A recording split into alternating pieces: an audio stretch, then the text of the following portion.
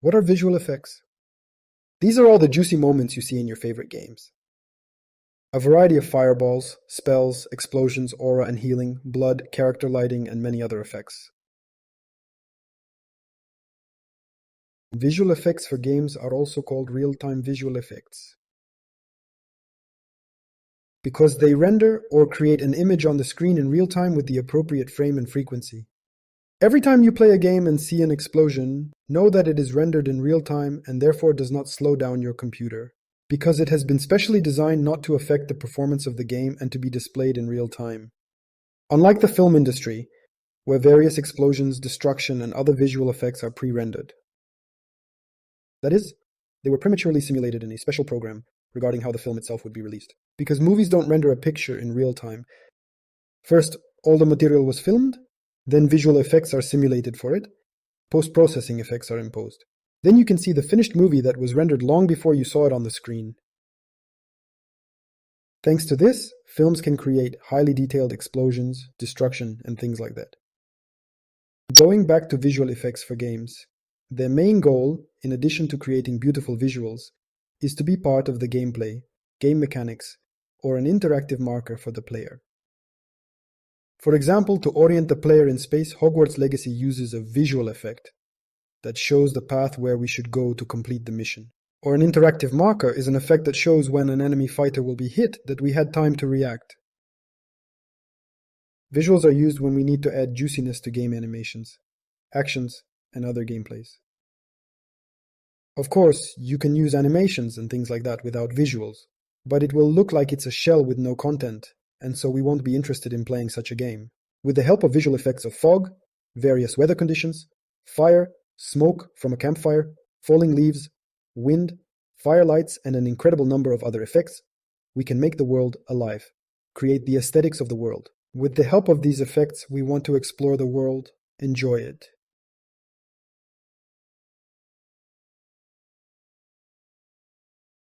The next thing I would like to talk about. These are the types of visual effects. There are 4 main types of visual effects. The first type, ability effects. Abilities effect. This includes all the effects that we can regard as the effects of the character's abilities. A variety of spells, the character's technological abilities, things like that. The second type is character effects. These are all effects that are considered as parts of the character itself. That is, some kind of lighting on the character, eyes that glow from the character, or other things. Fire on the character, lightning coming from the character, maybe some water dripping from the character itself. That is, that we can disseminate it as part of the character itself. The next type is environment effect. It's the same type of effects that creates the aesthetics of the world, makes the world come alive. These are a variety of weather conditions: water, leaves, fires, birds, butterflies, and the like. And the last type is user interface effects, or UI effect. These are the effects that we see when gaining experience, a new level, or when we open a loot box and pump a character through the interface. All this is accompanied by a variety of user effects, and therefore looks beautiful, bright, and dynamic.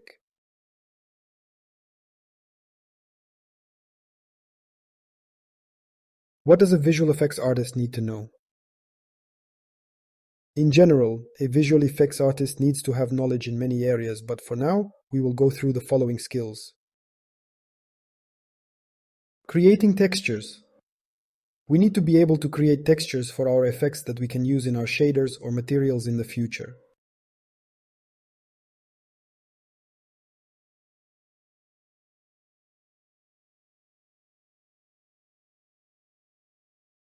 Creating shaders or materials. What is it? In simple words, it is a program or a set of instructions that indicate what an object will look like in our video game. This can include adjusting the brightness, color, texture, and how the texture will be displayed.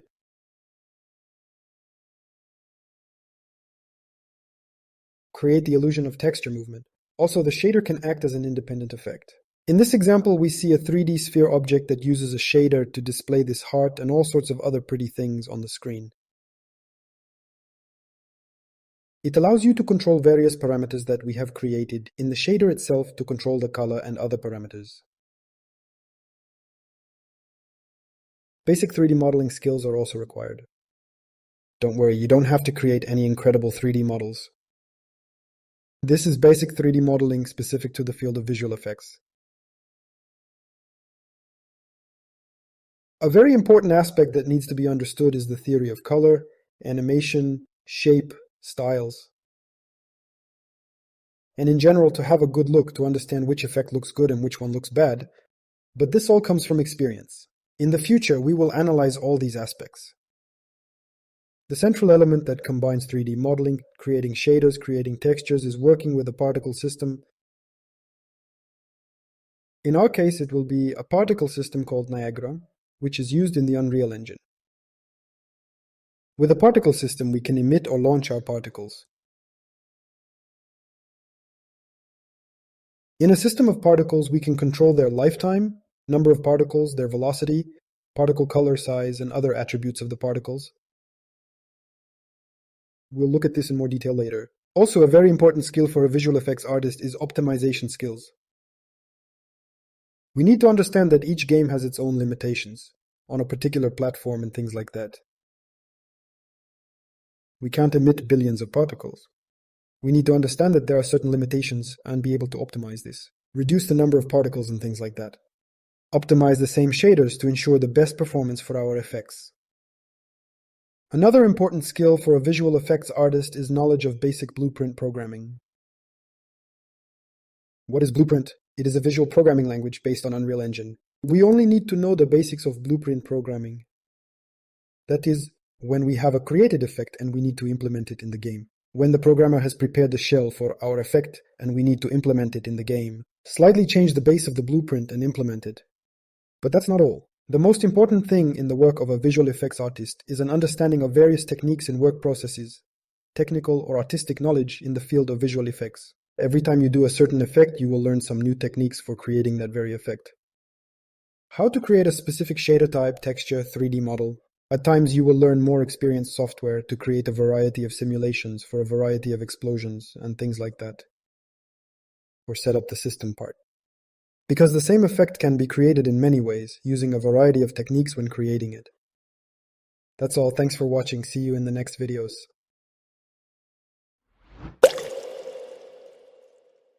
Привіт! Сьогодні у нас теорія візуальних ефектів. Сьогодні поговоримо за стилі візуальних ефектів, поговоримо за теорію кольору, також за теорію форми, і поговоримо про анімацію і про таймінги в візуальних ефектах. Окей, давайте тоді розпочнемо з стилів. Я в цілому хотів би виділити 4 таких основних стиля. В цілому їх є більше, бо кожен проєкт визначає для себе свій стиль, якусь свою ідентичність проєкту, тобто в кожного може бути різне бачення стилю. Але в цілому я б хотів виділити 4 таких основних. Так, давайте розглянемо. Це гіперреалістичний, реалістичний, стилізований і мультяшний або 2D-шний. Окей, що ж таке гіперреалізм? Тобто це коли ми граємо в якісь Call of Duty, бачимо якісь дуже-дуже реалістично відтворені візуальні ефекти, тобто бачимо ці гіперреалістичні проекти намагаються максимально відтворити реалістичність в нашого світу, тобто весь дим, постріли, вибухи, тобто всі ці ефекти максимально стараються відтворити реальність. Так. Що ж таке реалістичне? Тобто, взагалі, яка різниця між гіперреалістичним і реалістичним? В цілому, реалістичність, він трошечки відходить від гіперреалістичності, тобто ми можемо собі дозволити якусь магію, відійти від супер-мега-дуперреалізму, тобто вже нам не треба прям симулювати кожну піщинку, кожен камішок, вибух і так далі, максимально відтворити його, як він в реальному світі. Тобто можна трішечки від цього відійти. Але, наприклад, на що нам треба орієнтуватися, це на навколишнє середовище, на саму графіку гри. Тобто дивитися, от той самий God of War, він доволі реалістично грає, ми подивимося, все навколишнє середовище, воно виглядає доволі реалістично. Але ж це ж світ магії, правильно? Тобто, тому ось такий, можна сказати, реалізм. Що таке стилізований? Окей, це коли ми відходимо від таких деталізованої графіки, і ми вже йдемо до якоїсь такої більш мультяшності. Тобто в кожної є своя стилізація, на прикладі League of Legends. От, в неї є своя своєрідна стилізація, яку Riot Games роками покращувало. І тут головне це просто ми відходимо від цих самих зон, ті самі вибухи, якісь різноманітні симуляції нам не потрібні. Нам тут головне ми використовуємо абстрактні форми, кольора зовсім інші відрізняються. Тобто в подальшому це будемо розглядати детально кожен аспект. І мультяшний. Тобто мультяшний це, ось, наприклад, тут наш Hi-Fi Rush, він виглядає, ми дивимося на графіку, виглядає комікс, він доволі мультяшний. Ось тут дуже такі гострі форми, вони прямо як з комікса ніби. І це взагалі не тільки 3D-проекти, тобто тут можна віднести до цього і 2D-проект, тобто той самий Cuphead. Ось, він взагалі, в чому сенс мультяшного, 2D-шного, це тут є традиційні ефекти. Що таке традиційні? Це коли ефекти малюються від руки, як Cuphead. Тобто, ось весь дим, все, ці всі постріли, воно все малювалося якби від руки. Далі у нас іде Hollow Knight, тобто можна щось таке віднести. Так, ну давайте тоді по прикладу пройдемося детальніше. Так. Опа. О! Red Dead Redemption. Реалістичний, гіперреалістичний. Тобто. Ну, я надіюсь, бо більшість з вас грали Red Dead Redemption і всі знають, яка графіка, вона старається, ну, тобто максимально відтворити реальний світ, тобто весь вогонь, він виглядає, дивишся, він прям виглядає як з реального світу. Тобто тут є висока деталізація текстури, максимальне відтворення реального світу. Це всі ефекти навколишнього середовища, все, що ми бачимо, старається так само графіка, тобто вона старається бути максимально гіперреалістичною, тобто максимально відтворити наш світ. Так, ось. Forza Horizon. Ну, в цілому її відносять і до реалістичного, але я б її відніс до гіперреалістичного, тому що тут прям максимально старалися відтворити як і погодні ефекти, так і ефекти від машини. Тобто, ось мені дуже подобається, як тут все зроблено. Я пам'ятаю, дивився, як розробники робили, що на шинах ось тут дуже чудово видно, як шини. Ось вони тут породжують пил. Вони реагують на зіткнення з навколишнім середовищем, і від цього вони спавнять дим і інші частинки. Вони максимально стараються відтворити реалістичний світ. Наш світ. Так. Далі. Окей. Це що у нас Battlefield? Тобто ми дивимося, наскільки тут реалістично, також вибухи, всі дуже реалістичні, весь цей дим, кров.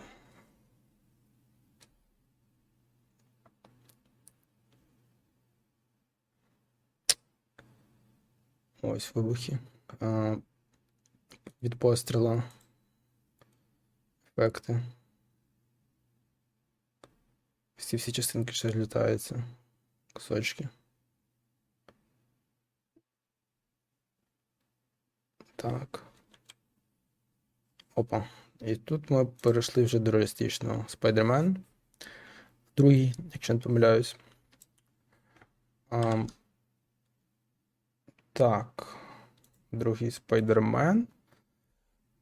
Ми бачимо, в принципі, на що нам треба дивитися, це на графіку в цілому проєкту. Тобто ми бачимо, що проєкт в цілому виглядає доволі реалістично, але ми відходимо вже від гіперреалізму, можемо бачити такі Це взагалі для геймплея ефект зроблений, тобто ми бачимо, що він цілиться, але в цілому ми бачимо, що вже не настільки в нас відтворення реального світу, тобто вже зрозуміло, що тут йде вже якісь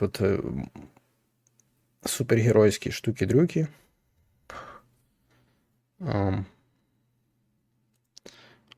Це ефект попередження. Тобто ці всі ефекти, вони також, наприклад, ось цей весь дим і вибух, він старається бути реалістичним, але він недостатньо реалістичний, наскільки міг би бути.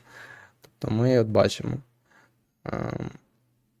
Тут же йде таке спрощення реалізму, тобто ми трішечки спрощуємо той самий реалізм, але проєкт доволі все одно виглядає доволі реалістично.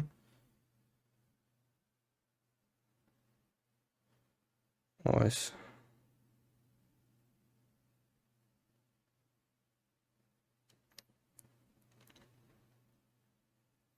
Так, давайте далі, який, наприклад. Так, це у нас Final Fantasy 16. Ну, взагалі, тут, щоб хотів виділити, деякі люди відносять його до стилізації, але я б не відніс до стилізації, це все ж таки реалізм, це просто їхня стилізація, але реалізм, я б так сказав. Чому? Тому що графіка виглядає доволі реалістично, тобто персонажі і тому подібне. І в цілому, ось видно, наприклад, той самий вогонь, він доволі специфічний для проєкту, але він все одно виглядає доволі реалістично. Тут все так світиться. Да, звісно, у нас немає таких пересвічених вогнів і так далі в реальному світі, але все одно. Можливо, це є якась певна стилізація, але я б вніс до реалістичності. Ось ми бачимо, як тут вогонь. Це певна стилізація самої студії.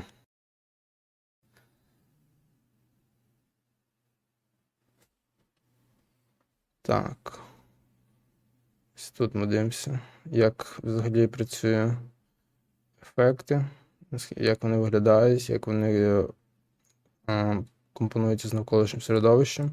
Ну, виглядають доволі реалістично. Зараз ми порівняємо просто, як виглядає стилізовані, щоб розуміти. Так. Ну і ще приклад з God of War. Звісно, в гіперреалізмі у нас немає таких магічних ефектів, але вони виглядають доволі реалістично. Якщо б ми уявили, у нас була магія, тобто там ще Hogwarts Legacy те саме можна буде ще віднести. Ось. Тобто ось ті самі бульбашки, стараємося створити щось, вони піднімаються.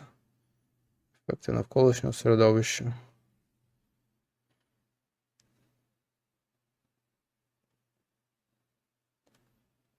І ось це саме молния, от, наприклад, вона виглядає доволі реалістично. Ось. Удар.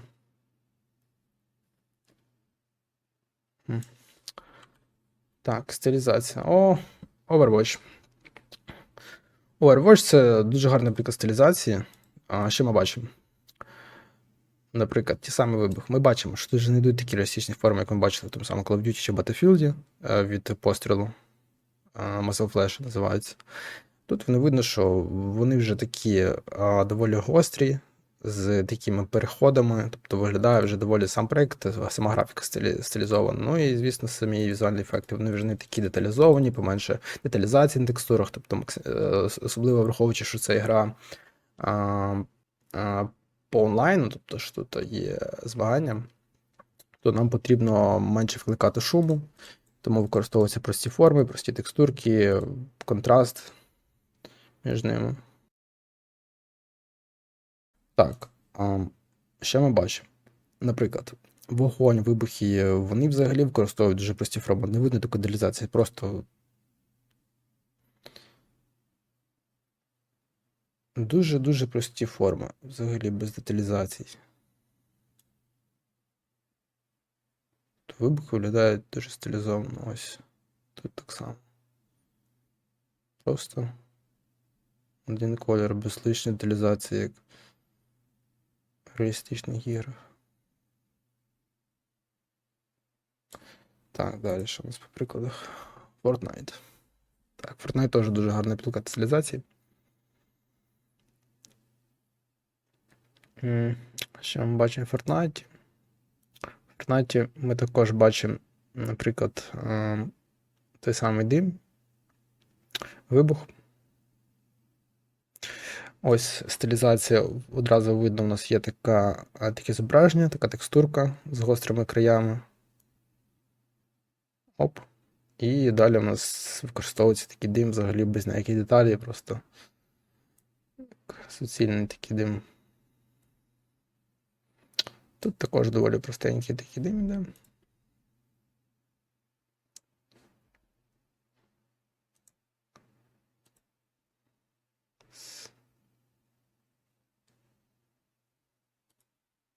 Тут ми дивимося в цілому, як виглядає світ, і залежно від цього можемо відтворити візуальні ефекти, ми бачимо, що вони тут виглядають доволі стилізовано.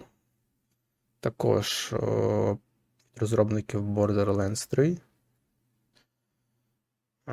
Що ми бачимо? Також це все стилізація, просто що в кожна стилізація може бути своя від проєкту до проєкту. Хтось більш яскраві ефекти робить, хтось фокусується на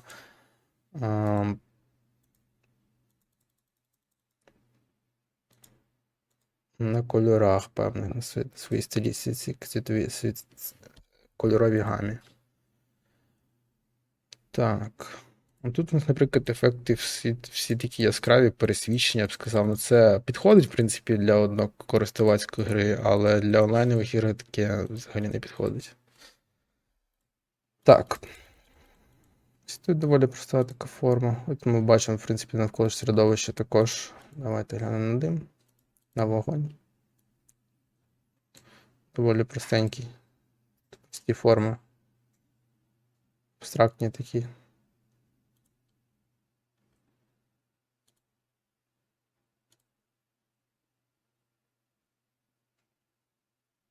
Ось. Так. Так, це проєкт Stormgate. Новий такий StarCraft. Можна сказати, це гра також тут є змагання між гравцями. І дуже багато ігра, значить, з видом зверху. Погляд на зверху. І дуже багато в нас іде юнітів. І нам не потрібно відволікатися. Треба робити ефекти також доволі гармонічно вписаними, щоб вони не відволікали гравця. Ось ми тут бачимо також і певна стилізація. В цілому іде у нас такі от форми використовуються. Абстрактні доволі. В кольорах є певне перебільшення. Те саме імпакт.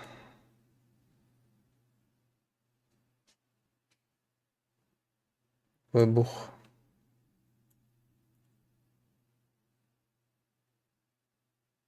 Ми також можемо бачити. Це також дуже гарно видно взагалі, як в цілому тут зроблені блискавки. Такі гострі форми йдуть, переходять тут. Оп. Тобто нічого немає нав'язливого, все доволі гармонічно вписується, нічого не такої сильно. Тобто це доволі сильний юніт, тому, можливо, тут чуть є така певна характерна пересвітка, але це добре для цього юніті, тому що це дуже важливий удар. І нам потрібно якось показувати гравцю, що от відбувся такий от дуже сильний удар. Для таких юнітів це окей. Так. Також Legal Hand. Legal Hand це взагалі в нас тут така гра, де змагаються багато гравців і дуже багато персонажів, дуже багато навичків в них, і нам не потрібно створювати якісь дисонанси на екрані. Нам потрібно також все було гармонічно, тому тут дуже гарно підібрана кольорова палітра, насиченість кольорів, їхня яскравість, їхні форми, тобто ніде нічого не викликає такого візуального шуму. От також певна стилізація є, звісно, видно, що в кольорах, в формі, в цілому в графіці. Ми можемо бачити. Всі форми доволі прості. Пересвідчення. Вогонь. Можемо бачити. Ось так. Далі. Перейшли ми до мультяшного. Ось, наприклад, цей ефект він намальований від руки. Це такий там вогонь від руки малюється, він покадрово малюється, і потім можна його впроваджувати в ігри. Це традиційні ефекти, які можна бачити в різноманітних мультиках і так далі. Ну, також можна в ігри, звісно, їх впроваджують дуже часто. То потім розглянемо ще проекти, які це роблять. Ось, наприклад, проект також від Riot Games, які створили League Legend. Це їхній клон Mortal Kombat, можна сказати. Ось, що ми тут бачимо. Ось тут всі ефекти взагалі дуже такі мультяшні, тут більш мультяшні, ніж сама League Legend. Тобто, що ми тут бачимо? Тут все більшості мальовано від руки. Ми бачимо, як переходять. От у нас є ефект, і ось ми бачимо, як він переходить покадрово. Як його малювали, ось оцей якийсь пил. Видно, що він по кадру, і, наприклад, навіть цей самий пак, от є удар, характерний для стилізації, такий гостренький, з підсвіткою. І ось, як він по кадру гарненько переходить. Ось цей так само. Слеш.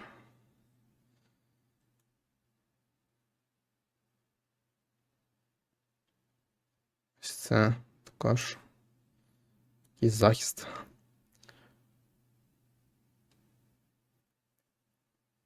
Так, ну це також.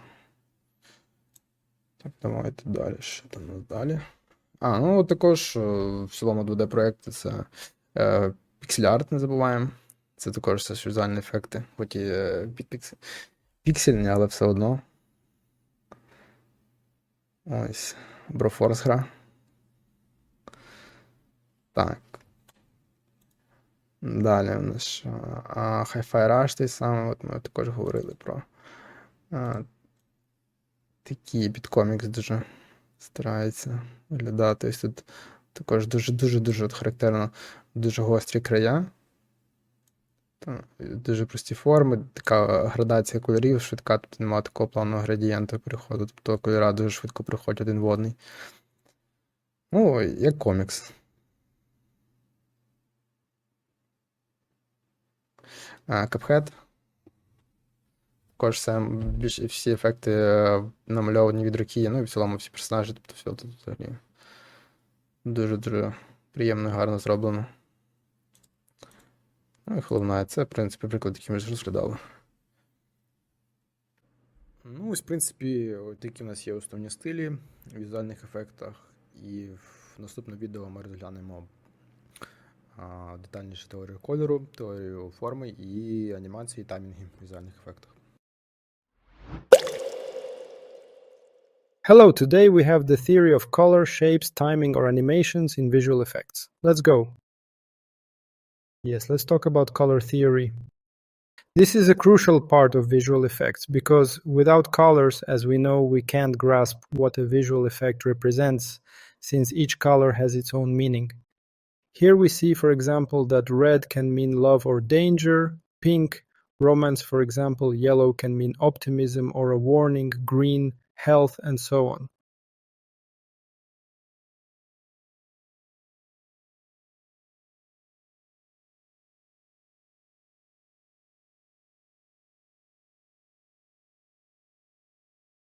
Each color highlights a certain meaning, and by this color you can also describe the effect itself and what it represents.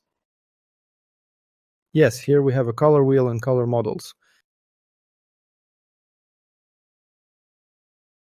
This particular color model is used in printers, we don't need it. The main ones are these three.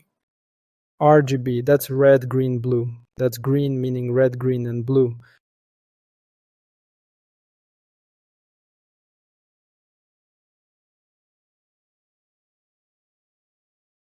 And by combining all these colors, we get so many different colors.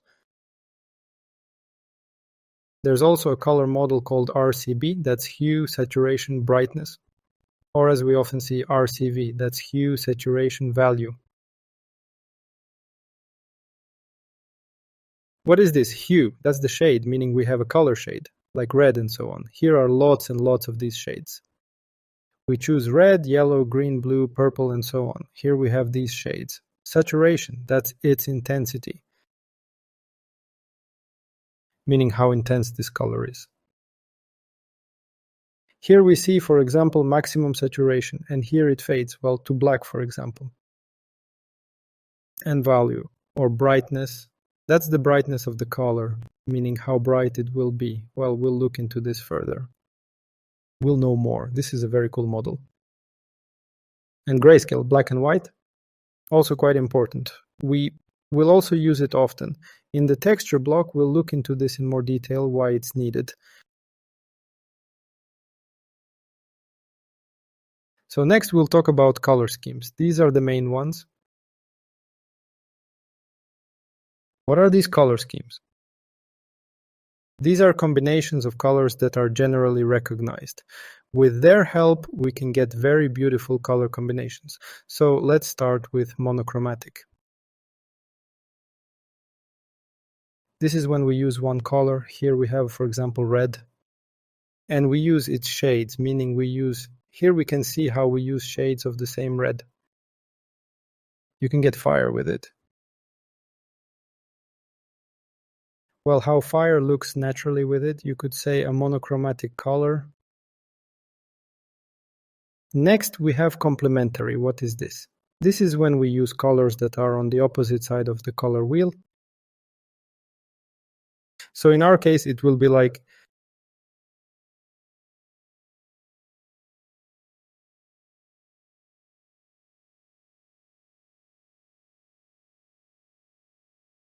this, like this, in this direction. We use blue with an orange color, in nature, for example.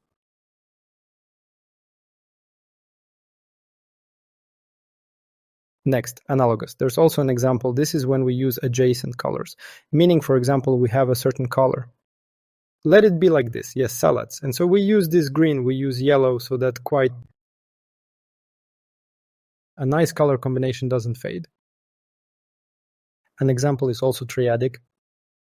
We use triadic in our case. What do we have in our case? Up, up. This is our red, yes. In general, like this, and like this. Cheek, cheek. Here, wow, we ended up with some kind of pentagram. Well, all right. Yes. Here we use a triangle. It doesn't have to be perfectly even. You can make it triadic. It can be like this.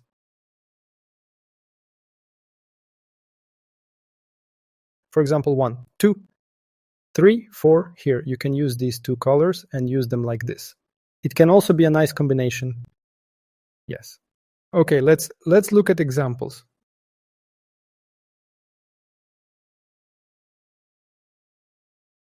Let's look at examples. Look at the presentation. Opa, yes. Oh.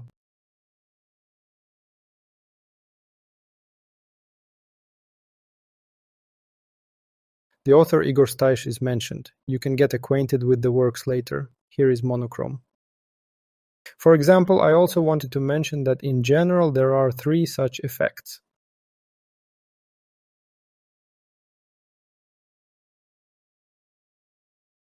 Let's just talk about monochrome. So we see that this red has different shades here.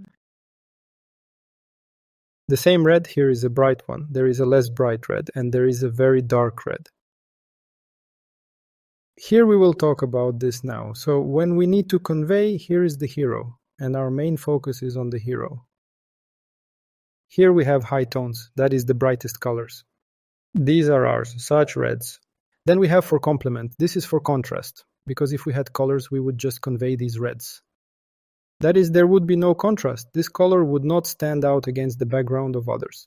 Therefore we need to use some colors brighter, others less bright, and so on, to create a certain contrast between colors. That is, we use, well, as the author uses in this case, this kind of red color. Very bright, to highlight the character also. How contrast is created with less brightness. These are midtones and shadows. That is shadows, let's say. But in our case, it's just creating this kind of contrast. We have this black, or a very dark red color, to create such contrast. That is, it conveys everything beautifully.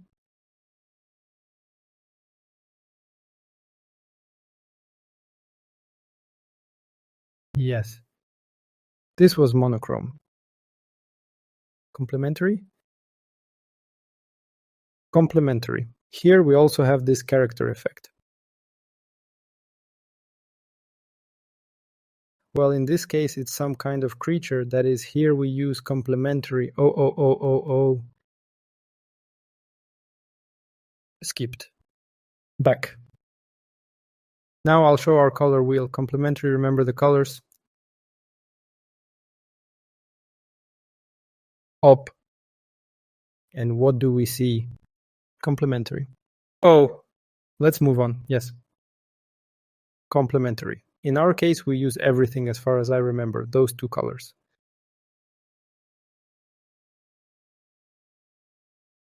In that case, yes, now I'll draw. Or if I'm not mistaken, I remember these. Or I'll draw. Op. These data. Look. One. Let's see. Here we see. Well, in principle, a very nice combination. This is an example of complementary color. Next comes analog. Here is a very, very nice effect. In combination with this pink color, with blue, purple. Here, we have here an example of analog. Now let's see what example of analog comes here. Let's remember the colors. Let's go analog, so we use it in this case. In this example, we use it. We are the author. Here are three colors, hop, hop, and hop. A very nice combination indeed, yes.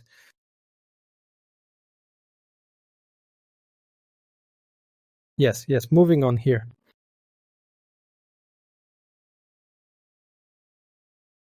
We have a triadic. So we see that the author uses purple, yellow, some green combination. Here is red, here are more colors. Well, it can be attributed to triadic because we used purple, yellow, green, purple.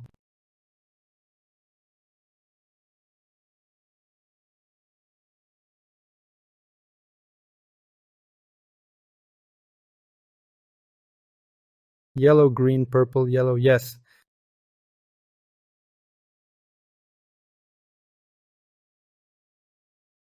Well, in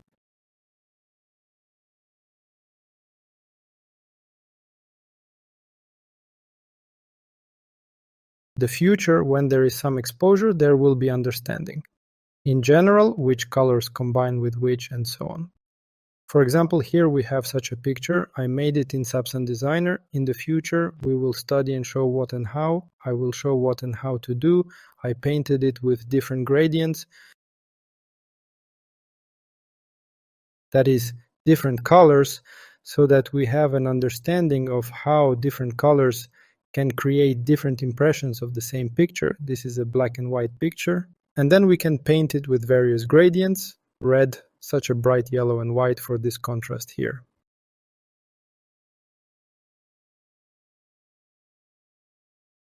Using a darker green, salad, and white at the end, here we can see how gradients work. A darker color will be on the left.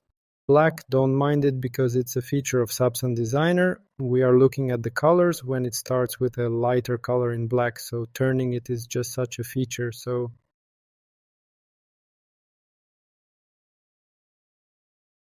look here. What we have is such a transition from, well, let's look at the frame. Let's choose, remove the same. Well, let's take this red. Okay, very good.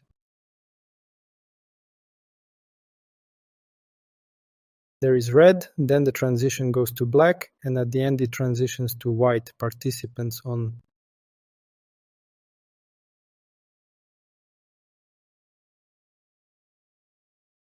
The black and white image are brighter. They are displayed on the right. That is less everywhere on the left. That is, the gradient goes from darker to lighter. The lightest is displayed on the right side. Here you can see their different colors create different impressions of the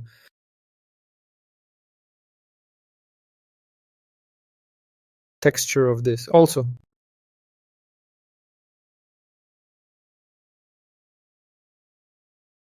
for example, such smooth transitions are very characteristic of realistic projects. For more stylized ones, you can make such. It all lies. Projects, in fact, some stylized projects also use smooth gradients. You can make a transition. We see how we use it. The same color, only with different transitions between colors. We see how different it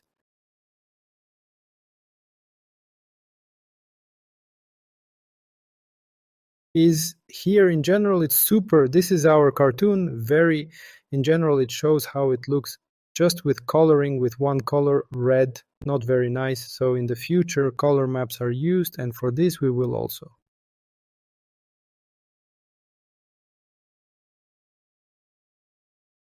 learn everything will be here just red, very nice, such a gradient transition. It gives an understanding that here it sits more curved and highlights some details as we said, high tone, smitten, and so on. Further. The theory of form. Oh, a very important thing. In fact, let's look at these two images. What does the image on the left evoke in us? Something similar to a shield evokes such Western protection. That is,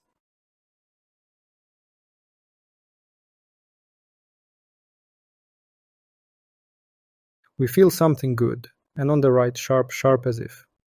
A blade, something dangerous in principle. What can the form express? The shield also, this shield, it has dependent countries. Looks quite non-aggressive.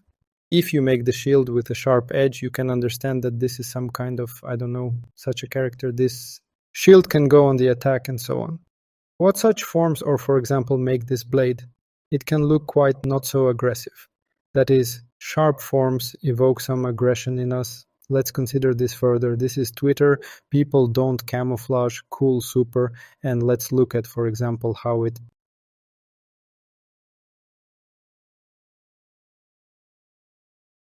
depicted how from the form very nicely, beautifully creates. Here is the difference. Between the forms we see that the same cloud, fire, water, grass, here it looks quite uniform, looks the same from all sides, and here it looks different. So in general, dynamically, nicely, beautifully, and the same, for example, what we have when we look at the characters. Each character, each form, there is a face. It looks different on each character. That is, it can create a form or, for example, sound. We have two effects with a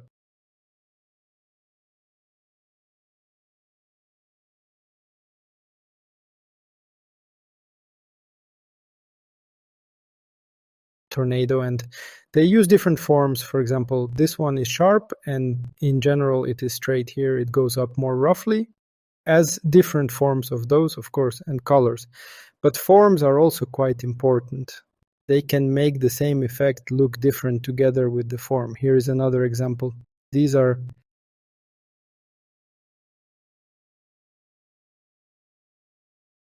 such trail effects. For example, when we launch some projectile, we have such an effect. This is a concept with an image. And here we can see how different forms and colors can play a role in the visual effect. That is,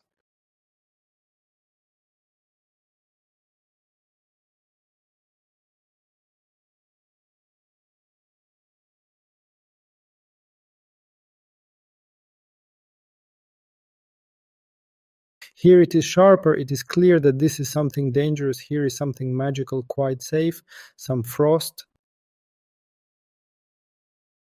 This is something futuristic, for example. It is possible to paint in different features, paint in a gradient of purple, pink, and blue. It would be something. It is also possible with the help of these forms, so let's pass it far. Masked, a good agent of visual effects from League of Legends. You back there was a senior. I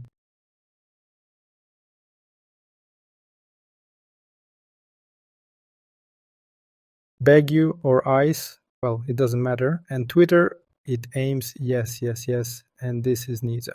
Film Sophia, in the power of the mode of the wind, there is a cured apply prelad. Each game has its visual style. There are some single-player games. There are some games like League of Legends, for example, an online game where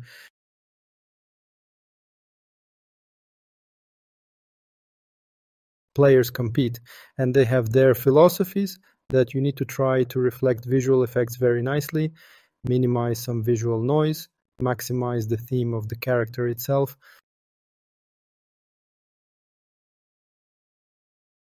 This applies to games in general, not just League of Legends.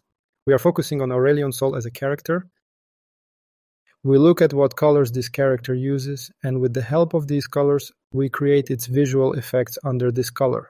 That is, it cannot be that the character is blue, pink has some color, That is, it looks so mystical involuntarily, and we use some green colors, or there are still unknown ones. That is, we need to look at the character and try to combine these colors with it. Of course, this is not always the case, it depends on the game, but in general, if we make some skills for the character, we need to focus on the character's appearance. Even in general, if we have a change in other appearances of the character, its colors change, then accordingly the visual effects also need to be made with the appropriate colors.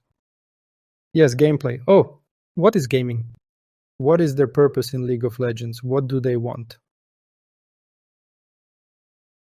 And considering that this is a user game, a bunch of people compete, everyone is running around casting some spells, casting everything, doing something.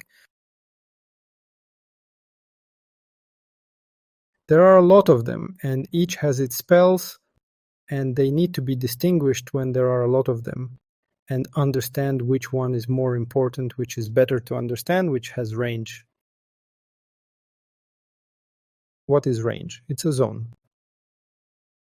That is, here is an example. For example, we need to understand the zone. Here is some cast of this skill. It starts with this skill. And we show here, they show its zone.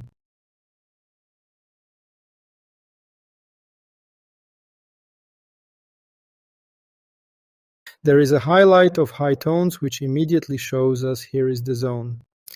Then there are such auxiliary colors. That is, they go with less contrast, with less brightness.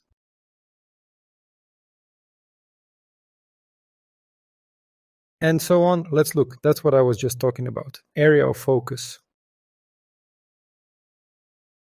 Height value range. Clear silhouette. That is, it should not be such that it should be such a clean, unobtrusive silhouette.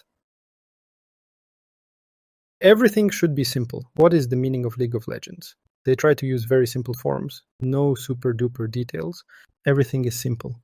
Here, for example, we see that here is the focus on this. And this is secondary. Focus on this. This is on the records of outfits. Focus on this. This is secondary, and also some auxiliary effects that add liveliness to this effect. Secondary light. It should be less transparent, also simple shapes. We use simple blurred silhouettes.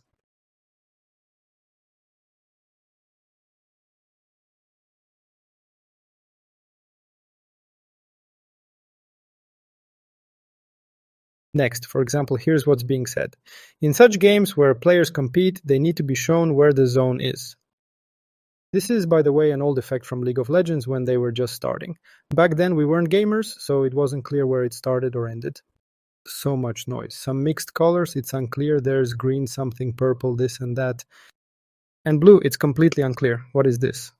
Something else white. And you get confused. First, there's visual noise in the colors, and the textures are quite They don't use these now. Well, no, okay, they do use them. They might be somewhere. But now they try to use almost detailed ones. Just very, very simple ones. There's even some detailing in the same textures, like this. And here it's completely unclear. It doesn't even show where the zone ends. You don't understand. And this is updated. Here it's very neat. All details are minimized. Very simple forms are used. Here we immediately see where it starts, where the impact is. Here it starts, it spreads, and we immediately show its zone.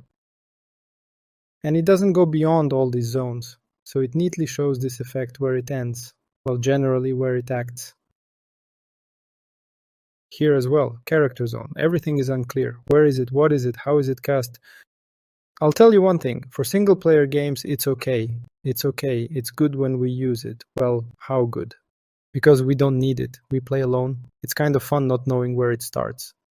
Visually, we understand it's somewhere here, but when the game is a competition between players and everyone must know where something is to dodge or do something, we need to understand where the effect starts, where its zone is, how it goes, what it does, and so on. So this is an old effect, unclear, not neat, incorrect. This is updated. We immediately have a zone indicator, and immediately we have a gradation of such colors, so it expands and it becomes brighter, more stable, a very neat presentation of colors and overall zones, as we talked about.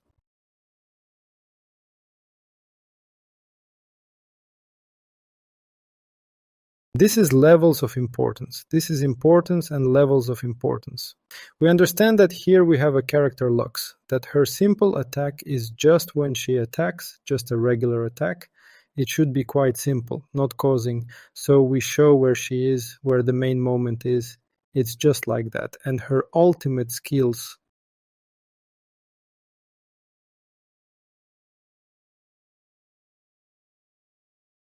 are very, very powerful. And they are very, very powerful in the game. So we have to show ultimate skills very, very strongly. That is, increase the contrast, more details, well, in terms of effects themselves. Create the impression that this is something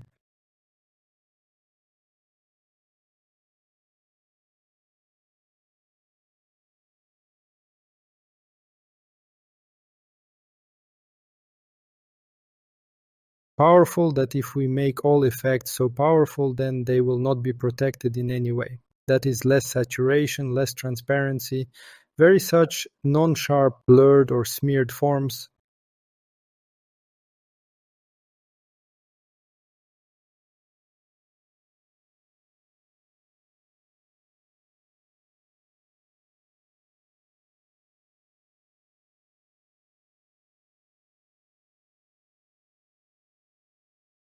And so on. Damage spell, that is some skill that is already super duper important, and therefore we use, of course, we use more saturation, more brightness. That is, we already show this is something that can cause damage or do something to you.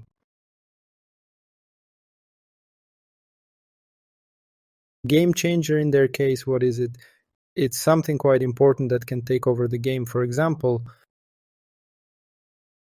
it's something like an ultimate. Well, I think if it hits, then its state will change. For example, if a player releases it, it should show, wow, this is something very powerful. Wow. Like if you do something with it, hit the character, for example, then something might happen and it will start a second phase or something in the ultimate. This is it, and it will be stronger. So we use more displays to the player. And also the ultimate is before the release. That is, there may be some quite important skills, and these are the most important. That is, ultimates in the character. They should have a very, in principle, large size, large saturation, and large, that is, opacity. That is, they should show something. It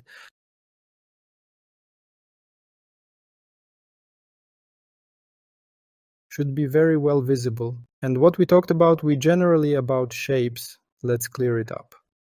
Okay? Here. Value. What is this? Your value? Look, declare cheating of your own. Less bright, more bright.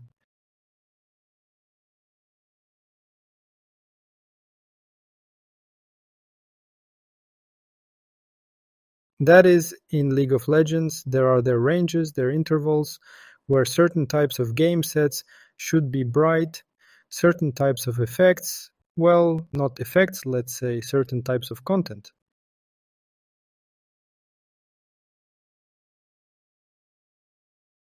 That is, for example, the environment should have such less saturation, characters more. In this range between characters and the environment, here is their range. UI, that is, user effects, they should have the highest saturation in the game. Also, what is value in context? Let's see. In the Vinarium shown, here we have such color saturation. You see, it's shown in black and white. And what do we have here? UI, this is how much saturation UI, this is how much saturation of characters. Such an effect. Here, by the way, we see this is, I think, an ultimate from a skill. This is some kind of kin.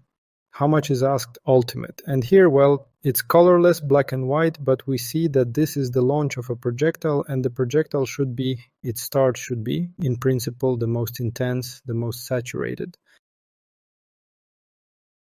And further on, we have an additional effect that just dilutes everything to have some contrast and so on. Well, it's interesting overall to look at. Also, what is contrast? Here is a neat representation. So they reworked the effect well. Here we see, we look to the left, to the right. Wow, it's cool how it looks, probably this one. Why? Because we focused with the help of color saturation. So we made these bright high tone colors. We place them in the center. Why us? Listen, I also like to say it like that.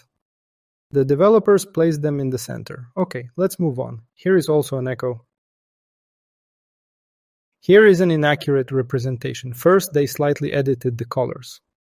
And in general added more details because there was no liveliness, and it didn't look as lively as with all the details. So now it looks kind of magical, right? There, well, overall it's not magic, but maybe some technologies, right? So it will be technological, such forms from technology. Here, they added more lighting. Here is such a club. And they added all sorts of additional little details. Added. Here too, neat representation. Focus, that is, here is a higher focus on this. Here we also have a range focus. Here also focus on this. Colors. Also talked about colors, that they shouldn't be overly saturated. Here are the color palettes. Oh, we also considered our interesting color palettes here. Here are also different color palettes. They create different impressions of the visual effect. Here are different color palettes. I'll show more. These are shapes, these are shapes, these are shapes. And here too, these are all color palettes. Our gradients, colors, and so on. League of Legends has its own. They have a bunch of characters, a bunch of skins, and so on. And they have very, very beautiful color palettes, which, oh, I didn't switch. Yes. Here.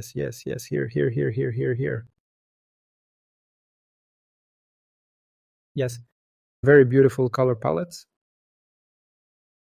Okay. So here goes something like Dragon Slayer Brown. That is such a red with orange. So we have such gradients. Here's something like and Red Kyle. Kyle, right? Okay, in short, here we see such white ones, right? And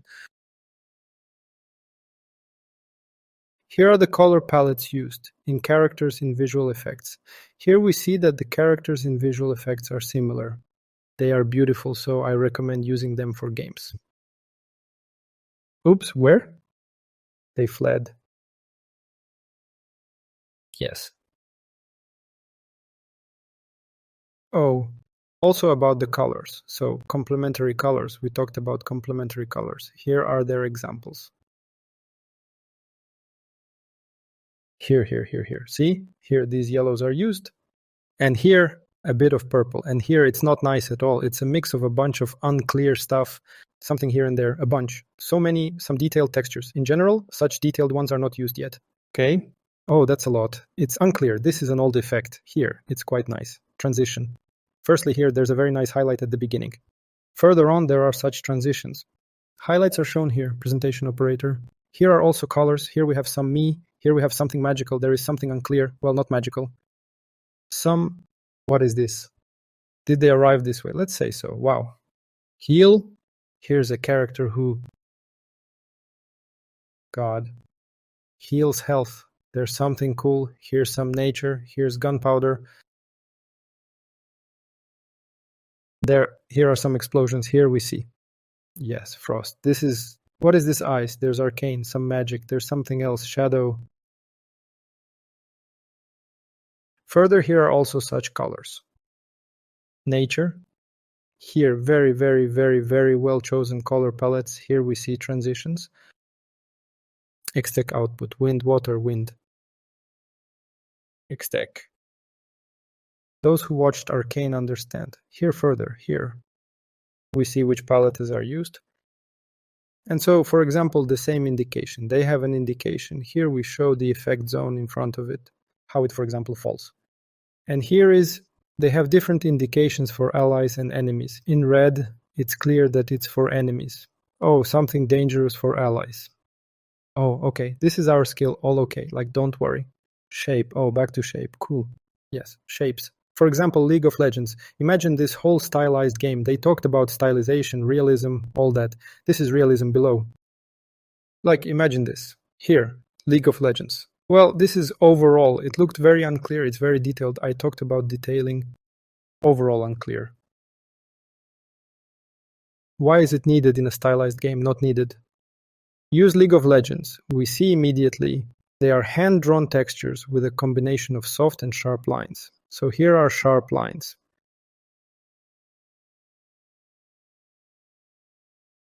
Then they blurred them and made them soft.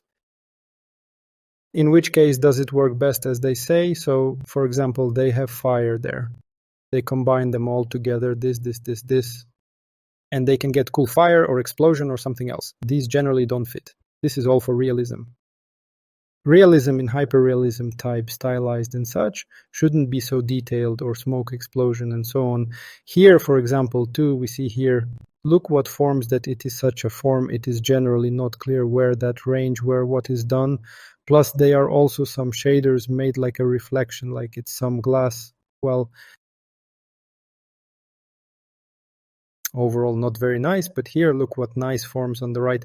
First of all, we see that it is sharp, something like dangerous to indulge. Well, something does such dangerous. Secondly, we see that it is in the form of characters. Character, he has feathers, and it is also sharp as feathers, and also quite nice. That is, overall, everything is clear where the beginning. I understand that this is an old effect. Try to do it with the help of type approaches. This, it does not fit very well, but here it fits immediately form, that is, first goes brighter form and so on. Here we go. Immediately there shadow, and well, that is to contrast distinguish. That is one brighter second for complementing colors.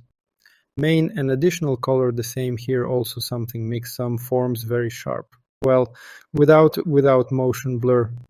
It is not very nice here overall, such a nice representation, quite such a simple form, it is very well reflected. Oops, now.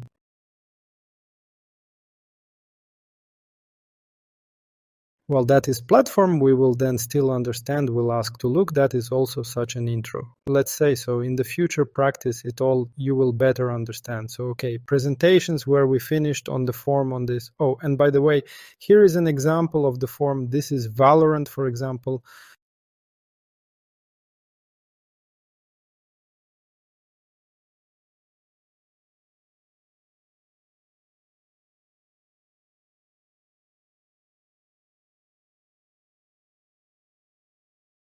Well, I don't know, fire there, visible, also visible that these are neutralized textures, quite simple, drawn.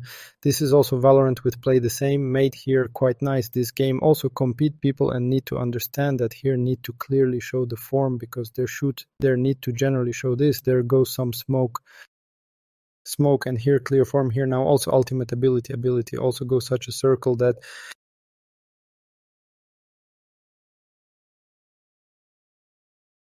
is here to design such quite understandable shows where it will be first here. So, okay.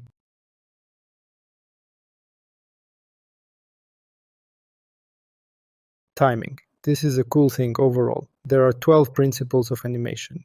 Well, here let's just consider such the same stance the manager is used in visual effects. And for what we will talk about timings here, animation timings here, look at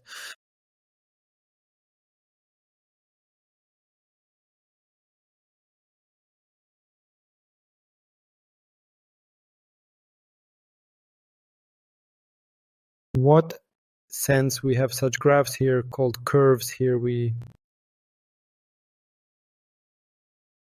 have lines that is, imagine that here such white, this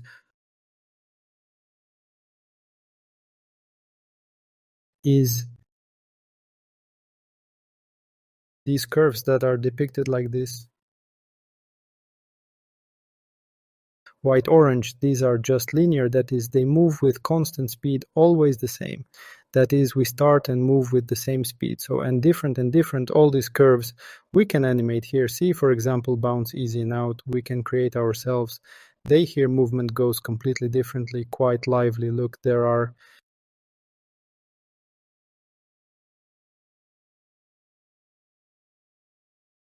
very many differently create, because linear use, it looks very boring, very not clear. That is, we can create very nice animation with the help of such various graphs curves. Well, now I will show you more now here. Now it will turn on here on the left, example of linear, maybe a little poorly occupied. Well, overall I will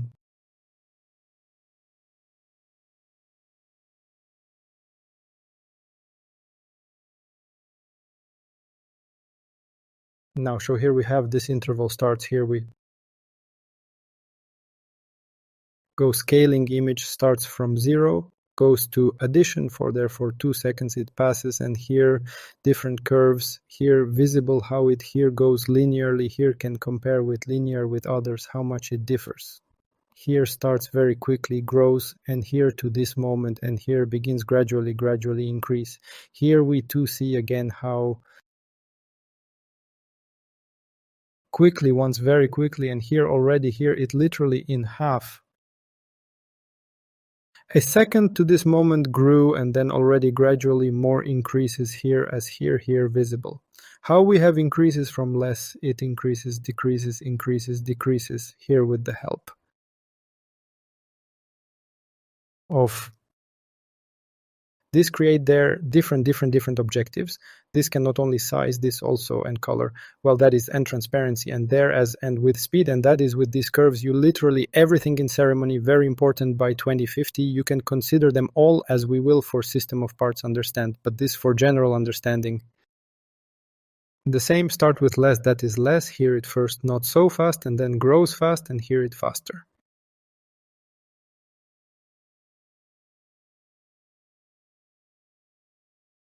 Here we see comparison.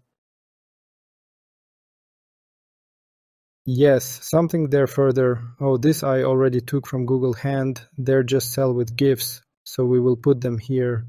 Here this character is called Scion, and here is the sense of animation and timing.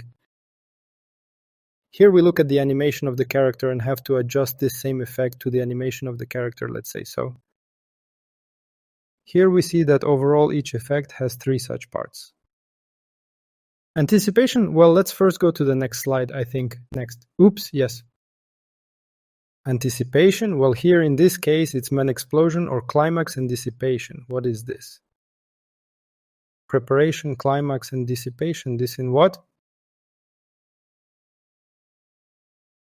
Crooked God. When the effect disappears, vanishing.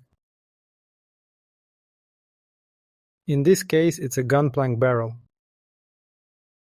What is anticipation? It's when we show preparation indicating to the player that something is about to happen.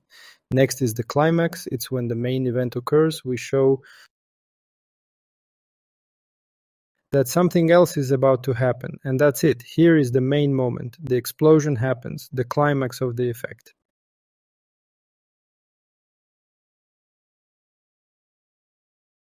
And dissipation, it's after the effect has occurred, we disperse it so it fades nicely.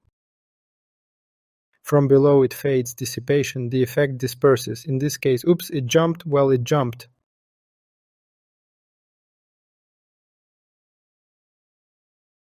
Back, oops, everyone. Dissipation, we show zones, we show here something is happening, additional small effects. We show zones, something is about to happen, oops, everything turned red in a second, something is about to go boom. Dissipation, now the climax we hit, boom, the main moment happened, it dealt damage to the character. Here we warned that something is about to happen, oops, we hit, damage was dealt. That's it, the effect goes, now we have dissipation, the effect disappears, some small particles appear, it gradually disappears.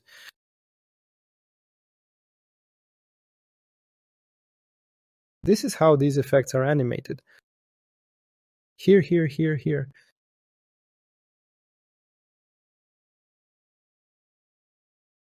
we also see good examples of how these effects are animated. Here, for example, the same Mundo, he throws paper, and you can see how it beautifully scatters, how it flies and falls. That's also everything. It's animated, timings are set, and here we see how it starts. What is it? Clear. And we see how it starts moving very quickly. This wall, oops, here quickly, and here it gradually slows down. Also, it's all animated, timings are set, all the graphics we saw before help, and here the same very quickly, boom. This projectile, and climax anticipation disappears. Oh, anticipation, the projectile flies, then comes the climax anticipation, it all scatters and disappears. Climax as it hit. So it all animates, it's visible. Now a comparison, basically we see it already. Oh yes. Yes, let it be. Inaccurate. This is, as I said, linear graphs are not used. Curves, well, they are not nice, like we look. It looks quite, well, boring. Boring. Okay, boring. Here it looks more lively. Quickly grows, then gradually it starts to fade. Oops, quickly. Here it is already fast, and here it gradually slows down. We see how fast it is at the beginning. Boom. Creates dynamics. Here. This is how you can create, in general, add liveliness to our effects using these timings. Well, of course, we will consider them. We will discuss time the effects. Let's see how each, for example, natural phenomenon, each effect, well, not every effect, let's say some magical one has their... They can be timed differently. And timings are a very important aspect because we add dynamics and liveliness to our effect. Yes, well, that's all then. All done. To everyone then. Bye-bye. Until the next video.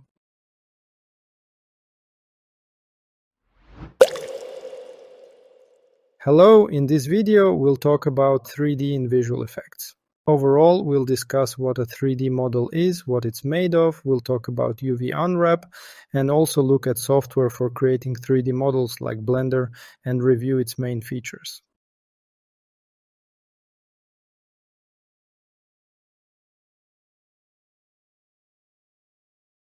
Alright, let's go. What makes up a 3D model? Well, generally 3D models are made up of vertices. What are vertices? These are points located in 3D space. And with these points, we then connect them into edges. Like this, we see this point can connect with that one to form edges.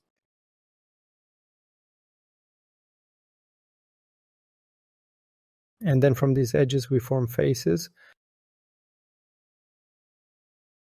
or as they're called, faces.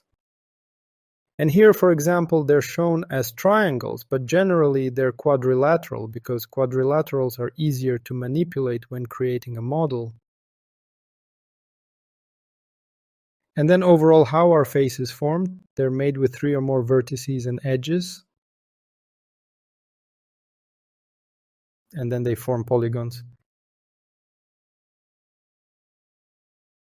Polygons are filled outlines of edges. Well, generally they are also surfaces. They can be either triangular or quadrilateral, but when creating a model, they are usually quadrilateral. And then from these polygons, you can create surfaces. So, for example, we create one surface, another surface.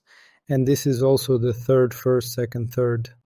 And then we create it all together as a composition. And then we get a complete 3D model. In our case, these are cubes.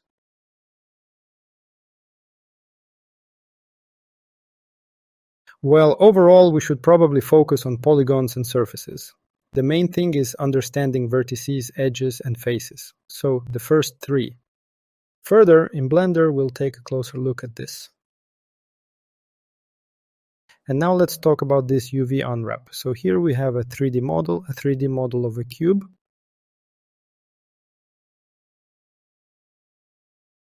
And we need it not to be empty, we need to apply some texture to make it look nice. In our case, it's just a tiled texture, like a grid, just like a chessboard, let's say. And let's explain what UV coordinates are.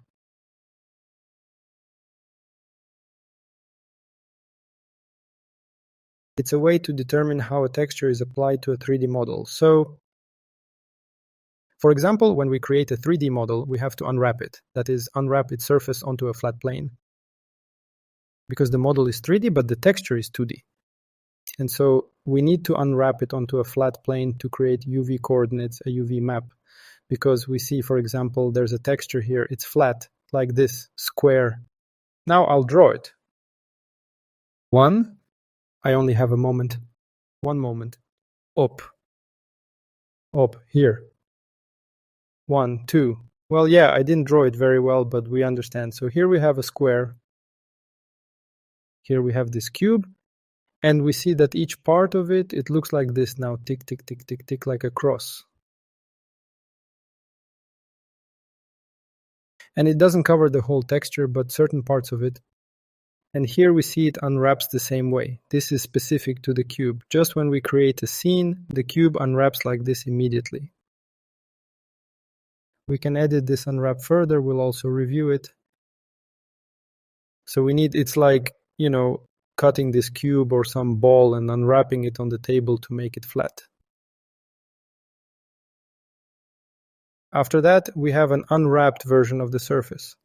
We can apply textures and effectively indicating where a piece of the image should be on the 3D model. We see they are divided into pieces, first, second, third, fourth, fifth, sixth. You can see it here too. Each part. 1, 2, third, fourth, fifth, and under it fifth and sixth. They wrap it like this, and the texture is applied. This is very simple. Here's how it happens in full 3D for characters. We don't need that. They were very insistent. I'll mention it now.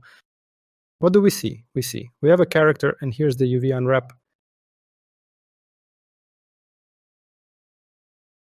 Looking at the eyes, we have a 3D model, eyes 1 and 2. Look here. Here's the eye. Here it is. We see. Oh, yes. We see there's a texture. They are divided into pieces. This eye fits on this texture. There's green here and green here. Here's red where the outline is. Looking at the mouth, here's its shape. No, we see the mouth. Here it is. It was unwrapped. A part was cut. Here it is in 3D. My author cut it, placed it on the coordinates. There's a texture. He placed it on the coordinates, created this texture. Here's our mouth. Similarly, and so on. Others. In creating 3D models,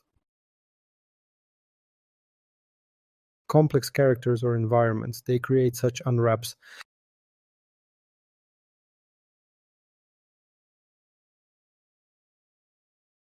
Yes.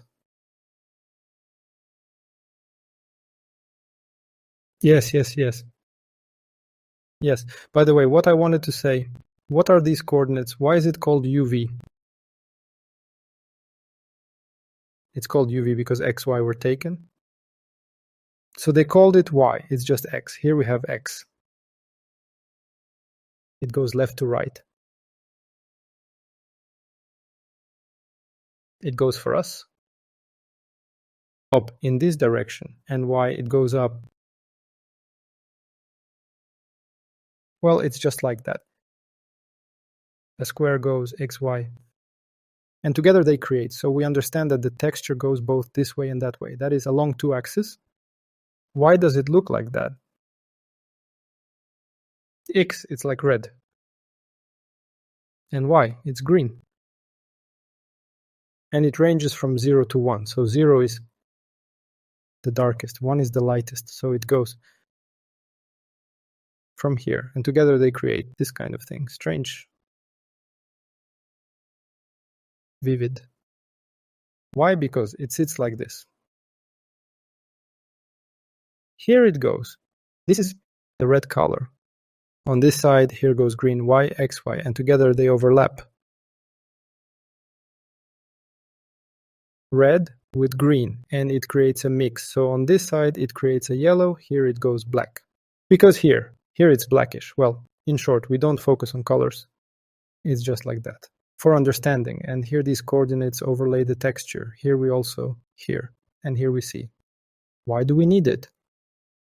Why do we need it? We need it for everything. Oh, I'll show you now. Like, for example, in Thread, Such very complex UV unwraps, because many parts have different textures, some details, and so on. Here it cut like this, but this doesn't suit us well, because not all the texture, as we see. Oh, not all the 3D model laid on UV coordinates. Here, we see that only. Here, only these particles laid like this cross here, that is, not all the 3D model laid. Usually, well, that is, for effects we always try to make so that the whole plane in the 3D model laid, that is, we unfolded it completely UV. Map.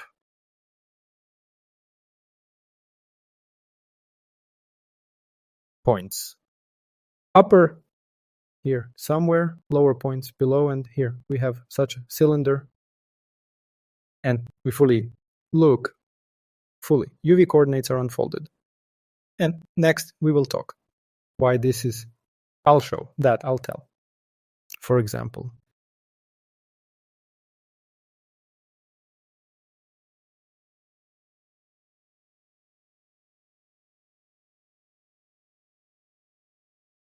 from modify, also UV unwraps in the 3D model itself can modify. Here, for example, this simply as example such texture, for example, and here we see, here it stretched goes more. Stretched and creates material. That is using this texture, creates material.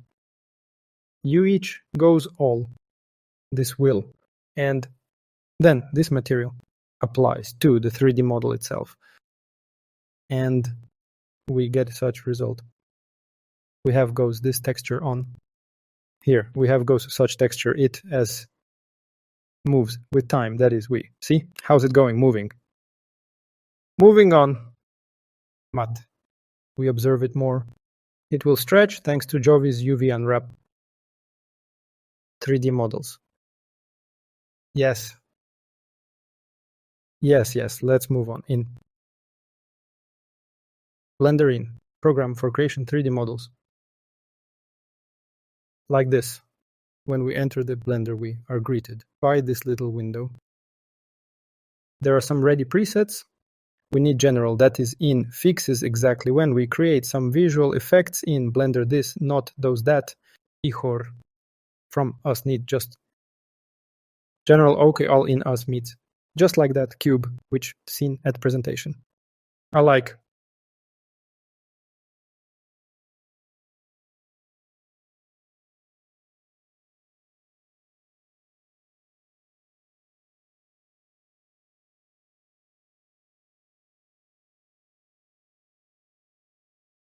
I remove the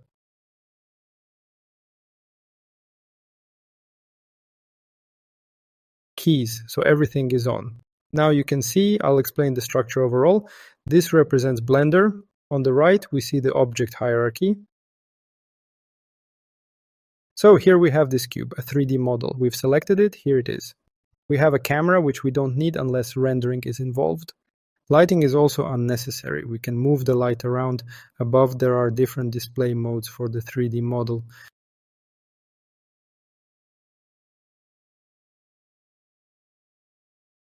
Wireframe is when we see just the outline of our model without any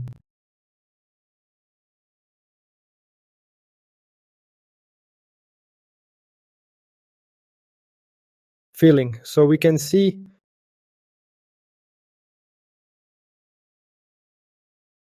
the model now and the filling. Here the material is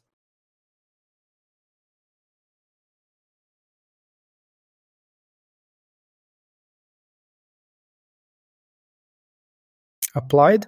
Currently we don't have any material. It's simple. You can view the material. We'll get to that in Adreno engine.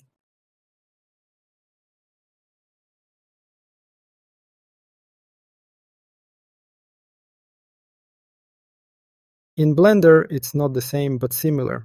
We can apply textures and different display parameters for the object. Now we're just using it to see the texture on the 3D object.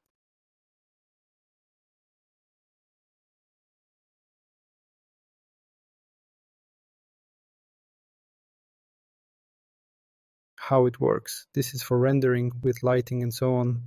Right now we don't have it. The first three are important while working in this mode.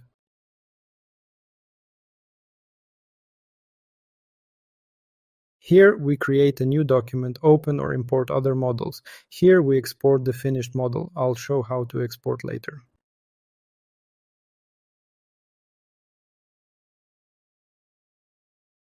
There are ready presets like with Windows. So we've switched to the modeling tab. Here we have just the 3D modeling tab, nothing extra. If we switch to sculpting, we don't need to know sculpting now. It's for those creating characters. And this is UV editing. If we click here, we'll immediately see our coordinates, because if we turn it off, we'll need to select a part of the model.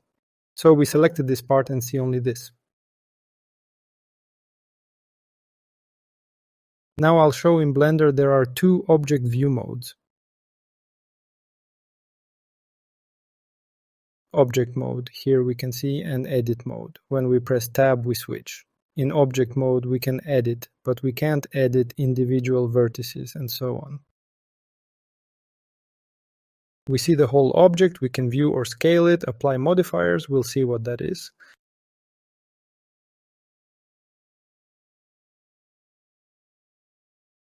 For example, to modify an object, we need to switch to edit mode. Press tab, we've switched to edit mode. Now we can see its vertices, what makes up this object. We talked about vertices, here we see the vertices. Let's first finish with the UI, understanding what Blender represents, then move on to understanding the 3D model. Here, UV coordinates can be viewed. Here we can draw the texture, which we also need. Here we can edit the material itself for animation, rendering, and so on. Modeling, UV, and shading are important for now. Layout, here you can create your own presets. These are the ready ones. Next. Here are various modifiers. We can look at the parameters, but we don't need them either. Focus on the main thing, which is modeling.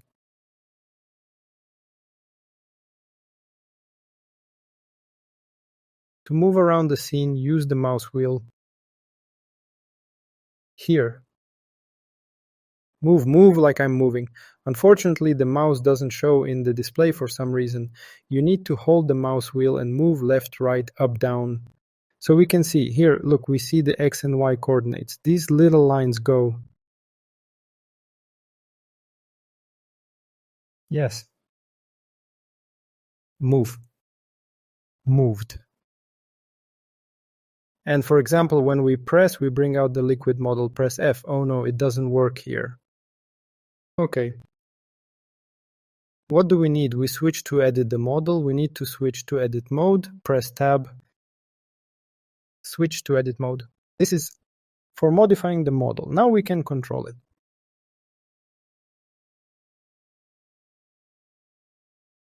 Look, what do we need? Now I'll show you how to modify. So we take the mouse, hold it down. Here we have the selected selection box. You can even change it. You can choose something simple like a circle. You can choose the lasso. So we can even highlight like this. Well, we need it. The most convenient is the selection box. So we take, stretch, hold, stretch, release. That's it. We choose vertices. Got it. Now, look, here we have a display. We can see that the selection mode is currently on vertices. So we only highlight vertices. Remember, we talked about it. Now we have edges. Edge. So now you see these points disappeared. So as I highlight, look here, here we highlighted only one point because it was a vertex. But as we remember, vertices connect. One vertex can connect different edges. So when we highlight, it immediately selected 3, but you can highlight one by one. So we highlight one by one. You can highlight like this right away. And here, by the way, is a feature. In shaded mode, when we can already have a filled model, when we highlight, for example, on the article we highlighted, we aim to highlight the entire object, but it isn't fully highlighted because it considers what overlaps it. when we need to highlight the whole object. First, we can just press A. It will highlight everything. There's a shortcut. So, such quick keys, we press, all vertices on the object are highlighted. Also, for example, when we need to highlight some vertices, which, for example, well, they're vertices, edges, and so on, which are overlapped, we choose this wireframe mode. When it just goes, there's no filling. And here we can see how we, for example, well, it doesn't consider overlapping. And we can highlight whole parts here. Here it's all. But just to see better, we switch to this.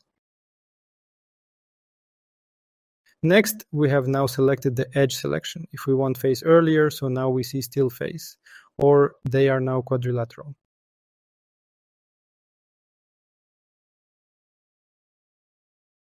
Select. Op. Here we just select rectangles. Just a cube. Thanks to the vertex cameras, they form themselves. Just like that. Next, well, let's talk about what we can do with this. We choose how to modify all this. We can choose, for example, one vertex. Here we are at the vertex. And what can we do? We press the G key. G is to move. And now we move with the mouse. We are now modifying. Here it stretches. What can we do? If we need to modify along a specific axis, press G, for example, along X. Press X, G, X, and now we move only along the X axis. So as if we don't move in another axis, here we only move along X. Need to move along Y. Press G. E. Only along Y, there's also Z, don't forget. Up, Z is up. XYZ is the coordinate that goes up and down. Oh, by the way, shortcut. Press Z to not switch. You can just press Z. This is Warframe. Solid. Material preview. And render solid. And also GZ. And we can move our vertices up.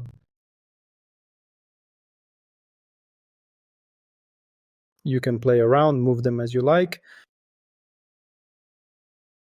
Here. Now let's select an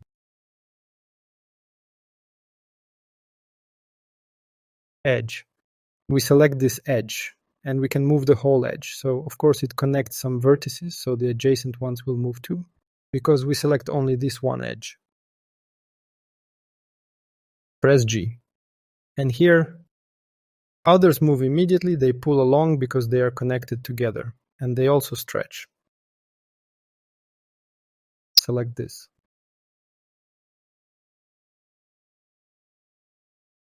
Here. Now let's select by faces. We select this face.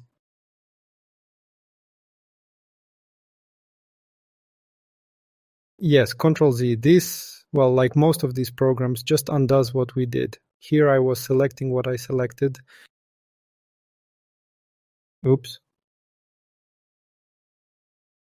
I can move, for example, along Z. Here it stretches all the others. Here I can stretch this cube, just like that. This part, well, I can't handle it a bit. Oops. Along X, I can take it here. Here.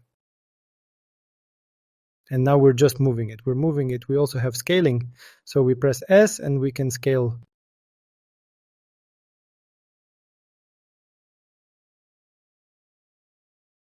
So now we'll choose A. And what we can do is select a certain part, for example, the top part. Like we know we'll choose this face. We know it connects all others. Look, we select and scale. We can do it like this. You can call it SO5, meaning half zero, well, completely, meaning scaling to 0.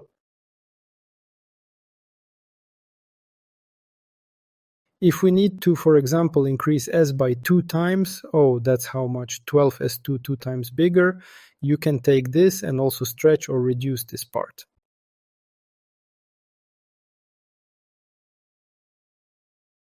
You can also take edges, take these two edges and reduce them.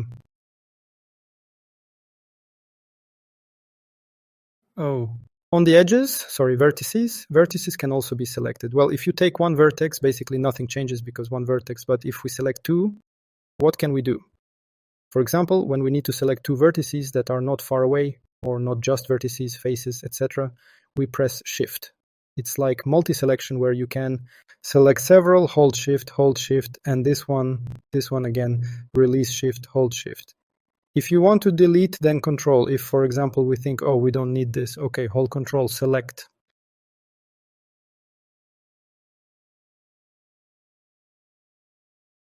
It deletes, and here we selected something, and now we scale like this, reduce to, well, got something like this.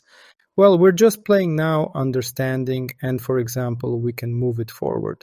Look, we can see that here are such things. We can see it on all coordinates. Here we move each, for example, can modify vertices, etc.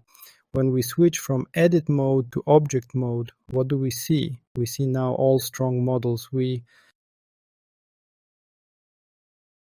can't modify specifically. Now we can just move the whole model. The model and also modify it in terms of not modifying, but for example, scaling it, the whole model scales. By the way, why so now I'll explain this thing. It's important. Now we'll move on to rotations. We can rotate the whole model, and now we can switch to edit mode, select some vertices and rotate them.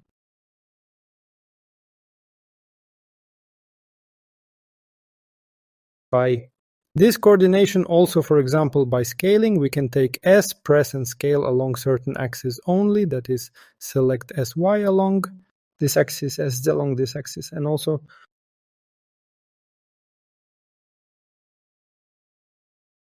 rotate. We can select all models, rotate here the whole model along all axes, along the X-axis only, along R, along the Y-axis, along Z, play.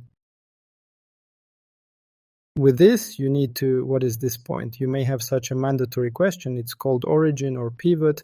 It's where you know it's like the start of the model.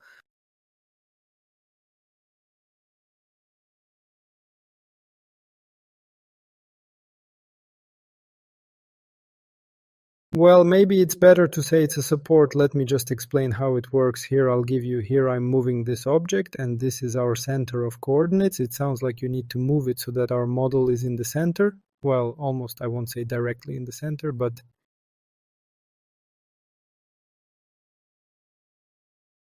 look, what's interesting, we select the model and now we start to rotate it. It rotates relative to this point, and also we scale. It scales also relative to this point.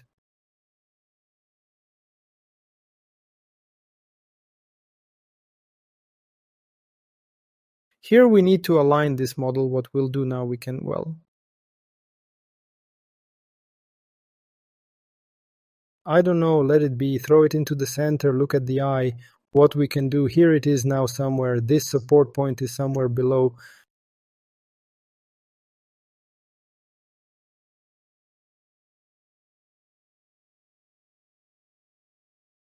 We need it in the center so that it scales also from the center. We have manipulations here, we can move a bunch of things here. We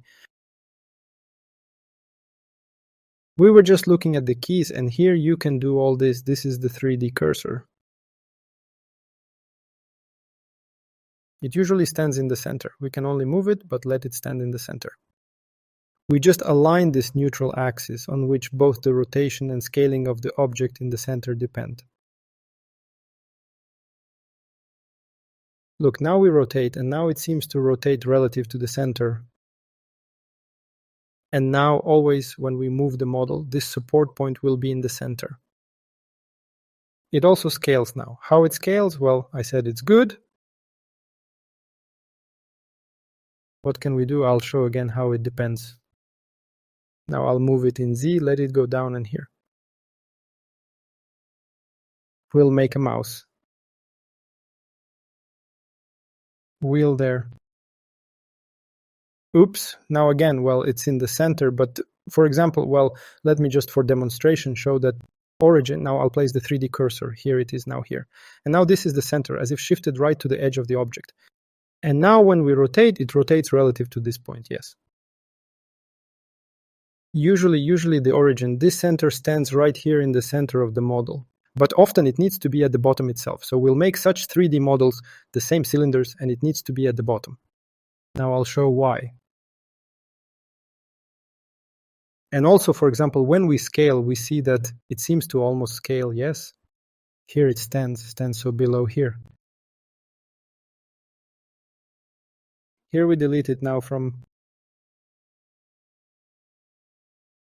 In object mode, we delete it because, for example, when we delete it in edit mode, we select everything, we delete. We can delete vertices. Here they can also be selected and let the vertex. Oh. And for example, select some vertex. We delete it, press the delete button and select the vertex. Deleted. And it immediately connected. Well, by the way, it's interesting. Did it connect? No, I think it didn't connect. No. Now we'll delete. When we need to delete the entire object, we go to object mode, press delete and delete it right from the scene. Blender has ready presets with models, press Shift A, and we immediately see the boundaries, that is 3D models. Plane, the most basic thing, yes. Next, we have the same cube. Here is our cube. Here we select this cube and scale it. If, for example, I will move it. Now I will select it. Select. Oh, we were talking about deletion. Okay, I'll switch to edit mode. Delete the vertex. It's gone. Now our cube is completely broken. Now it's not filled. The model is not filled. Similarly, you can delete such a vertex, and we will have the same plane. You can also add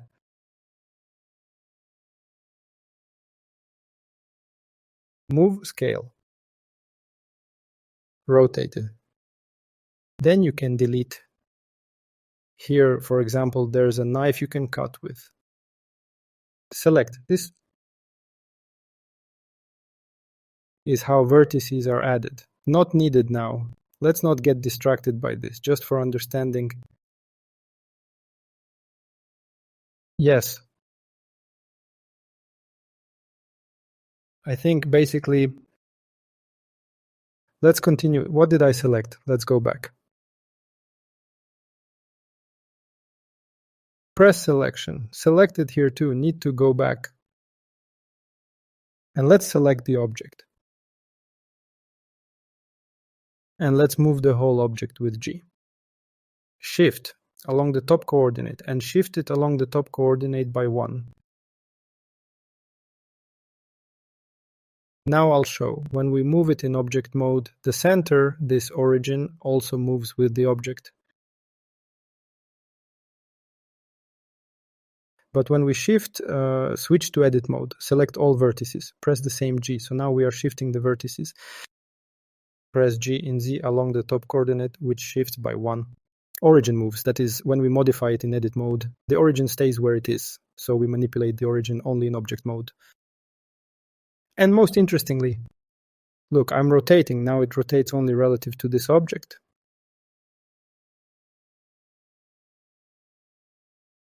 This center, hop, return back, and now I scale it the same way. Interesting. So it's like it happens on the ground, as if I didn't scale it. No matter which axis I scale it, I'll stretch it here, even stretch it along Z. So it's like it happens in the center. Interesting. Just like that. That's how origin works. Because if I now, let's take it, switch back to edit mode, move it down, along Z, a little down, as if it's in the center, right? And now scale it. It now scales relative to the center. So these ones along this and this, that's how interesting origin works. Because, for example, we often need to directly in Unreal Engine to modify, like scale these 3D objects. And they, for example, shouldn't scale like this, but we need to move it. So it scales relative to the ground. That's it. Now it showed. Yes. Like this. For such basic 3D modeling, this is enough. We'll talk more in detail later. We'll analyze, for example, show different meshes, show coordinates, why are they needed, what and how. We'll look more closely at 3D modeling in visual effects. Quite simple. We don't need to know much, because I explained. These are very basic points. Next, we'll look more at UV unwrap. Yes, that's all. Thank you. Hello? In this video, we'll dive deeper into UV coordinates, manipulating 3D models, what they are, and look at examples, as well as explore the creation of 3D models specifically for visual effects. Alright, let's go! Here, we're greeted by our beloved cube. Let's switch to UV and take a look at the UV itself. Now, it's selected, we were in edit mode, you can switch here too, we see this immediately. If we're not in edit mode, the UV coordinates don't display. An interesting thing, only in edit mode. And here everything is selected as I showed. So when we highlight some parts, it shows what was shown on the whole object. We select this V selection. And here in UV, there's a selection by what? By vertices and edges. You see, and by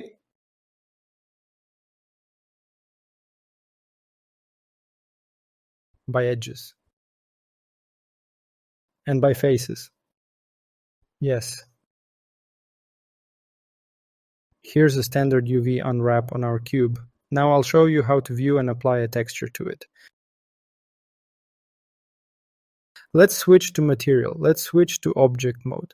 Because I think all these things display in object mode. If we're in edit mode is fine as well. This, we have a material. Usually you won't have it here. I don't know why it was created. Well, here you select and press material and it gets created, well, standard like this. Press new, material. To add a texture to this material, switch to shading. Well, shader and material, so shading. Okay, I have a texture there. Here's what I'm preparing, Blender material. Now we'll see, I'll drag this checker like, here's the color, and we drag it to the color. Yes, we have a texture, and we just drag the color. Switch back to UV. Oops. You see we have a texture on our texture coordinates. Here it is. And we don't see it now. In edit mode. We switch edit mode to object mode. And here we switch to, as they ask, call it Z. And we can material preview. Now we see how the texture lays on our beautiful cube. Back to edit mode. And we can see. And look here. Let's highlight and move to UV unwrap. We see how it unfolded. So all these parts, they unfolded. So let's look at this beautiful part, how it projects overall. We can highlight. Now we didn't choose by edges. Let's choose by edges.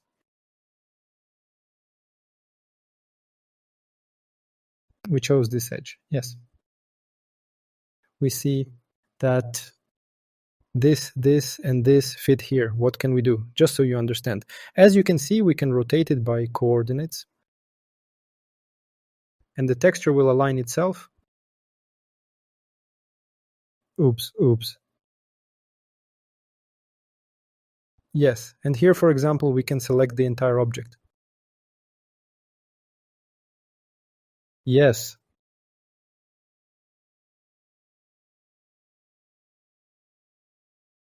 Yes, I was spontaneously interrupted. Okay, let's get back. Do. Yes. We can select all these V coordinates. Yes. And move them. Up. Here we can. By the way, when we go beyond the coordinates, they just repeat. And for the cube, they are like this. So they don't suit us. There's nothing to play with the cube. Now I'll show you with some cooler examples here. Leading. Shift-A. Let's create a simple plane. We often see it in visual effects. It's a simple square, a simple square. Why so? It doesn't have many vertices because we'll switch to edit mode. What do we see? We just see how it unfolded. Completely. We see 4 vertices connected by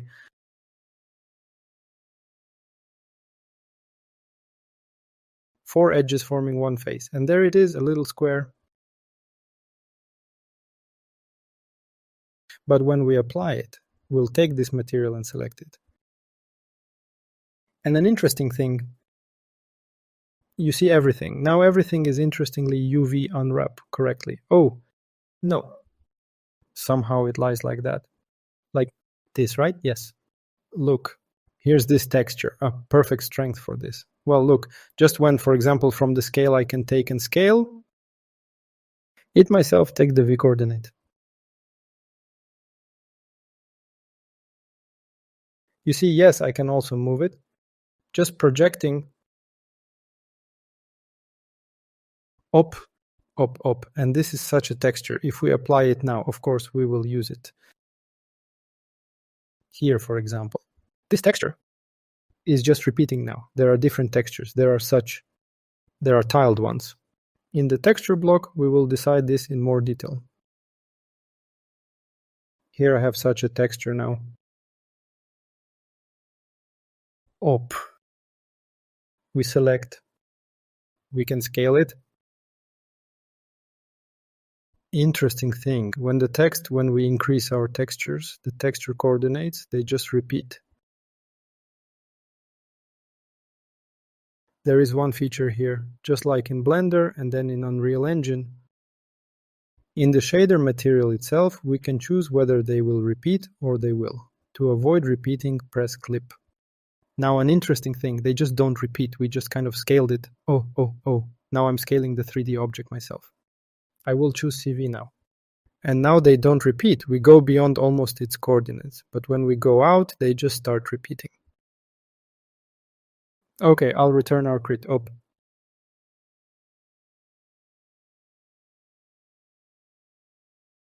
Oh, you see how we scaled. Here it is just the texture itself, it's nice, it's seamless. And so as we scale, it seems to repeat many times. It's seamless. Like from this side, the object seems to repeat with this. Here it is seamless from all sides.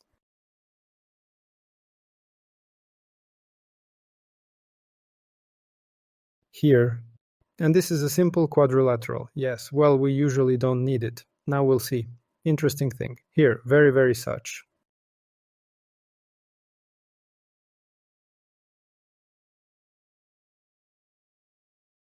Often used 3D model. This is our cylinder. Start.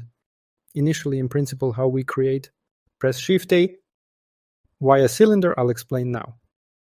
You see, if we just create a cylinder, yes, there is a cylinder, and on both sides, such circles immediately lay on it. And when we go into it, immediately generates its coordinates for us. We will move on. Let's take a look. Yes, let's enter edit mode. Seems okay here, just flat like this. And here are these things, not needed at all, not needed. I'll rotate it now. Apply the material. Okay, not really. We'll create effects later. Then we'll understand. For example, we usually don't need it. Usually, because I'm going to twist it now. So we will need to work with something like this. Now we divide it all. With this kind of texture, it repeats, it goes and seamlessly along the x-coordinate, we'll see now. And here's what, we've got a trick. We can select all coordinates and just the same, always move them up, down.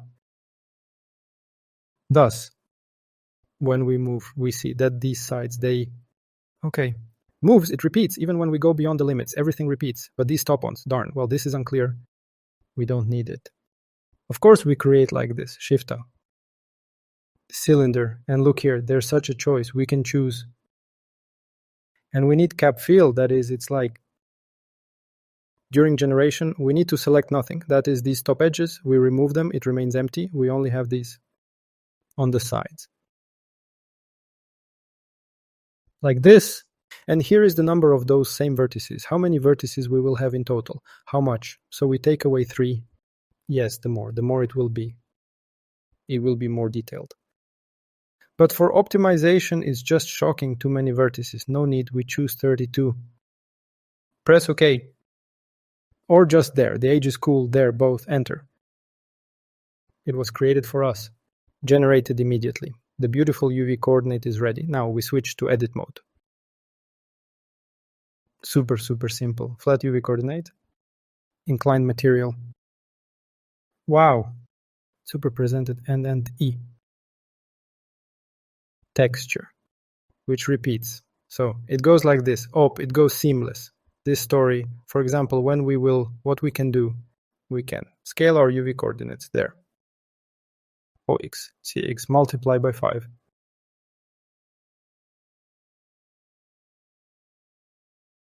Now it will be this texture further. It continues and repeats. Yes. I'll show an example now. Hold on, for clarity. Oops. Yes. Understanding seamless textures. Done.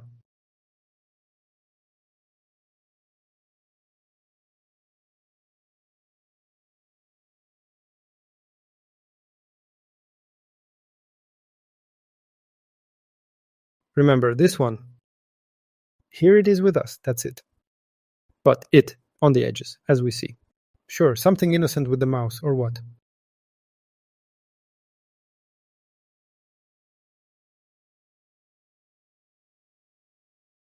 Likely. Change needed.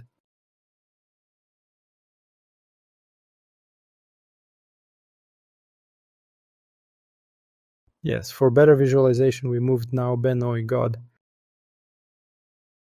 Yes, for better visualization understanding what is seamless textures. Now, designers knew a little ahead this, just for that, to understand better. Yes, let's see. What is seamless texture? Press here to start. Repeating. Look here. This texture, it is not seamless.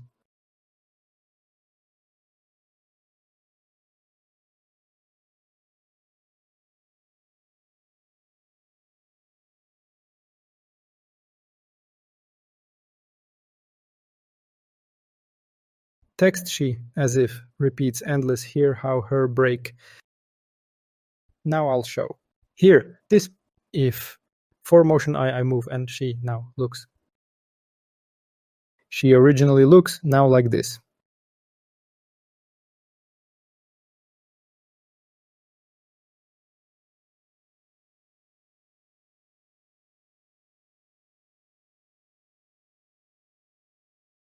Now it's not seamless, it looks like this. Now when I press, it doesn't repeat nicely, meaning one part doesn't touch the other. And this one is seamless, but only along one coordinate. We see how it is, here it is, and you see these coordinates, they endlessly continue along one axis. And same with blenders. We'll see. Here it repeats. Similarly, we can rotate it or up down, it repeats. You see. Similarly, for example, scale it more. Like here, up. Also went. Here, we can scale, but similarly, this timing can break. Well, let's not, this is when we will talk about the statement, I don't want to overload something. This is how we can manipulate. And we usually, or let's say this is also important, can then break. We need to usually set values when we manipulate these coordinates, so they are not fractional. That is, if we now look, I'll take a little now. Now look, it fits nicely, everything repeats, everything's great. All is well. And if I, for example, take scale, divide these coordinates, And take them scale something to 0.8, that is not to 2, but to a whole value of 0.8. Then there will be certain artifacts. Yes, I exit scaling or just take it manually like this. Take all along the x-axis, for example, scale.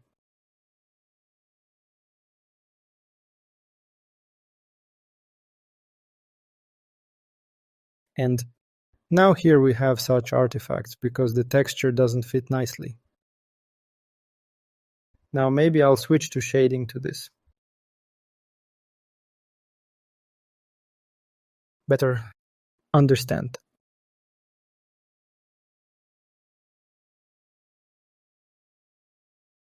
All right, let's like this. Create a new object. Cylinder. Still up. I'll use your material. All is well now, everything is great and settled. Reapply the mod. I'll scale it a bit. So when we don't set the value, I'll multiply by 2. That's okay. But if I take, for example, just a bit right here, I'll take it as it started to connect poorly. Same here with the edge.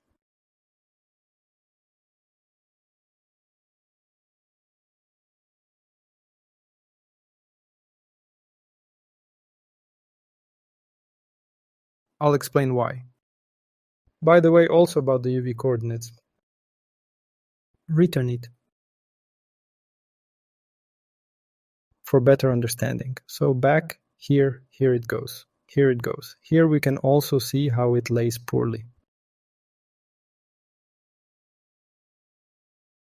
Because I'll explain. Yes. Because if we, for example, increase these UV coordinates, the tiling slightly decreases because tiling should be done with whole numbers, not fractional. So if we still increase, then we should increase by 2. Well, along some coordinate. By the way, now let's talk about projection. So we understand what these cylinders are, why it's unwrapped like this. Look, here it is, imagine that I'm taking it piece by piece now. It wraps completely. And it, for example, starts, let me choose by this edge. Well, you can see it starts from this and ends connected because it connects.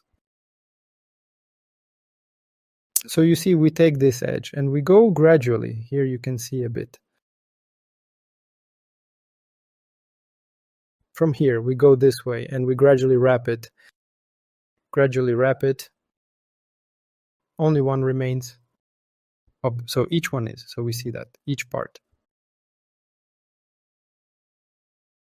It lays accordingly on the coordinate, and likewise on the texture. I can break it now. I take it and move it.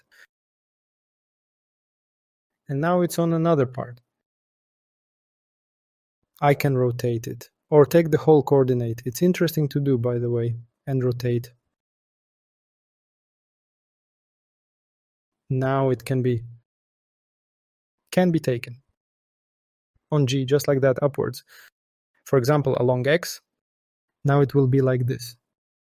Interesting. And what can we take from this? That each part of the 3D object, it aligns with its coordinates.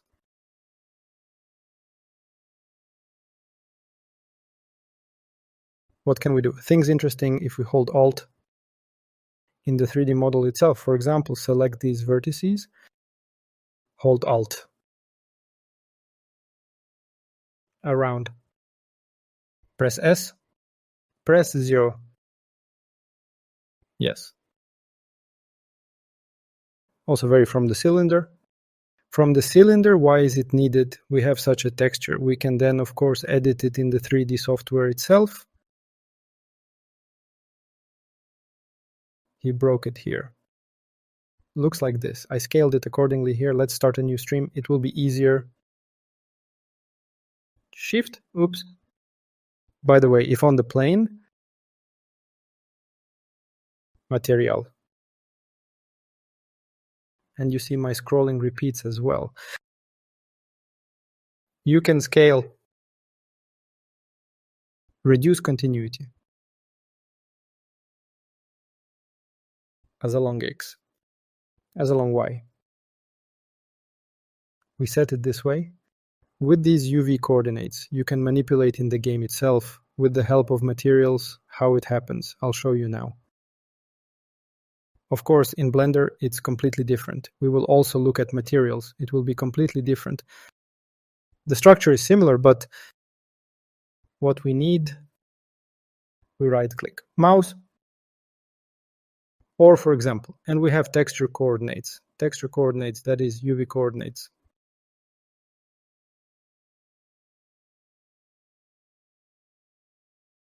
And here, to manipulate them directly in the material, not with the UV unwrap itself, but in the material. Here is such a thing, mapping, where we can control. Here they somehow fit perfectly to our square. And they can be manipulated. Watch now. Oh, unfortunately.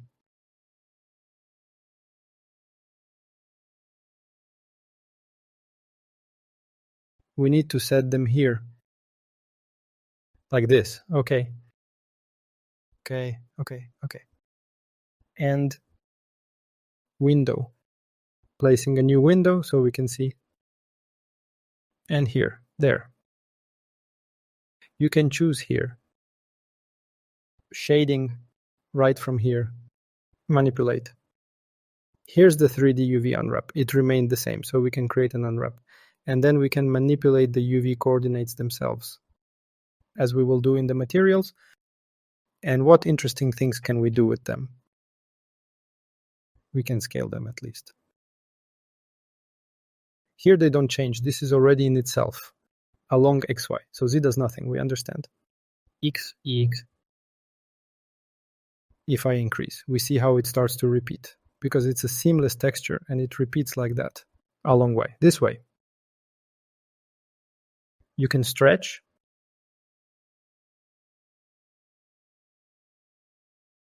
Location, we can just move them here along X and Y.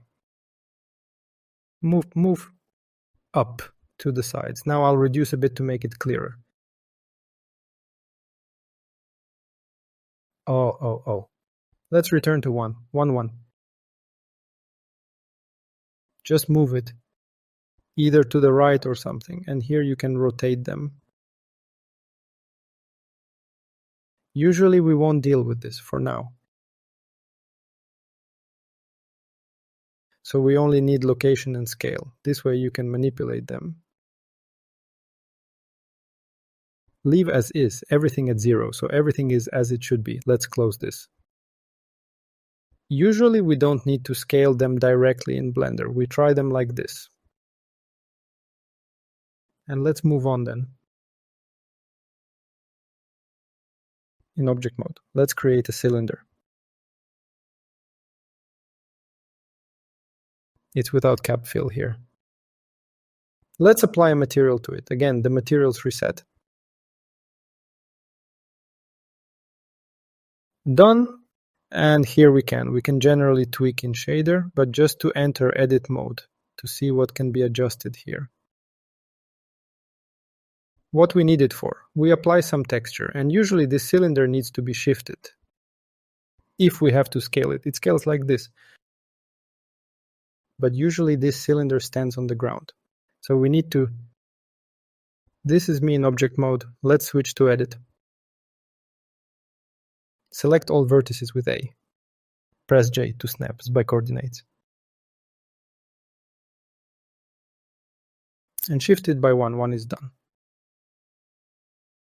Switch to object mode. And now when scaling, it scales from us. Very interestingly, stays on the ground. We can scale it along X. X2. And scale Y also 2. Now it seems to remain the same layer, but we shifted it along X and Y. Then scale it. Leave it as is. The center will be here. For example, when we rotate, it will rotate here, because sometimes we also need to rotate. like this. Here we applied some texture. When we move, we see that. This part seems to move. We scroll on GZ itself. Scroll GZ. GY. GZ is not 100xy only, in coordinates. Here we see that it seems to be attached. Yes. And we can, for example. Now let's demonstrate. We'll do it with laughter. With laughter. Scale X. Scale it there by 5 so it fits nicely. We created some texture. This is for the cylinder. So we need to understand that sometimes it... Then in the material, you'll have to move this texture. Here's an example. Take it. GI, we move up and down. Move scale and so on. Just for demonstration. Now I'll show it in the material. And what's interesting, mesh is also very important. These are like, which can mobilize geometry. So we select the top vertices, press Alt, press S for scale to 0. Yes.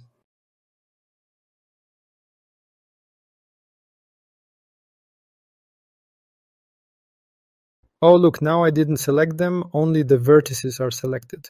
And when I select in solid mode, only one vertex is selected.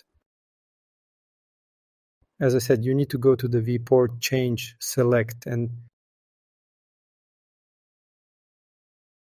now in this wire mode, everything is selected. It's like one point, but all vertices are at one point. And we'll take them, move them down along the Z coordinate, shift them down. Let me switch back to make it clearer. Here they are now selected. Oh no, material. And we take J, Z and shift by -1, -1. No, -1 doesn't work. We see that it's still not okay here. So -2, J, Z, shift by -2. Oops. Now look what happened. Cool. Such flat wrapping. Circle, now it's like, imagine that JV, you see how it lays from here, starts from this part, goes here, it ends, goes. They completely wrap our geometry. And now look, what's interesting. Move wow. And by the way, there are very few vertices here. How to add vertices? Like, you can add more circles, because especially for a circle, this is very few. Press Ctrl R. Tick, tick. And with the mouse wheel, we can add or reduce. Press the left button, and now we can move. Well, we don't need this press the right button to cancel. Here we can choose how many, and this is like cuts here. We cut the geometry into smaller parts. And when we don't have this, it will even be a little bad. We'll divide, cut further into 2 additional parts. Why is this necessary? Here it is, cut added. Done. Now, the texture is displayed better because we increased the geometry on our projection. Not too much is needed now. All okay, it's enough for us. Now we can, for example, increase by, just for display, by x by 5, right? Oh, look at that. A texture was created. Looks great, I think so. You can just take and move it this way. Twist it. Yes. So this is how we can manipulate. Very interesting. Now, as you can see, we cut it into smaller pieces. Cut. And why is that? Yes, I'll select the edges, because if I select a vertex, it selects something else. Not edges, but rather edges. Selected edges. And what would I like to show? Look, if I take and start moving up. Let's take by vertices after all, only the vertex, because the edges connect with something else. Only don't like it. Yes, let's select. Let's go back. Yes, yes, yes. Yes. And yes.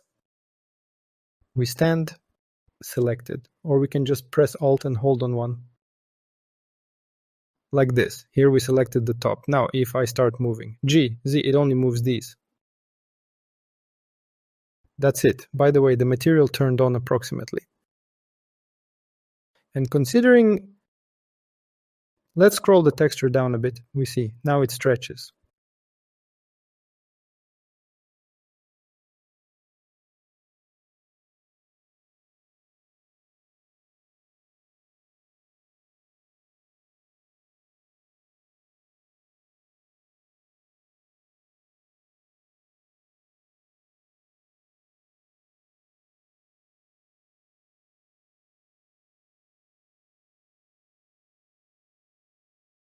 See how it stretches. And it only selects one. Now I'll show you how to make it so that when we distribute the geometry, it selects several. Yes, we distributed the geometry. There's this thing here, like this. Proportional editing. We press G, there's a mouse wheel here, and we can change this proportional editing. What does it do? GZ, to move only along Z. We change this wheel, we turn it sort of, and it proportionally highlights other geometry. And if we turn it, there are different methods. Let's choose linear Z. Now it will proportionally increase.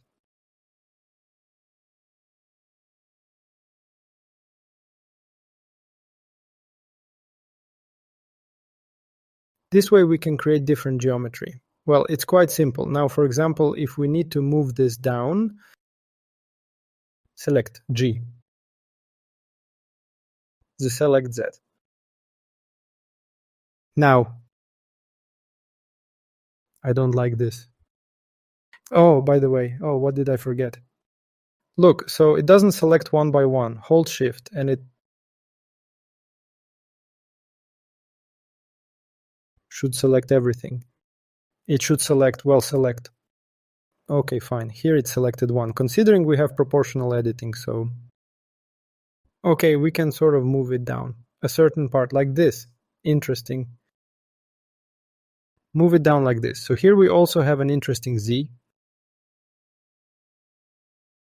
Oh, and almost at the bottom, here we're in the center. We can stop something like this. Now look, what interesting things do we have? Now I'll reveal another thing to you. Cool. Well, you see we have a very sharp edge here. We'll select our edges and press Alt. Well, because if we choose one, we need to select all around it.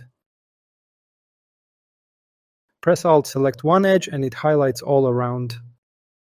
There's a cool trick to make them smooth instead of sharp. There's something called bevel. Bevel edges. Right-click, bevel edges.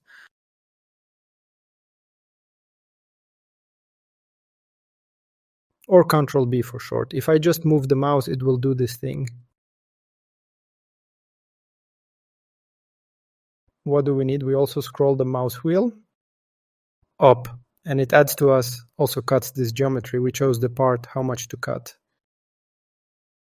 And you see it immediately adds them at its corners as we need. And it cuts it and calculates how it cuts it. It makes such a smooth transition. I think this will be enough for us. Here we can choose the thickness, how many segments, and so on. We can see how it is. By the way, see? Why does it go with such edges, such pieces? There's something called a normal map. This is what lies. We will also consider how light falls on the geometry. Now they are directed, that is, each number on the geometry has such a direction vector, how light falls on it. Now it doesn't fall very correctly. So let's just, to make it smooth, we go to Object Mode, Shade Smooth. Now it's very smooth and nice. And now before exporting, usually we need to smooth the model so it lays nicely. Look now how smooth it is. Super. And look what we can do. How it looks now. Select UV. So that it might be less. Op. This is how geometry can decide. And usually UV, you see they are stretched now. We don't need them stretched. Let's reduce. Darn, I forgot how much. Stretched by 5. What is it? Scale to 0.2? Yes, oh yes, this is to revert back, okay. Now we can stretch them in the same shading by scale by x to 5.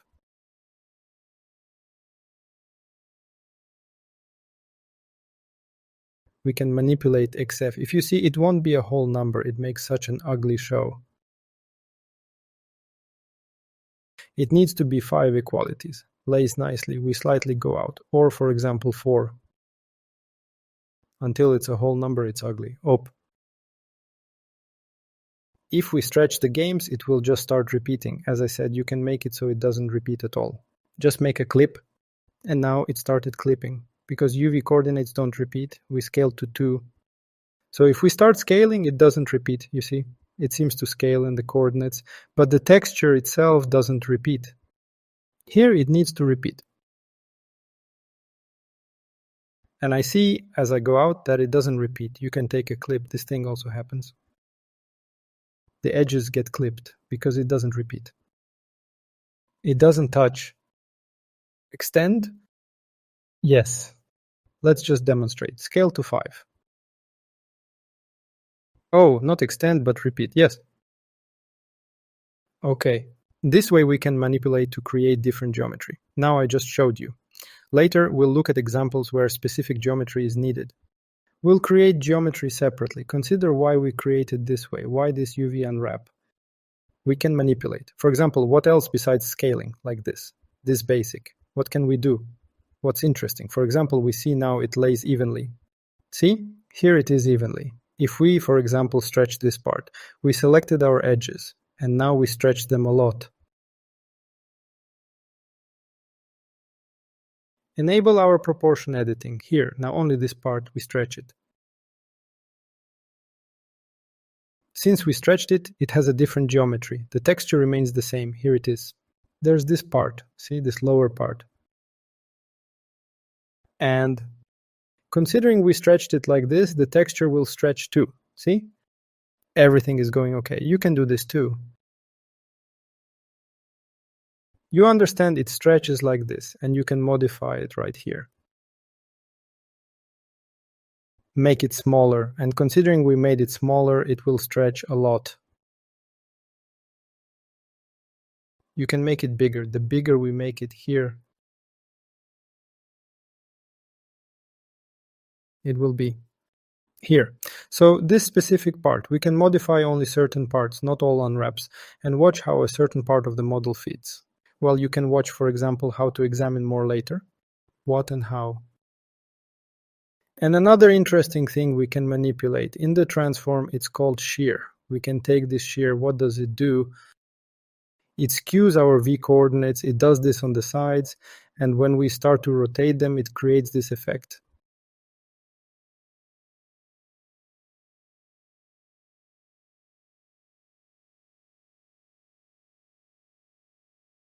Here. Well, overall, let's leave it at that for now. Next, we'll look in more detail at how modifying and manipulating the stretching of V coordinates can create the desired effect using a waterfall as an example. And we'll also play a bit with modifiers in Blender. Let's see what they are and why they're used. Alright, bye bye everyone, until the next videos.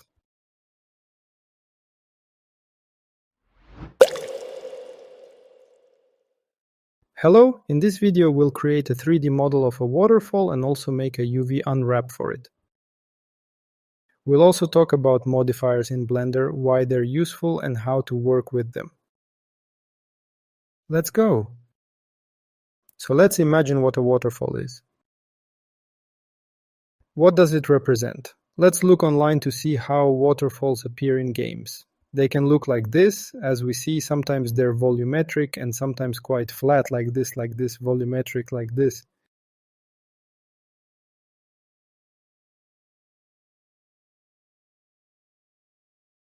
But this time we'll create a flat 3D model of a waterfall. We also see in Valorant, for example, water just falls. Let's mark it, and what can we notice? It typically starts as a waterfall. It seems to stretch, meaning the water starts falling faster. And what do we need for this? Let's move to Blender. So we press on the genre, we have a cube. The cube represents this kind of unwrap. We can try with the cube. Now I'll just show you, for example, let's delete. We need the illogical camera. Let's go, we're in edit mode now. In edit mode, we go there, in edit mode. By the way, I'll lock it.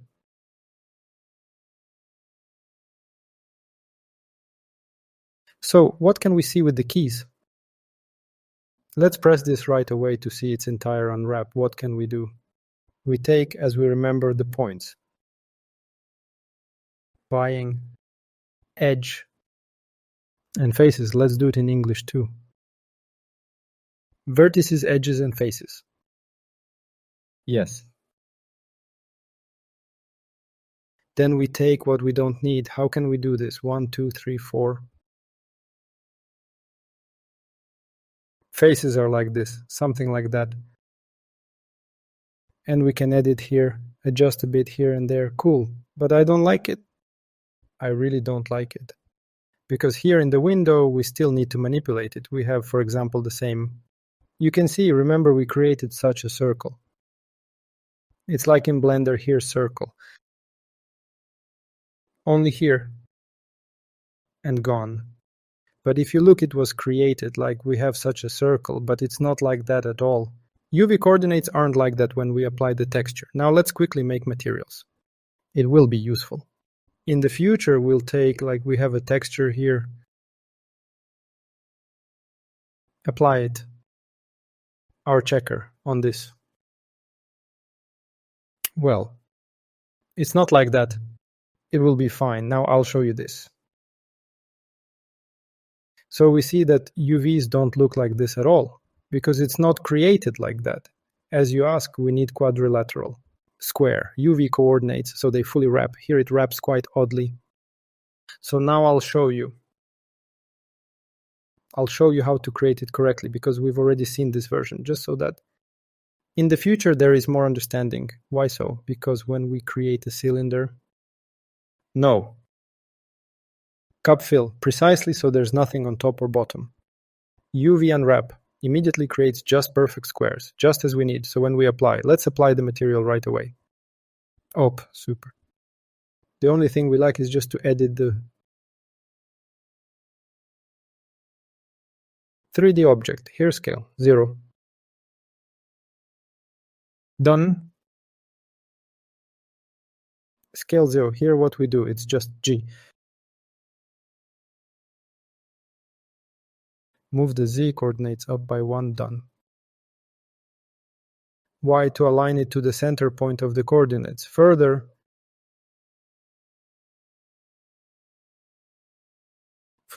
as we remember. Let's take by what? By vertices. Let's switch, let's go to modeling. It will just be easier this way. Op, modeling, select wireframe. So you can select all points, remember, because if you do it like this, only one will be selected. And if we move, only one will move. But this way, select all. We can select, return back. What we have, take, move, coordinates by -2. No, by -1. Ah, yes, invitation. Age is at -1. Now we've nailed it, what we didn't need.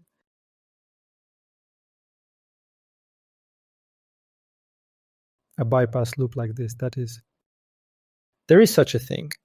Now,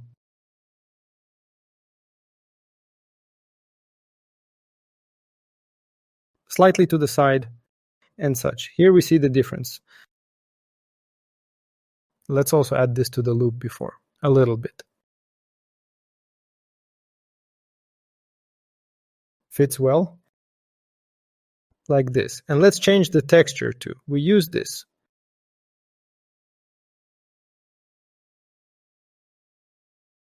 this one, and we'll see the difference. This is what we created. Oops. How it fits around, and this is what it was, incorrect coordinate age. That's how it fits.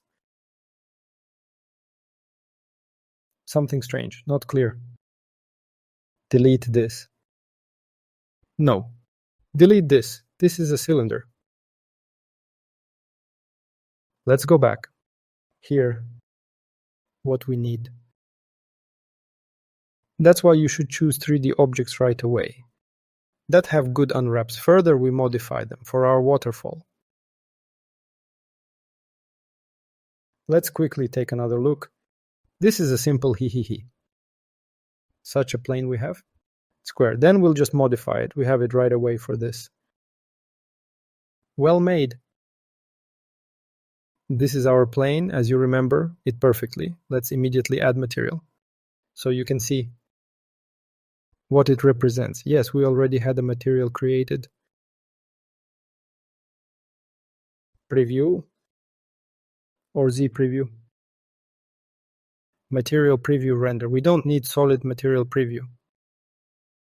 UV editing. Let's see. Perfect unwrap, just what we need. Super. And the waterfall. For the waterfall, we'll turn it a bit because right now it's lying like this. It should be top to bottom. We understand. This is how it should be. What we need, take rotate, take along Y, not 90, not along Y. Along X. Rotate X 90 degrees.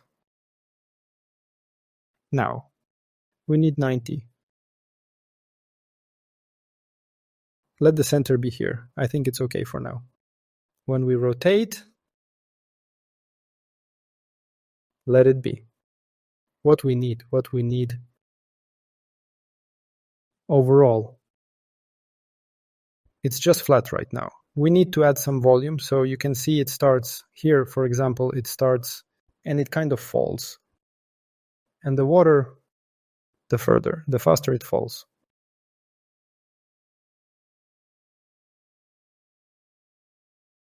What we need, take our geometry.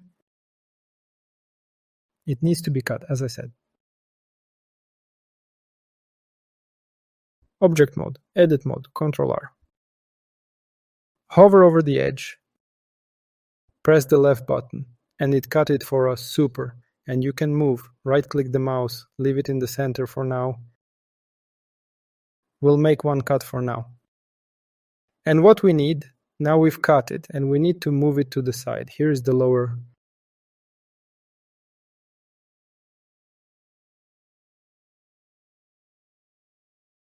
Align. Take G, take Y, and move by one. Let's move by one for now, to the side.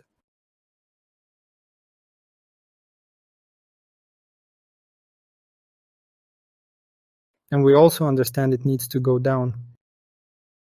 Take G, Z to -1. Down. Here's something we've got. Something like this came out. And what do we need? By the way, I'll change for now. This one, I'll place our checker, this texture. And as we understand, it should stretch. For now, it's basically the same, so it should fall and stretch. We take the two lower coordinates and pull them, GZ, and pull them down. That's how we stretch them, kind of like the waterfall starts if we try to push now, kind of like up, and it falls, but it's too fast. We need to make a smoother transition. To make it, we need to add more, cut the geometry a bit, more on. We'll select like this. And here, we'll cut and lift it a bit up. Well, let the controller and lift it.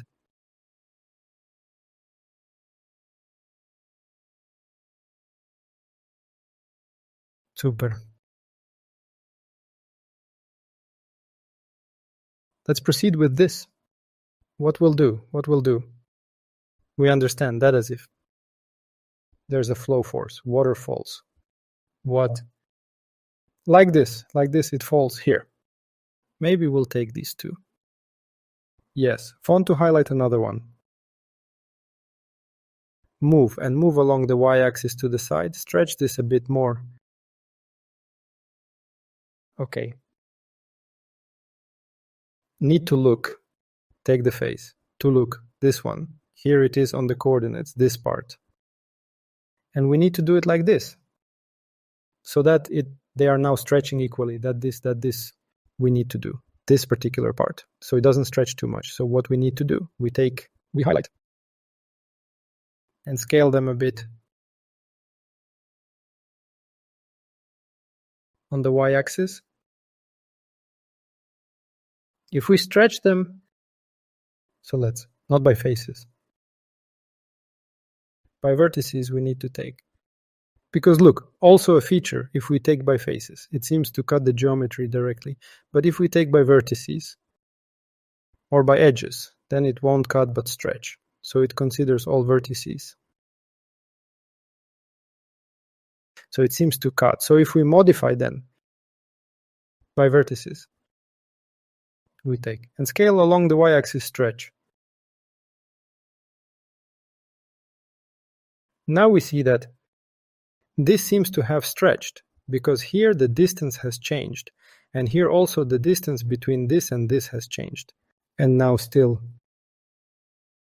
when we start,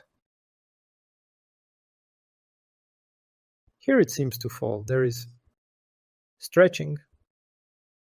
And you know what? I think we need more in this direction to add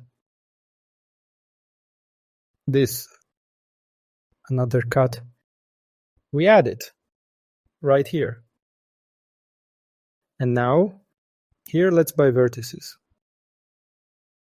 Highlight here. And we understand that like, so along the y-axis, here we reduce, here we stretch. That already, like water, seems from this side already starts to fall. Here, here, here, here, here, here, here, here, here. And maybe if we, by the way, stretch this part, the more we will stretch. Then, of course, the UV coordinates will be modified more. So what can we do now? To stretch this part more, let's select all coordinates and pull them up. Now watch as they start to weigh down.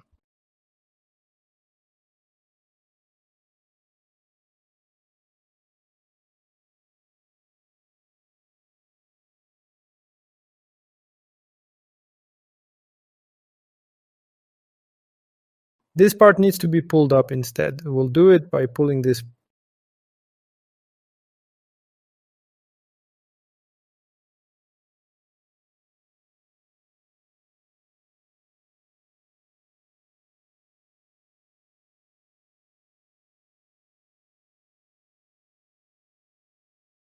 Down and lifting that up strongly. This area is starting to expand. We need to maximize this. Also, modify everything.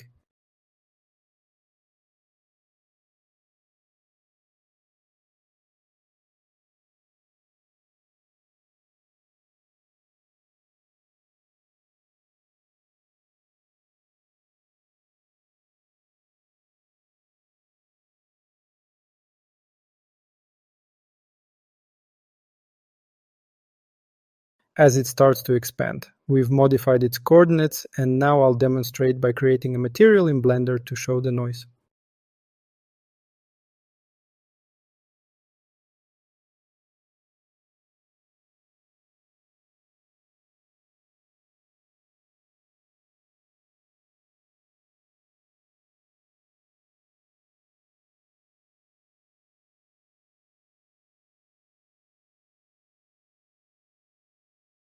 Remember, you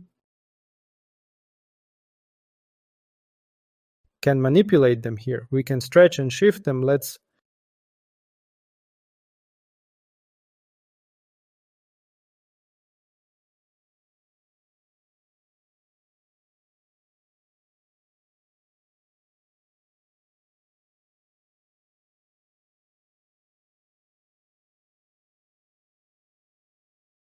add a texture instead of this checker. We'll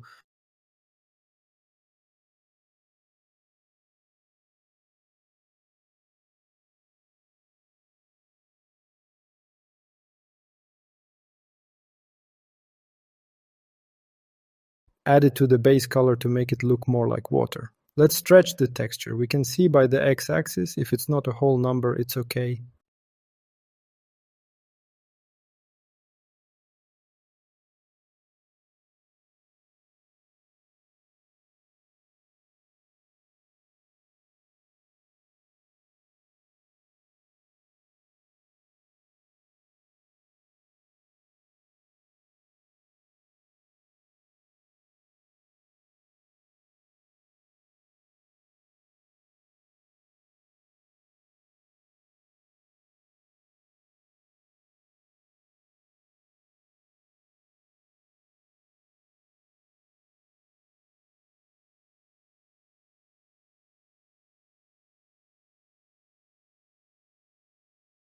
We can simulate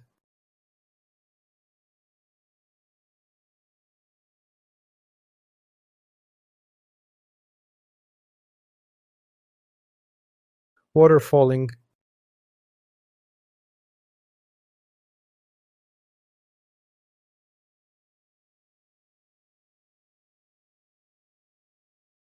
Okay, but there's one problem. We've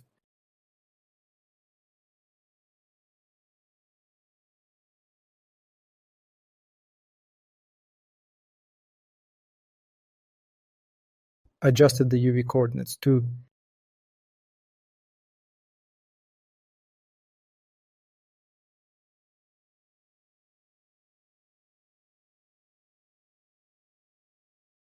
change how the texture is projected. We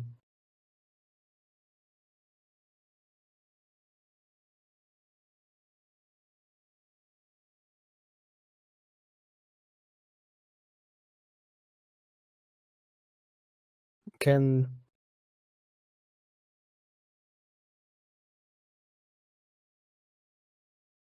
use different textures.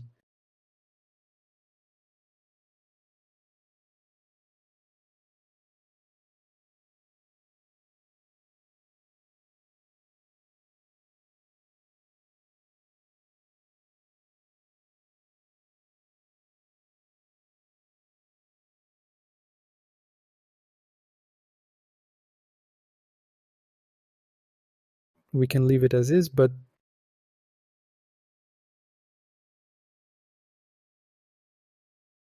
let's stretch the geometry. We see this transition. Last year we looked at how to make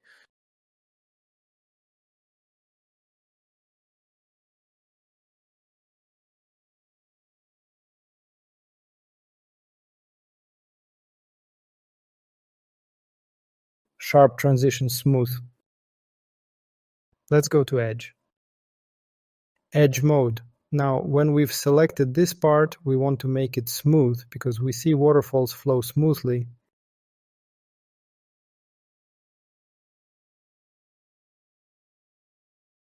Right-click to select edge, right-click and bevel. Now we pull the top with the mouse.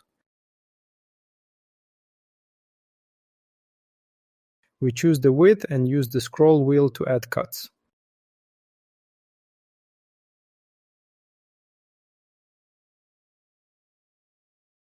You can make a smoother transition or less smooth. We've added these. Let's go back. Or you can manipulate the segments and expand.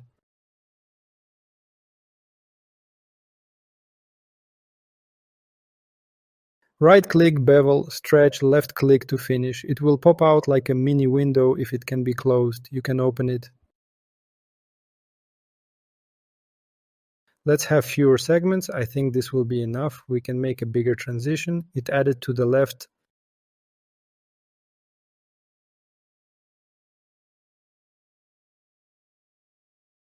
Coordinates here. Great, let's close. Now let's move on to, see these transitions. I mentioned it's like how light falls on a 3D model. To make, right-click to select the object. By the way, if we right-click here, it won't work. This is in edit mode. Quiet, it works in object mode. Right-click. shade smooth. Now we see how great it is. If shade flat, it's flat. Shade smooth. What is this? Let me quickly explain what these maps represent. These are actually, let's not, I'll cover it later. I don't want to overload. We'll cover what normal is. It's not needed right now. Just remember, usually you should do shade smooth. This is great. I'll make a scroll now. Now it really looks like it's going to fall, like water starting to fall.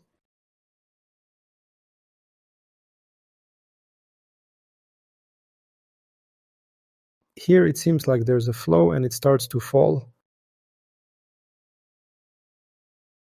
Stronger. Great, this is how you can create a waterfall. Of course, to create a real waterfall, we need to make materials, textures, materials. I've made a simple material in Blender, very simple. But you can create something really cool with this geometry. We need materials and textures. In the future, I will consider materials, shields, and you will easily be able to create such a material, such a waterfall. Yes, I think basically with the waterfall... Oh, let me tell you more. For example, remember about our pivot. Here it stands. Different situations happen. Now, if we start scaling, it scales from this center.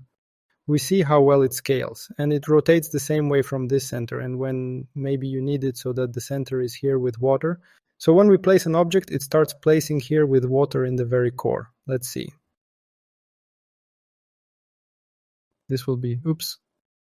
You shouldn't do this in object mode because it doesn't move the pivot. You can do it like this, and you can object set origin to 3D cursor.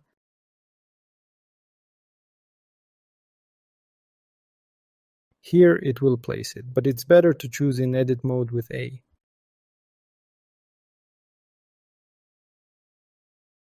And all the vertices, the whole object, all the little vertices. And here, as it were, we will move along the Y. Approximately like this. Okay, fine, super. And now our origin pivot has remained in the same place, and now when we rotate, it rotates relative to this center. Now we will scale the same way. The object will stay in place. It now also scales relative to this. Yes. So we can take our object and stretch it like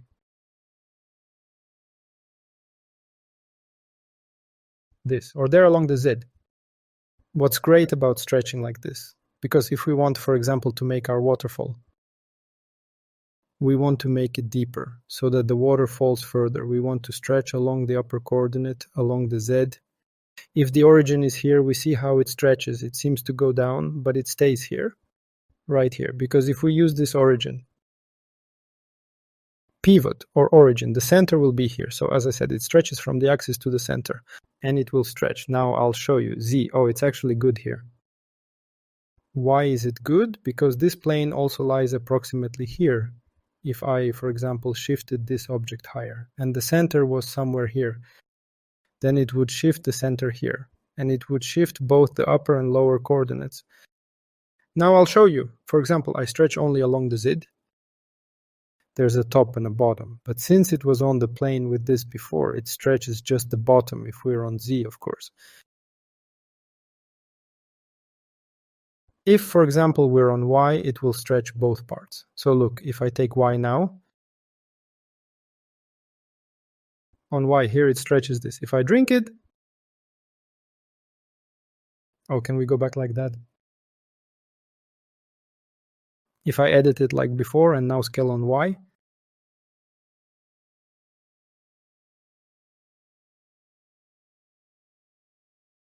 on Y here we see, because there's nothing on this side, and there's only this side. So if I return here again, take this same one here. Yes. And I'll scale. So we also need to consider this when developing a 3D model, or where we need to place the origin.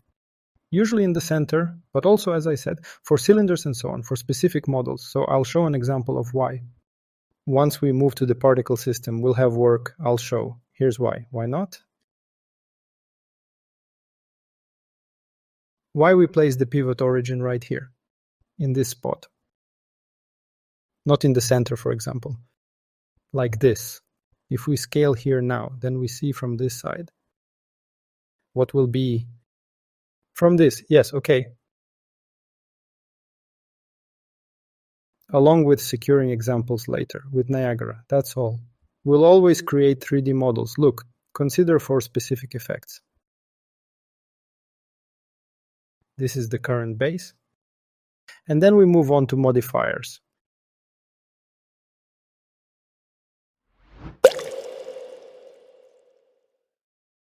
So modifiers, what are they?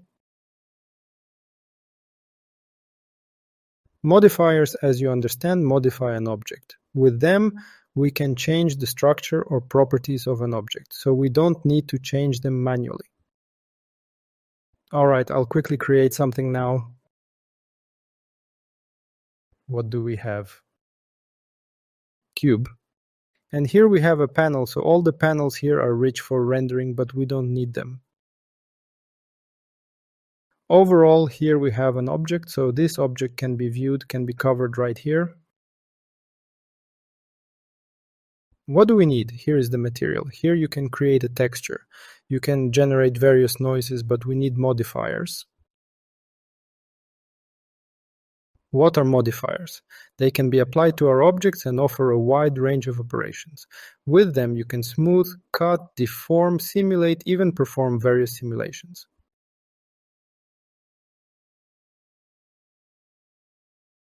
Here you can see physical simulations, cloth simulations, and so on. So you can change the number of vertices of our object's polygons. Now let me show you. Here we have a parallel text in edited mode, but it doesn't apply. In object mode, you can display statistics about the object. So one object has some vertices, edges, faces, triangles. Yes, yes, yes, yes, yes, yes. Here you can see real Mayo transfer already TK.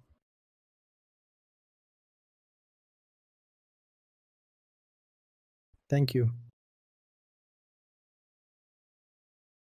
Now let's look at various modifiers. I'll show the first ones that are often used, especially for creating visual effects, so we won't look at all of them, just the ones we need. Let's start with the first one, which will be subdivision, meaning it divides geometry. There are two types of subdivision.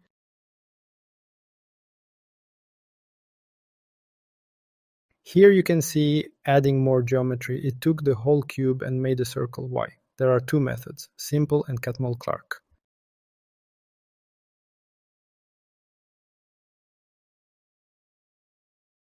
And what's the point?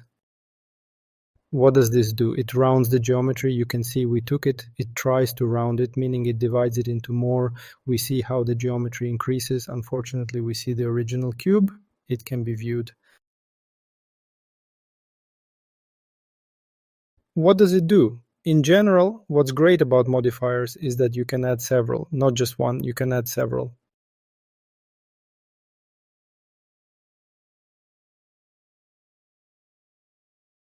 And they all will affect our object. So now, for example, we'll analyze. And they work in order from top to bottom. So first the top one and then the rest are applied. This method rounds our geometry. So now how to apply it? It only applies if we go here, by the way, it's visible. This is for viewing in edit mode, so here you can turn it off, you can see. And to apply it, if we press here, it's not visible because in edit mode it can't be applied. To apply it, you need to switch to object mode, press, and when we press apply, here we see levels, viewports, how much we need to increase the geometry. For example, if I set it to 1, we see we divided it, some vertex remained. I'll undo everything now, Ctrl-Alt. If I set it to 6, for example, that's a lot, and now I'll apply it. Here we see the geometry has changed. So the UV unwrap remained the same, a lot was added, it got divided. A bunch of geometry. And now I'll go back, let's move on back.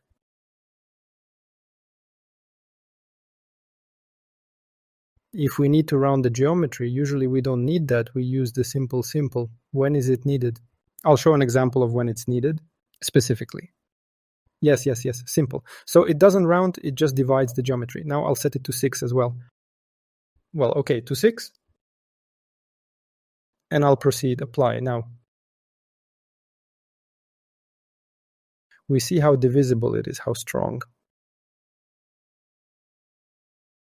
Now I'll cancel.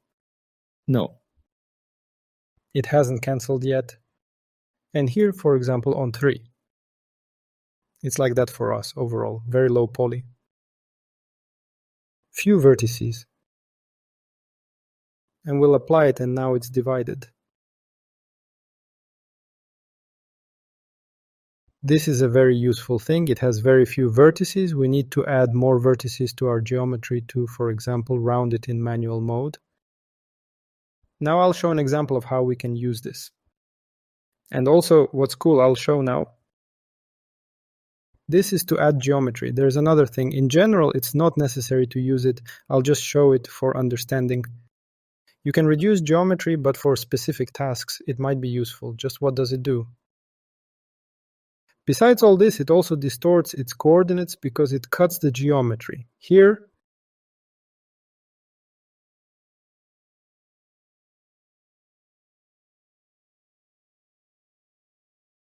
it is. What's the point? Now we'll see. Here we gave the geometry more vertices, more polygons, divided it. Here is ANSI divide. What does it do? Like this, it's not visible in principle, unfortunately. Maybe? If I apply, there's a quantity of how much to reduce its geometry. Now it seems our EV. And if I apply, it just deleted it. We see how it now looks bad. Also EV. EV became the same, but in this case, it's good. Sometimes it deletes very poorly, cutting in chunks. Right here, it can cut a chunk. Here, it cuts. So for your case, sometimes you can use it, sometimes you don't need to. Yes, further. Further. Oh, for example, even on a cylinder, we'll take a cylinder and maybe we need to add to it, or on the contrary, reduce. So you can see how it cuts the geometry. Here we remember the UV unwrap for the cylinder, so it's like that. If, for example, it reduces geometry somewhere, it cuts quite strongly like this, well, let it be. And apply. Well, here it's still good, yes. Sometimes it cuts very poorly. Okay, in this case, it's also good. And the same way you can add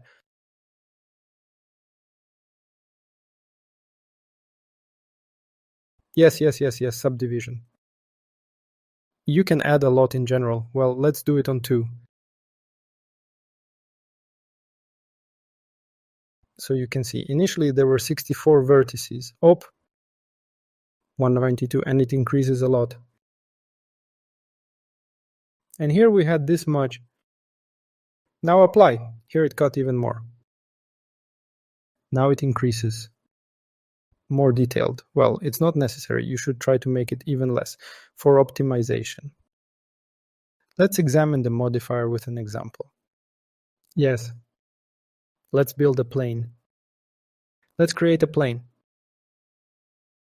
Why? Because as we know, it has a great UV unwrap. Now we will modify it. First, we need to lift it.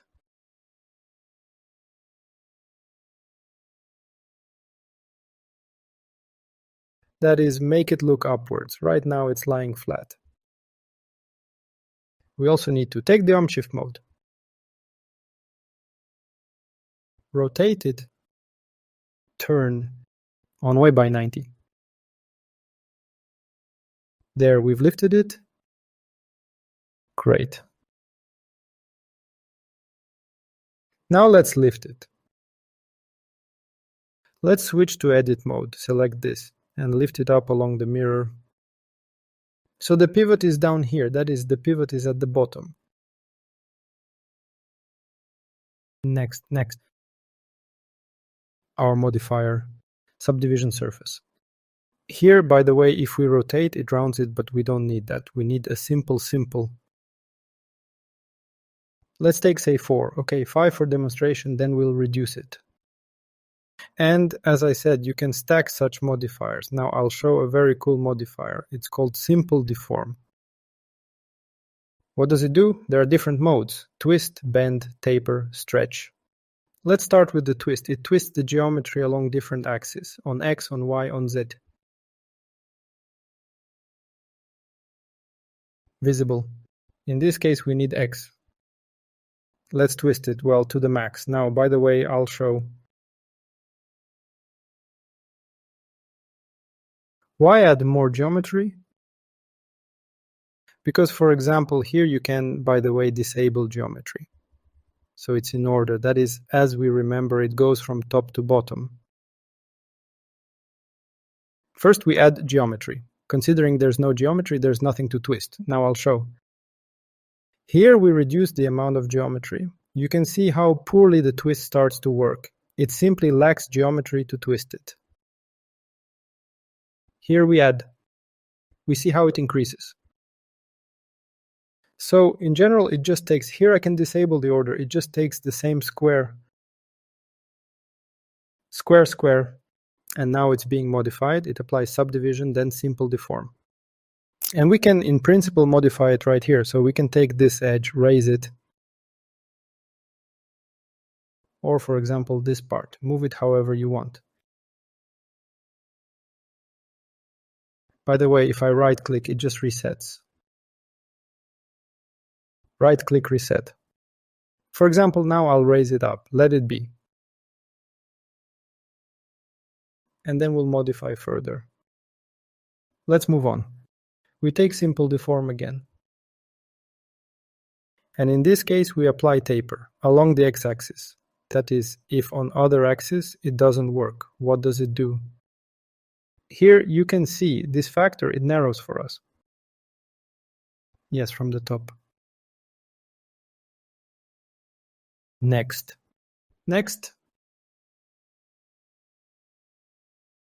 Let's go with bend, I'll show you. What does it do? Here we have an angle. We select this angle, 45. X, Y, and Z, if I twist it now. In principle, it's not visible here. It does something strange, also along the x-axis. If I choose Z, oh, super. We see how it bends to the side. The geometry.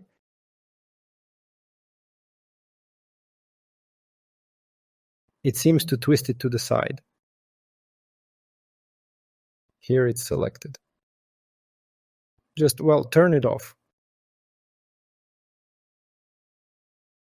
Turn it off.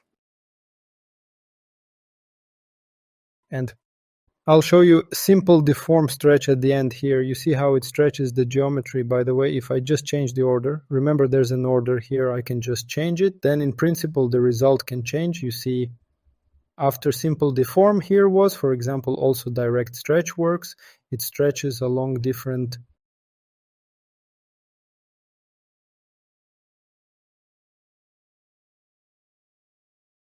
coordinates like this, and we got such an interesting geometry. Now I'll show you what it's for and what we do. Remember that in principle, if we bring the mod, we just see our layout. That is, you can take the upper part and stretch it more, then add more bend like this, do something, for example, and in principle,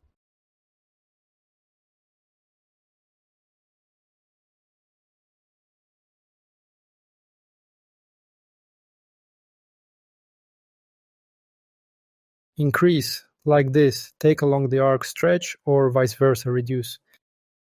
Or, for example, oh, yes, this material preview, GZ, do something here. Well, okay. So what will we do? We'll take Edit, Mode, so the pivot stays in the center. We'll take and select all the geometry and shift it along the X by 1. Oops.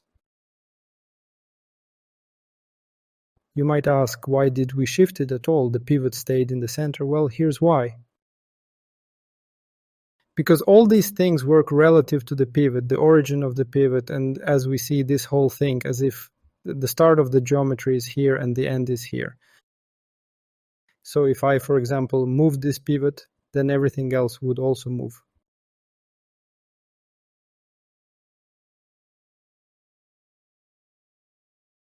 Yes.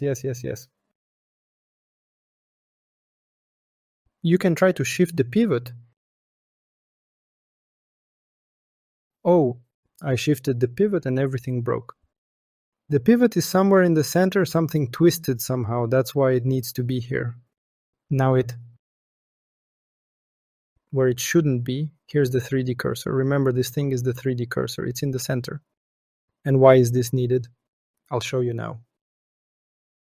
I'll duplicate this geometry with Ctrl-C, Ctrl-C, Ctrl-B. For now, I'll turn this off. Well, turn it off just so you don't see it. I duplicated all this geometry with its modifiers before it sees the mod. And now what will we do? The south seems to be here. Let's take G in fashion. So we've selected everything, A to G, and move along X by -2 up. It was at 1, here 0, here -1, so we'll take it to -2. And here, it shifted. Now if I turn off the previous geometry that was on this side, the south seems centered. What's there? What's there? You can see how such a cool thing. If I move, you can see how the south still seems centered and the geometry starts.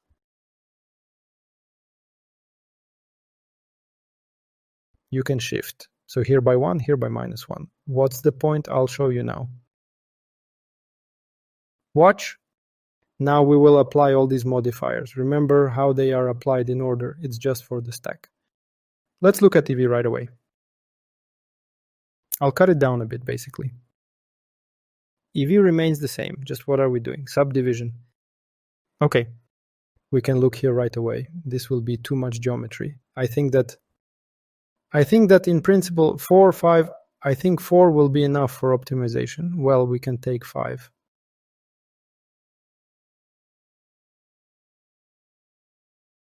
We see how it appears, just such sharp edges. I think that, okay, let it be 4. 4 is enough. Let's look. At first we highlighted our square. Apply switch only to object mode, because in edit you can't. Use the first one. Now it's in edit, and now in edit we can see our changes. So we see how this square has doubled, and now there's much more geometry. Next. Return to object. Apply our deformation. How we twisted it, we see. Oh, now it's twisted. After this. Next. What will happen? Next is our taper.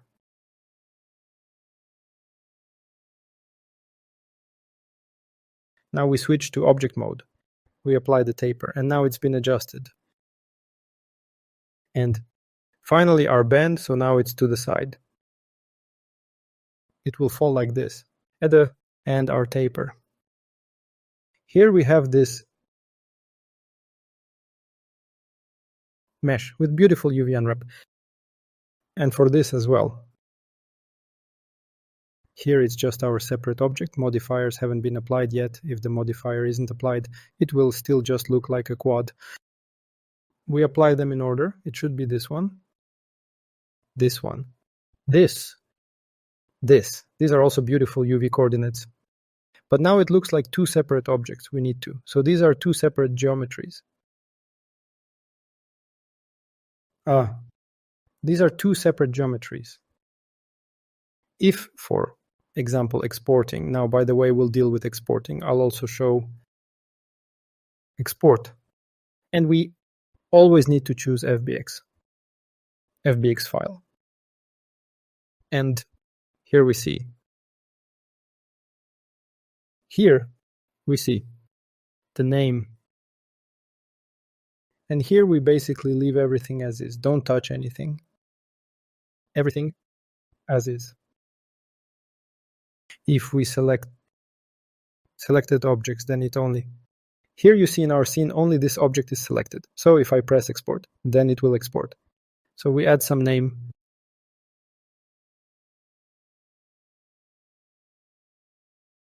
Twisted geometry. So it will export only one object.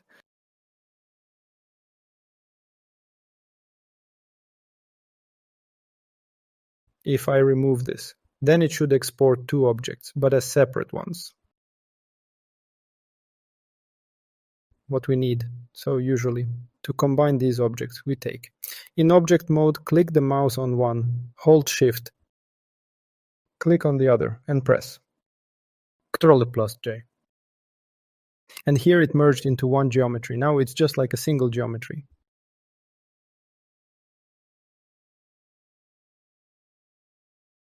Well, actually quite a lot, I think. And by the way, I forgot. Here we see that this one is less polygonal, and this one is bigger, by the way, I forgot.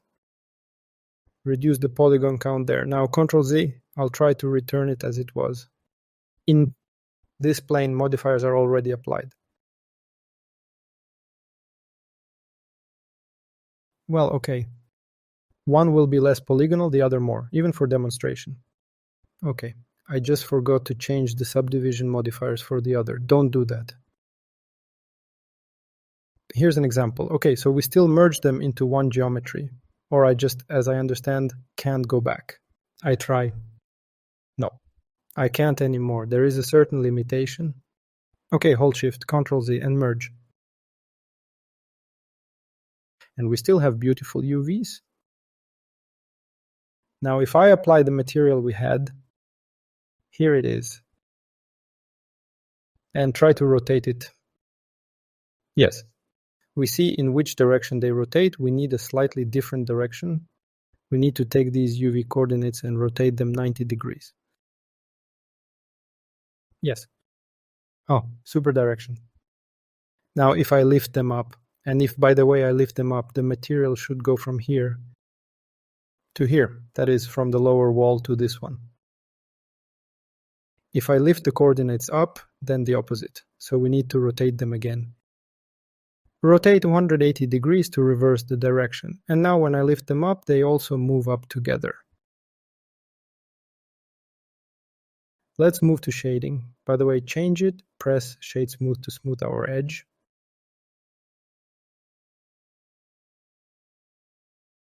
And now if I rotate our UV coordinates, we see how they rise.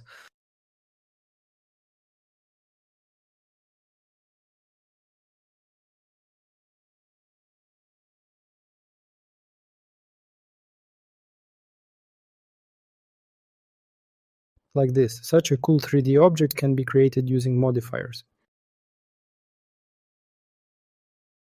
And here the pivots are down, by the way. And now if I modify, we see how it stretches. So you can separately modify separately upwards and wrap, or actually downwards.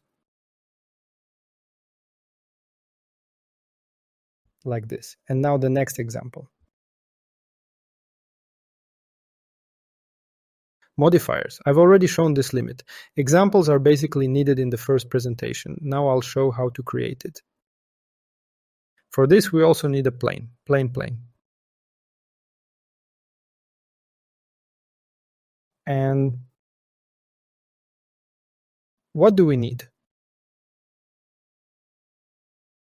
We need add a modifier, also subdivision.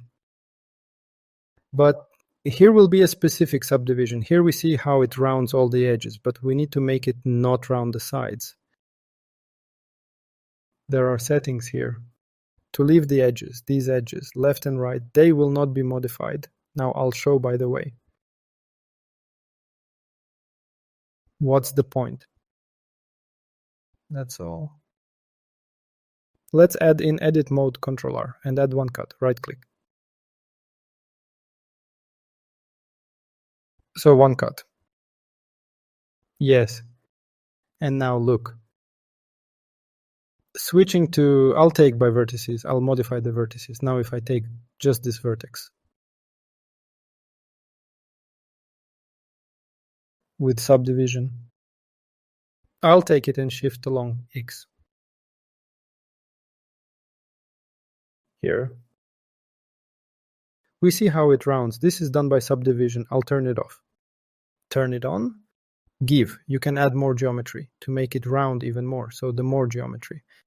And like this. Yes, let's. Modeling. Yes, it will be better. Geometry increases. This is an object mode. It's visible when inserted. As mentioned, everything is in object mode. Switching to edit. We see how it shifted. Oops. Of course, along X. This. Let's shrink all these by S, by Y to something tiny.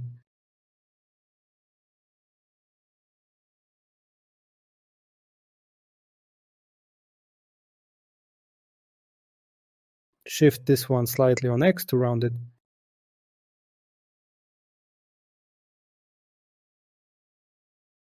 Select all and stretch by Y, by scale by Y, stretched.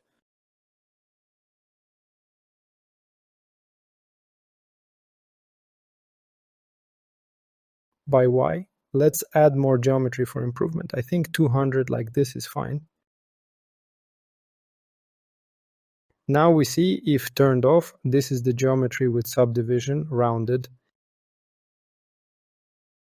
Like these, choosing simple changes nothing. Coronas are off, so if I do this, it works.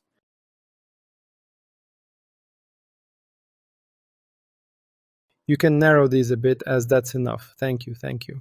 Applying an object mode to change geometry. Spline. Add. It's split, rounded, perfectly done. Material we had just for demo. Coordinates are perfect, square. Super. I showed, by the way, about modification. Some are modified in my example. Showing the attachment now.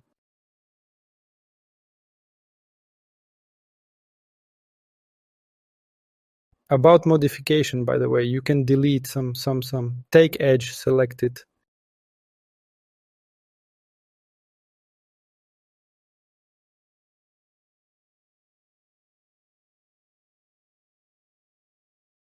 Right-click dissolve and it removed it.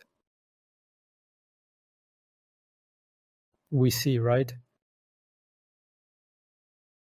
Deleted this me part stretched because we deleted. This is how to do something. Shift and take. This is by. Yes, also delete. Here do dissolve. Now, geometry is slightly off, should be bottom to top. Rotate 90. Oh yes, now like this.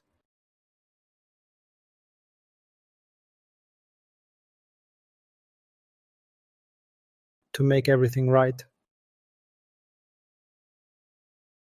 Here, super. Select these, now move by Y.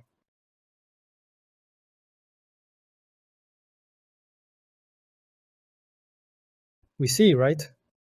How to modify. What can I do? What can I do? In fact, slightly modify Y coordinates here. Or right on the edge. Or here, yes, G by X. No, not okay. Modify directly on Y, stretch something. Take these. Pull by Y, stretch, do something.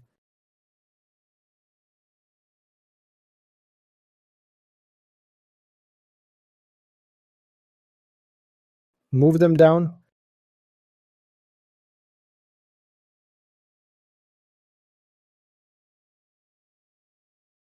Now these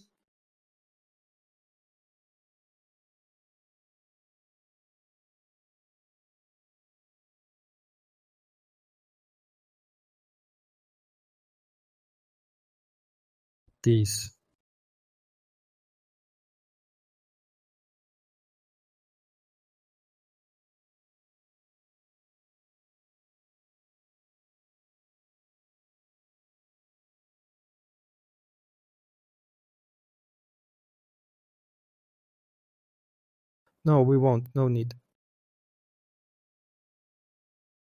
And these need doing, and this, like this, I'll leave it. So actually we can stretch these even more.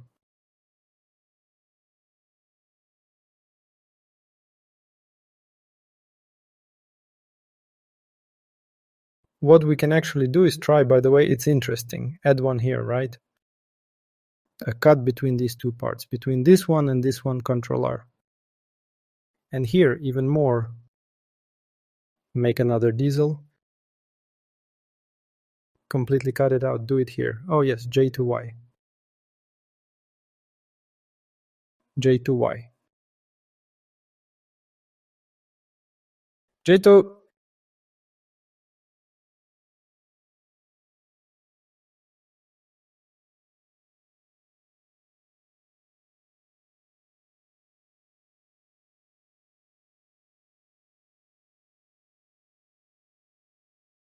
Let's stretch. I think we can play around.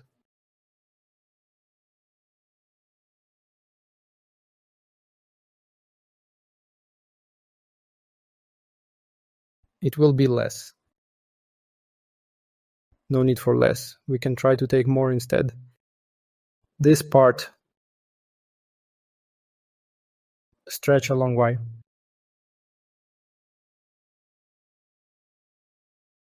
And take it like this. Now take the whole thing and align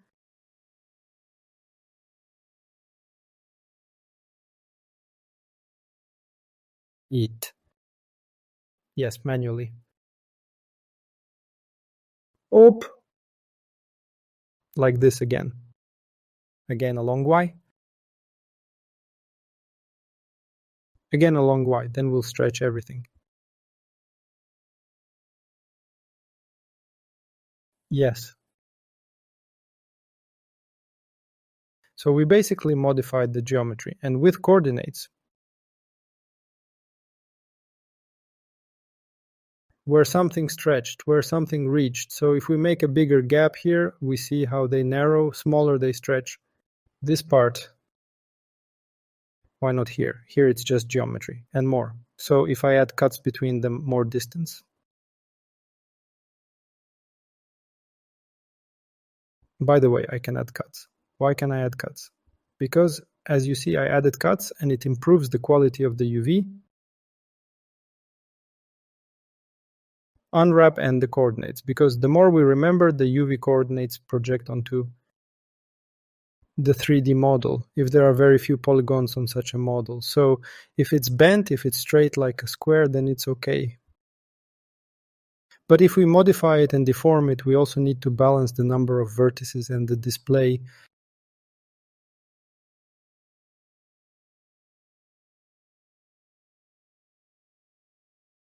quality.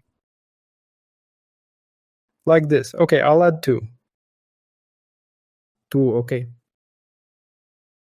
You can see how it stretches here and shrinks here. And if, for example, I delete this whole part here, select on Alt and press. Here it seems to have stretched more. I can even press here more. Here's another part. I modify it here and it stretches somehow. We understand that this whole segment, this one, stands out on the whole part. I'll return it to how it was better, like this.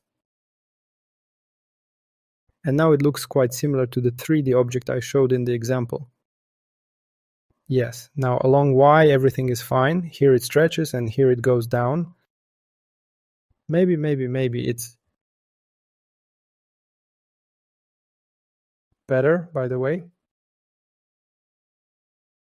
to pull it over here. What, by the way, can be done, at least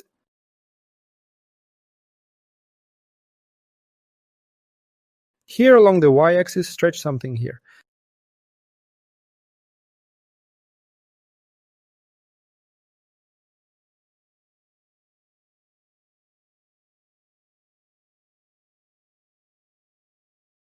Like this.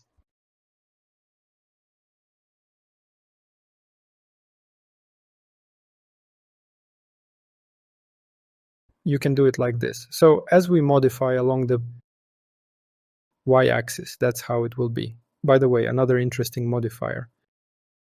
Oh, and by the way, pivot. Pivot, pivot, pivot. Usually the pivot of this object. If we scale here, it will be from this side and that side. If I select the whole object in edit mode and move it along the X, well, let's say I take it in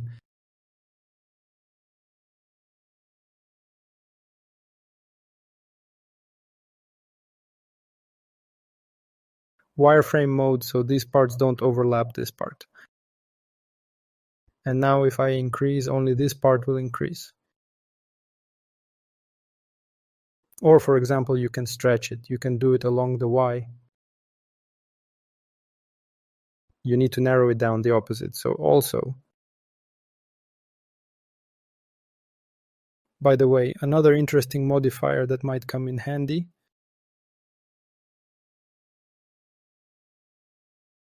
Now we delete this.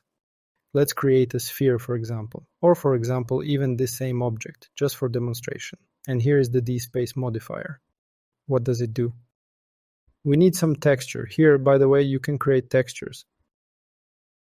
2 textures. And you can choose some. It generates various noises here. So I have cloud, I have Voronoi. In the topic with textures, we will look at what it is and why it is here. It is different. Let's take this cloud. And here we see how it already displaces our geometry. Here we can control the size of the same. By the way, shade smooth, like this.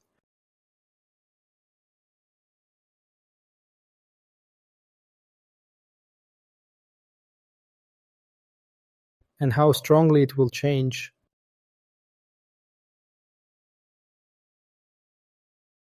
it.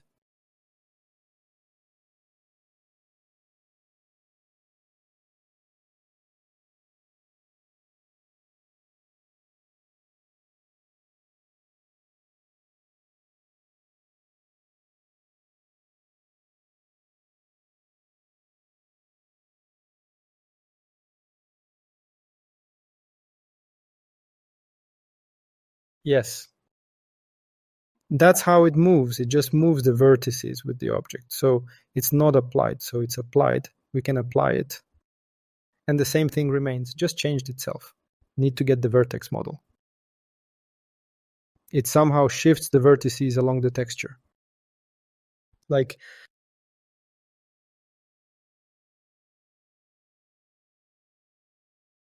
this. Well, I think that's basically it. Regarding modifiers, that's it. There are many here, but we don't need them. This is for creating a better model in combined effects. That's sufficient. That's all. Thank you all. Waiting for the next videos. Bye-bye.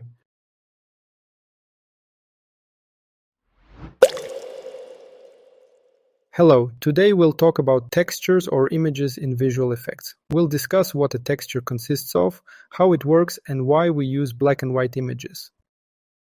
We'll talk about what are textures and types of texture creation. Let's go. So let's start with the fact that every image, if we take coloring, has 3 channels. We usually, I'm sure everyone has heard of RGB, that thing. That's the red channel, green channel, and blue channel. Here we see how we break down a colored image into 3 main channels.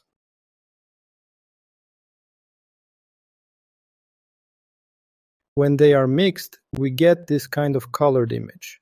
If we take each channel separately, it represents just a black and white picture. For example, red where black means no red. Well, you see, and white is the maximum red. So we can see even here, for example, where there are red parts. That is the mixing of certain colors. Well, and here, in principle, each channel represents a black and white image, as I said.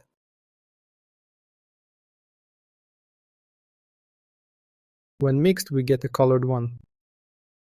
And now I'll show the next thing, how this texture is stored. It's a set, well, pixels we've heard, these are certain pixels.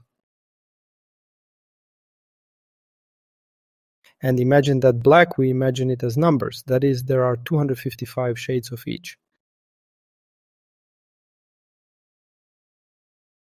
Well, actually there are more, but let's imagine it this way. And where 0 is the darkest black, 255 is the brightest white. So there are intermediate options. Imagine each pixel is encoded there. Well, actually they are converted. So here in this example from 0 to 255. But let's think from 0 to 1. That is, 0 is the darkest image, 1 is the brightest. So there are intermediate options. Black and white. And for example, we can record a different texture in each channel. It will be black and white. Now later I'll say why we use black and white textures. And for example, you can record 3 completely different textures. And this is how they will look. You can see like this circle. We see how red it is because we recorded it in the red channel. That is, if we extract them separately, we see their colors when combined. This is just for display. They need mixing. But we can extract each channel separately and it will be black and white and later color it as we want. That is, we can take a black and white image and color it. And this star. Here it is green because it's in the green channel, and this noise. Further on we will consider, we'll talk in more detail about noises, and it's blue for us. That is, we can pack a separate texture into each channel. Well, in principle we talked about UV unwrap. Why does UV unwrap look like this? Here it's green, here it's red, and I, in principle, talked about this. Well, let's look again. Here they are colored, so you can see that it's red and green. But overall, if you look at them separately, I think they should be black and white. Well, here it's just for better understanding. Shown in principle how when mixing red and green, we see that there's more red here because there's a gradient. We remember the values, right? Black is 0, and the white is at the end. Here we have something like a smooth transition. This is a 1. There are intermediate values like 00001, 00002, and 00004, among others. There are intermediate values creating a gradient along X and Y. And UV is just the R and G channels. We understand B is absent. These are just 2D coordinates. And so when these colors are combined, you get this kind of thing. Yes, I would also like to discuss. There are usually color profiles. sRGB and RGB are commonly used. sRGB is the standard RGB. It was created because we have a specific way of displaying colors for our eyes. In computers, usually, well, there are different color profiles. And we can see here how the colors transition, but we see how it starts black on the left side and quickly transitions to white.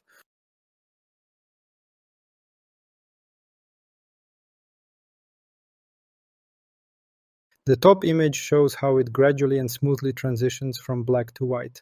So this is a special correction idea. A special target is applied. It is calculated on all monitors, on everything, on all screens. It tries. This is called gamma correction. And usually we will work in sRGB mode, but in some examples we will turn it off. For some specific textures like normal maps, and so on. So we won't delve into it yet, but just so you understand, there are different color profiles. We usually use the top sRGB because it correctly displays colors. It correctly displays colors for us. Next, here I have already shown you this example when we talked about colors. Here we have a black and white image. If you don't apply a gradient to it, then we can. That's why we use a black and white image, because we can use any colors and it will color it. Why is that? If we use the pre-colored image, imagine we have a project and we use a pre-colored image. Usually in games, one texture can be used for different things. And so we need, for example, for some things to use, well, in the material we can color it as we need and use different gradients, or just color it in one color. So we can take a black and white texture, just multiply it, for example, by a red color, and we get this recipe. Or, for example, by green. Because if the texture was pre-colored, then we couldn't manipulate it like that. But with black and white ones, we can apply any gradient or color and it will look as we need. And that's why black and white textures are usually used in projects. Yes, here are more examples for different black textures. You can see how they are all black and white. They are all used for different things. This is for a zone. That is all different for different things. You can now see an example. Here is an example with legal hand. And I have already used the texture for you. This is, for example, some zone. Here is also a zone. This is a projectile, here too. And they all represent black and white textures. And they can be colored along with a gradient. So we could take a black and white texture, for example, this one or this one, and make it either green or purple, and so on. That is, color it as we need. You can just paint it one color or apply a gradient. Where the lighter participant is on the right and the darker one is on the left. Here you can see the lighter participant is on this side. Here I showed, well, I've already talked about it, that you can make different transitions in a gradient. The sharper the transition, the more we see how cultures shift. Yes, right here. Different textures are used for different effects. Also, textures can be, that is, when textures are created, they can be realistic, stylized, or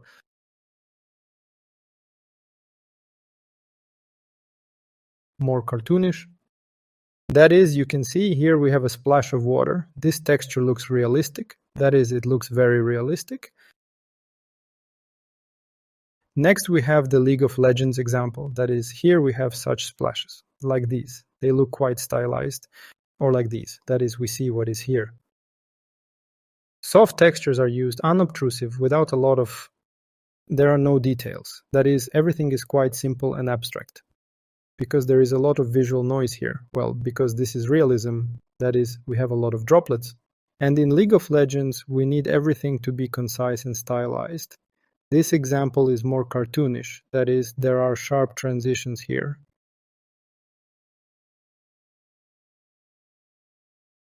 And textures can be created in different ways. Next, we will look at some textures. Here is another example. Textures can also be, for example, if we talk about them, they can be drawn or ignored. Then we will consider, or, for example, they can be simulated. For explosions, special simulations are created in special programs like Blender or Houdini. Or, in principle, they can be created in others, but these are just the most widely popular.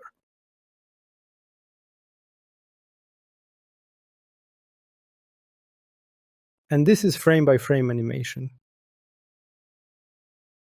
The simulation is recorded, and a 2D image like this, frame by frame, we can see how it gradually, or for example, it can be the same. This example is 2D. 2D is a traditional style. I remember I talked about this. That is, this is also frame by frame, but it was hand-drawn. That is, in this case, it was drawn. Here it was hand-drawn. Here it was simulated in this case. Here is also a smoke example. It was simulated frame by frame, different frames. And here is an example from League of Legends. That is, there are different textures. Here it used specially drawn textures. And here, for example, a generated texture. And they don't fit League of Legends because they followed this example. Also, now we are gradually approaching noises. But before approaching noises, it's important to understand what seamless textures are. Now I will show what seamless textures are. We remember that their coordinates repeat, that is, they seem infinite. Here we see the presence of such images. Here's such a line. And here we can notice, looking at the first example, that this part of the image connects with this one. That is, these edges seem to converge. They seem to continue each other. So if we start repeating the texture, here is the main one. And it seems all the others just repeat. These coordinates, they repeat. This texture repeats. And we can see how it is seamless and smooth. So it's one big texture that repeats. Here I took the same texture, I narrowed it a bit specifically to make such edges. That is when we have space between the texture. Now I will draw to show better.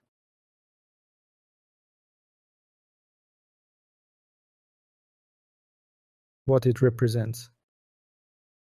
Yes. Here we have such a gap, and considering that we have a gap, that is, here we see how it ends right here. And here, so if we have such a gap between the texture, then it is no longer seamless. That is, we can see how it forms such gaps.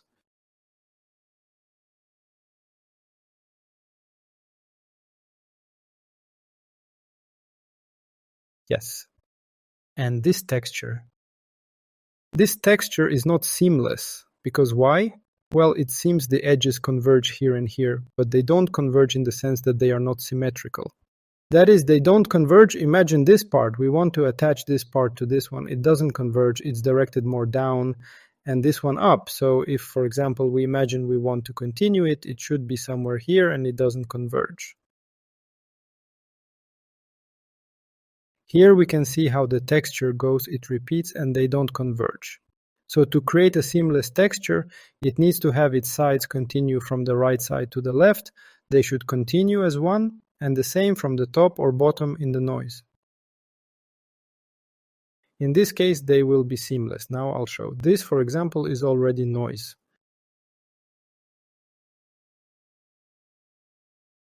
And further in the morning, used. Look at this texture. And you see the pieces, like here black, here black, here black, here black. Here, like here. That is, you can look there at all the edges, look at this side, and it seems to connect with this one. This side connects with this one, so we can see how it repeats like completely seamless. Here I deliberately broke it. That is, you can see how I stretched it, did everything, it no longer repeats there. Further, I will consider how to make seamless textures, how they generate such unusual things. And you can also draw them. Well, it's hard to draw, but you can do it. So further, I will consider everything. And here I deliberately broke this texture. Here we see that something doesn't converge here. Looking at this side, at this one, we see something black here. It's not there. I think it should be on this side. It's not there. And so here we are looking at this example. I started repeating the texture and we see that such ugly seams are reproduced, very ugly seams. Here they are everywhere. These, we see how it repeats and it is no longer seamless.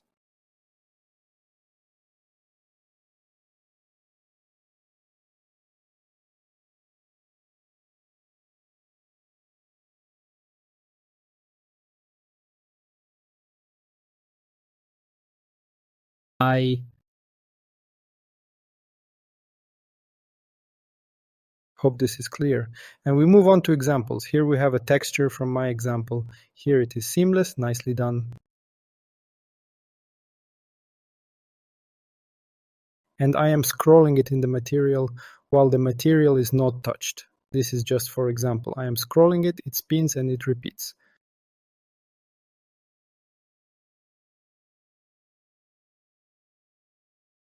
And there is just a simple texture.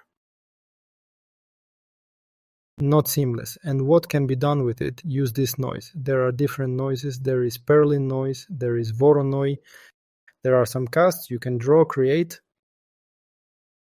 Somewhere mix some. We'll review all of this later. And what can be done? Use this texture with noise. and we can distort.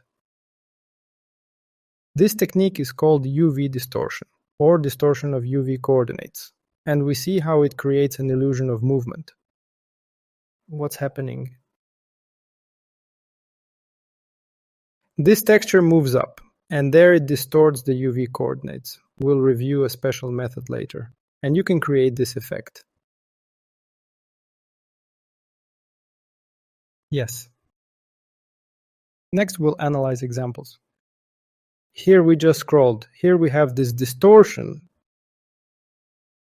What can we do here? Here it's just multiplication. So I multiply this texture by this one, and we see how this one moves.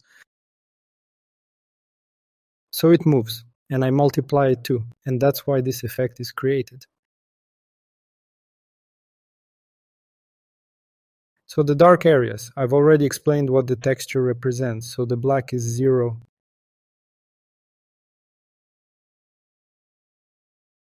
The lighter it is, the maximum light is 1. And here it's the same. Imagine this part multiplied by this one, so 0 multiplied by 1, 0 times 1 becomes 0. That's why these things sometimes happen. And these transitions between them. So the dark areas become darker when we multiply them. What is this? This is called dissolve. We'll also learn and study this later. Here it's shown using this noise as a base. And in this case, it just creates this dissolve. It disappears. Appears, disappears. And here is the result, this result of the dissolve. I multiplied it by this texture. And here we can see how it appears with this noise and disappears. So you can use different noises. I'll show another example. This is Voronoi noise. So different results, different noises give different results. Also, UV distortion. Here it's just multiplication. Here it disappears and appears. This is called dissolve. And it's multiplied. If dissolve is multiplied by this, here we can see how it appears and disappears. Yes. And basically, here's an example of this. Here's the noise plus you've already seen as an example, plus our 3D model with UV unwrap specific plus a special material is created using this texture. And here we can tweak. Here's the result. So here it just scrolls. This texture moves along its coordinates. The color goes here.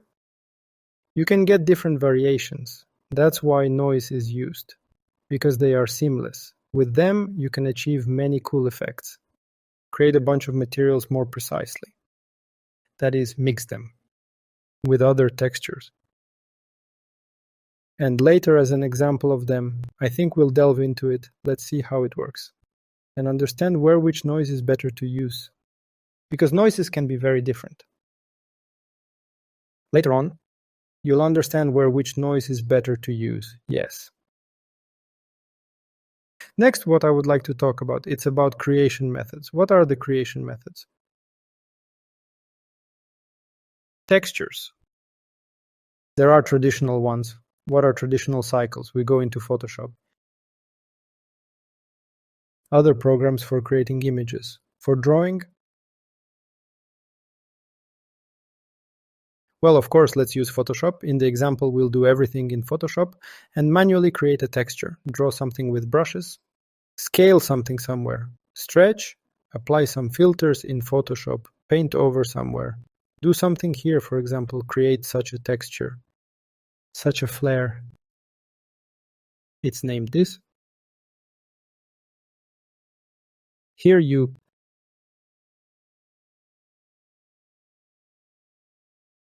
can create. Of course, stylized textures are created by hand, that is drawn. And in Photoshop, A graphics tablet is taken. Such a thing. Actually, I would recommend getting one, especially if you want stylized effects. If you like those, then it's a very important thing for drawing, because we will be drawing with a brush here. And there, what it does, the graphics tablet transmits very precisely. You can draw realistically with a pencil or pen, and so on. It conveys pressure levels, and with this we can control many aspects. In Photoshop. Yes, what else is there? So this is traditional. We draw everything. We do it by hand. Everything is drawn. Everything is edited there. Masks. And there is also procedural. Procedural type. In the procedural type, we use a program which is called Substance 3D Designer. Here we can see. At the core. So here we don't draw like in Photoshop. Here the core consists of such things, which we will use repeatedly, and they are called nodes. Also about creating materials.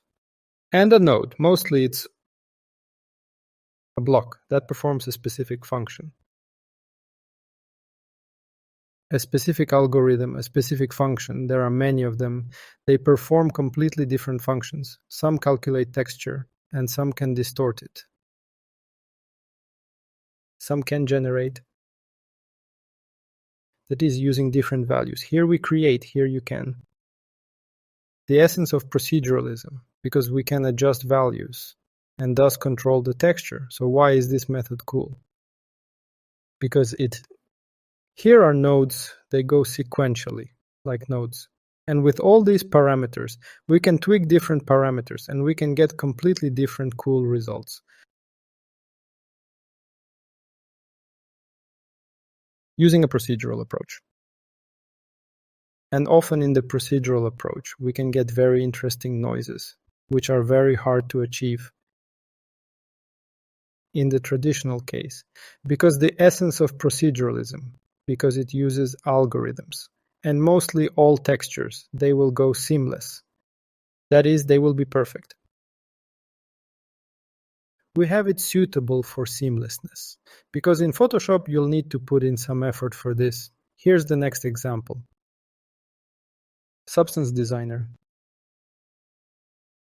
Here you can see how simple it is. Bro entered one node. And then change some values, and then the texture changes. We will consider further the difference between Substance Designer and Photoshop.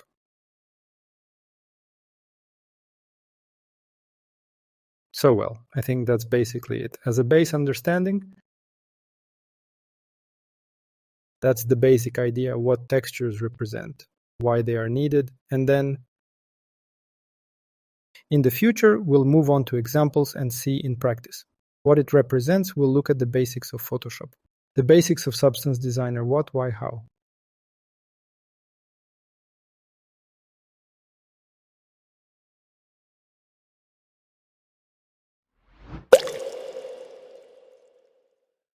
Hello, today we'll talk about Photoshop, its setup and tools. We'll also discuss creating textures in Photoshop for visual effects. I'll give a few examples. Alright, let's get started. The first thing you encounter is this window in Photoshop. What do we need? We need to create a new file. For this, we click here, and here you usually see various templates right away. And on the right side, we can see the settings. So here is the name. We leave it as is for now. So then we can just save and name it as we need. Here we choose the resolution. Let's choose 2048, 2048. Now I'll explain why this resolution. It's very important to choose this resolution. So look, I'll show you now. Overall, why do we need to choose? We need to choose these values: 256, 512, 1024, 2048, and 4096. So I think up to 2048 is enough. Because even at 1024, I'll be okay. Because the higher our resolution, the more space the texture takes. But it looks better. Now I'll choose 2048. I'll just show why. Because it should be divisible by 2. Because usually when we upload a texture, it then undergoes compression. So it gets compressed. Certain compression algorithms need values in powers of 2, so values divisible by 2. Typically 512, 1024 by 1024, 2048 by 2048, and 4096 by 4096 are highlighted. There are cases when we can take a width of 2048 and a height of 1024.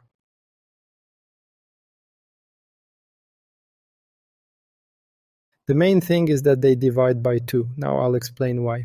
Because as we know in computers, they are in powers of 2. And if I take 2 to the power of, for example, 11, that's 2048, we understand. And if I take 2 to the power of 2 now, yes, 2 to the power of 10. That's exactly 1024. Well, it's clear, right? This is for the compression algorithm if we have an odd number. So we take 1047, then the compression algorithms will work poorly. And so the texture will take up more space. Resolution. We choose 100, so 100 is enough for us. This is, so to speak, the resolution per pixel. Yes. We choose 100. Usually they set it to 72, but we choose a bit more, so 300 is set for some printing. Let's go 100. All good. Color mode, select RGB. 8-bit. What is 8-bit? 8, 16, 32. Each channel, as we remember, RGB. It stores information, that is, about colors. And we can store in each channel as 8-bit, 16, or 32. Of course, the more bits, the more memory it takes. And usually 8-bit is used, not 32, but 8-bit is usually enough. No need for more.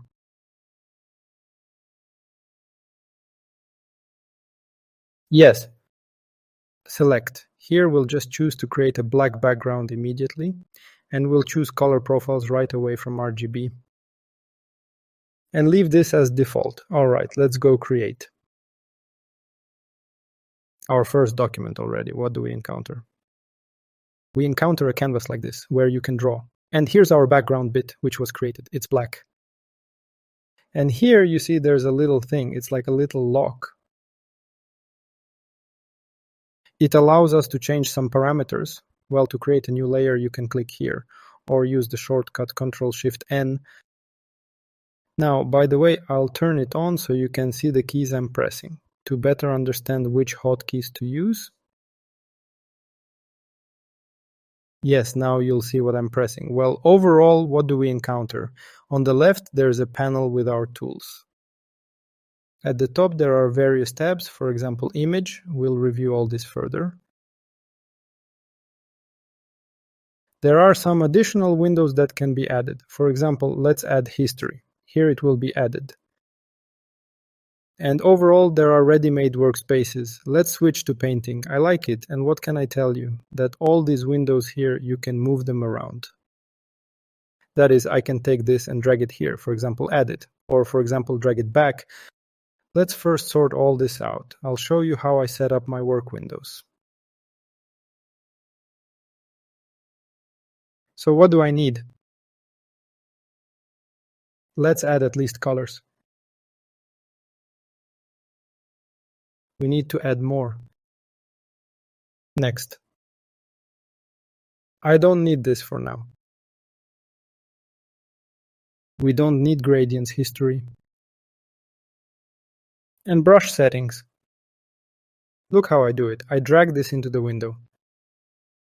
This from the edge. It's just better this way. And we'll drag the brush settings here. And also, here they are hidden, as far as I know. Let's take a look now. Here in our brush. Here. Oops. And basically, what information do we have here? Here, you can, for example, here, drag something.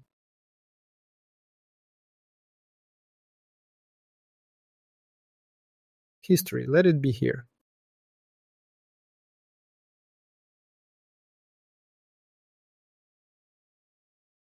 And of course, the navigator drags here. Now I'll explain what this is, why it is.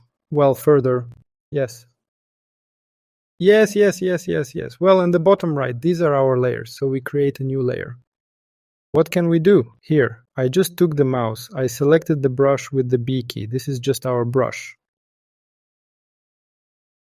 And we take. Then something can draw on one layer, and for example, I can hide it.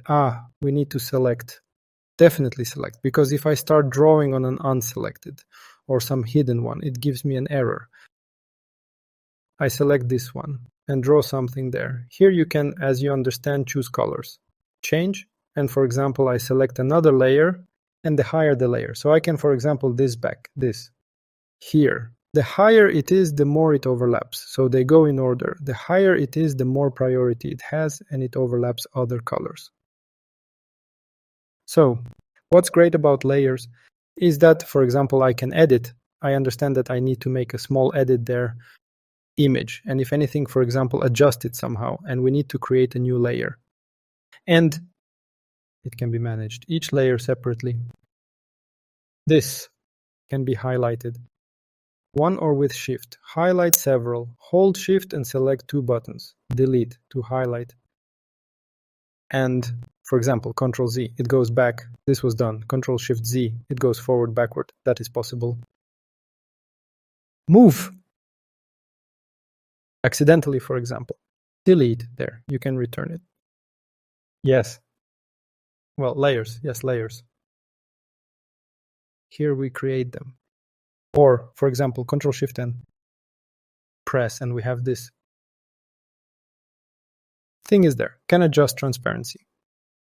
Types of blending. Further consideration. What blending types exist? Yes. Well, and you can immediately choose some colors. We just choose, and it will create for us. Well, or a plus sign.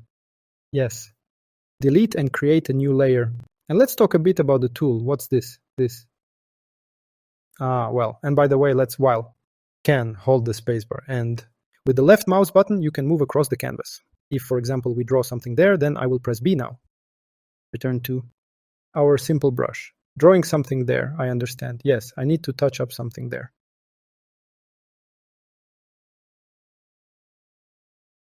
Hold Shift, it will start for me. Yes, by snapping to the axis. That is there.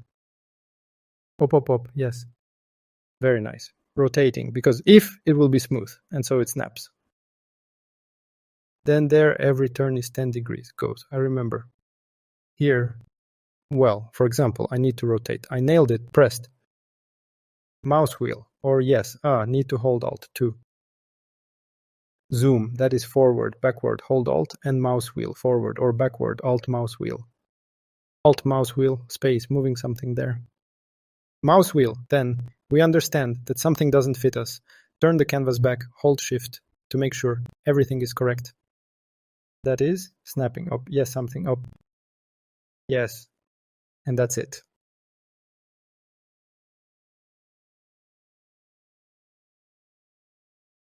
That is where we can move layers. So if I said we can create such layers, and for example, let's do something with this. Quickly, press B, let's draw something, let's take another color, let's draw something. And I understand that I need to adjust something there. I choose this layer. Well, it automatically selects. So, for example, I need to move this. I'll take this or this. See how it switches between layers. So I press, and it immediately understands that something was drawn on it.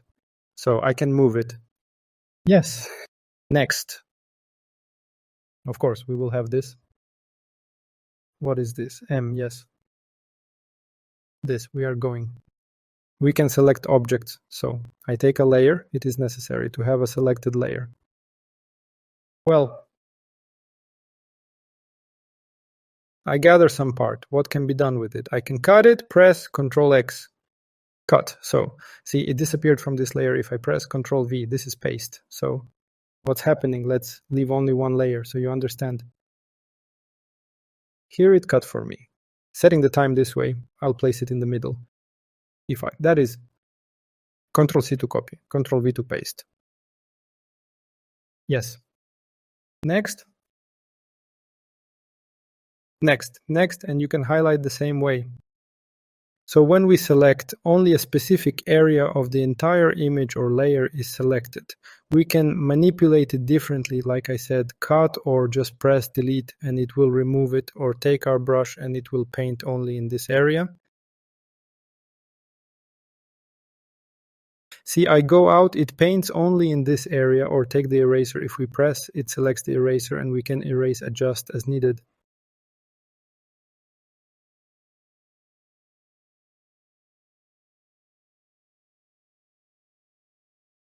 Here we see the brush and it shows like this. Its area is quite large, you can control it here, see its size, or here, which is quite convenient, or on the keyboard there.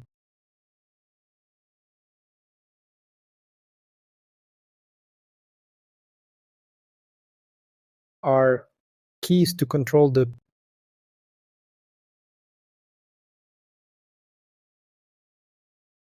size by pressing bigger or smaller brackets.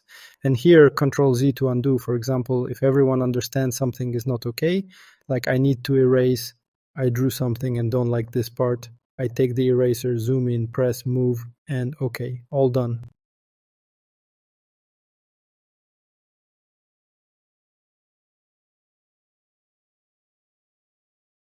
Need to erase, carefully touch up, Alt back to not go overboard, or the next tool I want to show is the paint bucket.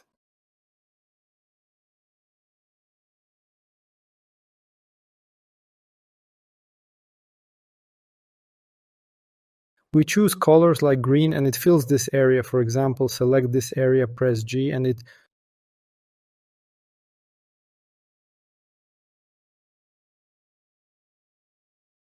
fills.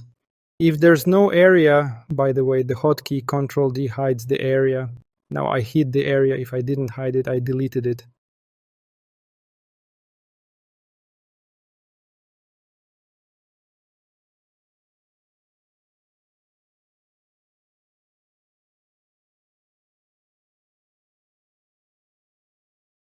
Okay, if we're drawing and realize something is in the way, it's there, but we need to hide it.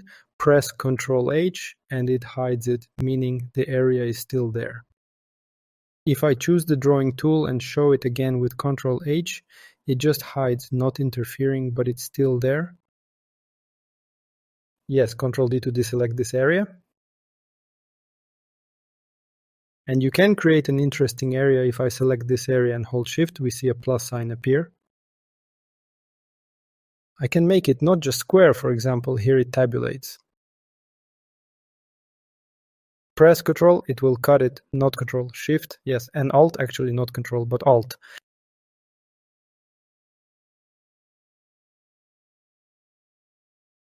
Hold Alt and it cuts it in parts. There's a box or a circle, you can take Ctrl-A from the menu, take this circle. If we need to make it perfectly round, then hold Shift.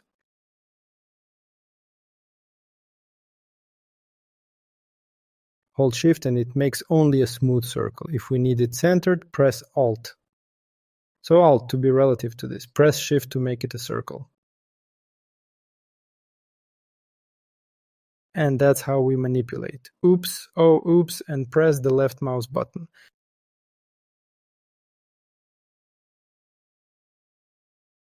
Similarly, as I said, Alt can delete a part. Alt delete this part, oh, Alt delete. And Alt Shift to align to make it a circle. Delete or Shift to add, so you can take and add.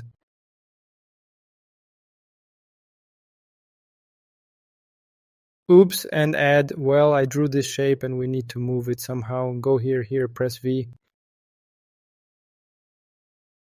And oops, oops, oops, oops, oops, oops, and we can, yes, it seems to cut. Yes, so no need, got confused, it doesn't need, it cuts immediately. So we switch in the same mode, just take the handle and, for example, drag it here. And for example, we take our paint bucket to fill the whole area and press here and cancel. All we drew some shape.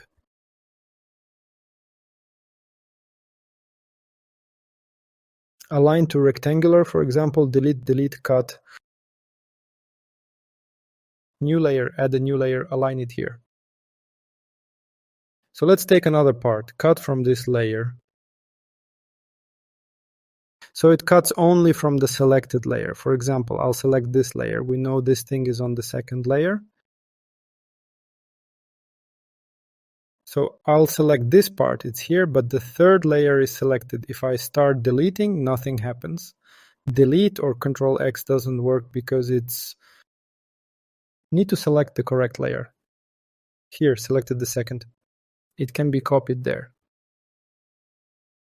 So what else is interesting? What is this? Polygonal lasso. We can immediately create such shapes.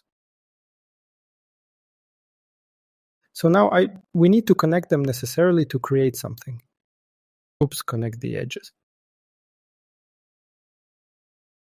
So now I'll delete all of this. So I mean you can hold shift and it draws straight. You can experiment, draw some shapes and finish.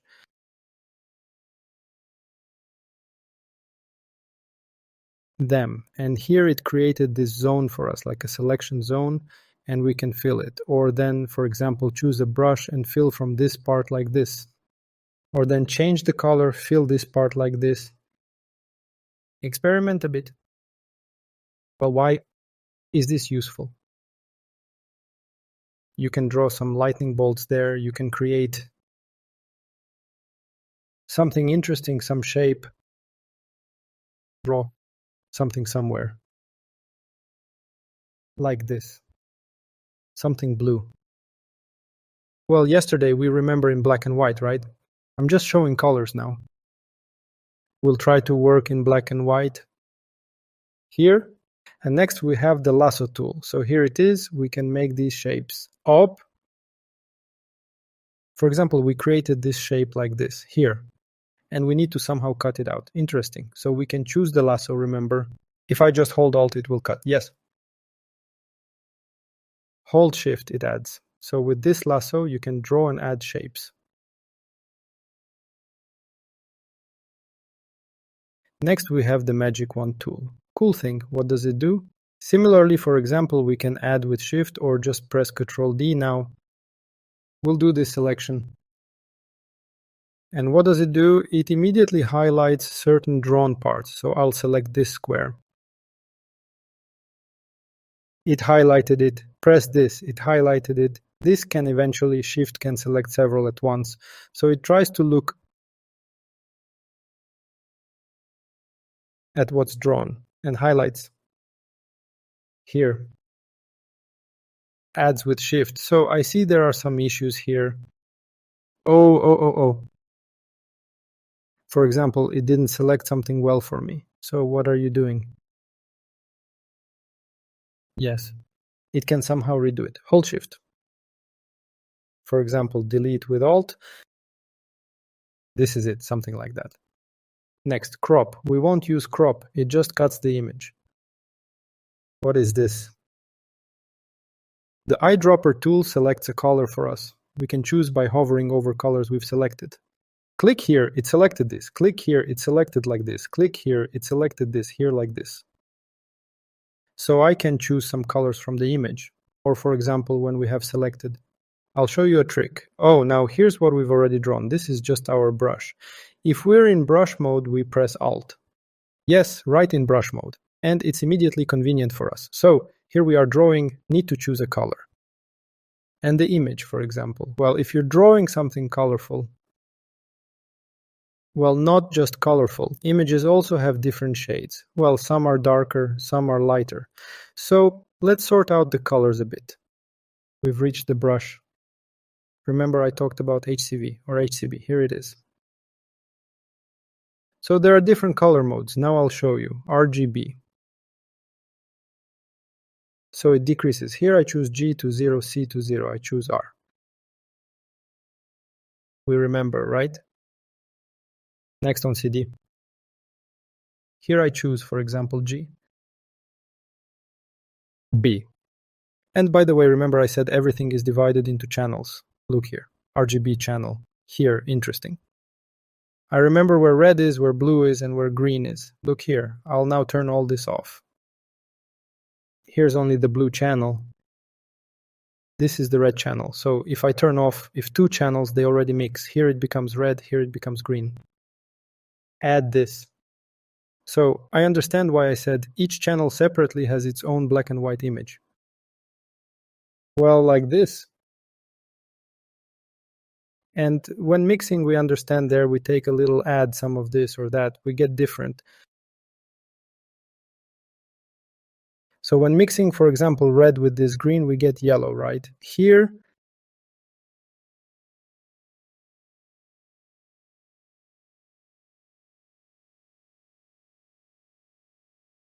blue. Here I turned on only blue. Blue, you see, there wasn't any here. Well, generally when mixing, we don't get blue.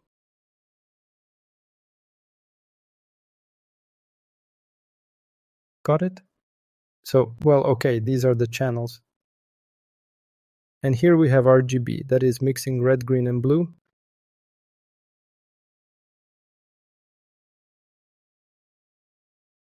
I turned it off. No, everything's okay. Yes, everything's okay. And here we have this kind of color profile, so to speak. And of course the hue cube. Let's go in. What was it there? Brightness, color white. Here we are in color white. Of course, it's all by standards. Now we're dealing with HCB. Yes, I'm deleting this layer, creating a new one to make it clear that hue is what we choose from the ends or just color. That is, we choose either from red there, yellow. Here we see we have a wheel, and here we can choose from it. What is S? It's saturation, it's the color's intensity. Now I'm going to draw everything, that is, now let's maximize saturation, everything full maximum, and now I'll just rotate the hue. This kind of hue, that is, we just choose color with maximum saturation and our maximum brightness, because value, as it's called, A, brightness. We have maximum saturation and brightness just choosing color now. Now I'll explain what brightness saturation is. Let's choose some color. So a little red, choosing red. Okay, all done, creating a new layer. Here is red with maximum saturation and maximum brightness. Drawing it, let me just make the brush thicker and lift it a bit like this. Making the brush a bit thicker, well, or like this. If you see, if for example you want to draw a straight line by hand, it can't be done cleanly. You can just hold shift and it will draw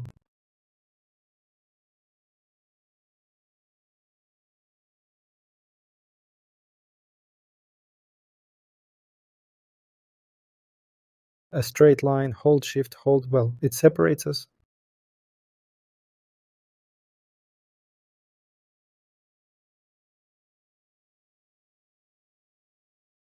If needed, if I didn't hold shift, unfortunately I can't. So by color we chose red. It's maximum saturation and maximum brightness.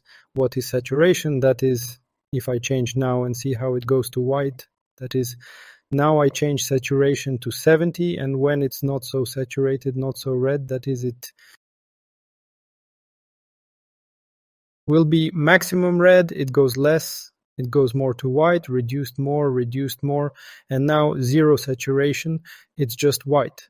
We see how it moves, and the more saturated the color.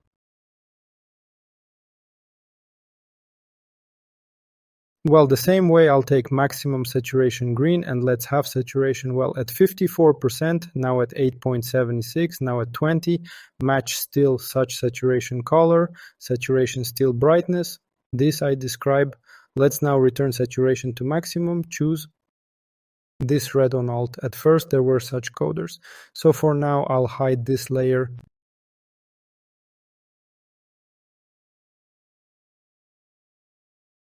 Yes, at first it was like this. Now it shows what brightness is. Brightness is just brightness. We understand that is minimum brightness is black, black on black. It's a bit not visible. Here I choose more brightness, more brightness, more brightness, more. Now we see in this direction it moves more. So you see what's interesting.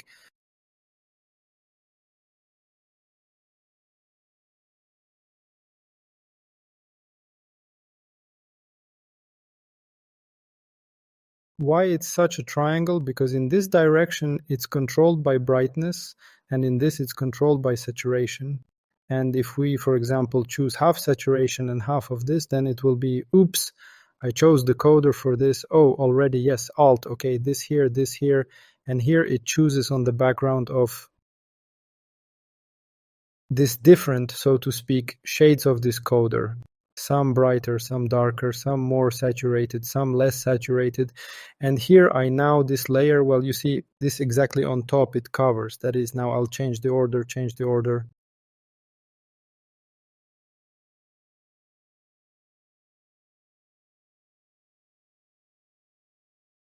Okay, everything is deleted. I think Nadia with the coders understood this is how we choose the coder. Choose its saturation and its brightness the same in black and white. That is, let's choose black and white. And just what to have in itself a black and white, and just then control black and white. This is minimum saturation. Well, in your mode, this is minimum saturation. And then we just control brightness. That is, minimum brightness is black. And we see percentages high. Here, just the more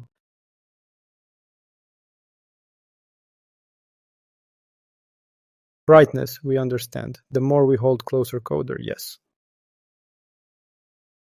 I already painted here in black and white. Here I now delete it completely. Choose paint bucket. It paints right over everything. Choose black color and everything. It's all black. Want something else? Let's take up draw. Want something like that. Okay, need to draw on black.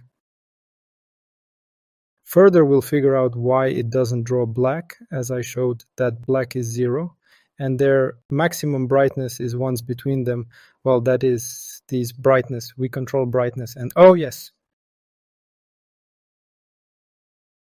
And with this, we can also, in the future, material control not only color through their gradient map, or just bring closer to color. This is thanks to this also black and white. It shows transparency in material. Well, further we'll consider, don't worry. Yes, further, this is our pencil. Let's forget about it altogether. Color replacement, that is, we can sum there. Here we draw different colors. Here to it, yes, I'll choose something like that, and we need to mix something there. That is, usually this, I won't say it's often used. I honestly, here we can, somewhere on the edges, somewhere change something. Well, overall, it's a mixer. Mixer is not a bad thing. We can mix something, but I wouldn't recommend it. Sometimes it comes in handy. Mix some colors, somewhere something. Okay, further. Pattern, we draw some pattern. This is generally not very necessary. Let's forget about it. History brush, it restores something as it was before. Also forget. Well, the eraser is needed, of course. We erase something. Well, and paint bucket, if we looked blur tool. We can make some of our moments blurry. That is up here. We control how much it will blur certain moments. Let's draw a bone. Let's do it in black and white. Like this. I choose blur. And it's almost invisible because it's set to 2. I'll set it to 62. Most are at 100. I'll blur it as much as possible. This is a really cool thing. I'll show how I'll use it. Smash tool, it smudges the image. I don't have it right now. Here we see how we can stretch. It selects the pixel where we started. So I pressed, it's white, and it will smudge based on that. If I choose, start with black and pull. It will stretch relative to the black, like from this side to that. So you can experiment with this. And here you can adjust how strongly it will do this. Right here you see it's like it's erasing them. Just because it's too strong, it might stretch. The smaller the value, the less it will do this. So I'll choose 0.3 and it will barely do it. How many times do you need to wave for it to stretch something? And by the way, what's interesting with this smudge tool? I'll show you now. Basically, it's okay now. Okay. Yes. I'll show you later what happens with... Oh, I can't imagine. There are such artifacts here. We can already see. It happens. I remember talking about the 8-bit mode. By the way, what to do? Here we can change directly. Vimage. Mod. And here, oops, yes, cancel.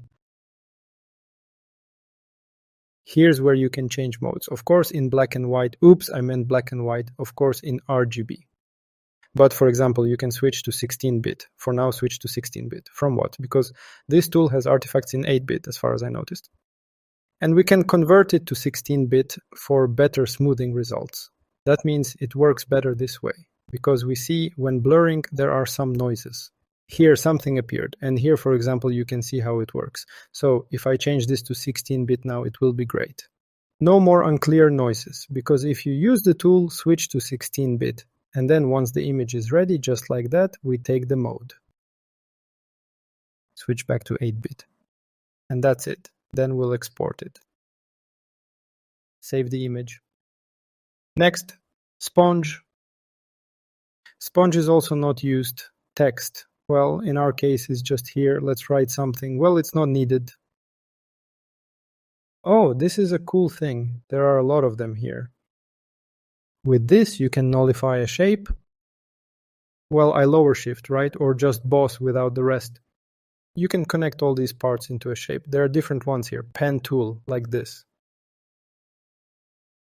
It creates a shape for us like this. Or you can use this.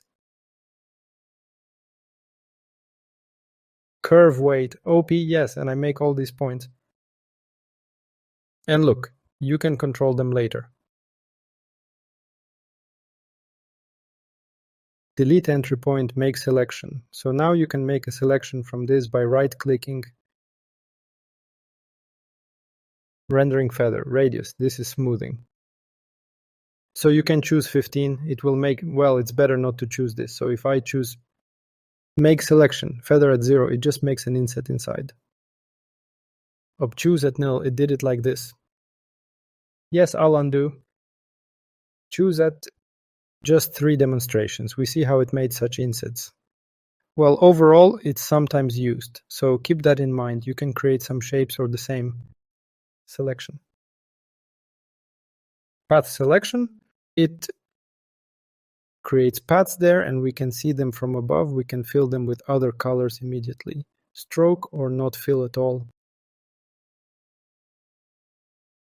What is stroke? Stroke is an outline. A cool thing, here we choose how thick it will be. And we also choose the color, white for example, or green. Here I come up with different colors, black and white through the scale. And you can also choose to fill it with a gradient or a single color. There are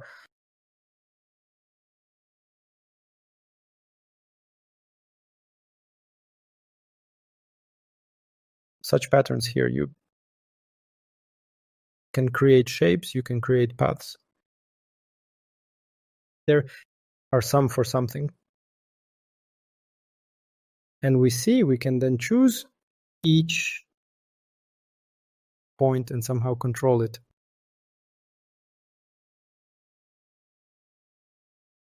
Press Alt. You can add points right here with Alt. This is how you can draw. You can create some shapes for yourself. Yes, next. Next, by the way, there are ready-made presets with these shapes here. So you can create like this, just like I showed, and fill it. You can select this square so it doesn't fill. We choose the line if we don't choose the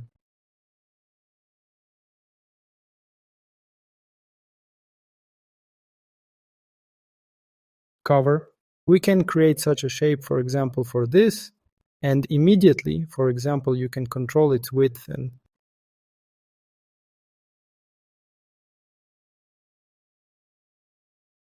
height here, and there are different textures. You can create a triangle or an ellipse. Remember to hold Alt. It will stretch relative to the center. If you hold Shift, it makes a perfect circle. If you don't press Shift, then it will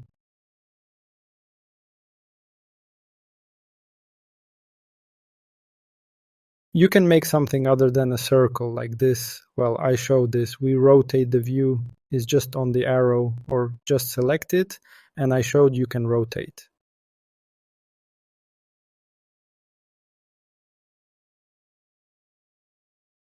There are actually a lot of different tools here, but we don't need them all yet. The most important ones are to draw, erase, and blend when blurring and painting over the selection. Not important. So the most important thing is what I will focus on now, which is very important. We haven't covered brushes yet.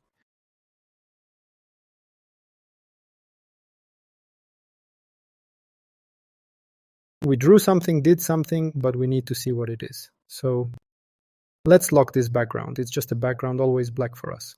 Brush tool, you will have different brushes, ready settings for the brush. So we see soft round when we draw. I choose and press B to select the brush. We started drawing. We see how it's smooth, how it's interesting. If I choose hard, oops, it's not blurred. It's quite, well, it has hard edges. Oh, that's what I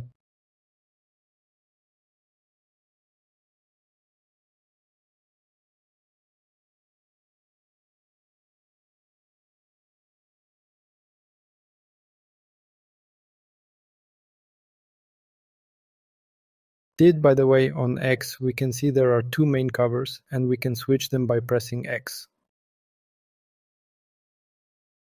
We choose one main, one secondary, and we switch them with black and white. We can choose one shade, for example, and choose another lighter one. How to switch between them. Draw something with a softer brush. Later they can be mixed. Work for softer, harder, change transparency. Here, by the way, it's interesting. This transparency in black and white mode gives, then mixes. If we choose transparency, so we choose minimal, then it's almost invisible. You can remove these layers. We will see how it looks in transparent mode without black. With black it will still be. Then smoothing, when we draw, we can choose smoothing. That is, usually our hands can shake and do something else, and we need something nice to draw, but it happens. Unfortunately, now less, a little bit, that we need to draw something, for example. I need to draw a circle. I'm drawing with a mouse now. It's very hard to draw with a mouse. Usually a graphics tablet is used. And now I will show what's so great about a graphics tablet. I have it lying next to me. This smoothing, the more we choose it, the more it will be like this. You can try it and it will be. We feel how it smooths. It gradually goes. That is, it doesn't rush. You can draw very complex shapes so that it does everything nicely. See how it goes behind what I'm drawing. That is, if I choose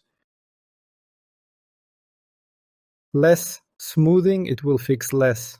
Zero smoothing. That is, it doesn't smooth at all. It's like, well, it can be just as I draw. It moves right with my mouse. Yes.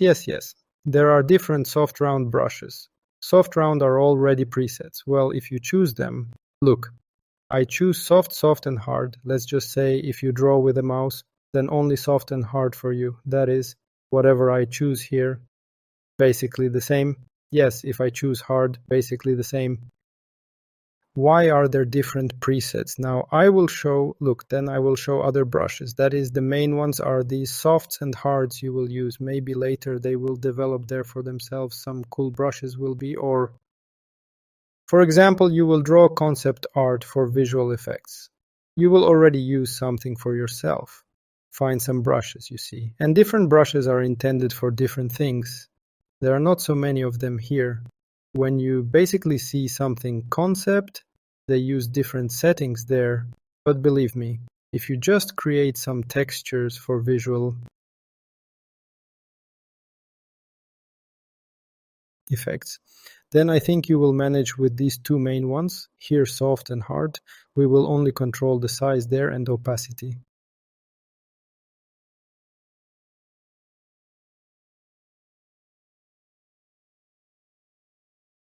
Now I will explain. Look, you don't need to choose this layer. There's nothing interesting there. Choose soft. And now I will take a graphics tablet. What's the point of a graphics tablet? It's such a board on which now I will show how it looks. So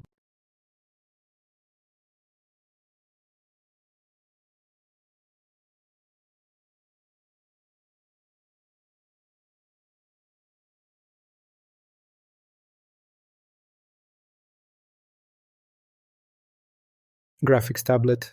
There are with screens, there are without. I have without a screen. With screens are for super artists. They are very expensive. And I have without a screen. Maybe not even for models. There are different ones. You take a brush like this, like a pen, I don't know, and you draw as you want. You call it and you draw on such a screen. That is, you look at the monitor and draw, your hand draws, and you look at the monitor all the time. What's the point, by the way? I have such a not very expensive one. As for me, budget friendly. You can find much cheaper, of course. You don't need a super one. I had a much simpler graphics tablet at first. You can do without it. But if you want to draw something stylized by hand, do something, then I advise you to take it later. I took this one for myself. I imagine myself, we have such a pen. What's the point? We draw, and depending on how hard we press on our tablet, it determines how hard we press. And based on this, it can, let's say, edit how thick or thin the stroke will be on our operator. That is, look, now I took it in my hands, and for some reason we switched to that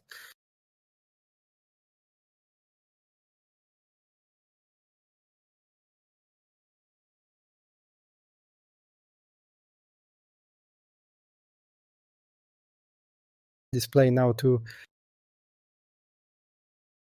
this one. Okay, I take it and look, this is now on the graphics plane and it's a bit crooked, but if it draws crookedly, it's not always easy.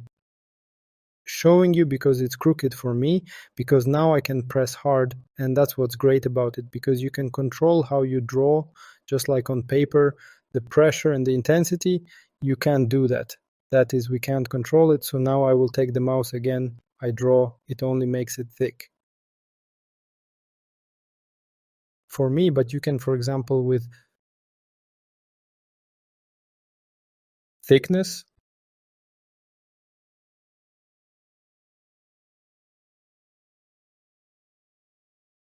plus color, that is, from the pressure, you see it becomes very light. You can immediately do 2-in-1 and choose hard. That was soft.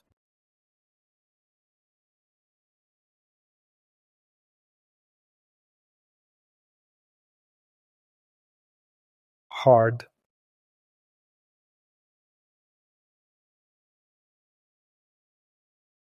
If I press harder, you see, it even controls the transparency less, now very lightly. It controls the thickness, and immediately the stronger it is on the graphics plane, you can control it like this. So far, the graphics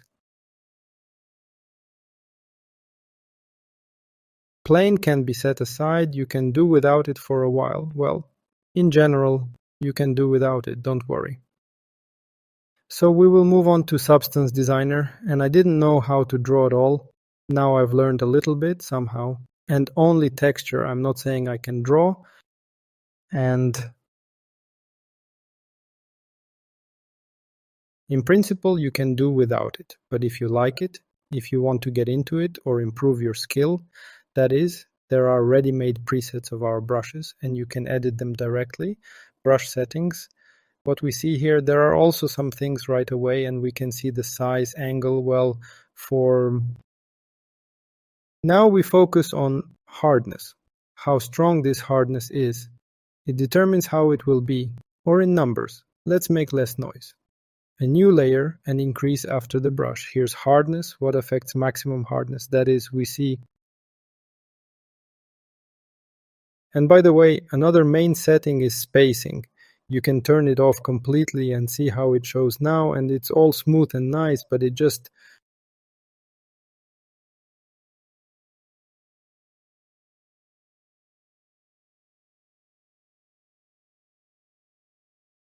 makes such protrusions, and it can be rough. That is, the point is, I usually set spacing. If we set 25, it's just like a protrusion between each one we draw.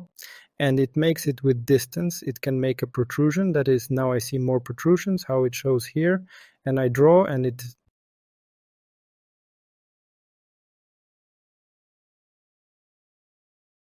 makes such dots now. Let's reduce hard to 0. The smaller the spacing, the denser it will be, 1 to 1. And you see the edges have become like this. In hands, it smudges. I usually set spacing to 25, but it also depends on the task you need to see. So it makes a nice transition at 25, because if I set it to 1, you see it makes it very strong in the middle, and on the sides it smudges if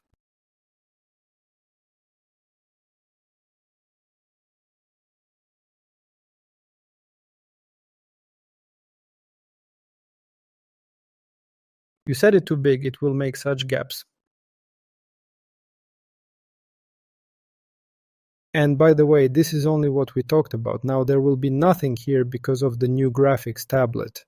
That is, all these things are for having a graphics tablet, and we see I will go to the brush settings, soft round, some different settings, pen pressure, that is pressure on the pen on the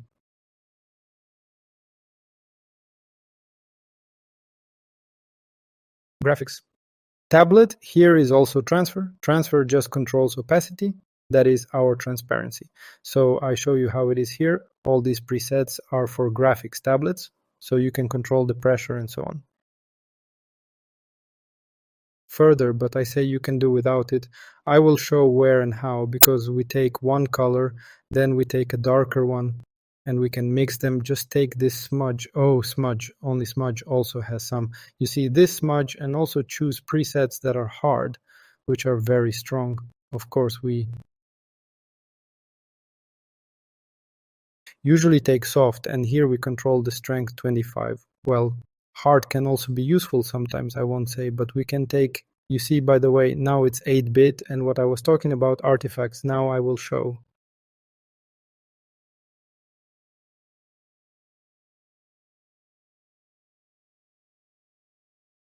Eight-bit mode, and only about it, where we take smudge in 8-bit mode. I hope it's visible. I hope it's visible. Yes.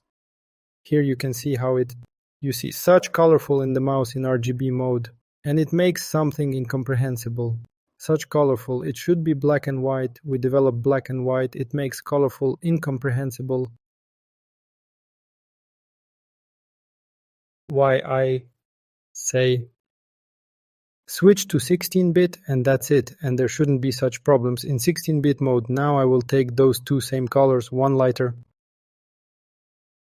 the other darker, take smudge on S. Well, it may be on S for you, it may be on another letter. You can reassign it somehow. Look in the settings, as I said.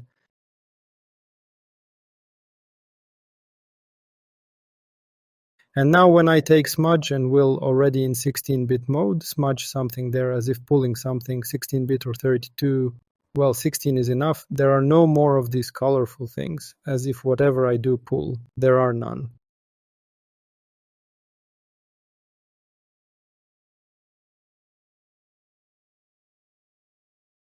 There is nothing anymore. Well,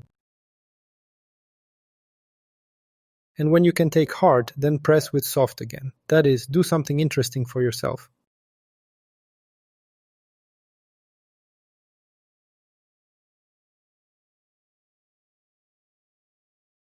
And then, just as I said, just to return everything to 8-bit, just switch back to 8-bit, everything is super. You can draw, just create 16-bit right away and draw in 16-bit, then convert to 8-bit. Some things need 8-bit mode, some filters. Now we will move on to filters.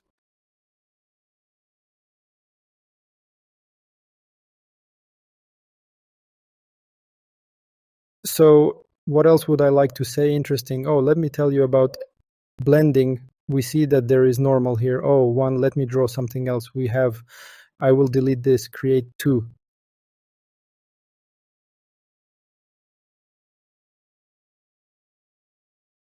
Empty layers on the lower one.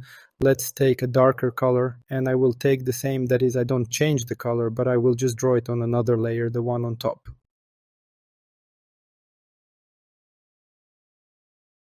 So I drew it, yes. Interesting thing, if I took the same two identical colors. Sure, I'll take one. For the top layer, I'll add a bit more and make it brighter. Add your lips. What's the point? There is this one and this one. Up, we see, yes. And now I will tell you about blending modes. That is, when normal is selected, it doesn't blend, colors don't blend, it just takes.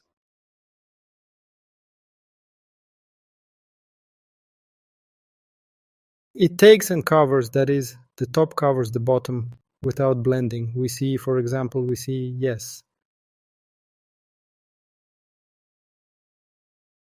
When you need to blend somehow, there are many different modes here. That is, look, let's move on. Okay, dissolve. Yes. Well, it seems like so. Well, let's first set darken for you. What does darken do? Darken selects the darker pixels, while the darker colors from the top and bottom layers. That is, it takes over this layer, selects darker. Multiply, it multiplies. It just multiplies these layers. That is what's below and what's below and what's selected, and multiply. Color burn, as if it burns colors. Well, that is, a lot of it is not needed actually. Lighten, let's talk about the main ones that are used. Lighten selects the lighter colors from the top and bottom. That is, it selects the lighter. It's clear that in principle, almost nothing, that is, nothing has changed. Because if we imagine, normal, let's take this, and somewhere here will be a stronger color. In the lower layer, I'll add somewhere here will be stronger. And remember, that lighten selects. So now I'll choose lighten. In normal, it just covers. So there's something lighter underneath, but in normal, it just covers. If we choose lighten, it will take the lighter from among the layers, from the lower one, Next. Screen,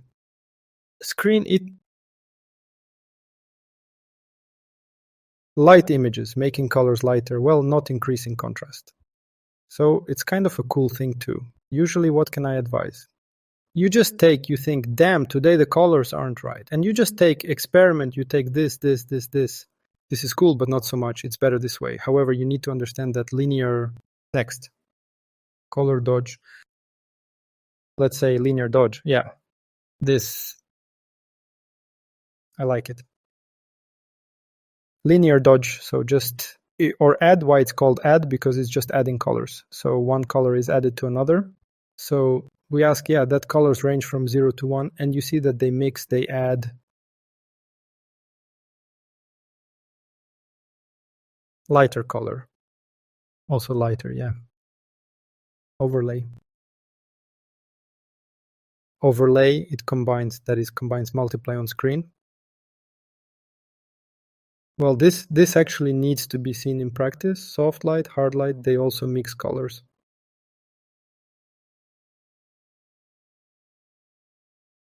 Vivid, linear, pin, hard. Difference between colors. Excludes, subtract traces. This will do more. There you can adjust. Under hue, we looked at hue, saturation, color, luminosity. So, difference there, colors infusion if it's a colored image. So you need to play with this, you need to understand this. Usually used, what can be said, normal. Screen, and linear dodge. And multiply, okay. Multiply and subtract sometimes can be used. Well, of course, you can do all this without blending mode. Everything will be fine and great. I'll demonstrate where linear dodge is applied. This is when you need to. So I'll be analyzing an example. There, make it as if it glows. An app called Glow, that backlight. I'll show you now. Of course, just normal. There, sometimes colors mix, possible. Of course, everything there, we just take layers. And there. Just, for example, we need to make something brighter. We just take there. New ring alt, and I'll add, okay, need to make something here brighter. Up. Yes. From such an insert, I hope that's all. Still, a super base. You experiment with it yourself. So there are different panels here. They show some information. So you can see, for you, This is, by the way, a cool thing. So it shows 8-bit, 8-bit, and it shows how light the color is. So remember, 255, right? This is the lightest and 0 is the same. So I see here on the right. Here's 0, 131. So this is the color there, right? How bright it is. Well, we convert it all from 0 to 0. Here it is shown just in RGB mode, from 0 to 255. But usually we will measure it in values from 0 to 1. Yes, that's all. Thank you for watching. See you in the next videos. Bye-bye.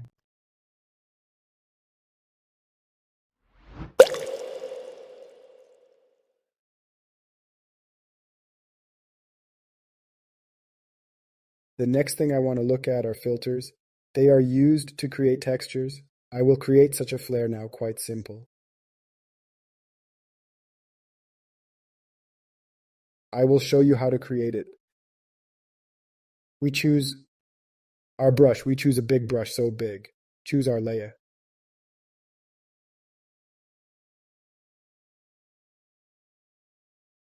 And we choose a color as white as possible, soft, round, simple. And see what the meaning is. Remember that brush. Now I will cover this one, select another layer and set the spacing to a minimum.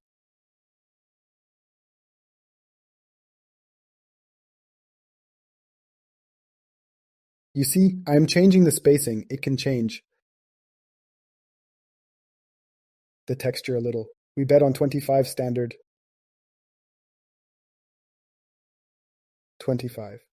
What are we doing? We make a flare. Let's do it all over again. Create a new layer, and we draw such a dot. And see that it becomes in the middle. We can simply on A. On A we choose, and by the way, I haven't forgotten yet. Now we disassemble. It select selection, select A. What does it do? We selected A, press Ctrl X, cut. It selects everything, the entire layer, selects completely. Selection totally does. We cut, create a new layer, paste. Now it was inserted right in the middle. We can highlight it. So that there was preservation in the middle. Well, in general, you can just take this. And there, somehow it tries to level it. It should show where the middle is. It didn't show. Of course, he tries to level it. It will be seen now. Press Ctrl T. This is the transformation mode. I also forgot to tell you, this is an important thing. Ctrl T, transform mode.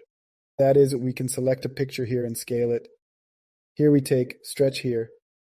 If we hold down the Shift key, we only hold down certain values one at a time.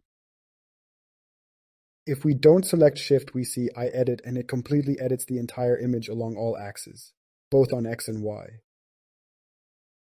That is, if I hold Shift, I can select a certain part, stretch it.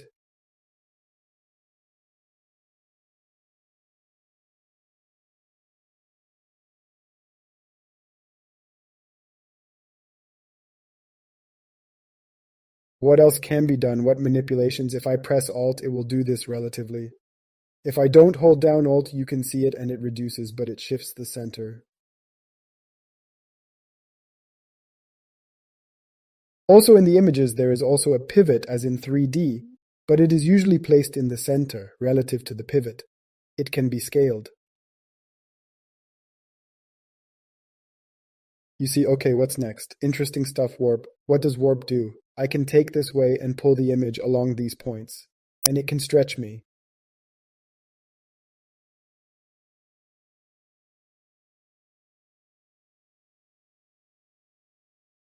Sometimes you can play with it.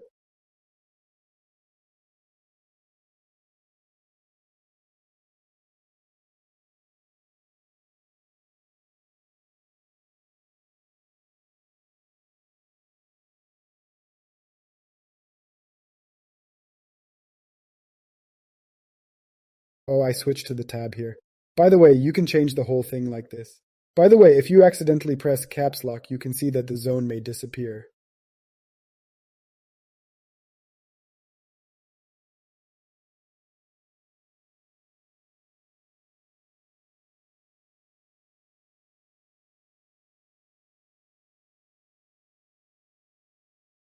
And for example, I will take its flip. It will rotate along the vertical axis or along the horizontal axis.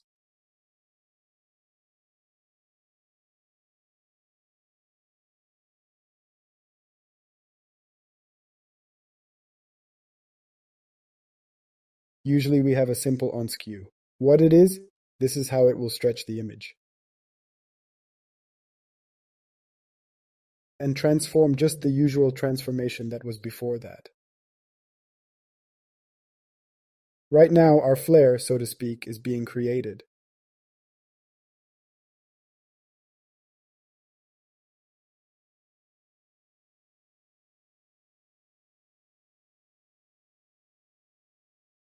We take an ordinary soft bone and take it here and there. We can see that it is not too big beyond the limits of reduction.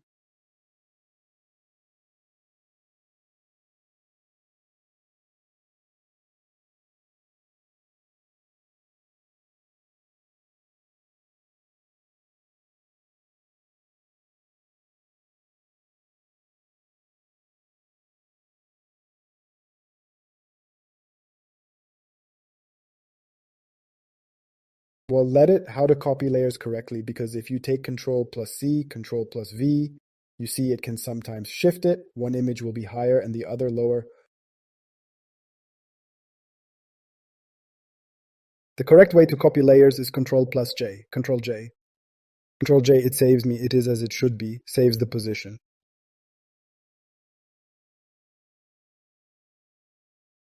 If you have to leave everything as it is, okay. Okay, let's take it, let's scale it, take it, stretch it.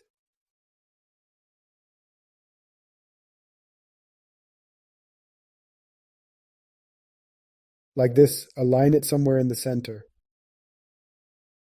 And take it, maybe even stretch it a little bit. And this side too, I press Alt plus Shift so that it will scale it from both sides at once. That is when we need left and right so that it is the same.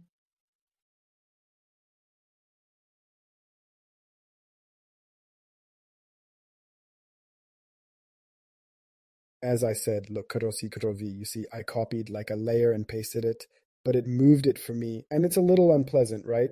Ctrl-J, Ctrl-J, we immediately got a new one layer. Take Ctrl-T. And the second is the transformation mode, which we can scale, rotate there, somehow do something with it.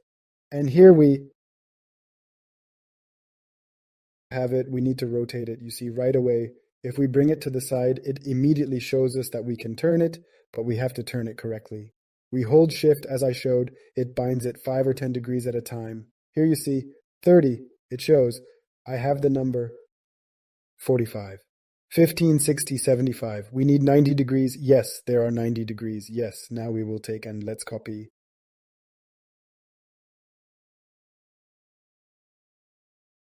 this.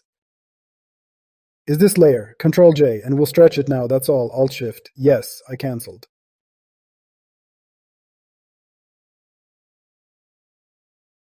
Now let's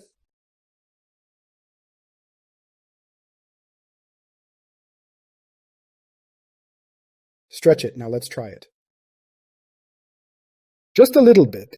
And let's create a new layer from it. Control T, Shift. To twist it like this. Then we will create, a new layer. Only it at the very top. And now let's take our brush.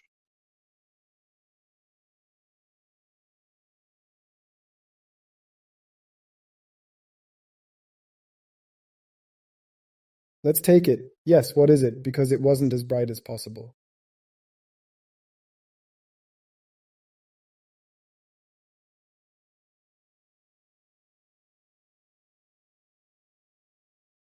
And by the way, you can even do it more than once.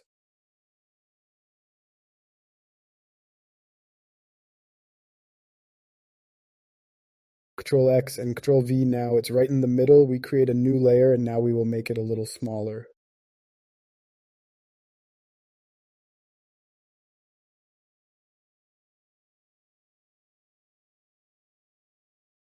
The spacing can be smaller.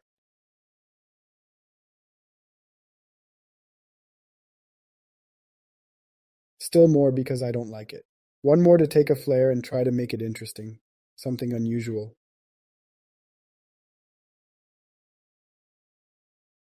Or simply take this old one and stretch it, or on the contrary, reduce it. You can make a small one.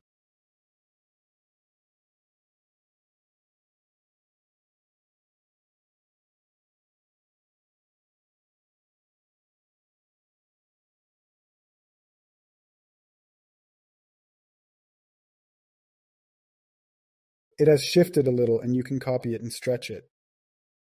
By the way, it was stretched incorrectly. You can edit something. Then Control J.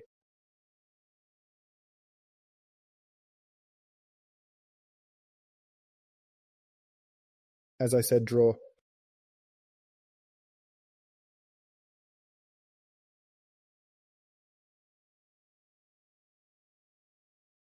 Slightly less than 1. Control A, Control X, Control V, so that it inserts it in the middle.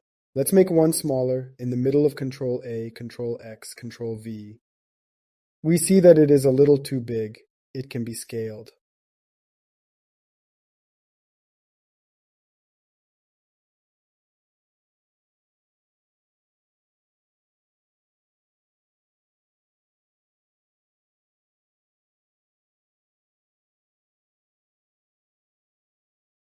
Oh.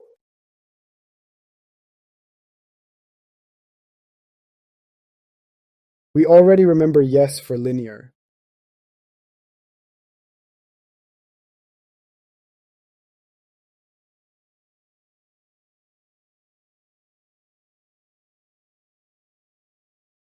It is possible to control, for example, the transparency of some layers, seeing that I can control their transparency. For example, you can turn them off.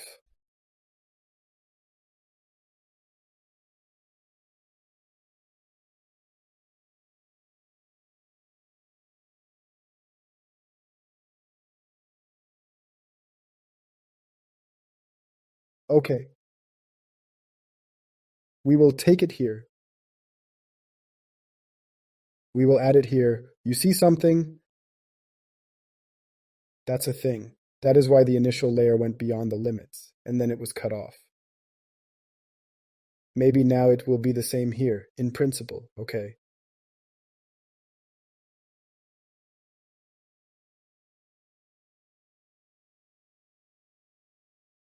I copy here.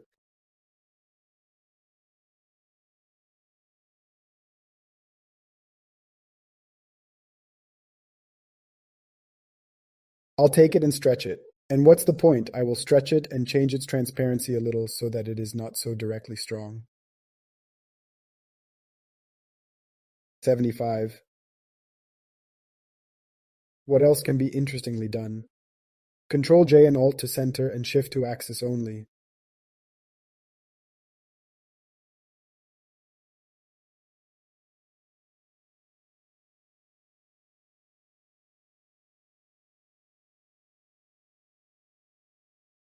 Add more here.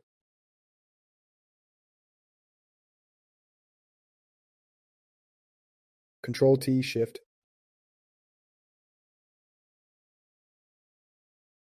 What layer do we have? 10. So this one. Such, and by the way, now I will show how to combine layers.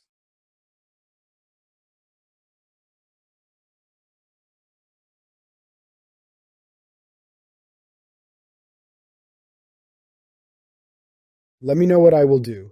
Here are the last two. I will take 2 of them and drag them here. Why?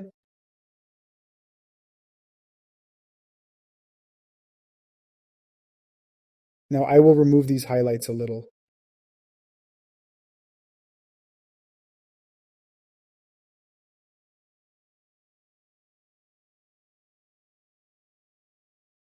Now you can see circles with backlight.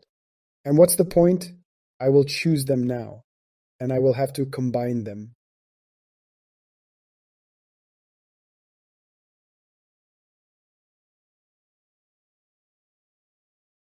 If we all choose them, 2 layers can be combined. Control E, This is a combination of layers. You can find merge layers somewhere. Simply to learn faster, we will press the Ctrl-E buttons. All this is just coming to light for us. It will remain as it is. Look, now we can copy these merge layers. That is, now it is just like one. Ctrl-J. And we will twist this layer. Now you can see what kind of figure we have made. And now you can do it like this. We twisted it and scaled it.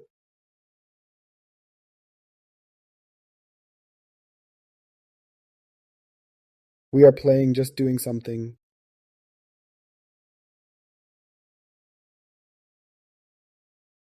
Let's invent something interesting. You can now combine all highlights. Oops, we will have separate layers. I can even duplicate this highlight even more now.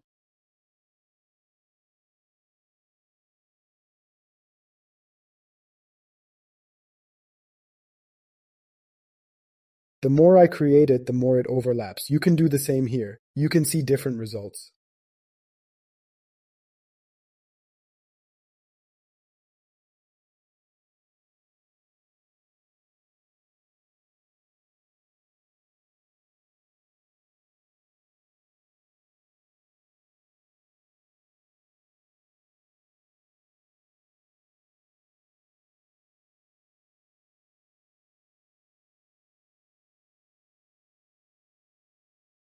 We see, well, you can basically see something cool. Well, you can directly select all layers.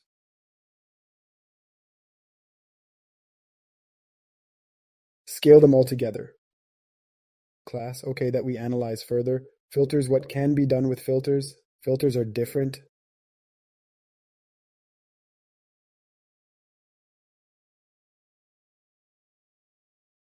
Filters are applied to one layer only. We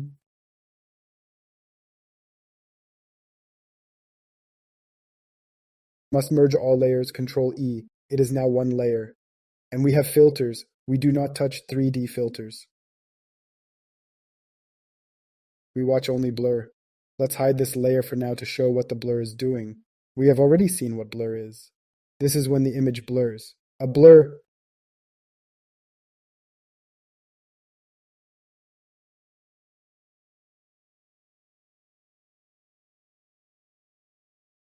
There are brushes, they are already blurred.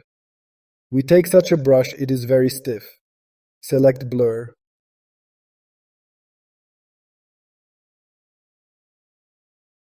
Blur are different.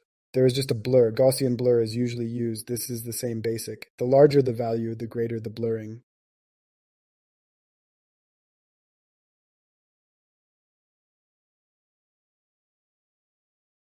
You can turn off the preview. Everything is fine. We can apply a filter. Button to apply the blur again. Alt-Control-R. For example, when one blur is not enough, you can press Alt-Control-F to apply the filter again.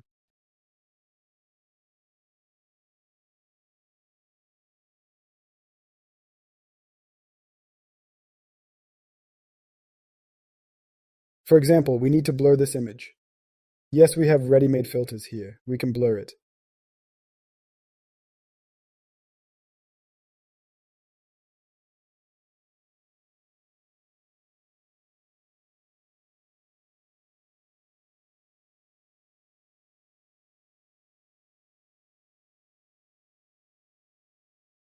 Let me draw something else like that.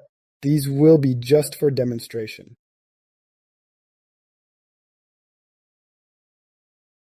This is a new layer, we understand. As I said, the filter will be applied only to the selected layer.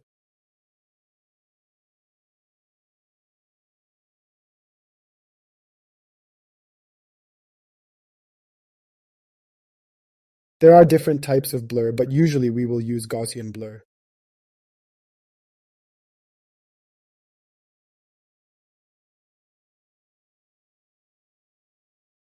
Here you can see other examples of blur. For example, motion blur.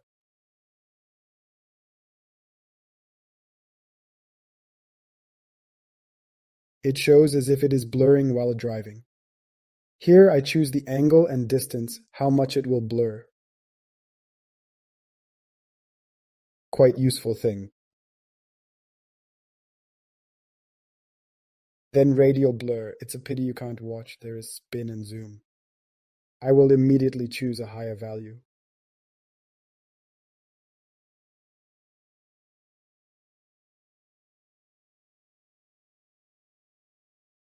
Usually when the image is in the center, it blurs it from the center. I'll take Control T. I will take it and move it to the center.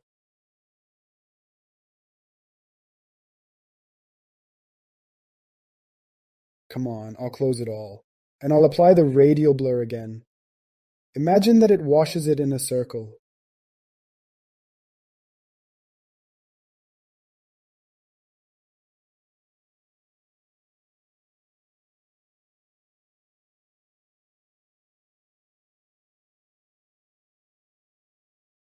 Now I will apply radial blur again, but spin. That's how it twisted him.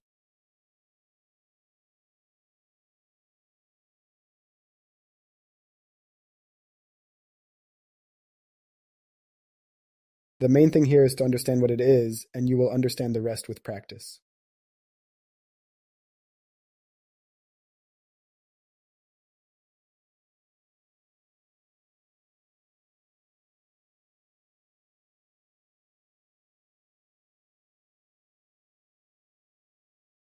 As I already said, Gaussian blur is usually used. Other types are used quite rarely.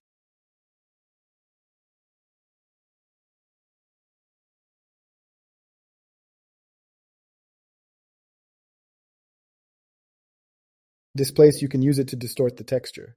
To distort the texture, you need to select another texture. Here we see it immediately shows my folders. You can select a texture, and it distorts it. Well, we don't need it. Forget it. What else will we use? Polar coordinates. This is cool stuff. All other things here, they are also used. We will return to polar coordinates later. Oh. Ripple.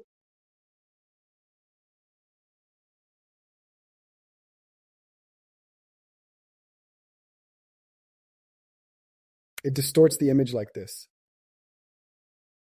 Well, the cool thing can be used sometimes, very rarely.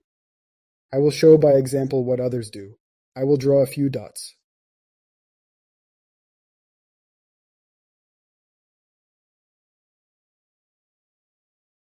Let's not do it like that. Let's make them be in a circle.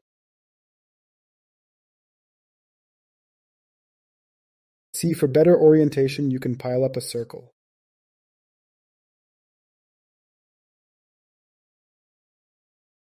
Put a circle in the center. Fill select. Stroke is drawn only for a couple of pixels and it will simply stick out. Now we put our points, somewhere bigger, somewhere smaller.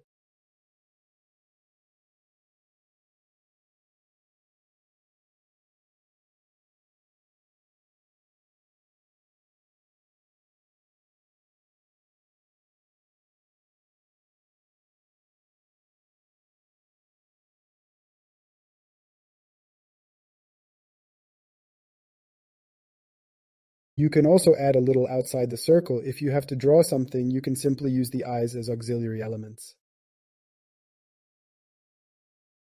Just for drawing.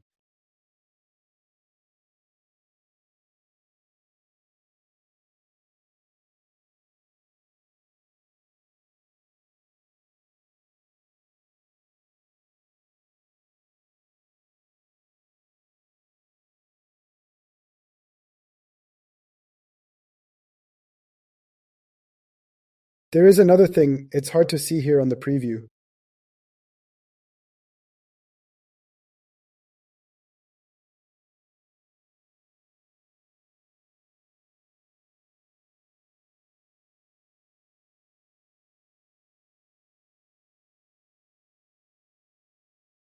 Cannot be stretched.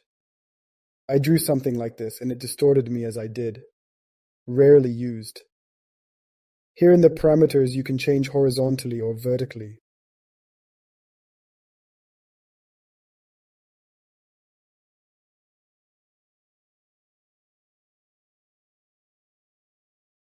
Here's also a preview.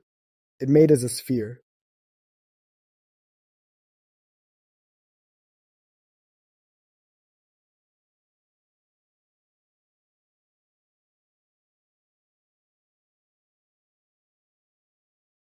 Also rarely used. This thing is usually used. Swirl.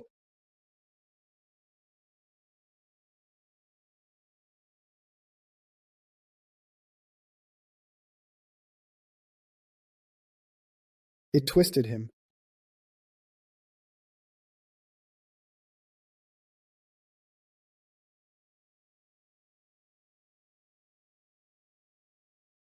I choose how much to twist it.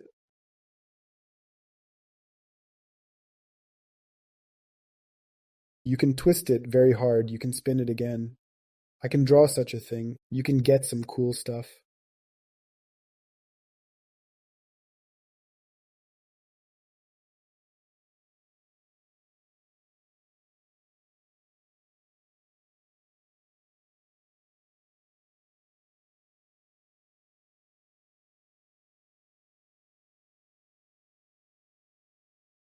This is also rarely used.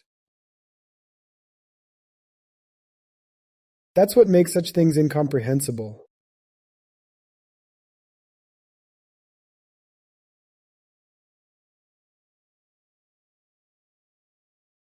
These are specific things. Sharpen edge also rarely used. It makes sharper edges.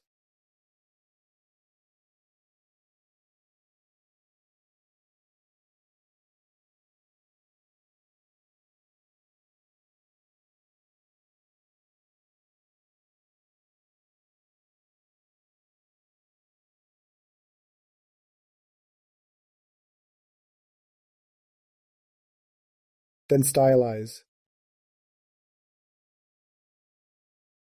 Wind cool thing, only before that you need to turn off 16-bit and turn on 8-bit E.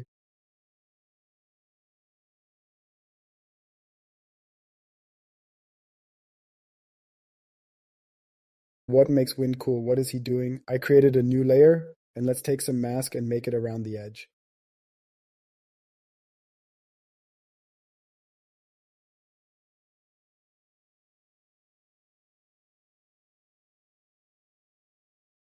I will take it, I will paint it completely white. Control D, select this layer, filter, stylize. Here I choose from left.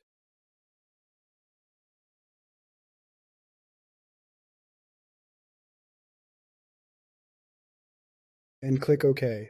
And it does such things. I'll take it again. Let's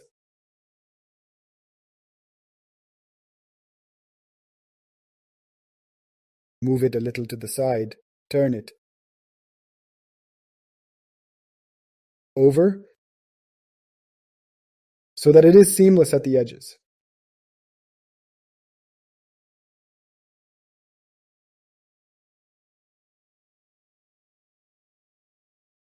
We missed one polar coordinate here. What it is?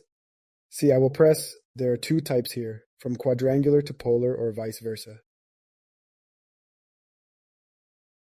If I do the opposite now, you've already seen what it did. That's what's so interesting.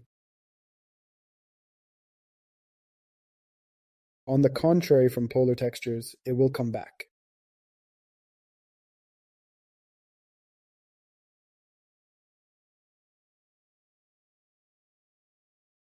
It takes a vertical axis. If I took this texture, let's Ctrl J duplicate it, close it, flip it, Ctrl T flip.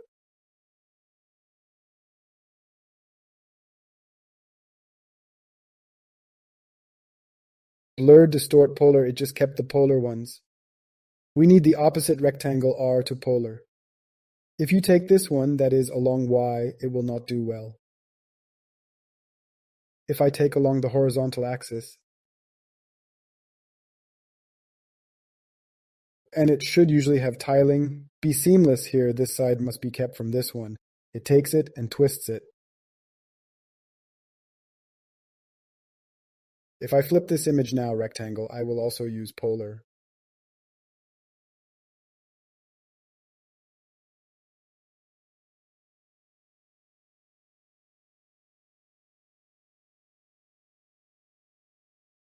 We have to understand if I take and draw something, and it does not match.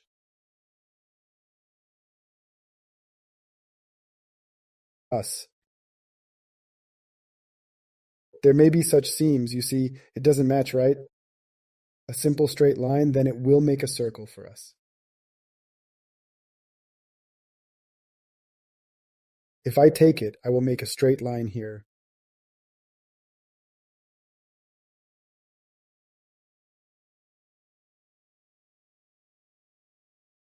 See the result.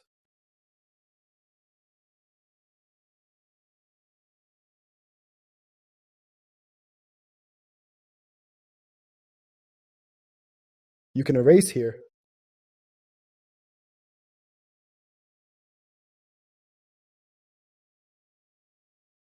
And here you can draw something.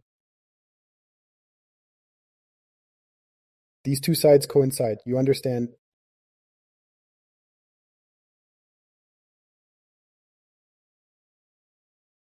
And by the way, the example is interesting.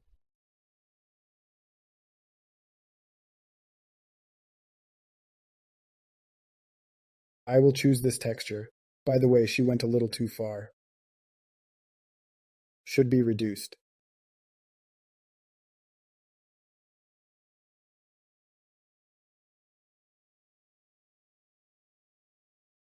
Here you can go to the panel and change the mod to this one.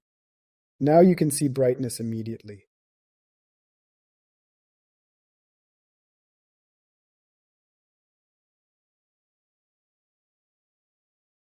We see how it becomes brighter and brighter. If we take this texture and scale it too much, this is where the backlight will be lost at the edges.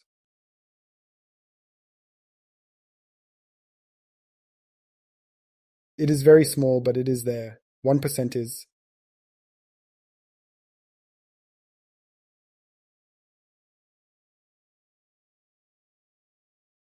And then there may be some problems, so that nothing comes out anywhere. Let's duplicate. Let's take one layer, close it, and take our filter.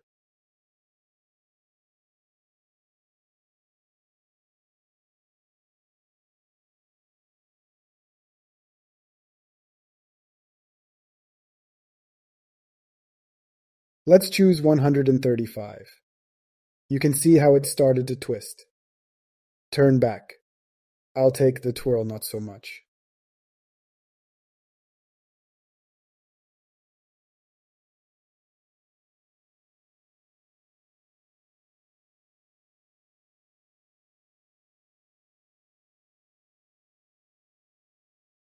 I combined the usual one with what we twisted. It turned out such an interesting thing.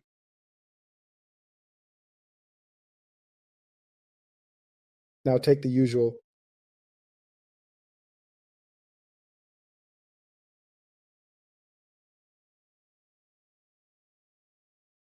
One, take -50. Look what an interesting thing. See how you can combine.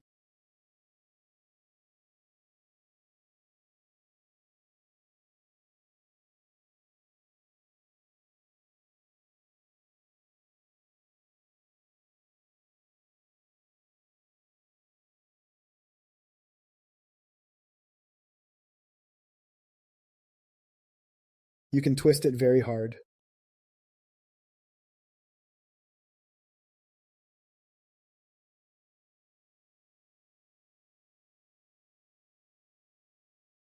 This is how twirl is used. If we click twice, we will select this texture.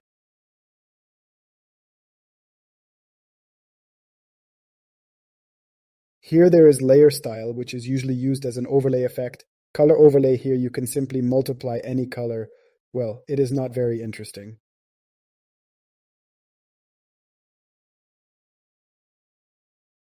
Inner glow, if you choose something black, you can see how its size can be added inside as a backlight. On the contrary,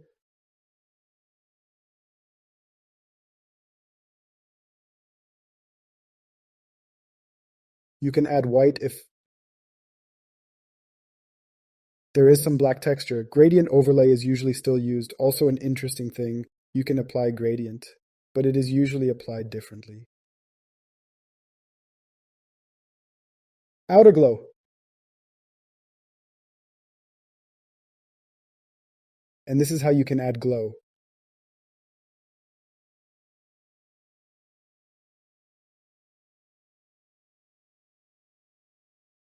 It's usually a pretty useful thing to use.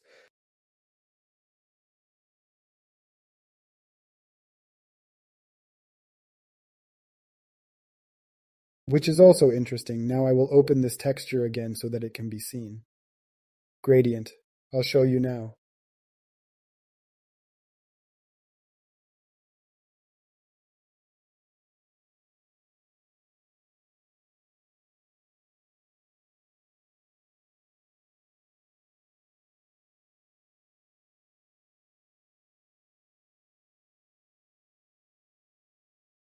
You can choose gradient. There are ready-made gradients here.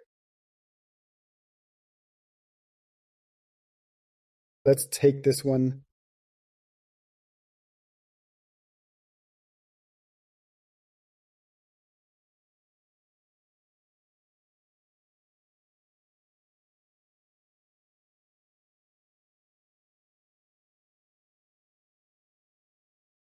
This is not what we need.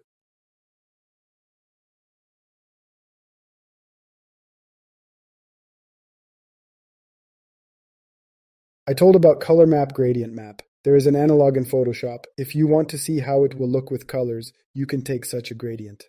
Here are ready-made patterns.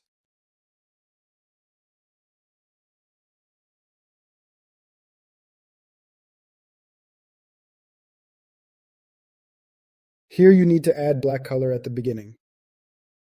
You can experiment with it.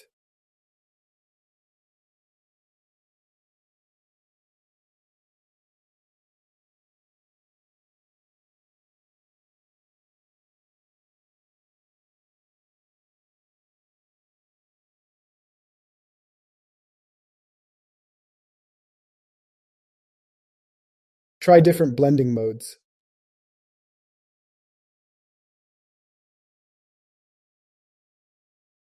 Okay.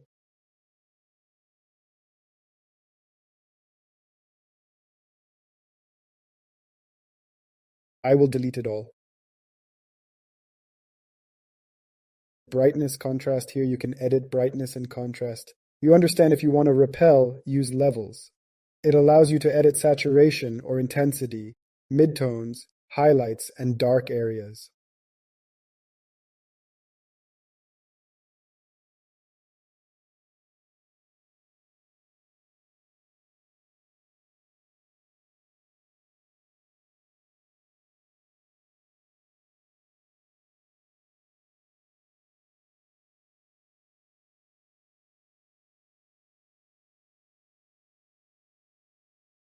Here is the average if more to the right by 255.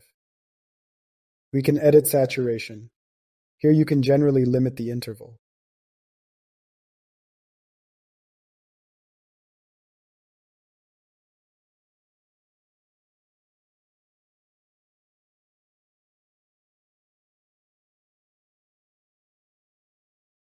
From 190,255, then it becomes completely light, or vice versa, so that it is as dark as possible.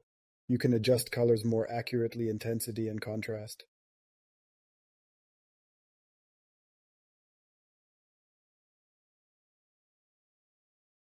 Then we have curves. Here is editing using curves.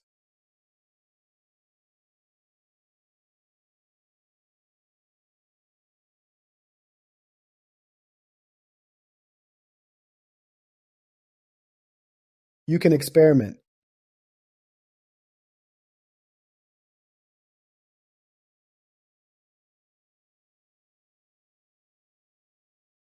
This can also be used to edit colors.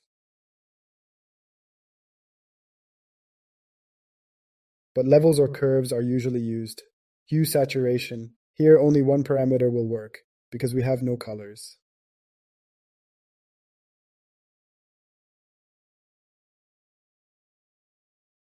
I'll take some red. Draws a color and takes it and goes to hue, saturation. And it just shifts our colors. Saturation is color saturation.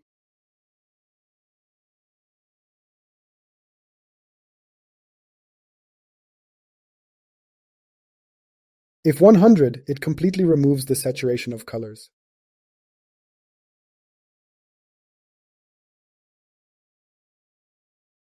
What are these masks? What do they give?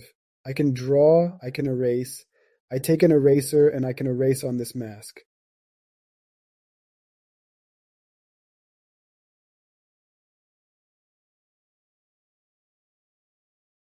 Oops, the washer won't work. It is necessary to draw either black or white. If it is black, then it does not give white.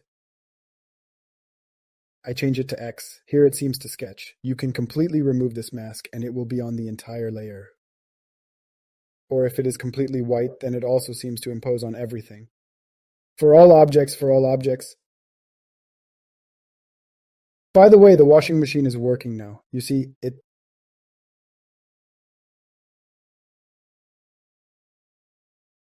can see how I erase. Let's kill the mask. Yes, in general, I am removing this mask now. The entire layer was applied. Situation, hue, tighten. So what's next? Yes, I'll take this layer for now, and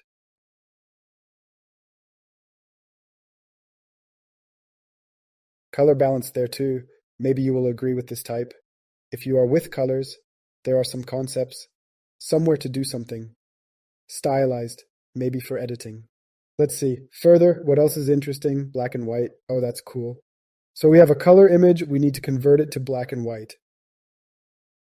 We click and it translates the division of the color image into black and white. Well, for example, I will show now how it is. Make one texture and I'll show you later. Channel mixer photo filter. Well, this is such an invert. Not a bad thing. It completely inverts the colors. That is, we see where white became black, where black became white. I can't agree otherwise. Yes, I created the mask. Posterize. This is such a thing for styling. She cuts the colors like that. It makes such transitions. You can take it. And do it. I just did extreme debanks. Threshold.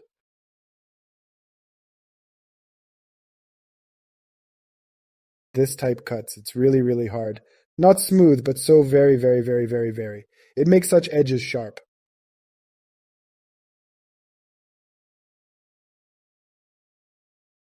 That is sharp-assy. Hard such edges are cut. Let's see how much to cut.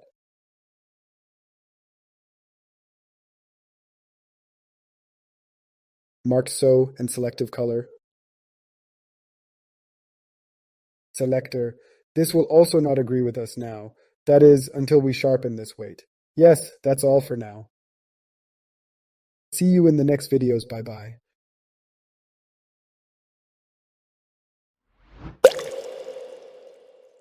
Hello, in this video, we'll look at what a ribbon or trail is in visual effects.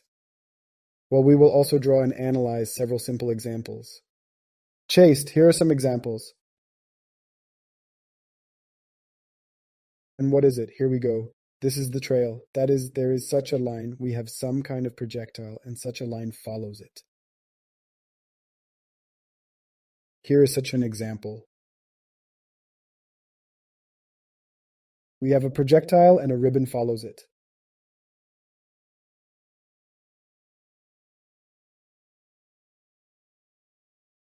Well, in general, they are used not only for such tapes, but there is such a texture. I have already shown it to you. It is seamless and can be draped over 3D objects as well, or just on tape. We will then consider what it is. What is ribbon? More examples. Here we see.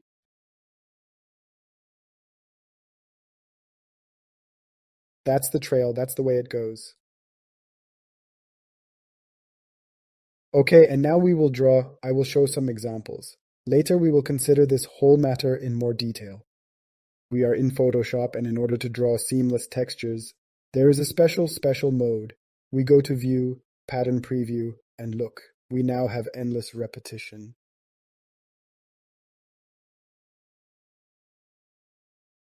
Well, I already showed how it looks in Substance Designer, also seen at presentations. And we understand that this texture is not seamless. Now I will demonstrate. Let's draw lightning. Let's draw something similar to what I showed you. Draw a texture, very simply. I will show examples of how to make a seamless texture. There is such a thing called a navigator. Now, by the way, I'll show you what it is. I'll switch to brush. I'll draw something. I'll take the white one. I'll return it. Navigator. What is he doing? So I will draw it repeats itself. And what's the point? Why do you need a navigator?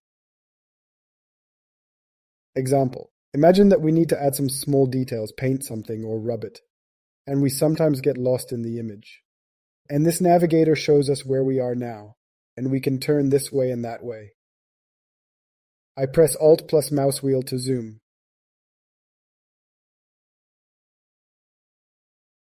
And for example, I edit for myself, and it just shows us for a better understanding where we are now. Okay, what will we do? Let's take the pen tool to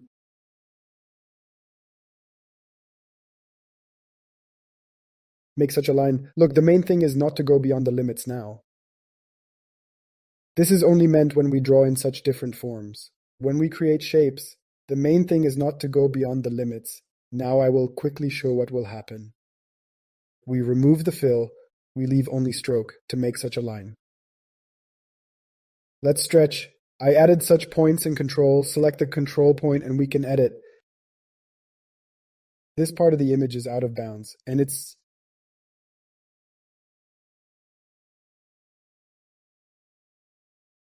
a bit bad, especially when we create figures that are generated with the help of such points.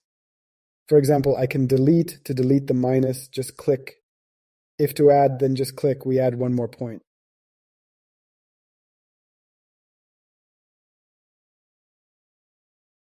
Well, we don't have to edit, and what is the problem now? Now this is called a smart object. Press enter. It created everything. We see it is seamless. It is repeated, excellent, superclass. But there are problems. As we see, it goes beyond the limits. Well, when we created the points, it went beyond the entire main image. And lo and behold, I pressed Ctrl plus T to see. And let's see what is out of bounds, even if I correct.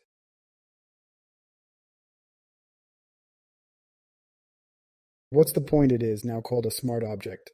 What is a smart object? This is such a container. It is designed for vector images or for images that are generated when we create various shapes with the help of curves or ready-made presets. We don't draw them with our hands. We don't draw them with brushes. It will turn into a smart object. What is the meaning of a smart object? This is a container that can store other images, can redirect to another image or it when editing or scaling or doing a stretching. It keeps the quality of the image.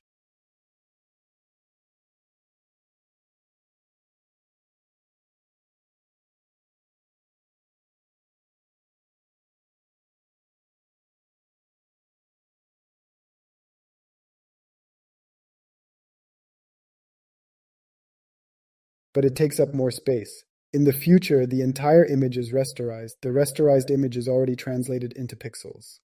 Usually when we draw with brushes, and then it is all rasterized. We can apply filters, but some other things we can't apply while we are in the smart object. Therefore, we transfer it to the raster with the right mouse button. All these lines disappeared. It became an ordinary image.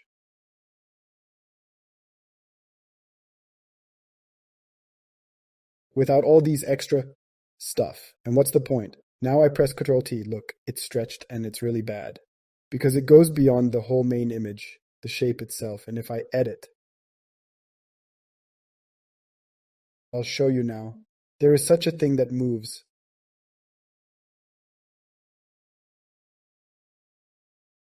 Which can move our image. The main thing is to choose wraparound, because if I choose something else, it is not visible now.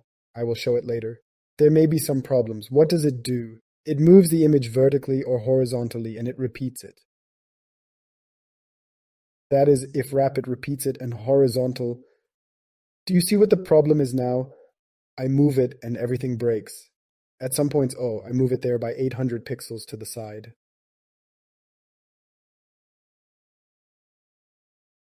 At some points, it can, for example, it breaks here because it was stretched and it won't do very well there.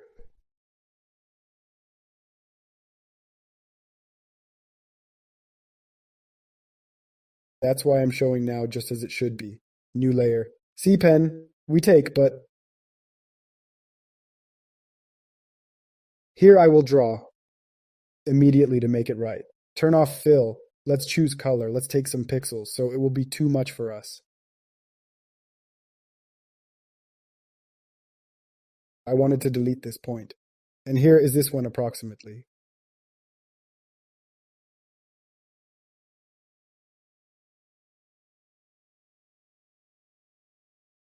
Oops. Control? Here. Well, let it be in this form, and just so that they coincide a little. The main thing is that it does not come out here, this here point and this point. These are the limits. It is clear that there is a gap here. But now I will show how we will fix it. So that she was seamless. Let's do it like this.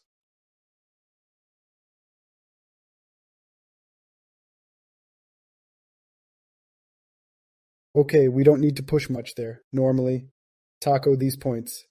Convert to raster.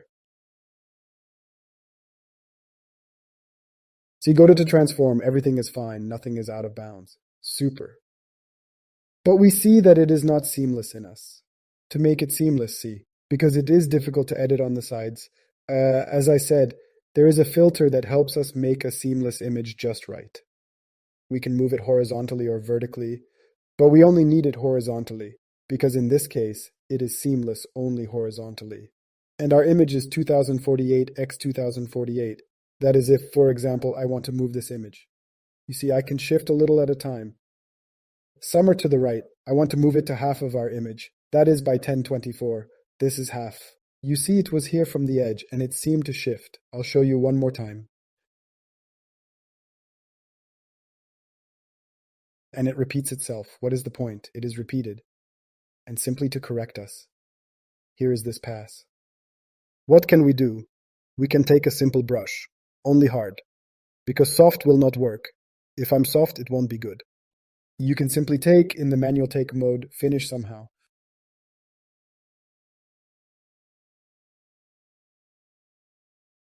Try to. This is the easiest option in principle. Okay, you can take a new layer, take pen tool, fill, stroke again.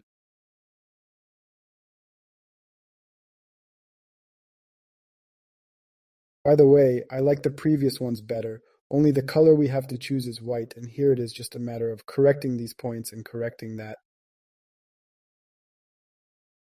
Align points pixels lower down, you can do it like this. Probably a little stretched.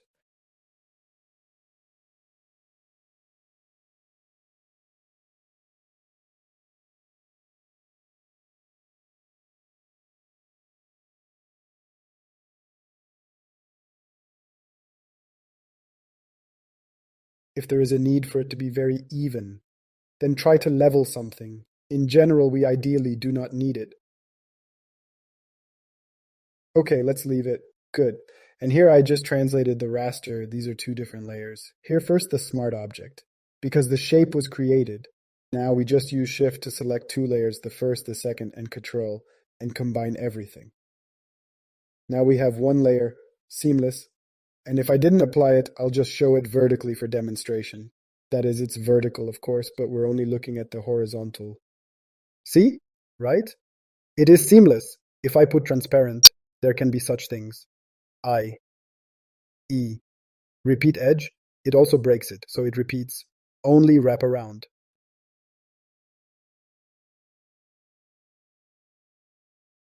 To make seamless. Okay, cancel.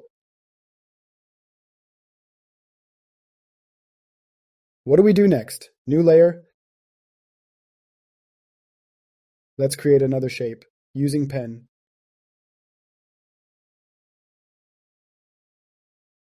Immediately so that it can be seen normally. Fill stroke white. We will have a thin one. This is such an additional lightning will be. So I don't like it. Cancel it. This too.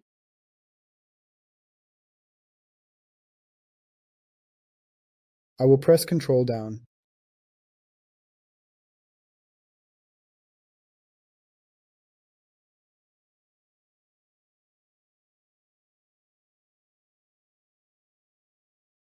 Okay.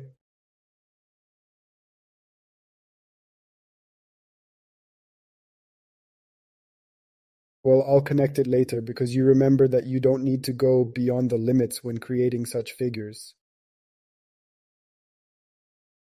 No need. If you just drew, you can. We take it. And roast it. It doesn't go beyond the limits. It's cool. Super great cool. And now let's fix again. Let's choose our shape.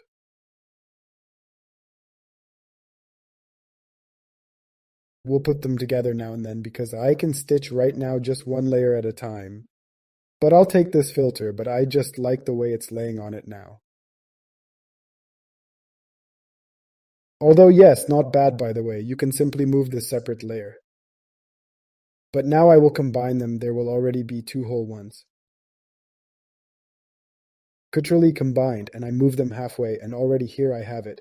Here it repeats itself, but here I pushed it so that now I have already fixed it. What can I do? As I said, another pen tool fill. Stroke white pixels or just draw with pens. I like it that way. Roast again, combine.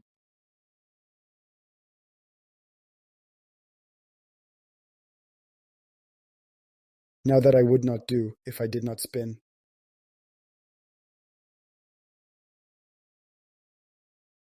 I combined them. It is possible and would be possible to do them separately, not a problem. And in the same way, now we will insert some filters. Thrust. Now I will show again how I will move them. If I didn't move them both left and right, it repeats beautifully. Well, I will cancel now. We can still see that it is going well.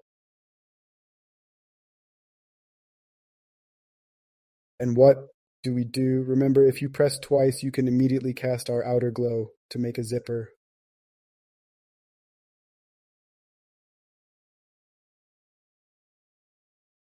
How it overlaps, size, glow software. Well, you can add it. Usually we don't add it. But what does it do? How do you add it?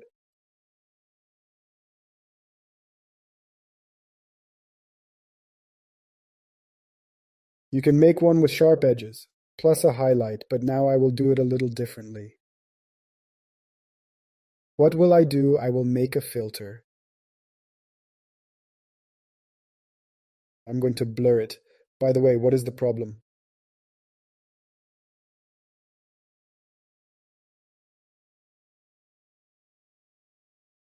If we did in separate layers.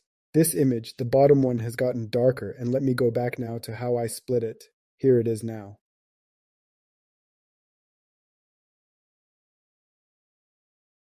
I'll just take each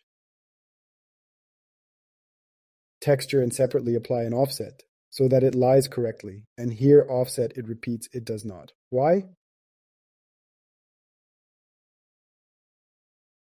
Because it happens that it also loses its color when it is washed away. Blurs, and it becomes less bright if you blur a lot. Next, what did I do? Fill, stroke, pixels, there are just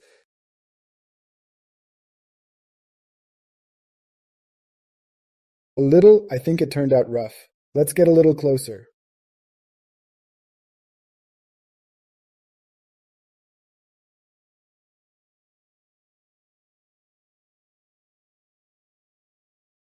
Yes, I will add a little more, or just with pens, as I said, you can just use pens. I think it's rougher looking than the others.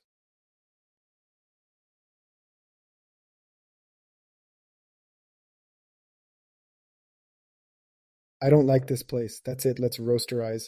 This layer with this one, because this layer is different, our figure is different. We are currently roasting them, and now we will draw filters separately.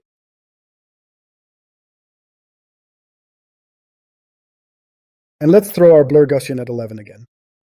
It will be okay, yes. Let's make it so blurry. Yes, we will turn it off. Here we will throw the blur Gaussian filter at 8.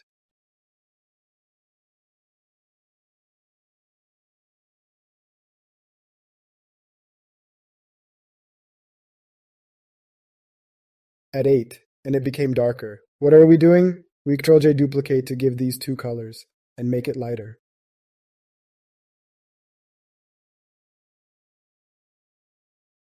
Connect Control, yes. Now it's light, it's light.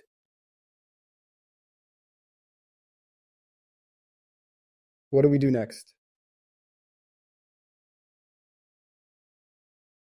For now, let these layers be separate. Let's not combine them. And edit this one. Here we will move it up. Simply, what are we doing? Let's convert our image to 16-bit. It is possible to do everything in 16 bits. For example, convert it to 8 bits at the end. Everything. And we take the smudge. Tool, soft, round, 30, super, select this layer. And now we will give a little interesting such form. Overtake him a little, make such a lightning bolt.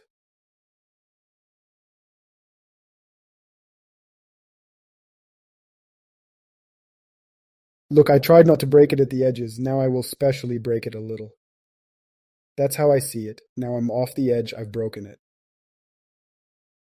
This is for demonstration, feel free to do this. And now look, I'll take it again, reduce it, and maybe add it. Although no, enough. Maybe I'll add a little here, a little bit here. All. And now I will take this additional zipper of ours, a small one, I will reduce it.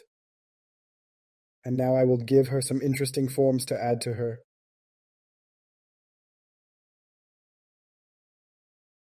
It's great, I don't like it, it's a bit here. More here, this here.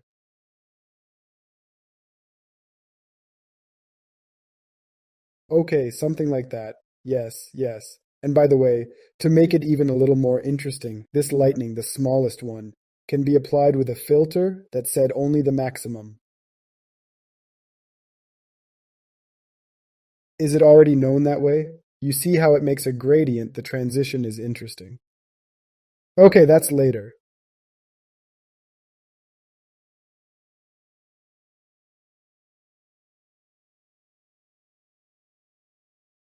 And let's take the eraser, reduce the transparency a little, because if it is at 100, then it will have this shape. It will erase very strongly.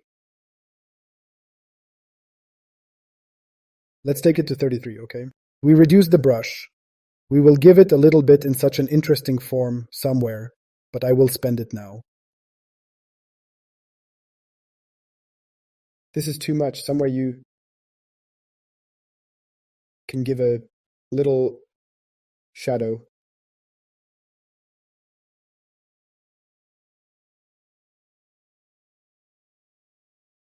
Somewhere rougher to do. Well, by the way, you can take the match tool to reduce it and simply give it a little more interesting form.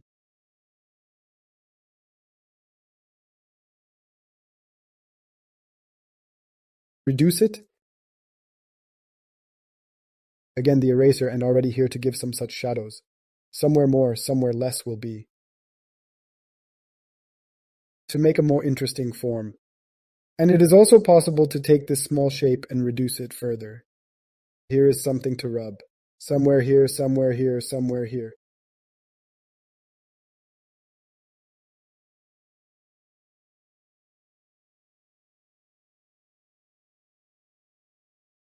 Make rougher.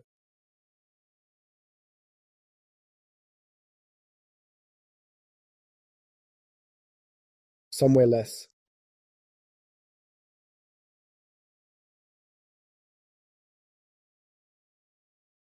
Okay. This is how fast our broadcasting goes. You can add additional zippers as you wish. See, here you can reduce the transparency to make this lightning less bright. What can we do anyway? Copy this layer, go to transform and take it to flip. Make vertical.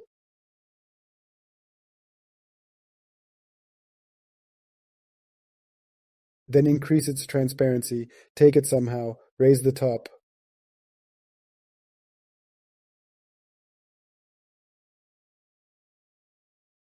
This is already too much. I think there will be additional zippers. No need, you want to add yourself. And what else can be done about it? Enter the warp. And it's like that. You can use the match tool to edit it. And you can also try warp.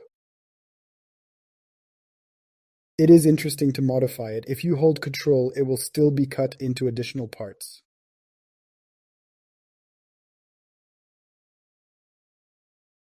You can still edit something there if you want. Here I will reduce the transparency a little more. It will be like the main one, and this is an additional one, although not let it also be bright. And what do? Shape and cast glow, but the spread is smaller. By the way, I don't like it very much.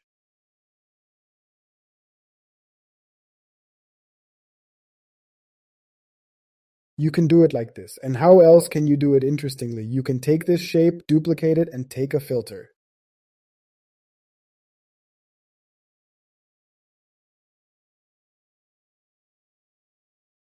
Blur this image like this on 47. Add one more time. You can add lighting in this way.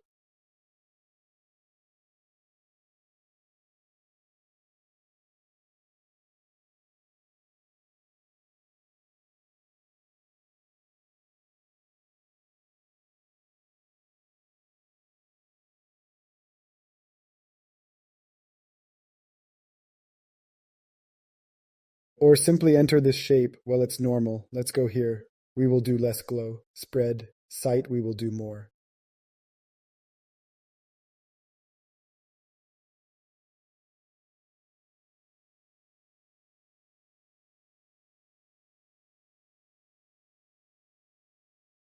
Let's increase it a little. That's how it did.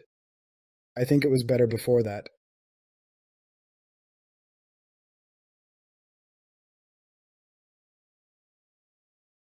You can even take it here and put it on, at most.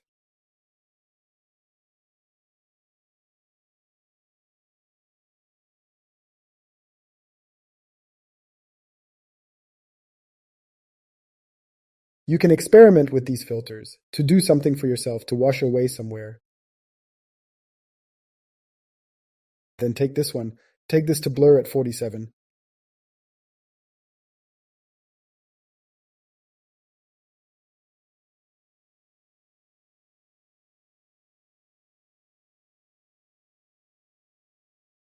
Then again,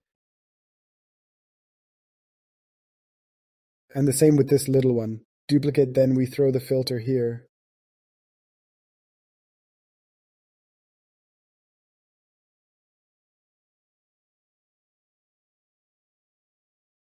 To see better maximum to make a gradient.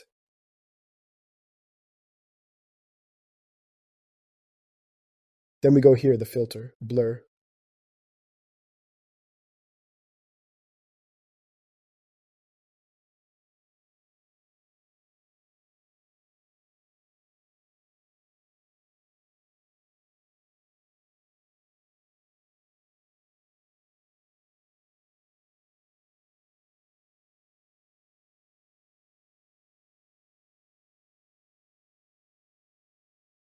So let's combine all these layers.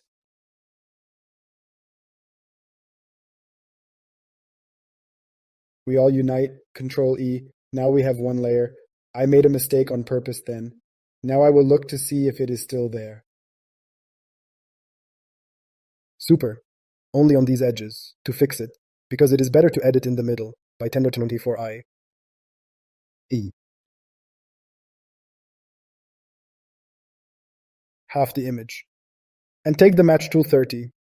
And we'll now just smudge. Let's reduce the brush a bit.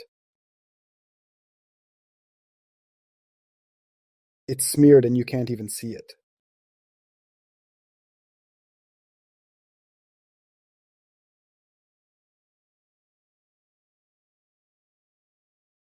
Turn off spacing so that it does super blur in general. Increase. Okay.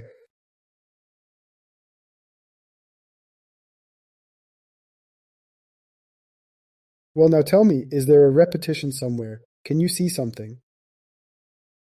I think that. Beautiful, beautiful. Lightning.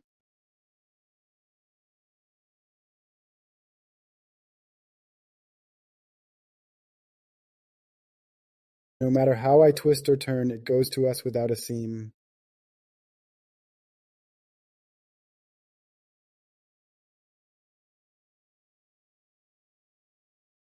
Super. Like it's great for me, for example, on F2. Oh no, double click on the layer. You can write lightning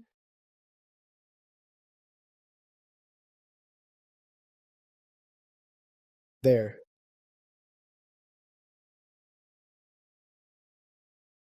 And by the way, another interesting thing, I forgot to say, we have folders. This is how you can drop layers in a folder.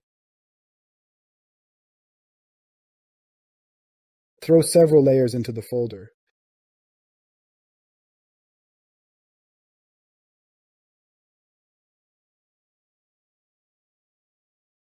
You can just group like that. Okay.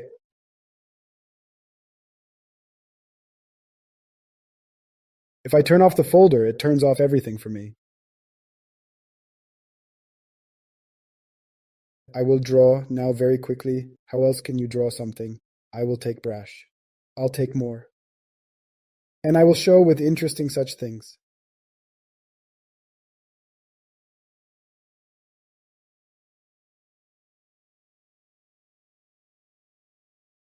Let's take less and let's remember if I make smooth because I'm trying to draw now from a graphic tablet.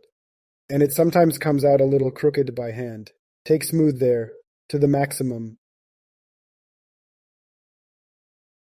Yes, here you can. By the way, in this mode you can safely go beyond the limits. And let's make it so that it was connected.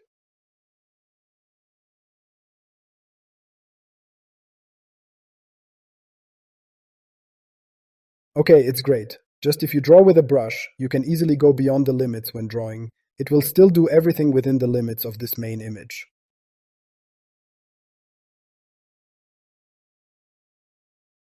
So we will draw the same layers then. One more.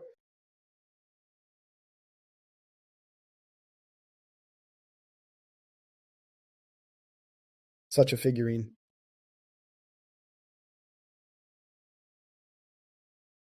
Here you can erase a little.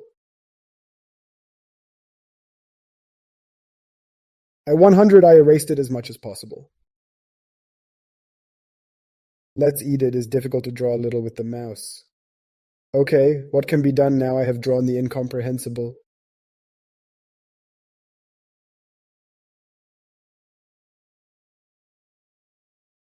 And I just wanted to teach and show how to use it. Let's take the magic tool, select this. Select Shift to add, select this. Let's click in the middle again. It made such a selection. Highlighted these two objects, and between them as well. I can draw. I don't need to take smooth anymore. It is a little dull with him. And you can draw within all this. Or just take paint bucking to paint completely. Choose a gap. And it painted everything for us. What do we do next? Control D, deselect. Let's take our paint.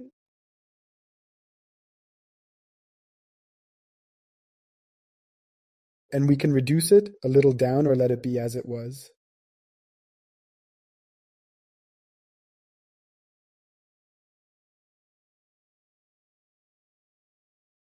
What do we do next? Let's create a new layer. It is interesting now as much white as possible. Repeated, cool, super. I'll take it and make it a little darker if I want to draw on it, which we see is the problem. Damn, you can just take the discharge, as we did.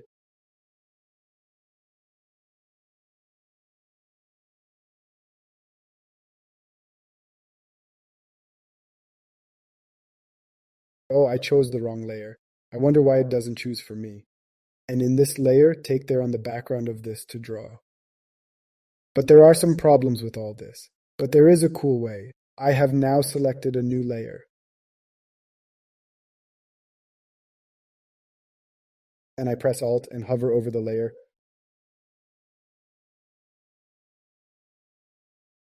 And an Alt arrow will appear. Press the left mouse button. It was embedded in this layer. Now this layer is bound to this layer below. We see how it seems to be tied. What's the point? I chose the brush I draw. But it is not drawn here.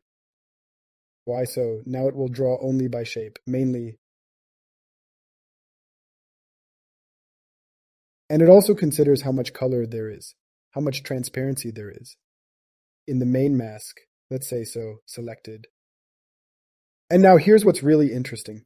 I can now draw something interesting around the edges. You can calmly go beyond the limits. So I'll draw something there. Of course, it is difficult with a mouse.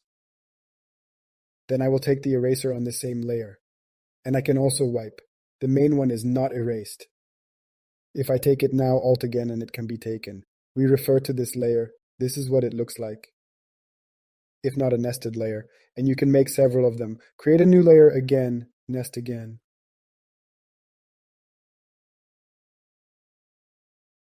Now choose an even darker color.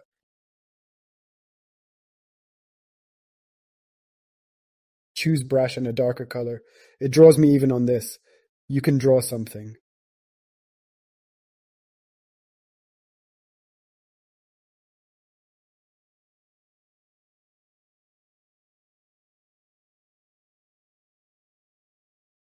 We draw something for ourselves. Now see what else you can do. Put a new layer again. Choose brush. Choose a dark color as much as possible. I will show that with the help of the match tool you can make it cool. Let's make the dots black different. You can make them soft. You can also make solid ones, depending on what you want to get. I take the match tool. 30 selected. Spacing at 25.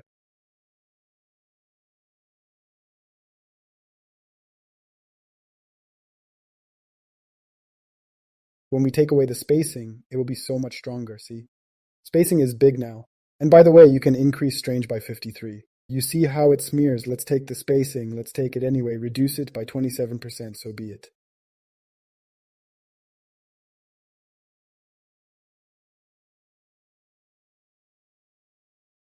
Now it is interesting to smudge it a little under all this texture.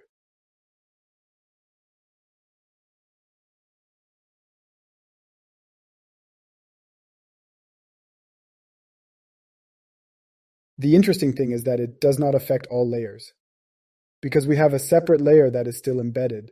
It applies only to this layer. That's what the meaning of layers is, so as not to touch others.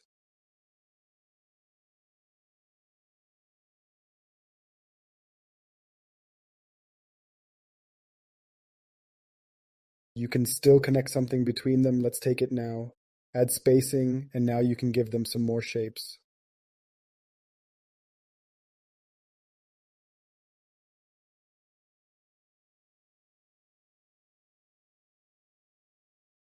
Go to filters, take blur. Which you want, you can play around. Let's use a simple blur.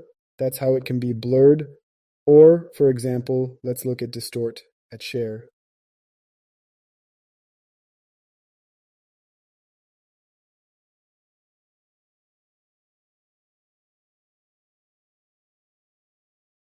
It is not possible in the pattern preview. There may be a problem, it warns us.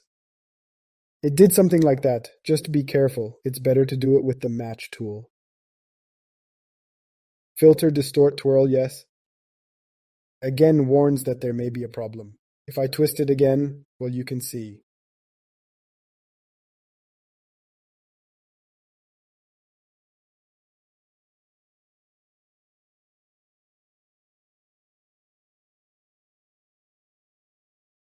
I'll take a blur. You can even use a radial one. Again, a radial one. Say, what could be the problem? It's spin. We'll choose zoom, 13. Let's see how it will be.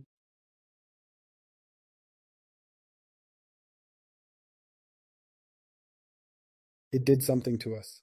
Now let's take the match tool again. You can take the white color directly on top of this layer. Now take brush. Now add another soft round here. You can apply directly to these things.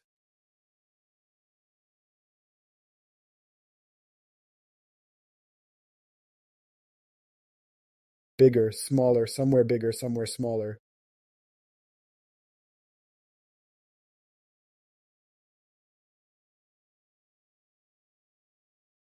Remove spacing.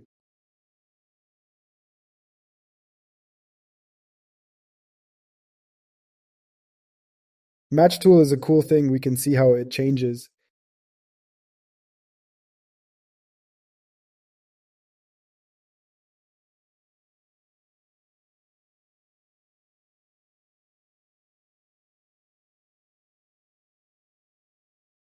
I will spread a lot of it here.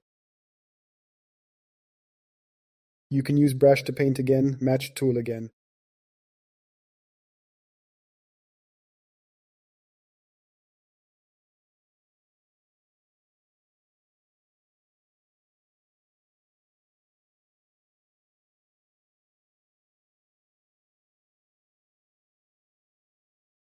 It's just a demonstration. And you can take these two layers, and here take them first, combine Control E. Now it's like one layer. And now the match tool, smear them. It is interesting to make such transitions. This is probably too strong. This demonstration.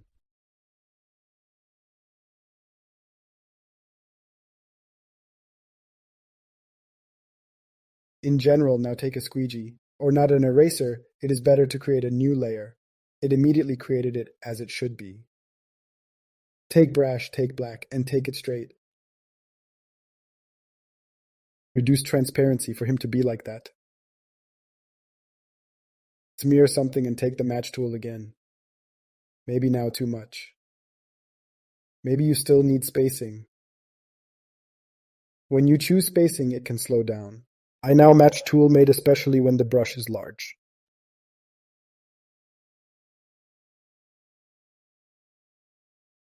Drawing something like this is odd, but now I will attempt to work with it.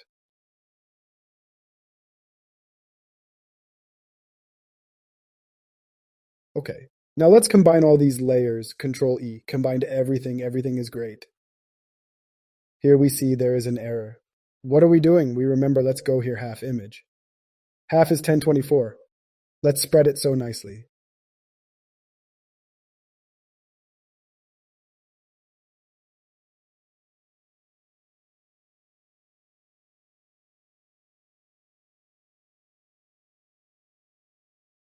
So as not to be seen, so we will spread it. Super, there is nothing. We messed up. And now let's take this image, the filter. See?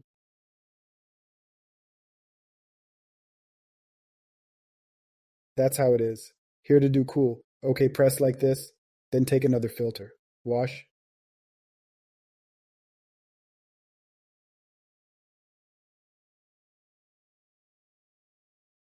Again, then click here, click outer glow.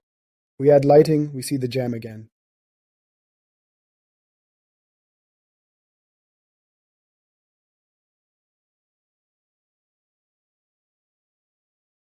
Let's see now. For example, we apply it to patterns.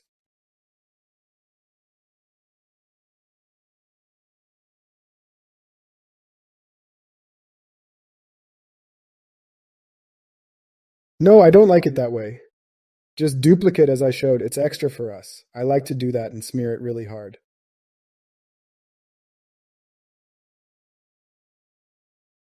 And now it will be added to the main one. Let's reduce it a little. Something. What else can be done? Here we made such a shape.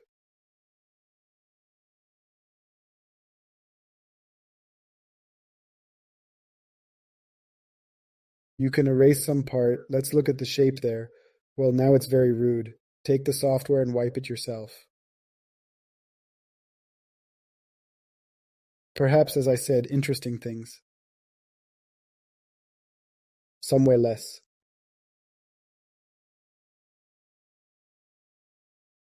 This, of course, is not a good one, not a very good example of trail. He quickly wanted to show what can be done. Well, that's how to rub it. Finish something there.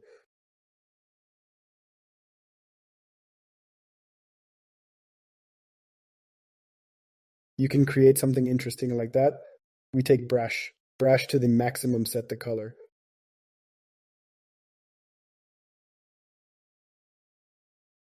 We take a larger roughness, greater transparency. Let's reduce the brush in the second part.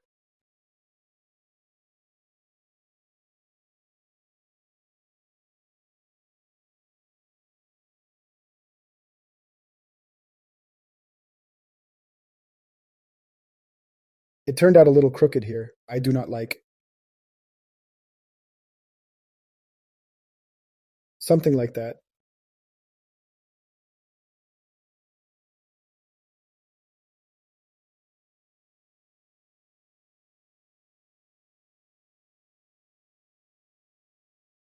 You can create such things. And what do? We take filter, we take other. As I said, you can erase them somewhere, blur something, edit something yourself. Or you can simply take the filter other maximum and do it like this. Apply the maximum filter, then take a duplicate, add, blur,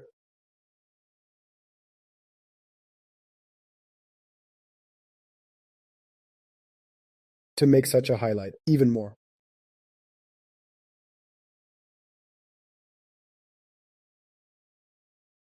And here is the highlight. If linear add, it adds. Normal, it is possible, or linear add.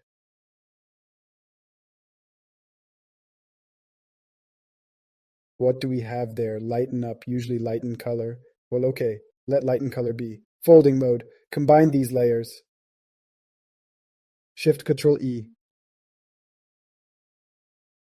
And we show it to see. Look, you do, but even so it is clear that it is seamless. Everything is clearly visible at once.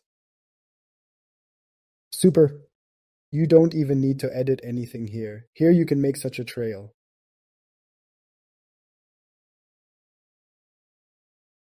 That's all for now. Thank you for viewing. See you in the next videos. Bye bye.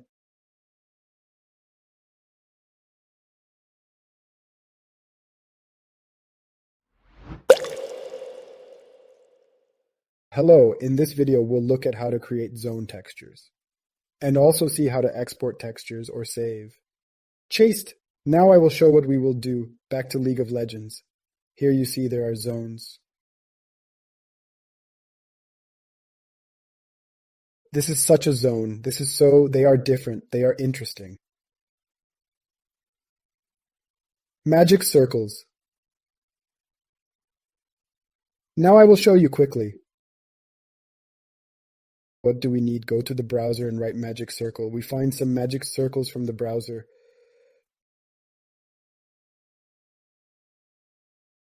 Well, they found something like that. We copy. I hope so. It copies normally.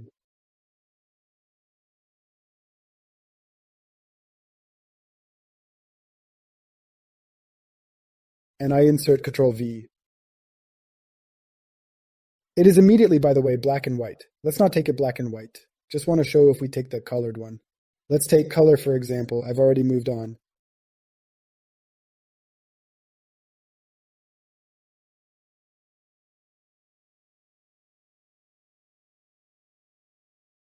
This black one doesn't fit.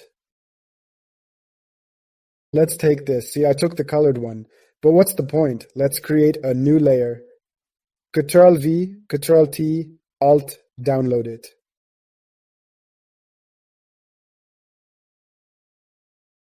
Well, let it be such a change. And do you remember I showed a cool thing? How to make any image black and white. Go to Image, go to Adjustment, and click Black and White.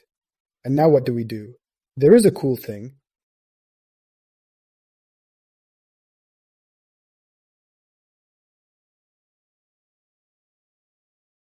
Selection. Do you remember there are other extraction methods? You can try this way. Well chosen, this is quite such a fast way. There is another way. There is such a thing called select. Select in color range. We see I chose selection, I chose grayscale.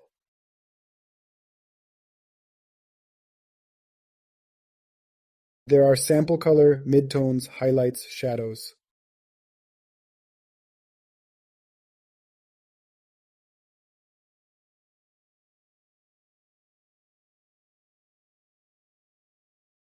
Here you can select range.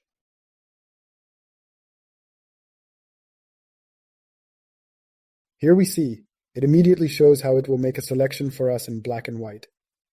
Click OK. See how it did? Now create a new layer. This can be closed. Now we close it, create a new one.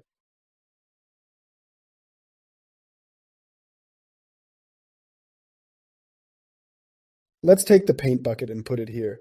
We were painted over this chosen mask. Made this black and white.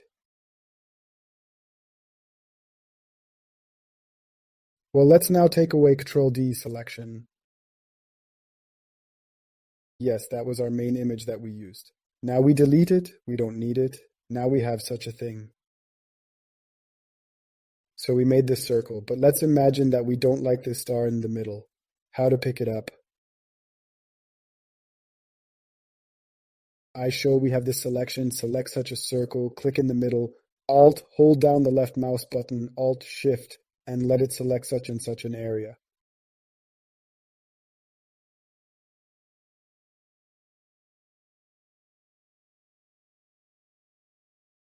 Now press delete. We chose a mask, selected it, and there we can draw something new.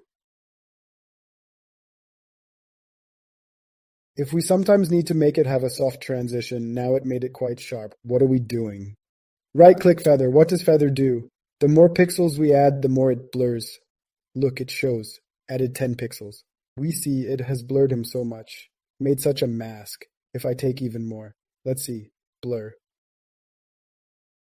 Now cancel Alt again, highlight again. We remove this part of feather and let it be 50. I will show how much it can do. See, gradient blurs, cancel. Let's take this part again and delete it.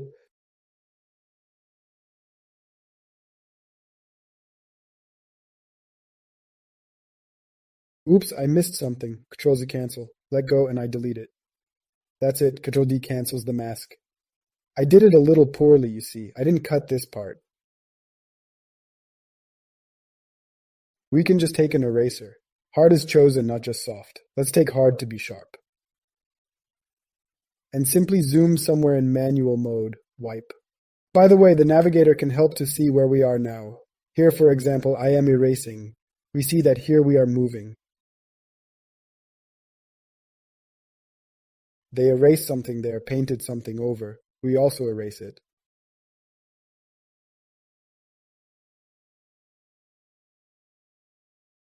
Control-Z, a little bit here, and we can, for example, take this figure ourselves.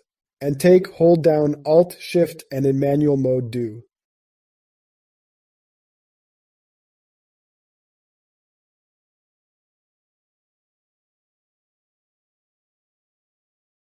It's full here, we're taking it away just to make the edges. Select pixels.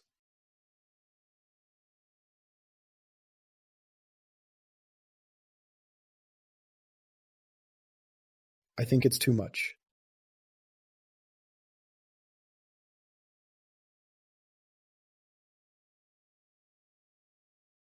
Control-T, let's move somewhere again. Move.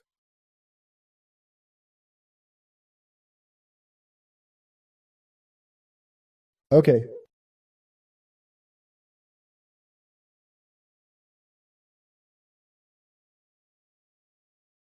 Let's raise again. Oh, that's what I stretched.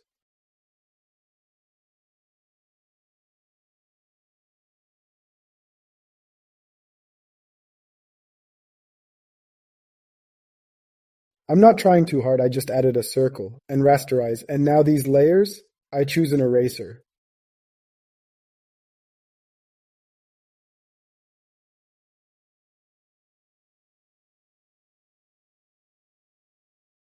The main thing is to choose this layer, because the problem is in this layer. And I'll finish here. Super.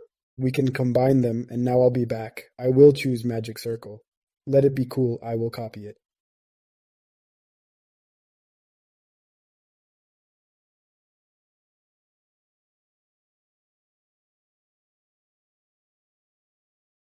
Then back to Photoshop, I create a new layer. I will hide this one for now. This is what it created. I will stretch it a little. I will stretch without Shift.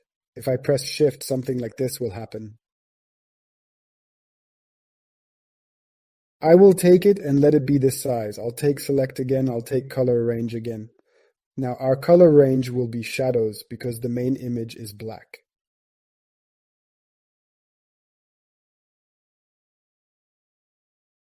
Range. Let's look at the range.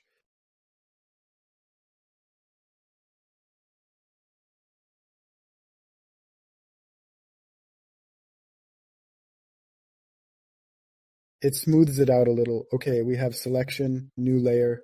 I will hide it. I'll take the white one again.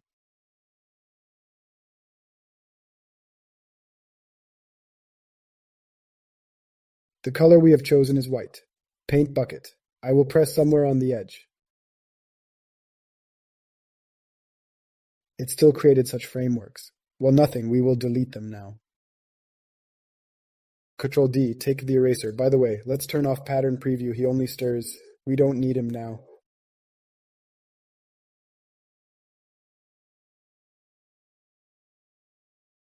We make not seamless images. Okay.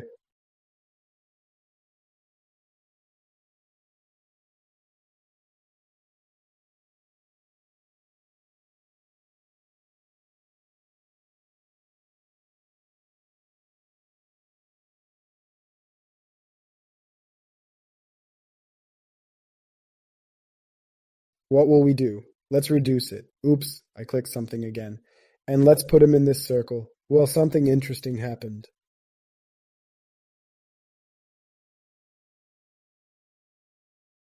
It was possible to take some part. Take highlight. Take this circle. Then it is easy to move it. To cut, for example.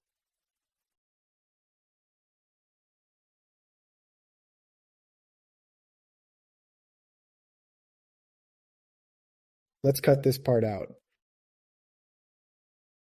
Control D because I don't like how it turned out. I'll press Control X to cut. It turned out a little crooked, but let's not focus on that anymore. And paste it into layers. Accidentally press Shift again. Now what?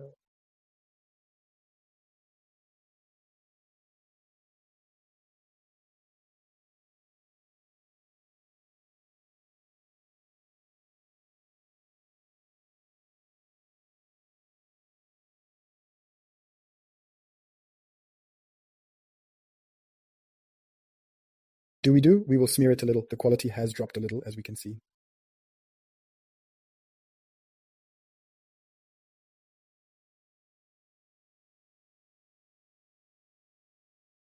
You can try sharpen edges. Okay.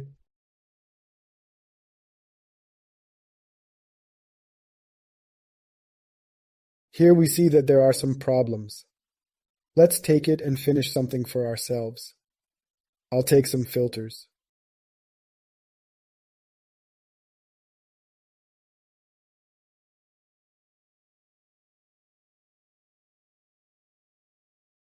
Let me still combine them into one layer. I'm just showing you quickly.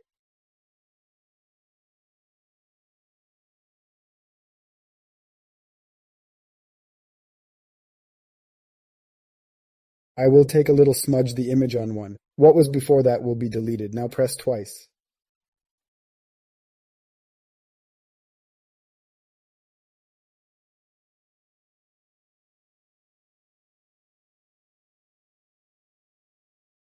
We can use glow here. You can make an interesting backlight.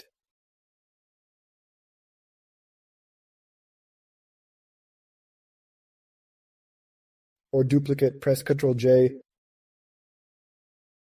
Smudge it hard. Here we will take later color. They did the lighting. This image has been added to the main one.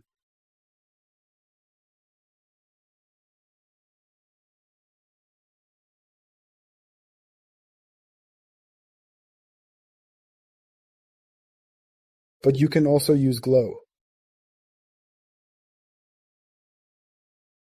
Soft should usually be used. You can make a small highlight if it is too much. You can reduce the transparency. 57. Class.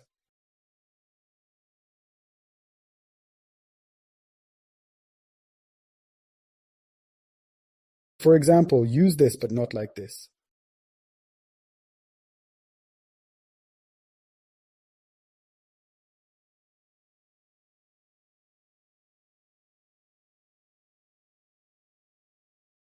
Let's choose something more red or orange.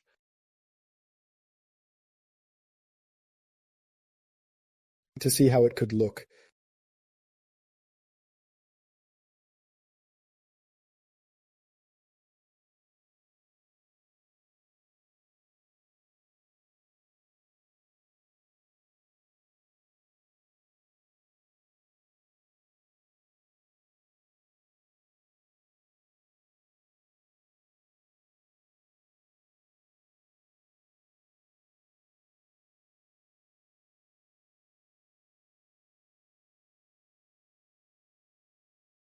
those gradients don't look very good right now.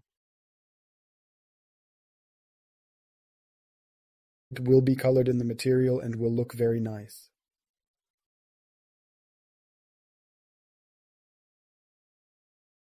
You can apply a gradient here.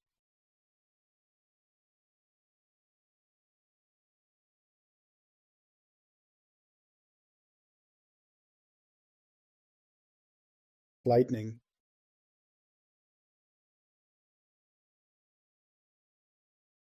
We don't need to paint it. It should be in black and white, remember. I just wanted to show how it could look.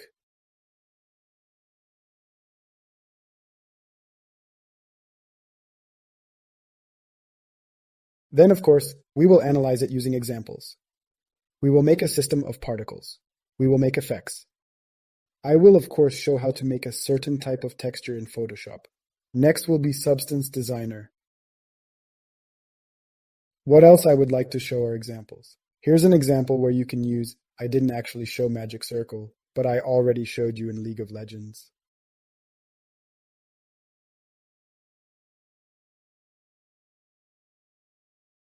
They can be made in different ways.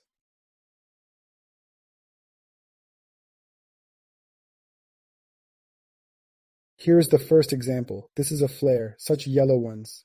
Well, they can be used in many places. But in this case, it's just a highlight. It can be done directly as a flash, as it suddenly appeared and disappeared. It's more like an aura or a glow. Further, this texture that we drew, it's not exactly her, but she looks a lot like it.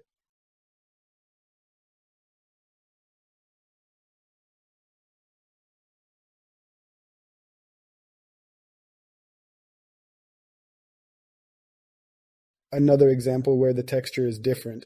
I already show how it works in the system of particles. We will also learn it.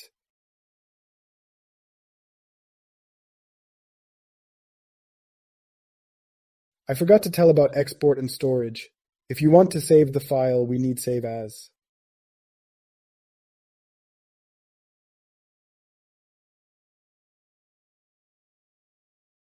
Yes, and then we already choose where to store. This is a PSD file. This is our Photoshop file. If we just save Photoshop, this will be our Photoshop project. If we want to save it as a texture,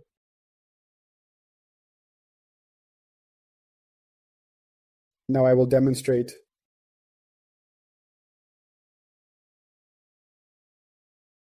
Only what is enabled is saved. Export as PNG.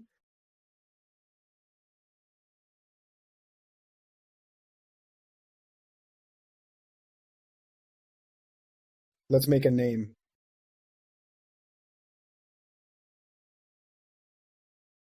Well, we will learn the correct naming of textures.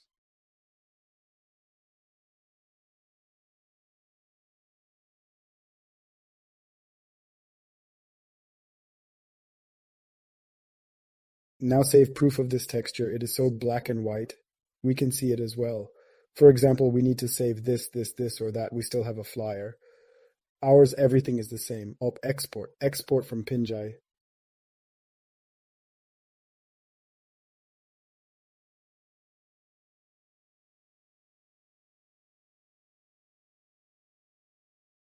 Let me explain how to save the final image correctly when you understand that it is ready and you need to export it already.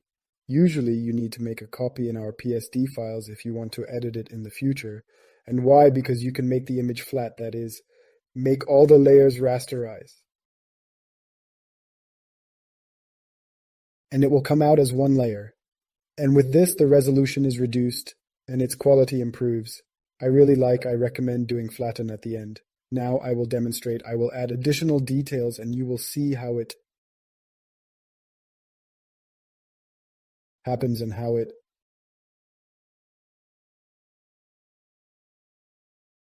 is done. I will delete the flatten image. There is such a thing as Ctrl-S to save this weight. It creates one such image for us.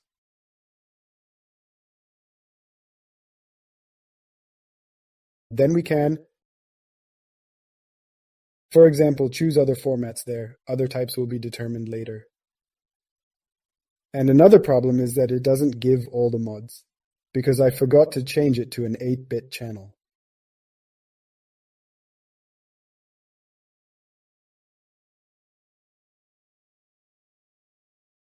Here's me on an 8-bit one. Now watch it again, recorded US, then earn money. Then it gives you a lot of different formats of JPEGs and GIFs and something, some Photoshop, some other files. Usually what is used is TJ, yes, or PNG. Well, save it in PNG and you will be happy. I will tell you, it will.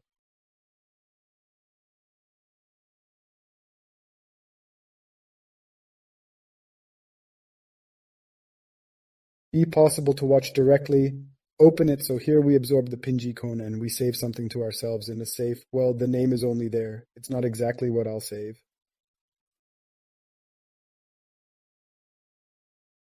And yes, she gives us to choose a large file. We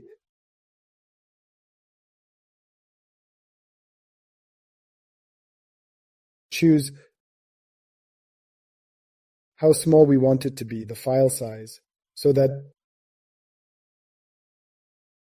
the smallest size we have is the image, and another option is to simply choose export and so on. We don't have such a window here for export. Fleets must not do it directly. That is, here you can choose either GPG or PNG. Of course we choose a PNG. The GPG format will be better, it will be compressed, the quality will be worse. Well, sometimes there is something for some mobile projects. You have to save the maximum size. Then you can already donate, i.e. You don't have to choose this one quality, so I'm there and we create its image first at 2048 and they're at 512 by 512 so that they are smaller. Now it takes up 400 to 4 megabytes. Let's say yes. Yes, in megabytes we will be less than half a megabyte. Not much. Yes, it will convert to Sergei. Bishka, that is, we can choose there. For example, you can immediately accept the size 512 by 512 and see how the size changes. That is, it will squeeze it PRSM, put special filters on it. That is, you can immediately put 1024 per thousand, but she immediately put 1024. Well, the skate is immediately ready as much as we want to reduce it, and that's how we preserve transparency. Well, we don't need it because it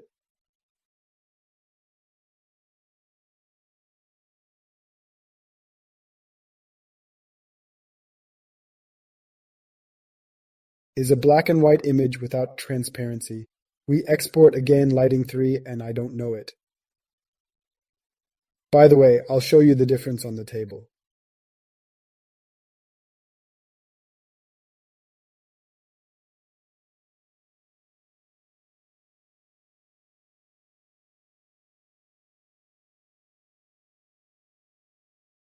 All 2048, and this 1024, and we see how the holiday fell. Here you have to understand the quality in principle. Okay, 1024. I can raise it to 2048. I say, if there are any, that is, for your demonstrations, for your projects, you can use it up to 2048.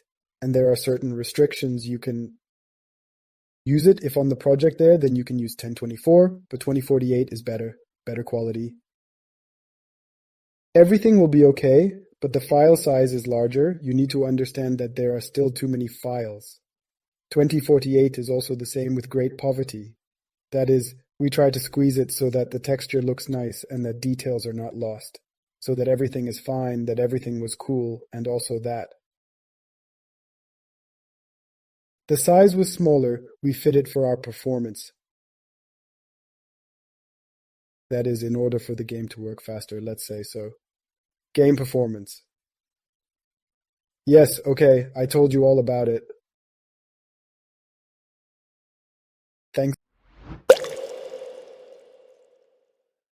Hello, in this video we will talk about Substance Designer, how it is arranged, what is its advantage over Photoshop.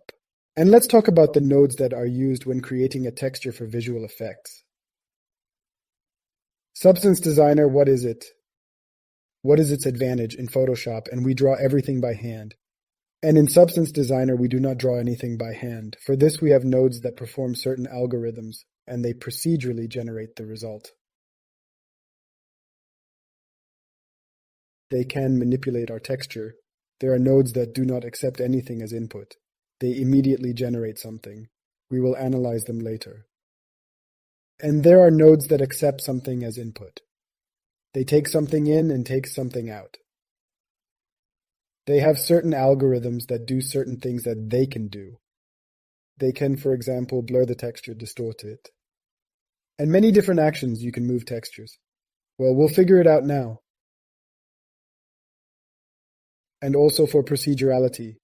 What can we do with substance design in general? Its main advantage is that we can generate a very large number of different textures. For example, now I will show some specific examples of what is happening in general. There are various notes that in the future, with their help, you can create such and such a texture. Well, here we just painted it over. And what is the point? We can take some specific parameters from any of these nodes that perform each of their functions. We simply connect them and get something at the entrance. What can we do? For example, we can take this function and move it somehow.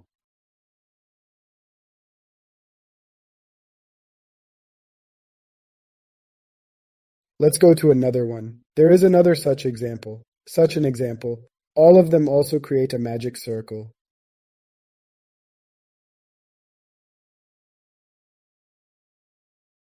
You can take one of these nodes and, for example, manipulate just a parameter. And it already internally creates completely different options for us. Here, for example, this one. See how easy it is. We don't draw anything, it procedurally generates everything. Textures can be created using these nodes. Here, let's show here. Well, just as examples of what can be created in general, a lot can be done to make many different ones. And the advantage is that we don't have to draw. It is all cool generated. And it is not difficult if you understand how nodes work. What is their function? It may seem very difficult at first. Why there are so many of them is unclear, but we will gradually figure it out, and it will be quite easy. I will quickly show such an example.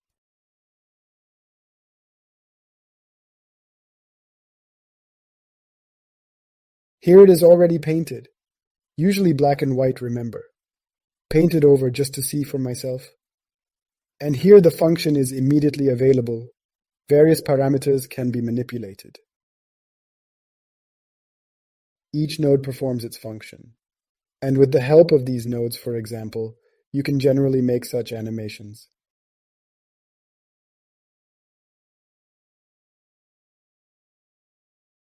Black and white texture, turned it over, threw a gradient, brightened it a little, and now I'll just show you what you can get from it.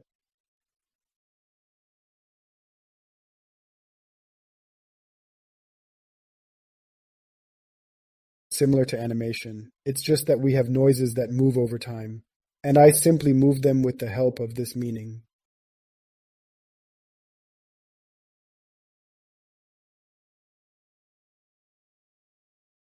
We will analyze this example. Looks cool because this lightning is animated. There is another program called Substance Player, and in it you can transfer files from Substance Designer and animate them.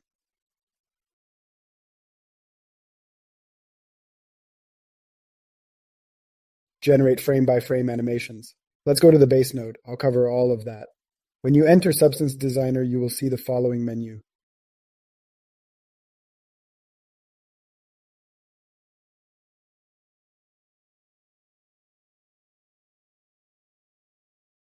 Now I'll show you that when creating a substance graph, specify the name M, and of course select 2048 by 2048. And here you leave everything as it is and click OK. It will create such an empty graph for you.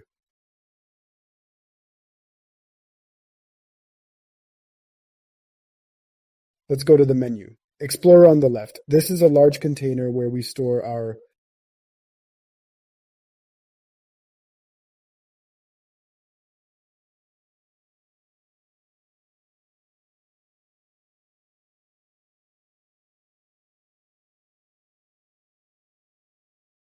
graphs.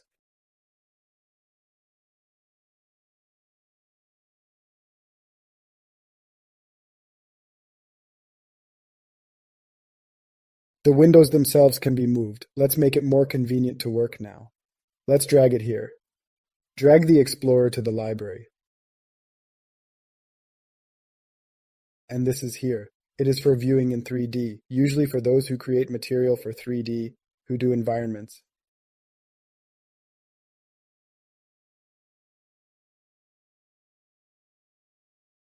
We don't need it yet. There is also a switch for the sRGB icon. And there is another button here. This is information about the pixels on which we point the mouse.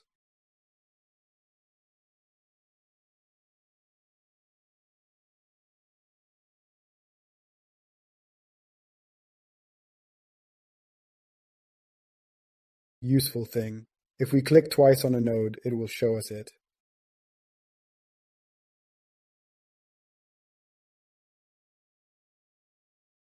So I'll cover that as well, above the menu with introductory notes that are very often used.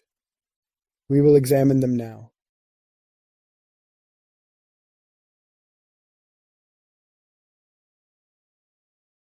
It shows us our texture size.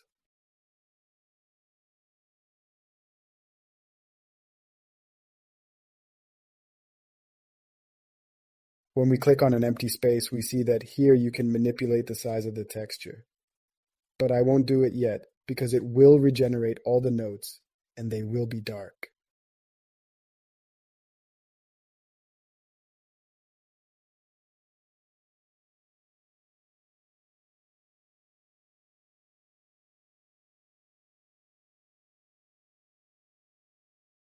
Here is such a library with a variety of ready-made noises. You can see that there are a lot of different tools that we will talk about.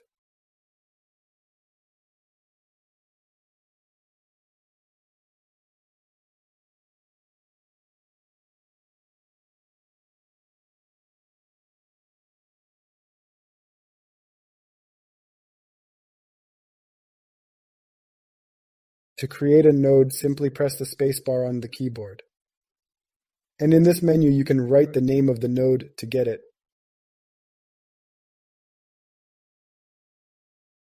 Node, for example, bitmap. What is bitmap? It's simple. For example, we have some image from the internet that we downloaded. Here you can also throw images from the internet and then manipulate them. This is where I threw such an image from the internet. And let's go to the nodes, what they do. It's just in our image imports. These are the parameters. If you click on an empty space, you can see the parameters of the entire graph. If you click on the texture itself,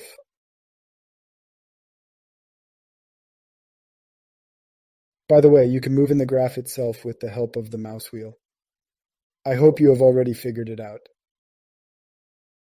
And that's how you can move and scroll the wheel. It's back and forth. What else can we do with the texture? We see the size 1024 by 1024.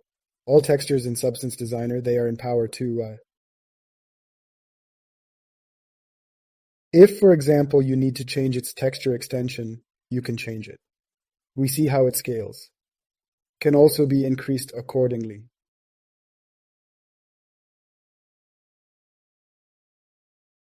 Here you can switch from color to black and white. This is a separate node that converts to black and white.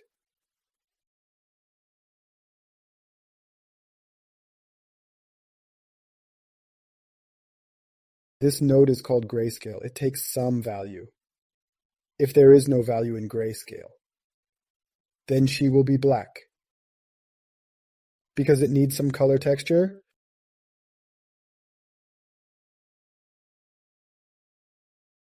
if, for example, we change something in one node, for example, I change the size here, then all others connected to the main one will change. If, for example, I click on this one, this very last one, they go in order, then we will see the result.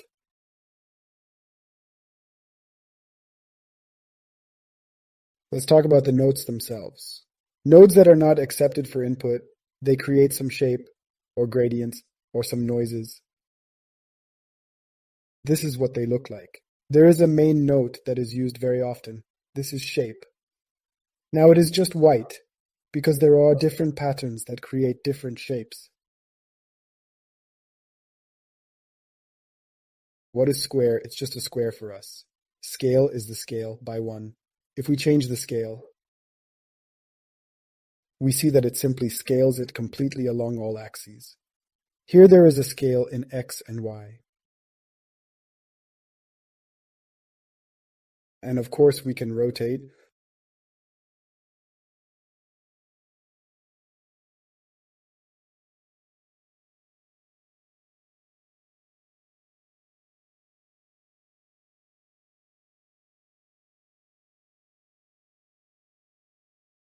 We also have the option to increase tiling. See, there are different patterns here. Let me return everything to the way it was.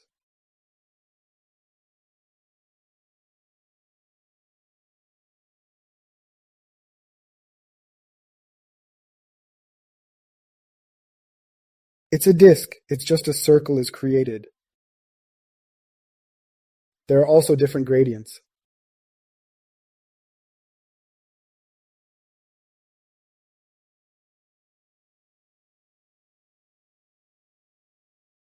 Some values give additional parameters.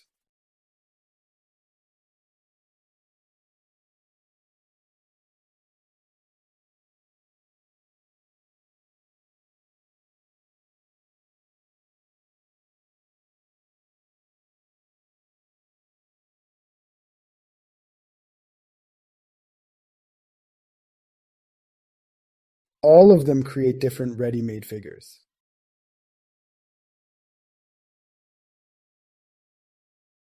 The most frequently used are, of course, the very first ones you can see. What else is so interesting? Here we see that there is tiling in the texture.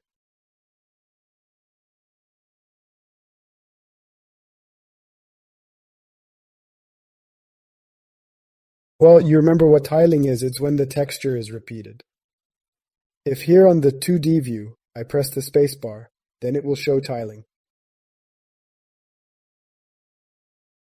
Endless repetition. Well, it's just for demonstration, of course the texture won't be like that. The main texture here is the repeating ones, just for demo to see if it is seamless texture or not to check. What is a big plus of Substance Designer is that all textures are usually noises, they are seamless at once. This is a very big plus. We will consider later. Let's star. Star simply creates a star. Starburst.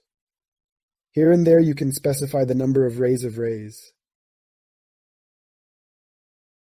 Can be washed blur.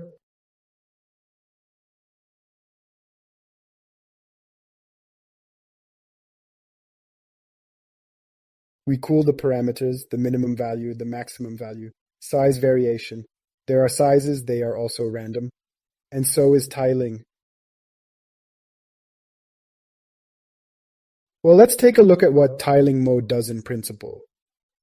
If we set relative to parent, usually all textures are repeated. But you can, for example, for this texture, I don't want it to be repeated. I put in absolute and put, for example, no tiling. What is the point? Oh, look, if I put no tiling here, I'll change.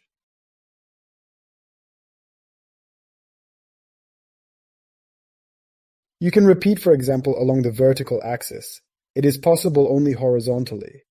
It is possible along the entire axis. And what's the point anyway? Now I'll set the repetition to 1. Here, for example, if I greatly zoomed in on it, here we see what is repeated. In general, I can still write 3 here. And we see that it should not be like that. For example, we don't want her to leave. And I generally take the tailing. And now it doesn't happen again.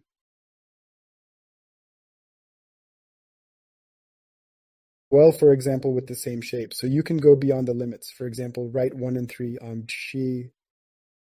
Let's see how it repeats itself. And here it began to go beyond the limits. And it repeats from here. This is a feature of tiling in Substance Designer. And to avoid this, no tiling. There are other options. Tiling is also possible. There are different parameters to create ready-made patterns of shapes. Yes, Polygon, you can specify the number of sides.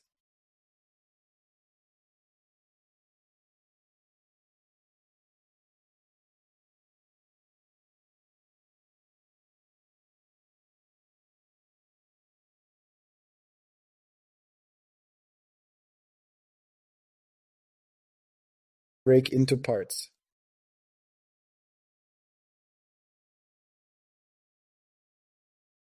By the way, the polygon is not repeated. This is probably its peculiarity.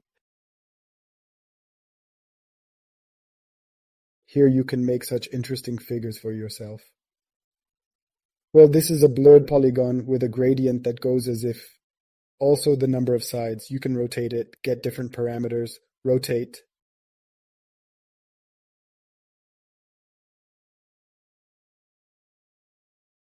To create something like that, it's interesting.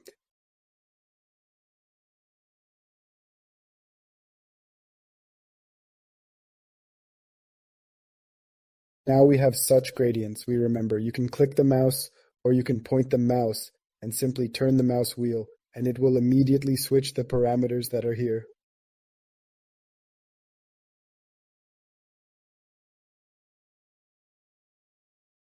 Therefore, we choose an angle here and we have such a gradient. Remember here you can see the information about the pixel on which we are pointing. Remember from scratch. Here we see how it increases in value from 0 to 1. Here, look. There is a complete 0 here. Well, there is a small value there. Of course, I will not get to this pixel where it starts from scratch. And we see how it goes to 1. We have such a gradient from left to right. There is another type of gradient.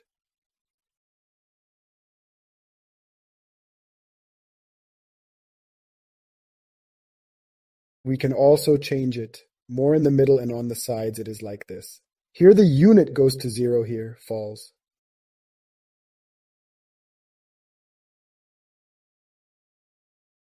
By the way, you can change the position up and down. That's how it moves. Let's see, shall we?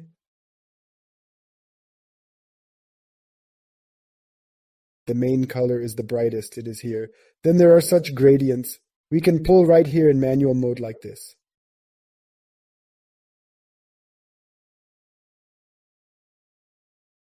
Visually.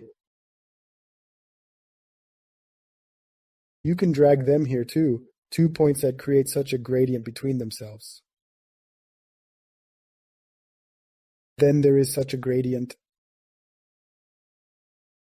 This is the type. Is it the same one? I repeated myself, sorry.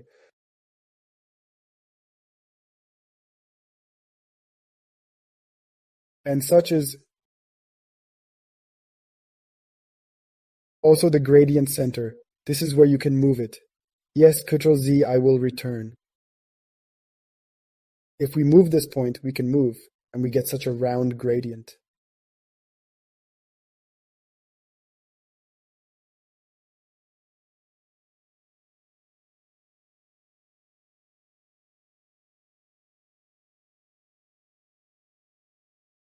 And there are such patterns. You can tweak it, you can twist it. It's all just patterns going. You can look at all of them. There are more of them. I looked at the main ones. And now let's move on to our noises. Noises, I press the spacebar. They are beautiful. They also have parameters in them. These are ready-made presets. I will stretch it down a little. Gap. And we can see which of these noises I choose. He is tiling.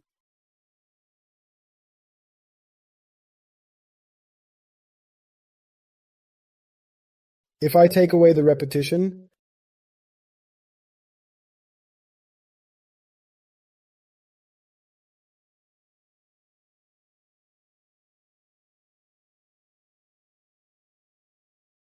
these parameters are unique to each noise. They do something for themselves. Different options are generated, and of course they immediately, so that it does not spread there. It immediately goes seamlessly. Beautiful, beautiful, wonderful.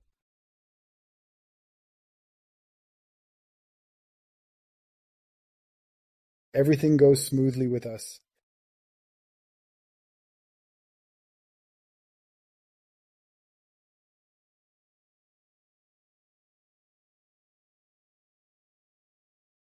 You can zoom in, stretch along X or along Y.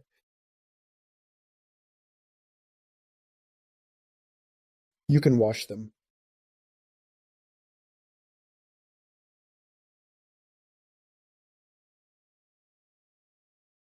Let's see, so cells. We also increase or decrease the quantity. We simply scale them. This same pattern, this noise. Hardness, how much he is like that. Hard.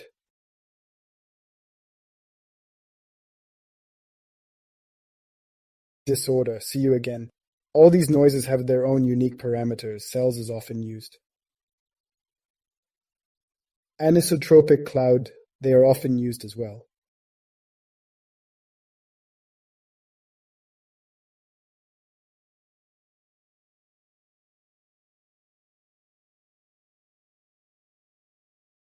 Also these two.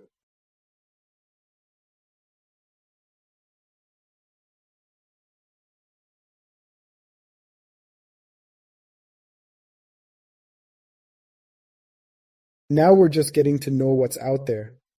Then we will do it ourselves. Substance design is a very cool program. And in the future, all this comes with experience. Somewhere to learn, somewhere to understand something. Memorize notes, see techniques as done by other authors even. Or discover something yourself. Practice and understanding will come. How can you create nodes between each other? Do not be afraid that there are many parameters. Then everything will be remembered. It is quite easy to understand an experiment. It is always interesting to work with him. Interesting options can be created. Okay.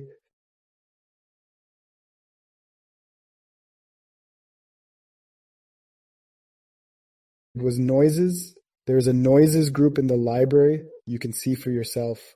Of this type are also used.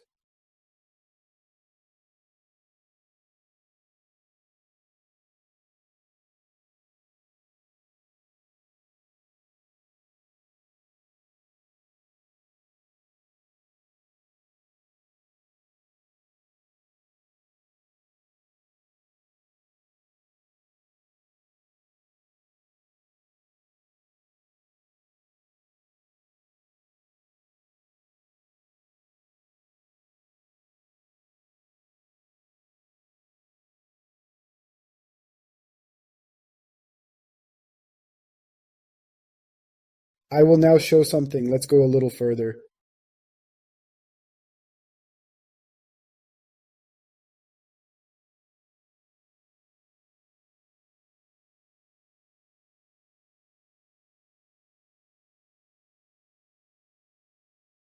Now I will do it very simply. Wave number.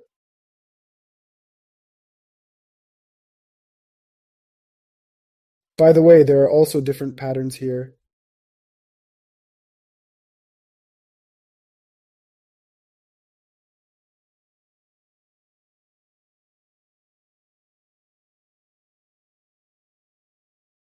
Here you can play with it. You can even create some interesting version. I remember creating as if.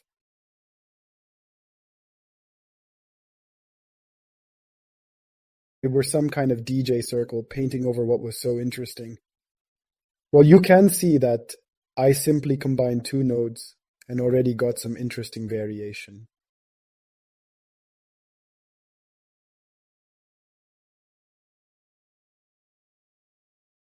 This is a very useful thing. What is she doing? We can take some picture like mine. Or, for example, take a noise and it, based on it, create such and such noises as well.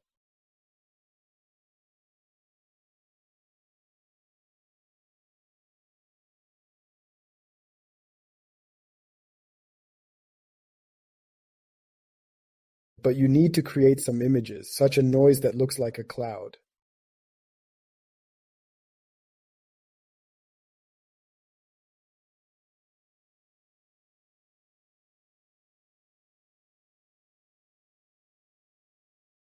What is its meaning? We have a mask. How sharper it is. Soft or not soft?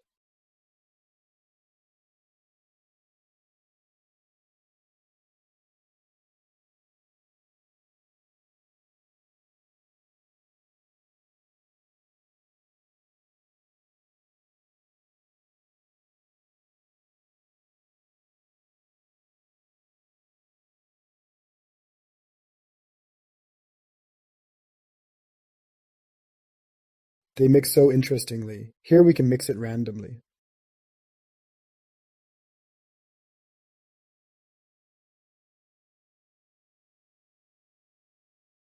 You can spin them all, or here it can spin each mask separately, spin randomly.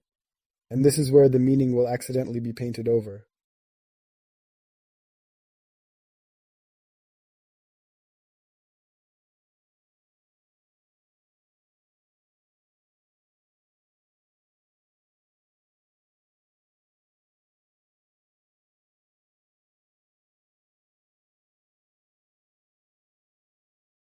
For example, with this noise,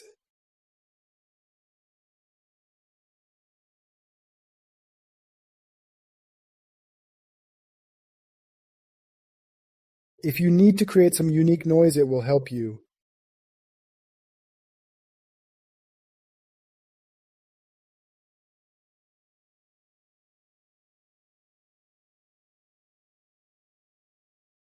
What is adjustment? This is when we can customize our texture somehow. We have already seen all these levels, curves, contrast in Photoshop.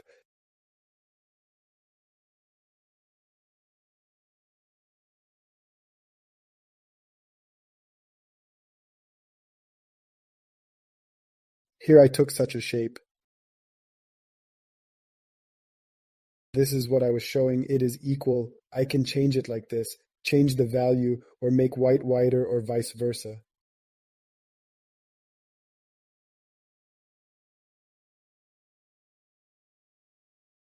That everyone is darker. Or if I start taking away, it will start making the image bright. It goes from 0 to 1 here.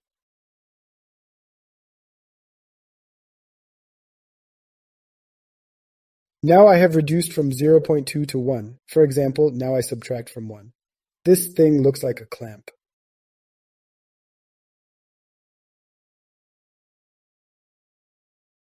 Clamp limits the minimum and maximum value. It's the same thing I just did. Maximum. Minimum and maximum. Levels and curves. We can use the left button twice, and we can manipulate.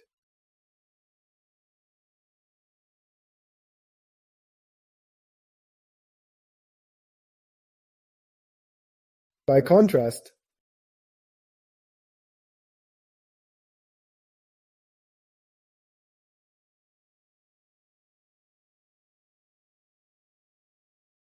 these are the variations. It's like levels. Only an even more detailed possibility. Levels are enough. You can make a gradient. Here is the value more down. The more down it is to 0. Do you see? Above is 1. It's a meaning that was somewhere in here. On this curve here, I will lead here. Here you can see how it changes. I'll take you here. And if I move it up, it becomes wider. If, for example, I will take it on the final schedule. Do you understand how it works? You can play with it. Auto levels. Auto levels is like levels which automatically. No has no meaning here. It automatically adjusts our contrast. This is usually used if, for example, I take some shape, space or tab, as is more convenient for someone. I take shape,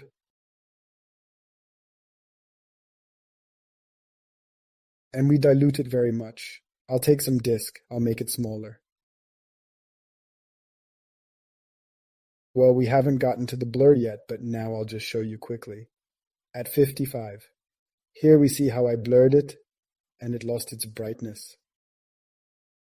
And we need to give back. It may have been lost during blurring. So we see the meaning here. They go below 0 and a maximum of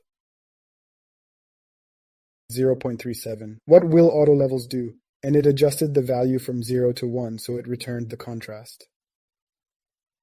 Automatically adjusted the contrast value. Was 0 to 0.37 made 0 to 1. With the initial texture, auto levels did not help because everything is already well done there.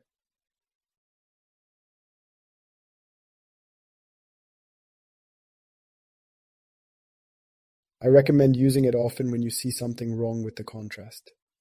When it got darker somewhere and you want to return. You can use auto levels or adjust yourself using levels.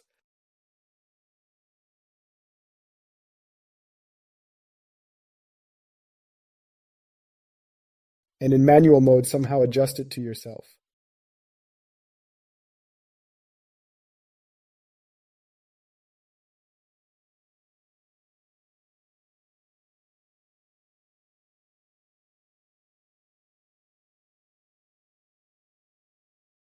Zero to 07. Let me do it like this. Here it shows where the values start to cut off.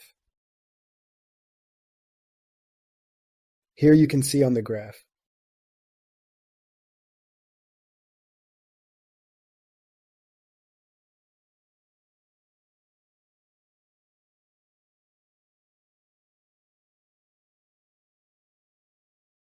One and the same node can be connected to different ones.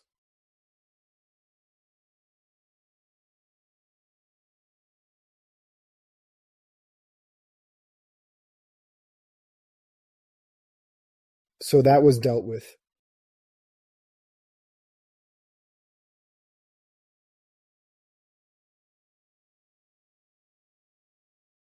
Invert. It inverts black and white values. Where there was black, it became white from 0 to 1. Here there was 0. Here the maximum value was 1, and it simply inverts it.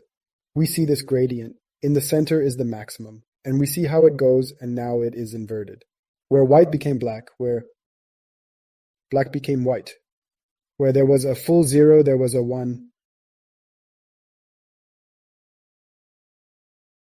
Quantize, it cuts it. It is for stylized effects. It can be taken and blurred, for example.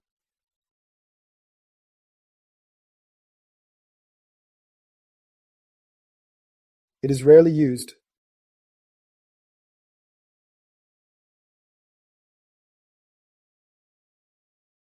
Stylized things may sometimes be suitable. Off grease tail, it's a degree. We take each value. I will take the power of 1 and nothing will change. Now I will increase the degree and see how it changes.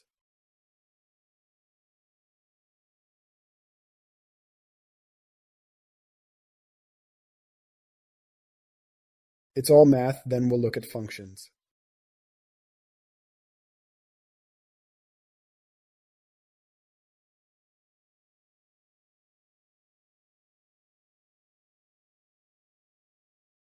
Let me explain quickly. We remember that these are all gradients. All values go from 0 to 1. We understand that if 1 is squared, it is 1.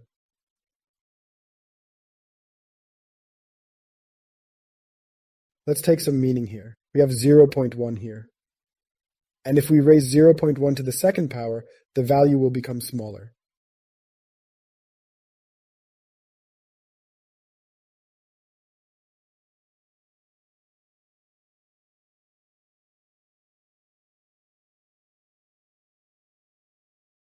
Imagine that this entire gradient where each pixel is brought to a power.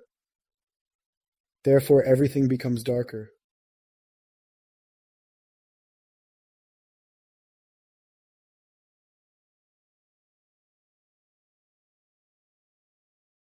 Turn the mouse wheel. If you press it, we can move around the image like this.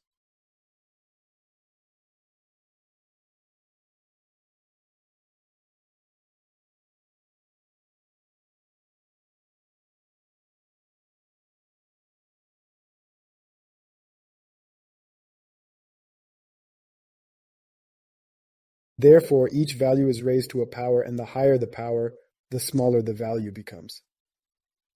Threshold. It cuts and makes sharp corners. And the gradient itself cuts. If there is a 0 somewhere here, and we have 1 in the center, then this is how it will be cut.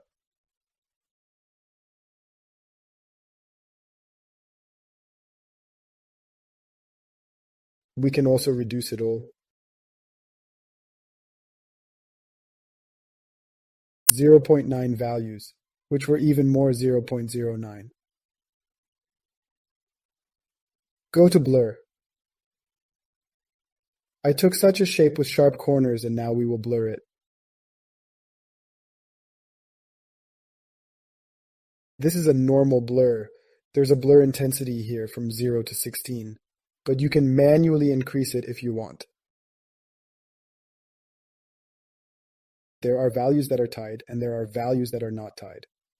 It shows that this is the maximum, but we can increase it. Quality, this is quality, but you can put one. In principle, I would not say that something is changing there, but it is better to bet. Next, we have directional, which is direction blur, as well as the intensity of the blur, how we blur, and our angle, we can choose the angle.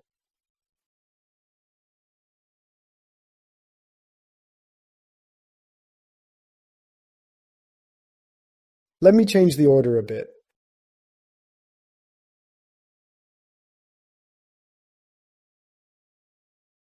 Okay.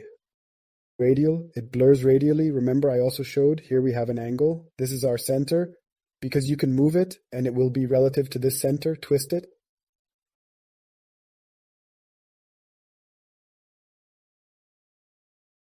The more the better, you see how it improves. The angle of how much we will twist it radially, you can see how it was twisted.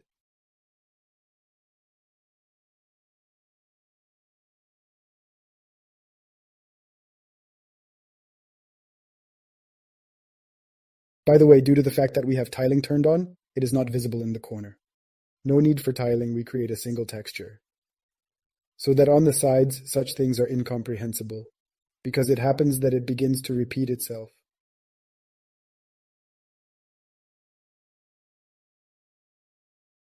Here it takes two parameters, slope and blur.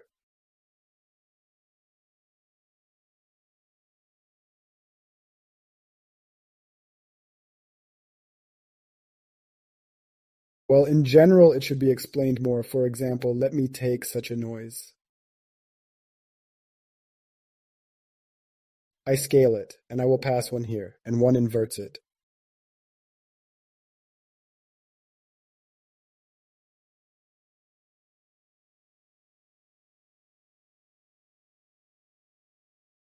It is not very visible that it was inverted. It will not be very visible in such noise.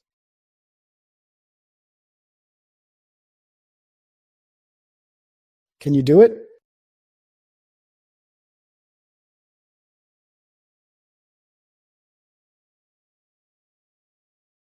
Such an interesting thing. It can create an interesting texture. I inverted it now if I pass non-inverted values. These are interesting things if you convey them with noise. Here is the intensity.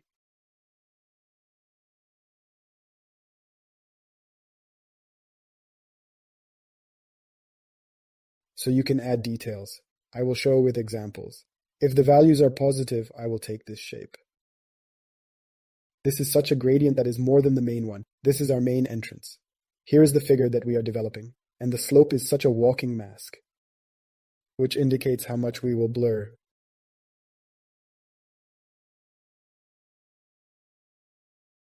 And now we will scale it. It has already been cut because it is smaller than the new one. Main, figure, there are various blur mods here. Maximum, it's simple. Minimum, maximum. Usually blur is used, but sometimes different mods can be used. You can play with it, achieve various interesting results, and here you can adjust the intensity, because it blurs. If I take this shape and invert it, now the values are black, where this shape is covered. It is now covered by these black values. And he will go as if inside. Now it is being eroded internally. There is a main figure and this blur seems to go inside. If so, then it goes outside. That's it, it goes inside. And the same with this example. I will take it and make it even smaller so that it is very clearly visible. This one here, samples intensity, and it is inverted, can be increased further.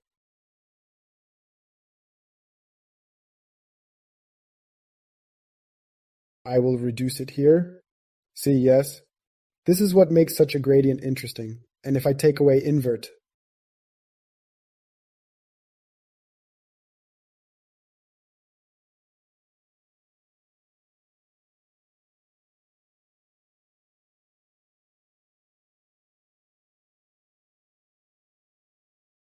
Then let's look at the slope, why it is used. You can add interesting detailing and mix different textures. We will then move on to mixing. And there is the usual blur, that's what we just considered. It completely blurs it over the entire image. And there is such a non-uniform. We can specify there is a second input. There is a main figure that blurs, and here is a mask, which sets the area in which it is blurred. We remember that 0 is not blurred at all. 1 is maximally blurred. And intermediate values. It goes from 0 to 1. The more, the stronger. And now, for example, you can see. Here is the main shape. There is an intensity of blur, how much we erode. Asymmetry can be added. These are also interesting values that can be twisted here. But let's do without it for now. Let's also increase the number of samples to make it better. The more, of course, it will blur better.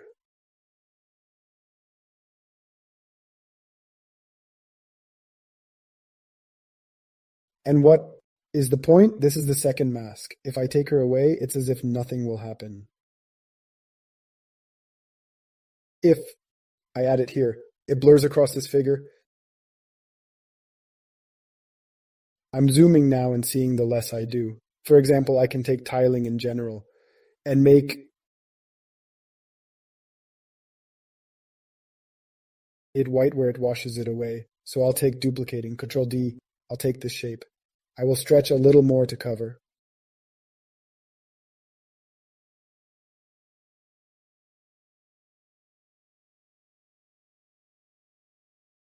And now I will transfer it to the blur map and see how blurred it is if I start decreasing X or Y.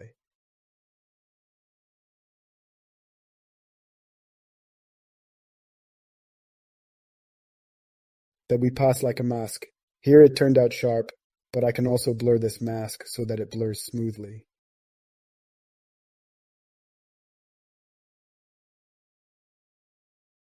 To make the edges smoother. Next, transformation. We can take any shape as an input and use it as a node, a 2D transformation, and we understand that it repeats itself.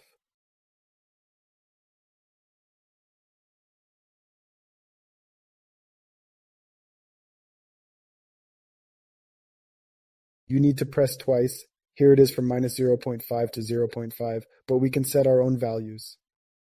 We can move it up and down.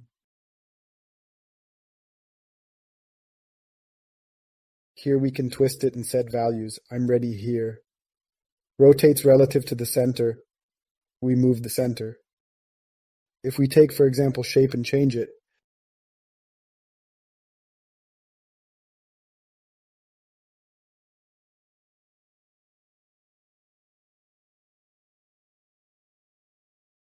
you can use it horizontally and vertically, or increase by 2 times or decrease by 2 times. You can set the value yourself.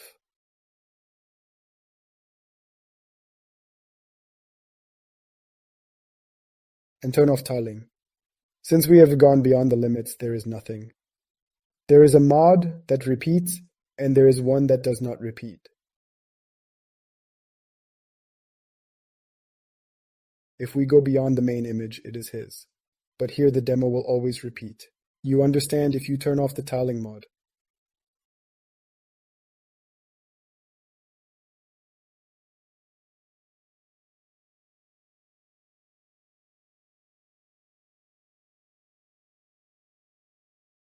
Let's take this noise. It will be better to see here. We do like this. And that's it. Tiling broke. You see, it doesn't repeat itself. Now our texture is not seamless. You can make it seamless only vertically or horizontally.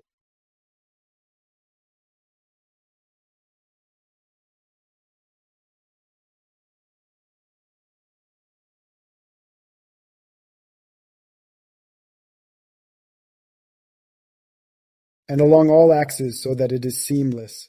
Took such a figure. We have such things and they can also be manipulated.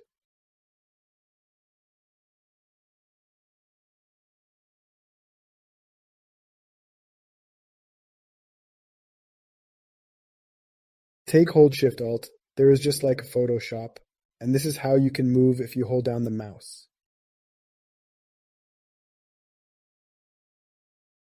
I took and reduced its size along the y-axis. Why did you do it? With mirror grayscale, we can...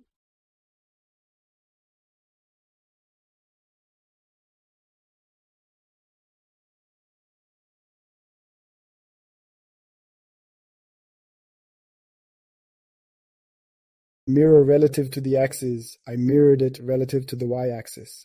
For example, if I do this, turn,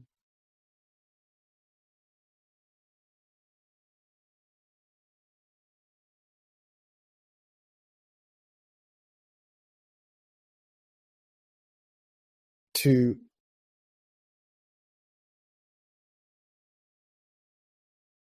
90.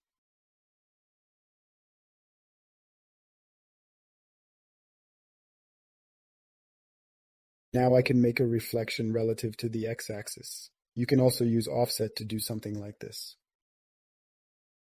Let's run a little ahead.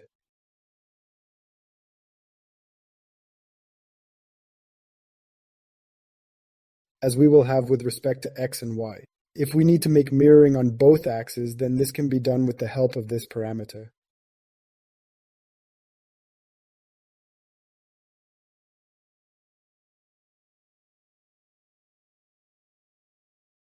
This option can be done.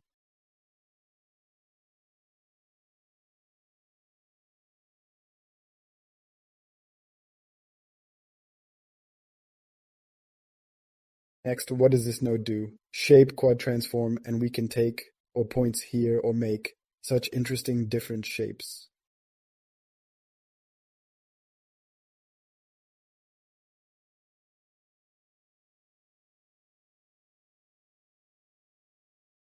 This is such a specific note. Usually warp is used to shift something interesting. But sometimes you can try to move something manually.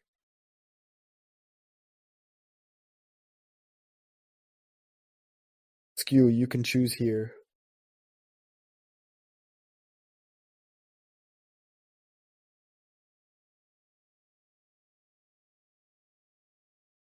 It skews along the selected axes, and if we want it not to be repeated, the parameter relay absolute and no tiling.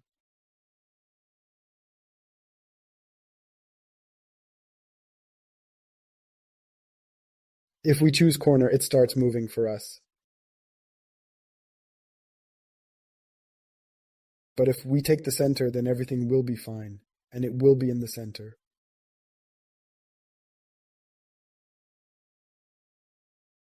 Trapezoid, it stretches her so much around the corners. Here we see top or bottom.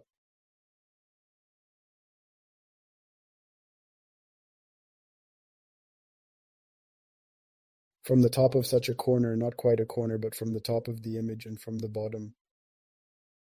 You can have a little from here and more from here. Background color until we don't need it at all, and sampling billionaire, it will somehow smooth the image. Leave as is.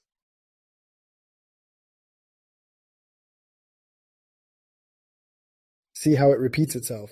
It makes this trapezoid, but does not repeat. We'll now take away total repetition, and that's it. We now have such a figure. It does not repeat anything to us. That's why I take away the tiling so that it doesn't repeat.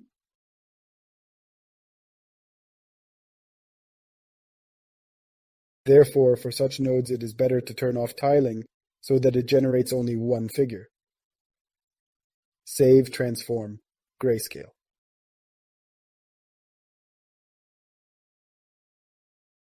Let's take transform. Given that it is a simple line, it repeats itself, horizontally infinite. But if I twist it, everything breaks.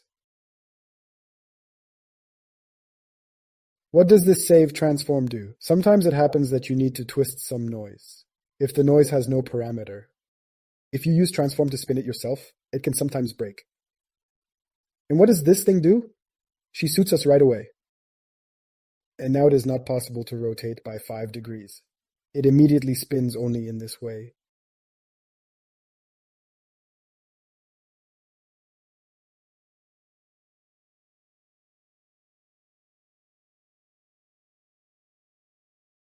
Sometimes a useful note, you can use save transform.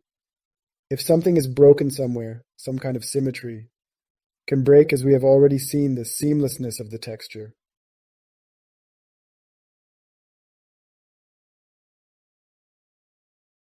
Even in substance design, let's deal with mixing. You can take two noises, for example. Mixing is the same basic cool thing.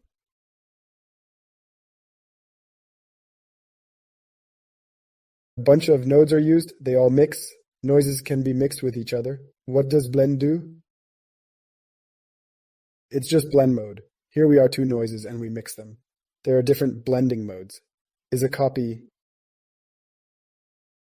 Here we have backgrounds and foreground. Foreground is the front part and backgrounds is the back. And there is also opacity. I'll show you now. Here we have opacity. Here there is no mask. Nothing is transmitted. And if I just change the opacity, we can see how we move from backgrounds. If 0, it is completely backgrounds. If this value is second. If it's 1, it's foreground. It's the first value. Copy simply mixes them together. And if you give a mask an opacity, then it will mix them with each other.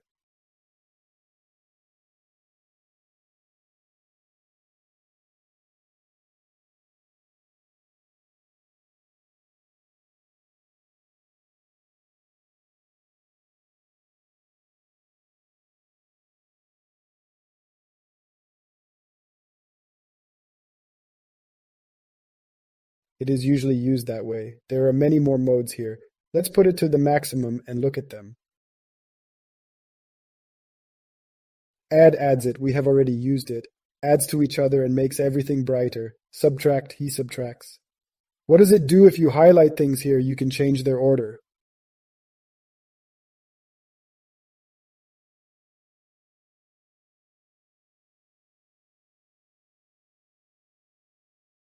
I forgot the order of what is subtracted from what. Give me a second, I'll remember. So backgrounds is subtracted from foreground.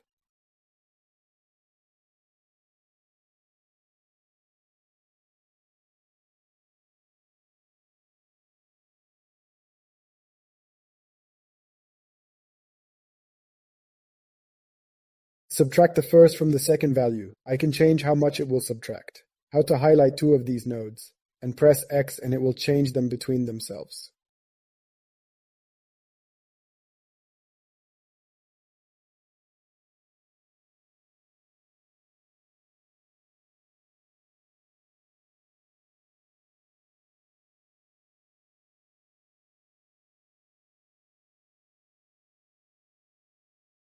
Then multiply, we multiply among ourselves.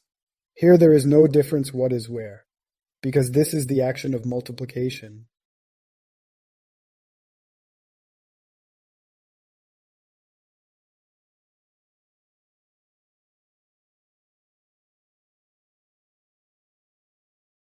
I will multiply such a gradient with this noise. This will be the result. I will return as it was.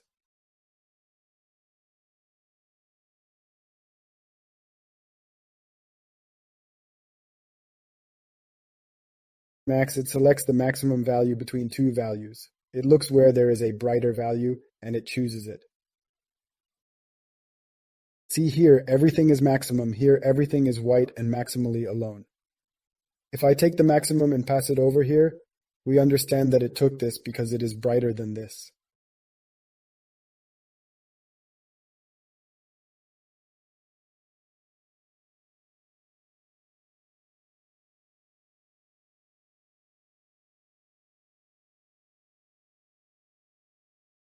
Opacity decides what is most important to him.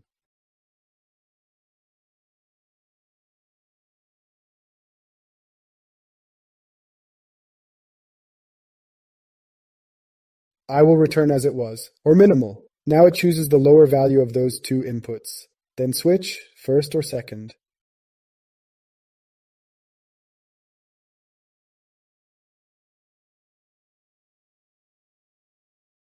Discovery is often used. Sometimes it is necessary to replace only demolishes, switch 0 or 1 O.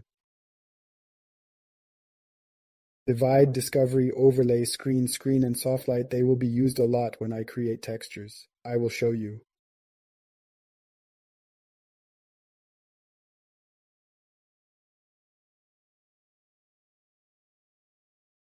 which is often used add, subtract, and multiply, and also max, min, screen, and soft light. Screen and soft light not so often.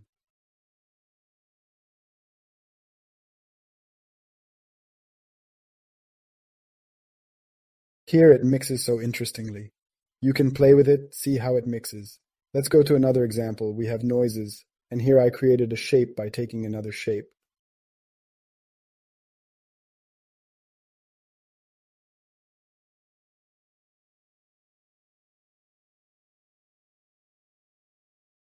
The lower one is bigger and the upper one is smaller. And here we have a blend, and I took a subtract, cut this one from this, a smaller one is cut from the larger one, and we then have a figure like this one.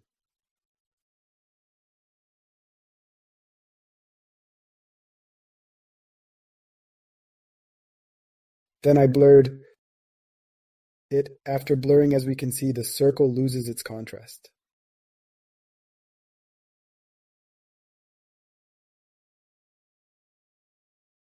To return the contrast, I used auto levels. Now I have created a simple shape like this. And added Blender. What did I do with it? Here I have added a copy. Now I will just show the different options. Add, see the result of addition. Then subtract, but I can replace them and see the result. Now we multiply. Now the maximum values were taken from two options, now the minimum values.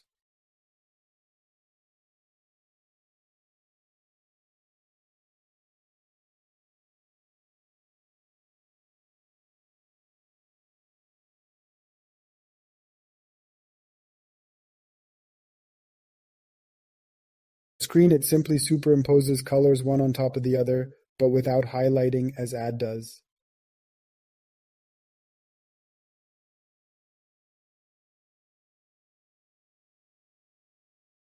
Soft light is similar to multiply, but it makes everything softer.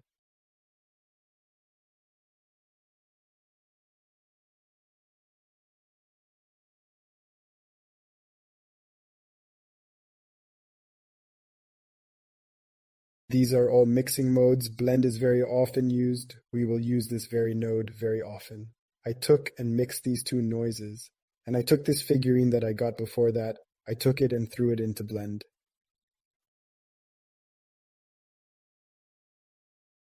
Usually we always put copy, and here we already changed the mixing mode.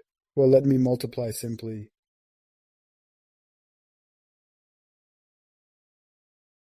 I multiply this noise with this thing. If I multiply with this one, this will be the result.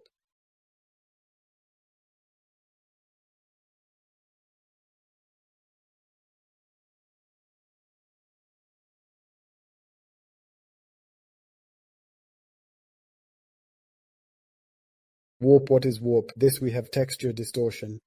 The first option is the texture of the given input, and the second texture is our mask.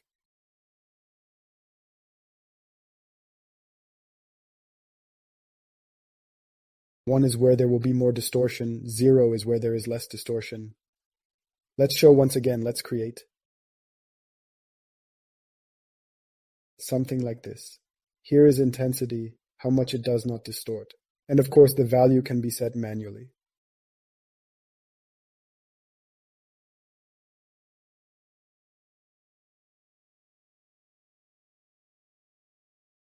Like 15, but that's too many. Let's put 3. Now I will change the scale of the main noise.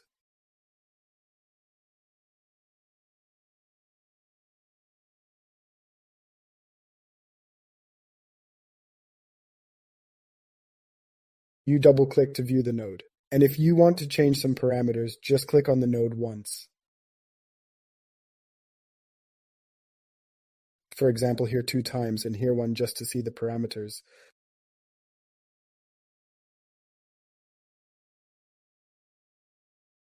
Here I will reduce the scale.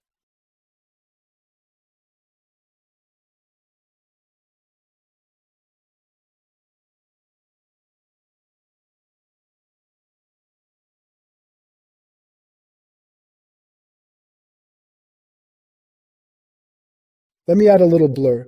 Something strange happens. It blurs strangely. I think it's because of the shape. Smooth gradients are usually required.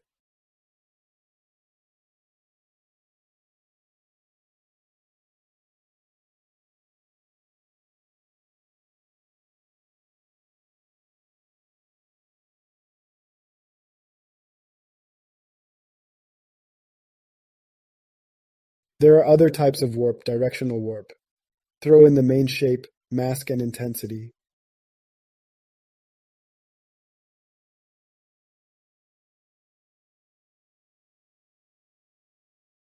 And here's the intensity. Here we indicate the angle. It depends on the angle. It will shift it more in this direction. Filters, it's just how the image looks. Right here on this pixel, look, you don't pay attention to it. That's how I put it, and everything. Intensity map offset, intensity can also shift. Multi-directional warp. This is an interesting thing, see? Oops, I made a little mistake here. Let's figure it out now.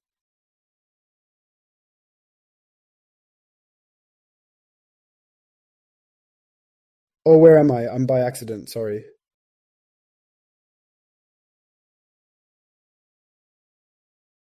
I will press Ctrl Z. F can be pressed to highlight all nodes to go back inside.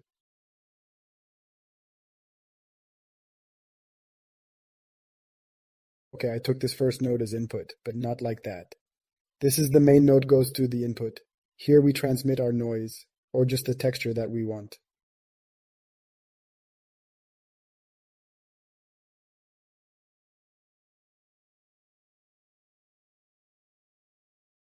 Different textures give different results. This one looks like a cloud. Multidirectional. What is he doing? The intensity, how much it will blur it, depends. On the angle it will turn. There is a direction here, it erodes it in 4 directions. Up, down, right, and left.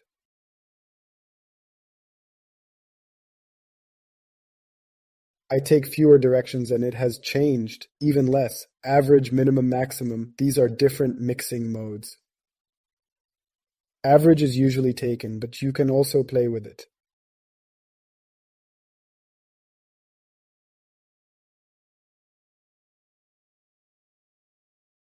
You can choose something else. Then we will consider why it is. You can also create new noises. I gave one noise, gave another this noise, and received this noise. And based on these two, a new one was created.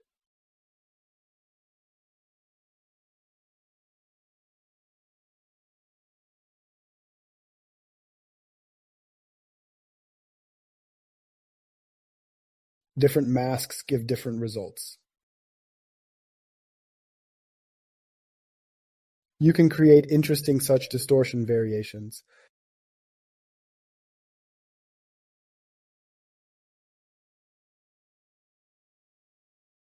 We took one and we need to make it look like a cloud in this case, or make it some interesting shape.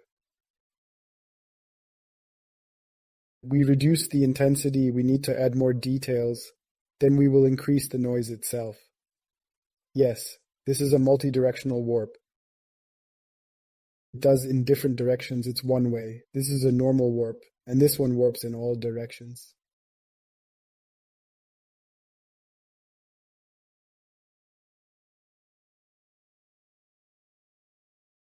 Non-uniform. What will non-uniform do? This is the same directional warp.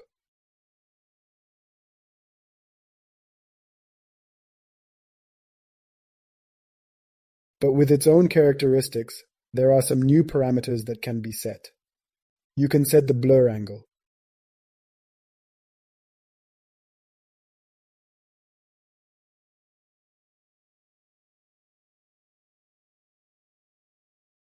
Multi-directional warp is usually enough, but non-uniform is also a cool thing. Sometimes I generally recommend to play to see how it all works.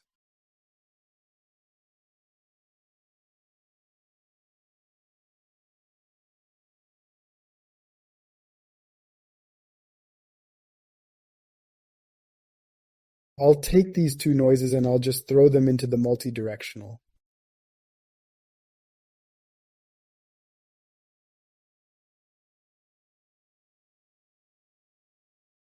The standard result was as follows, and with non-uniform, the inputs are all the same, but the result was as follows.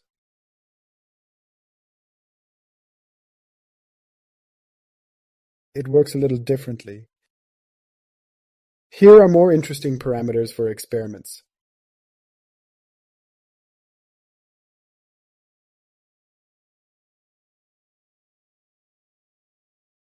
So let's change it a little.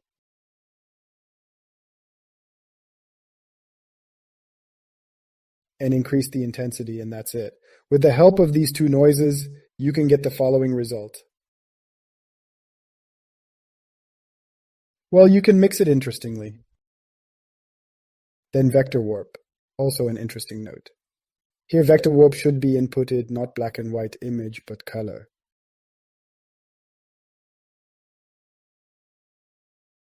To make color from black and white, you just need to apply a gradient map.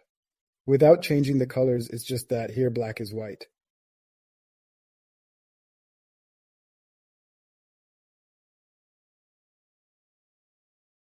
If it is already shown as orange, then it wants to accept a color value at the input. Vector warp. It works in another way. I will adjust.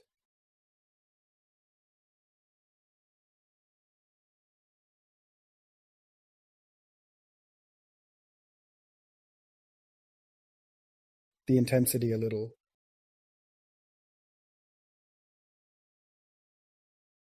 It takes the value where white and applies super distortion.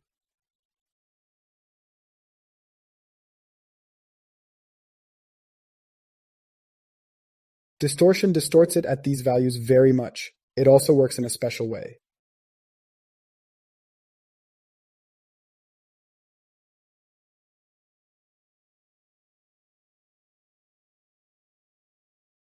Therefore, it is necessary to experiment in the future. There will be more understanding of what to combine with what, in which options which is used. They are all for texture distortion.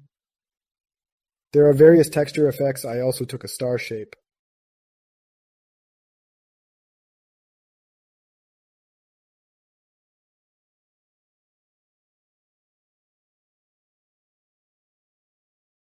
These effects are rarely used. For example, you can make such a 3D effect here. There are various parameters for 3D. But maybe someday you will find it useful. Swirl is a useful note for swirling. Here we select the zone. I can increase it by pressing Shift. Can be reduced like this.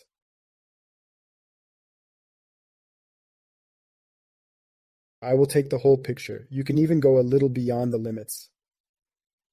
Amount, increase how much it will twist. Principle as in Photoshop. Glow is a highlight. Amount glow, how strong the backlight will be. Clear, if the texture were with softer transitions, then it seems to choose the values to discard, which not to discard.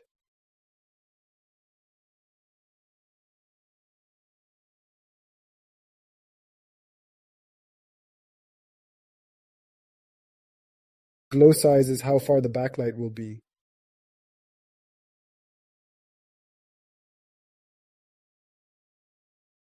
Shape mapper. These are texture effects. Interesting. Shape mapper. I threw such a texture. What does it do? You can choose how many times it will be repeated. It bends it. The radius can be increased or decreased. And in the width of the texture itself. And of course, twisted.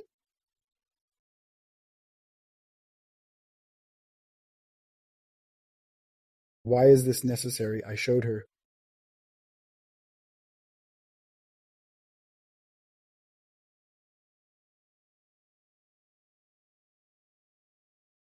For example, such magic circles. Well, let's take a very quick example. I wanted to analyze all this later. Well, let's show it already so that you can understand here. Square Y. There is a simple line. Took warp, normal warp, homework. Take the same line, take the same noise, and see how the different warps work.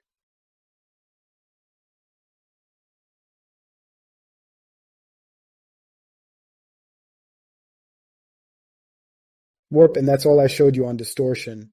Forgot about transform. One more thing, rotation.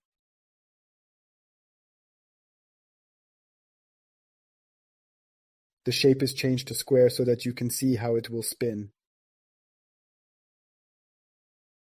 And rotation map, well, you can do it without a name. And here you can simply set the angle.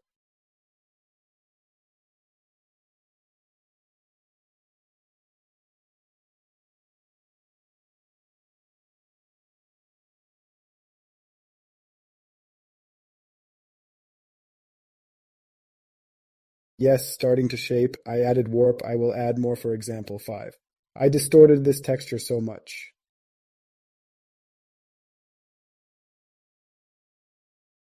If you take the meaning too much, you see, yes. If you make a lot of noise, I drop it into Shape Mapper.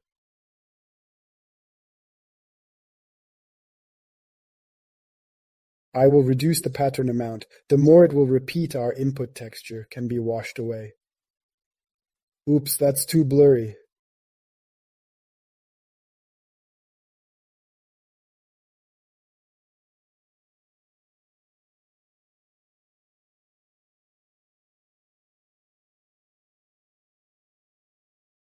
Now blend, like this. An interesting circle turned out.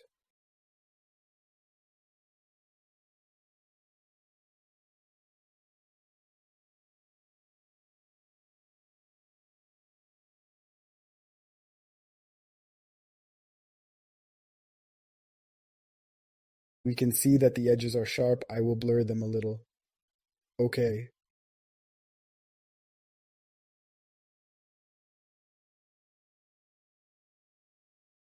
Splatter. It works similar but not quite. It can, for example, randomly scatter them here. You can also increase the number of repetitions of circles.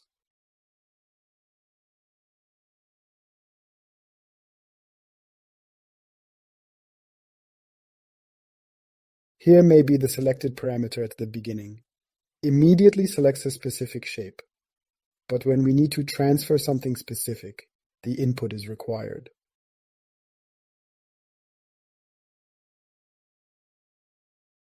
We select input image. If input image is not selected, it will do nothing.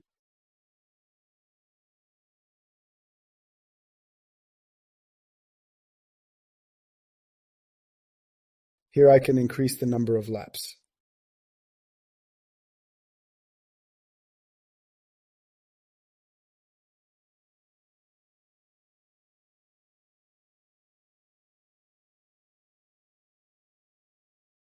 You can even do such things.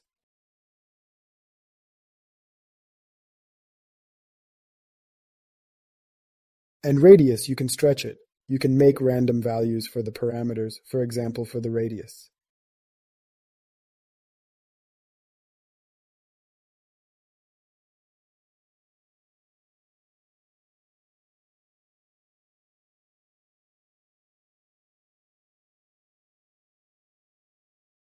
You can spin it. This is a different rotation relative to the center. Spread, it also twists. Global offset. This is it, completely all values left-right.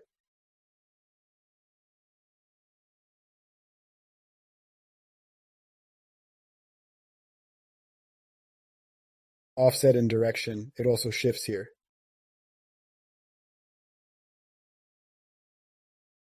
Right here, change the size of each of these individual figures that we multiplied. There is scale here. Scale change, here you can size by X individually by Y. Let 0,2 and 0,2 make it equal. Size random. Each figure will be unique. It will scale randomly. Scale by ring number. How much it will scale per circle? We have one circle here. Already moved a lot. Luminance U. Can also add masks here, but let's do without them for now. Inheritance, I already made something like that. Play around with that too. Splatter circle is cool stuff. It is often used when generating, especially some such circles. Here I showed magic circle I generated. It was used very often. You can see how it was done.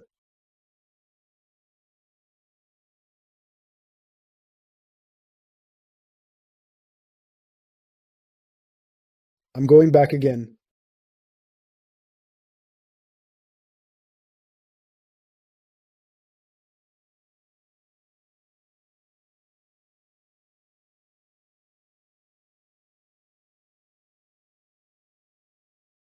Then we have polar coordinates. I have already shown you what polar coordinates are.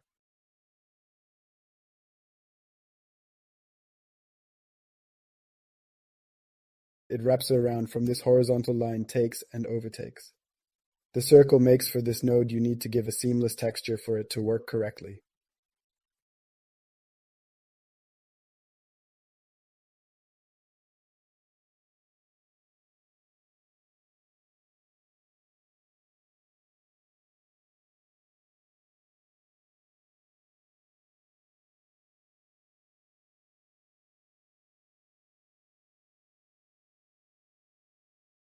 Edge detect, what does it do? Usually when the texture has sharp edges, then edge detect understands where the edges are.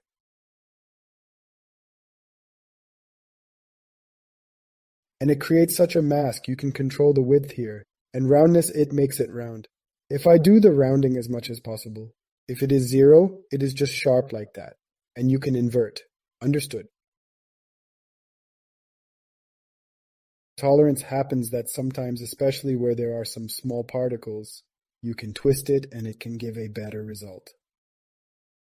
Histogram scan, what does it do? I will pass these values for better understanding. Contrast. Contrast regulates how soft or sharp it will be. We see a transition here. Position, it goes from a value of 0.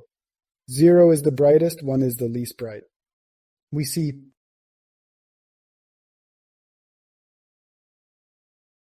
it is often used when it is necessary to make a smooth shape from a gradient texture. Make it solid, or for example, make various transitions.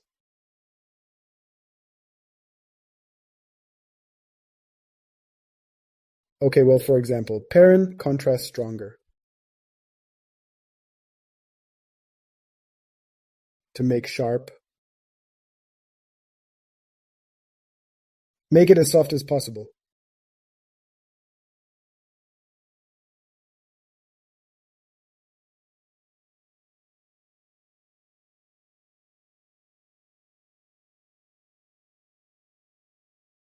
Here you can adjust the contrast. Histogram select is also contrast, a similar thing, but usually histogram scan is used.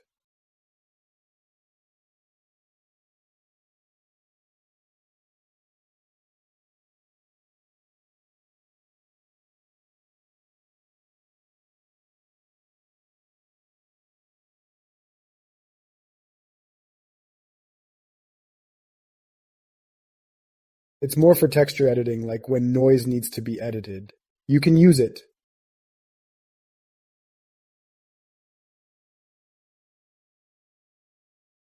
I think I forgot to consider these nodes.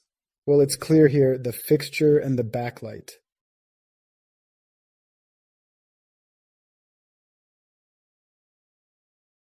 Cross-section, here we have noise, and it creates noise based on this.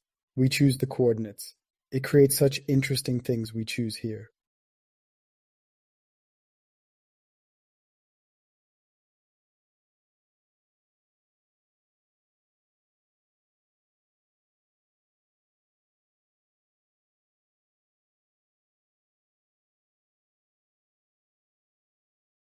How strongly it will do it, and smooth on or off. You can make it sharper or vice versa. We can take any noise and work with it.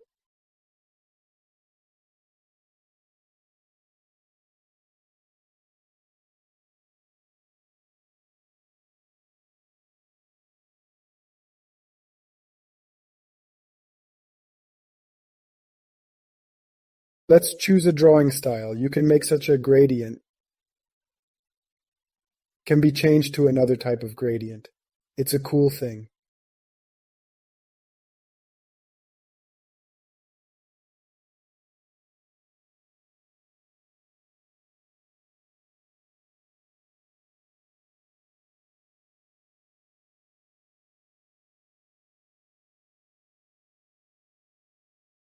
If you take the histogram scan here,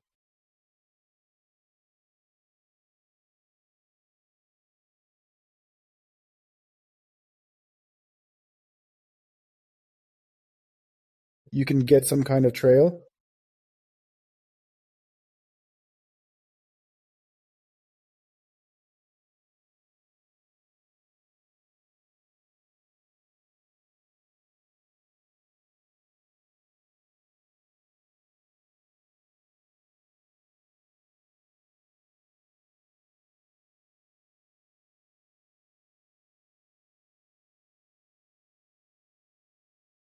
You can generally do it like this. Take our screen, give it a backlight,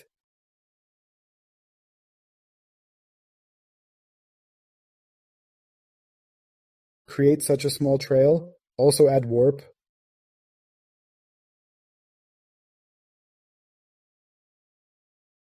just such a line, and the number of segments can also be changed in this line.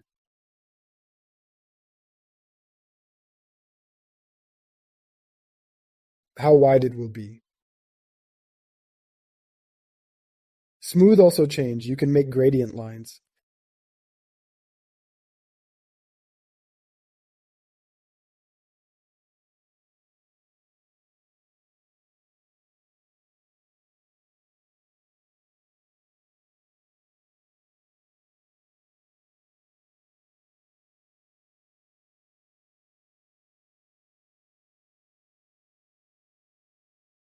You can add another texture here.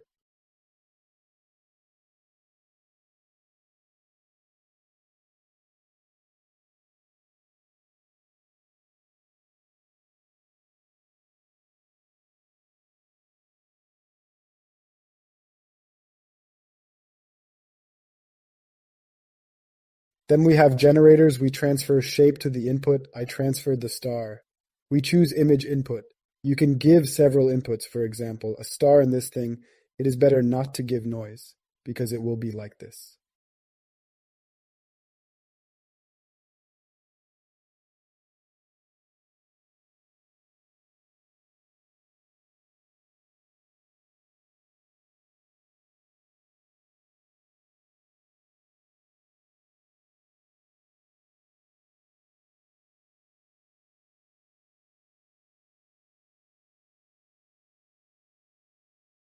Now I will create another shape.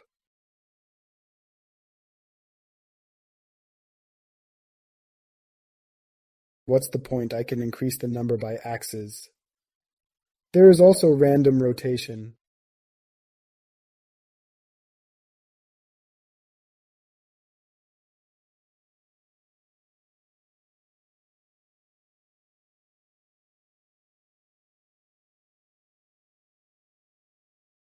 Their sizes can be controlled, either customized or random size.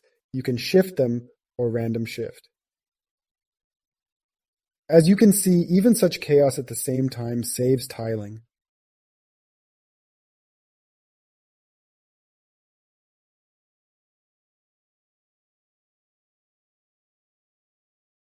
So I press space U.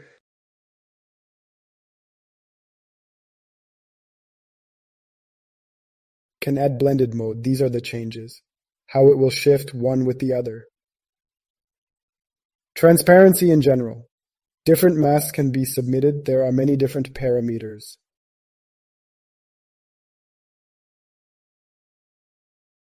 So I can increase the number of all these things. For example, let's reduce, and what do? I will increase the scale by 4, I will do it.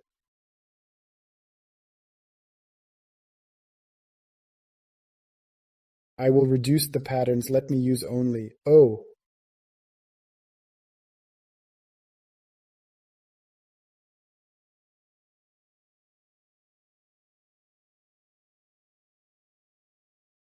Delete, here it adds these patterns, input.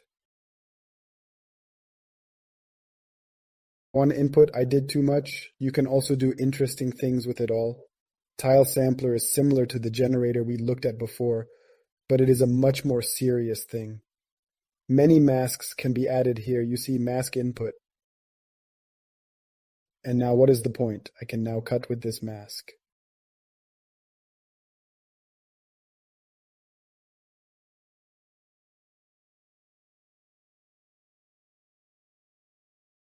I can pass it off as a mask.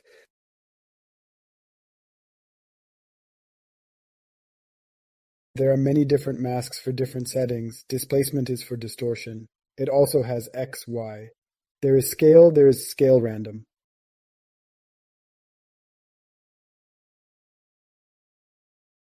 And it's all in a mask. And it does everything within this mask. With the help of all this, you can create interesting textures. Next we have gradient map. They are needed to color the result.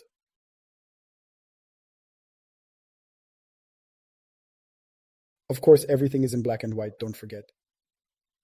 But just to see how it will look in general, I took the texture and took such a shape, multiplied it.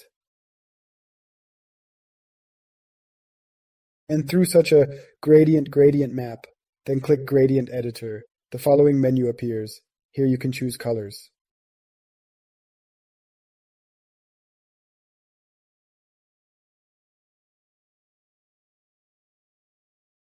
One is like that, the other is like that. I didn't choose.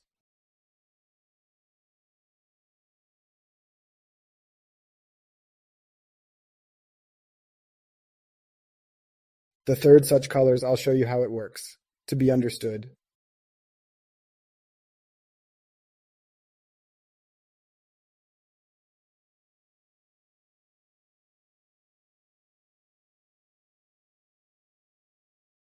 I made one such gradient. You can add lighting here. There is a black and white backlight. There is a color one. You can set the color of the backlight here. That's all to see how the result will look, with the corresponding color. Yes, in RGB packing, we remember that each texture has different channels and can be packed into one regular texture or packed into 3 channels. There is also an alpha channel. What is the meaning of the alpha channel? Well, I already wanted to show it with examples. See, it gives transparency. You can record another texture in the alpha channel. Usually 3 channels are enough to record the texture. We can see that there are 3 different textures here. They go in this order. This star is recorded in the red channel.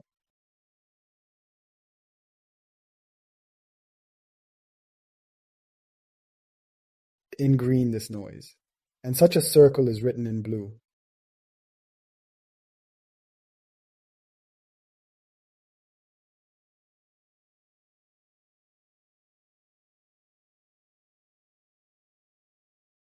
We can get each separately. Here in this case I took red. And here I extracted each image separately from different channels.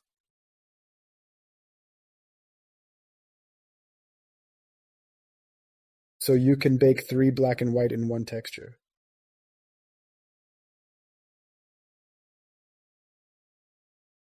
And then paint as we want.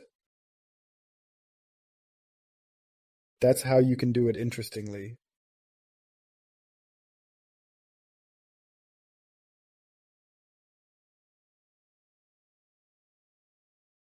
That's all for now. I think we have already reviewed almost all the main nodes that are used in creating visual effects.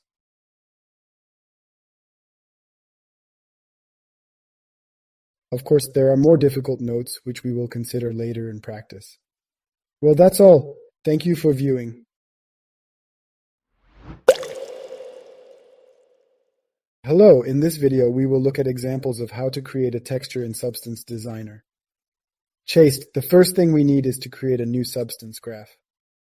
Click on New, and let's leave it as it is. You can call it something, 2048 by 2048. Here we leave it as it is by default. Empty. Click OK. We have created our substance graph. It is empty. We have nothing here. We leave everything as it is. And what will we create first? We will make flare as we made it in Photoshop.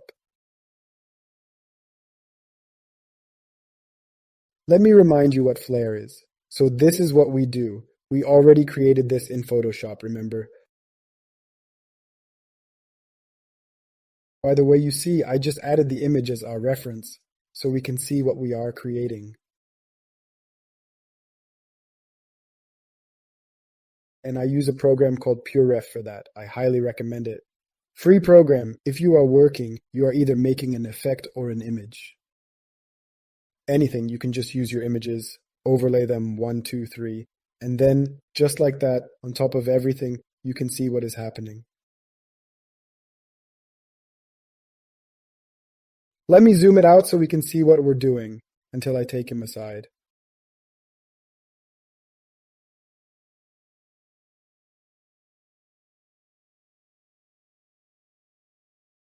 We have a node called Starburst. This is how she is.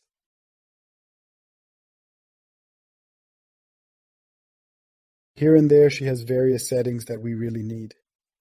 We see that it consists of such 4 faces.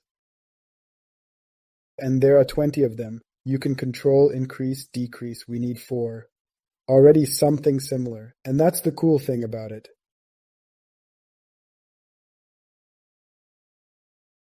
That we can adjust, increase, or decrease them here. And here is also blur. You can smear on. The contrary reduce. So, well, you can also randomize it here.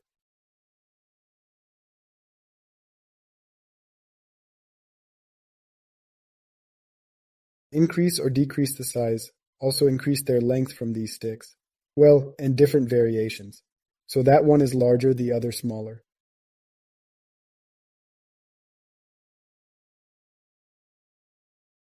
Also some randomization. If we are now in this node, if we circle 2 times on an empty space, we will go to the parameters of our entire graph. What can be done in this column that is so cool? You can create parameters that we can then attach to our nodes to control them, and also create different variations so that we don't have to go into a separate node. And here we create certain parameters that we simply control here, and we bind them to the nodes, and it will give us very cool results. What do we have in this node? We have branches. These are integers. In our case, it's 4. And if we click on the graph, here we have parameters. The parameter is created with a plus sign. Here is its name, and we call it branches count.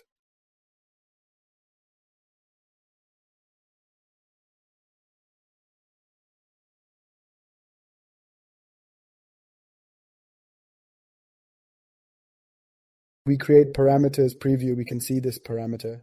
Now it's a fractional number from 0 to 1. I'll show you now. Group is if we need to create a lot of parameters, then they need to be divided into some groups. Some nodes have groups to make it more convenient. If I delete the group, it will be as it was. We don't need a label yet. Here you can add a description. It can be chosen as a fractional number. Here you can set the default value. This is the default value. And here there is a minimum maximum value. There are certain restrictions. Here we have from 0 to 1. And there is a clamp. Now we explain what a clamp is. Usually there are values from 0 to 1. But we can increase them if we want to write. For example, 5 YED. And it will increase. This is all the minimum value. The maximum will increase the range. And if we put it like this, then what will happen?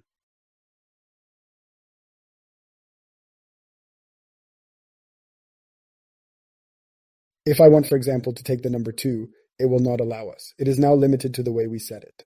Sometimes we need to limit it so that it doesn't go out of bounds. Step is a step limit. Now it will always be in increments of 0.5.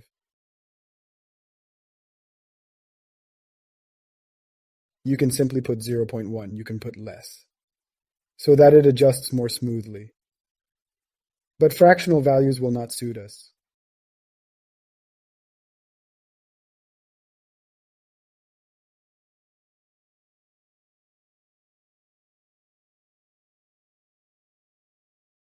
We need integer values. There is a Boolean. It is either true or false. This is sometimes when we need to enable or disable some features. Integer is whole numbers. Here we have exactly what we need, integers from 0 to 10. We increase the volume, for example, from 0 to 25. But even from 0 to 10 will be enough for us, I think. Here we leave it at false. If we want more than 10, we increase it.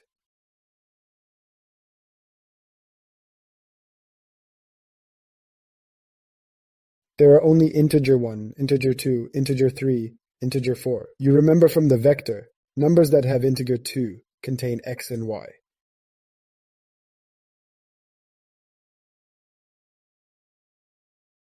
Are the integers x and y? For example, when we need to move the texture up or sideways, we use x to move sideways and y to move up and down.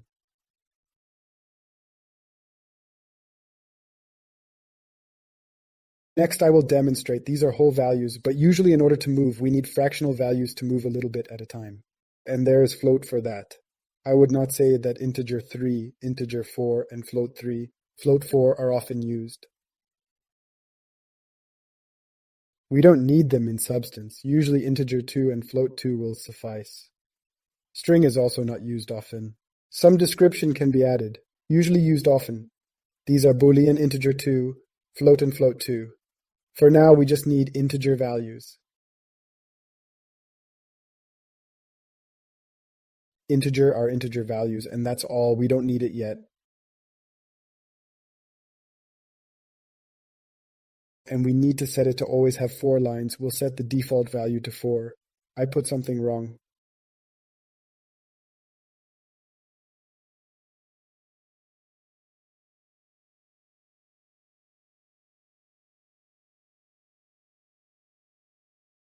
Should be on 4 stands. Oh, okay.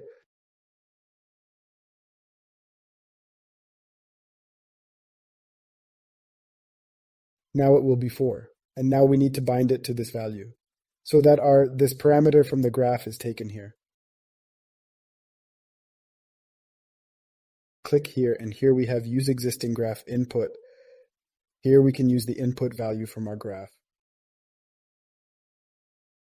We click, it pulled up, it went inside the parameters. If we click, we can create our own function. Then I will show how it is done.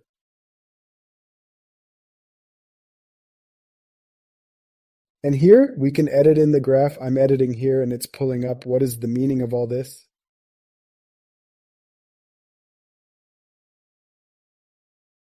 Because I can, for example, create another burst. And he should create, for example, another blur. Increase the blur here. Mix one with each other, for example, in this.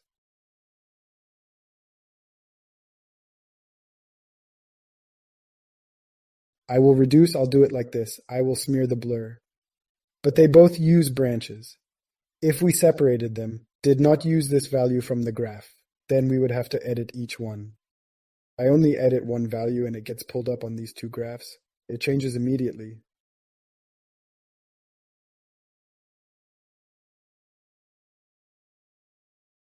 If I would reset this value, reset, and here I put 4, and I would take it and copy it. Here I put on 4, I press Ctrl D to copy. For example, I understand that we need to increase the number and it is not tied to the graph parameter. I would have to change 27 here, but it remained the same. Here we also had to put 27. That's why we tie these values to the value of our graph. We're cool with editing it this way.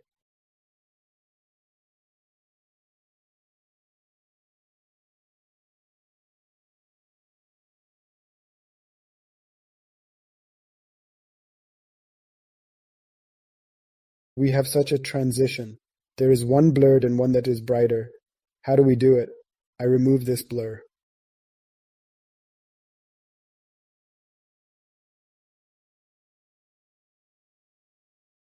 There is simply a better option. Slope blur, I will increase the size and put 1.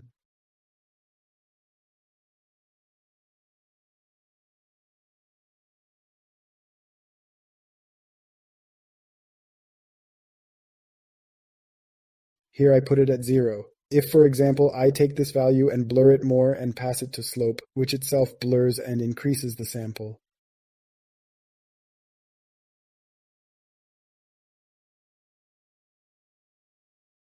We can also increase the intensity. It blurs in meaning if I take shape.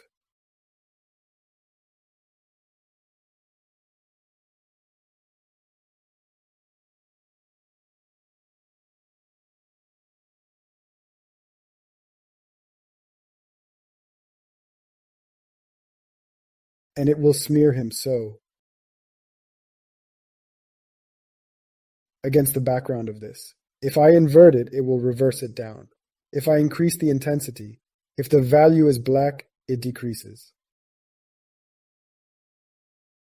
Now I will show how it is usually used. For example, to create such lines gradient transition, as it is usually done. we take invert, so that now instead of these white values become black. We need to squeeze them inside. If I pass now, it's a little bad because this very meaning still needs to be blurred. So that they are smooth, so that there is a transition between them. I transfer it to slope. The intensity became too great. You see how it washes it away, was and how it happened. Due to the fact that we inverted our value, we passed it to slope. If it were not inverted, it would, on the contrary, blur it in this direction. And if I invert it, it blurs it, as if inward, all these values. That's what such a smooth, beautiful transition does for us. In this slope blur, you can make such beautiful transitions, gradients inward, add such details. And thanks to this blur, we can also control how strong, smooth, sharp we want to make all these gradients.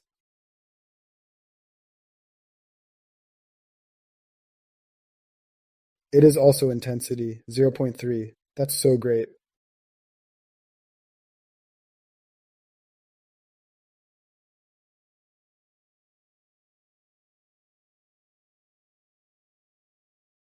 This is the basis we made. I will return to 4 because it stands at 6 for some reason. It should be like this.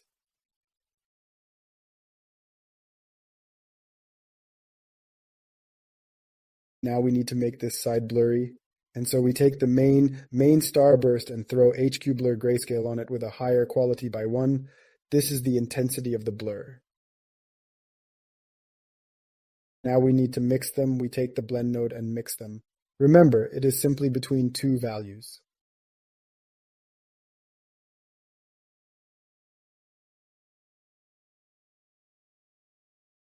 We take add. It adds so much. There is a light here.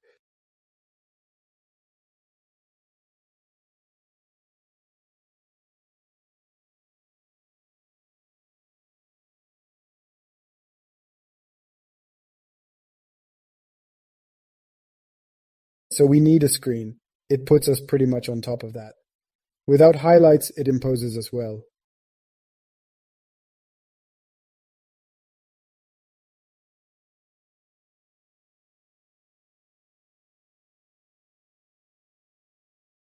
There is starburst. Here the values go from 1. Here we look at the values.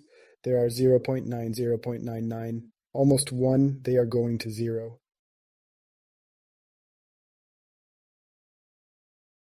Sometimes when blurring, the values fall. Now it goes from 0.6 to 0. This is a bit bad, and we need to convert them. I threw on auto levels so that it would bring our colors back to us nicely. It was from 0.8, and now from 1.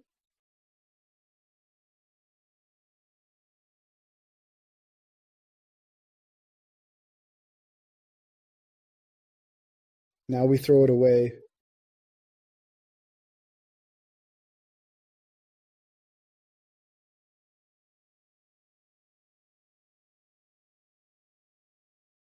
Well, let's remember that the order is important here. If I put it at 0, then it will not mix. It is the stronger.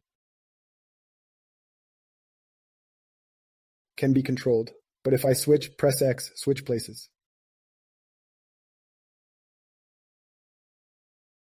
The order changes.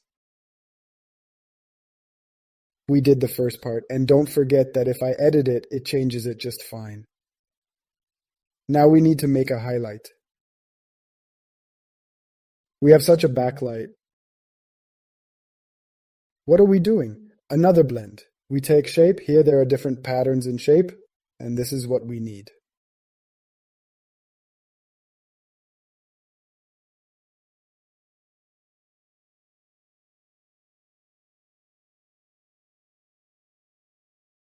We have one here in the center, and it transitions smoothly. This one is similar, but it doesn't suit us.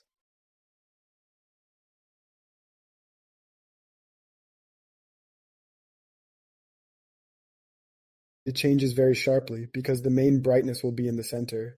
You can try different modes. Add it can outshine.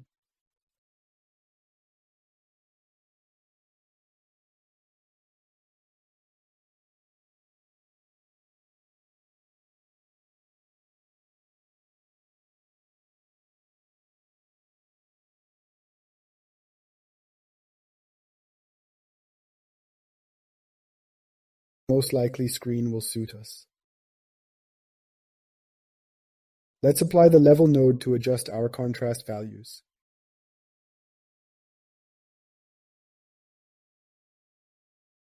Enlarge here.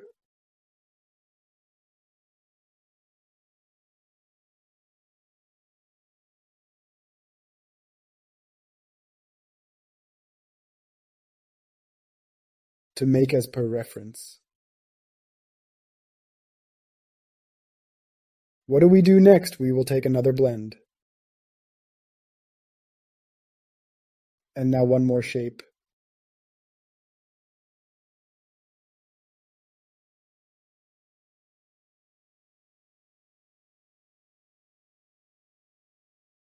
Screen to be smoothly added, and we are now scaling it up. Here you can only enter from 0 to 1, but you can enter it manually. Let's take 1.5.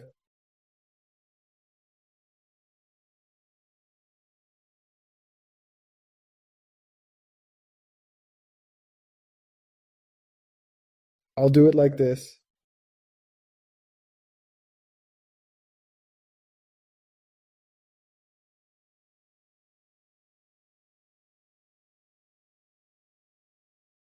It will probably be necessary to add a note here.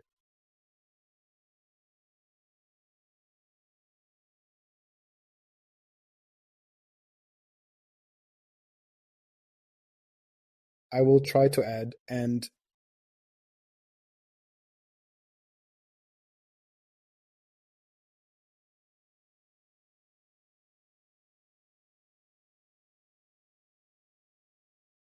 screen.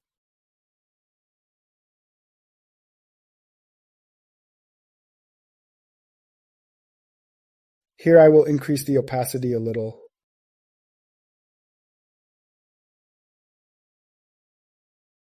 In the beginning there was more. Oh great, now I will mix with this. There must be a dawn here, slightly reduces the brightness.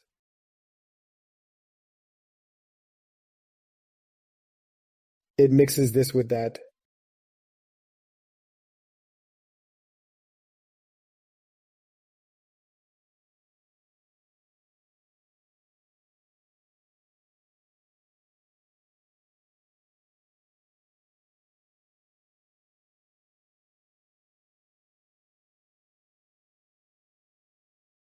And it will be possible to play with different mixing options. And by the way, you can try to install Bell. Just reduce the scale a little.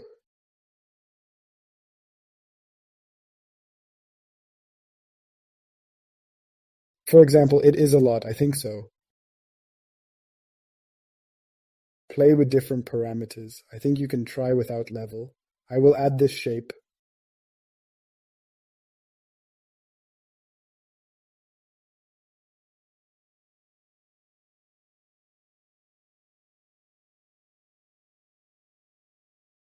Can you do more?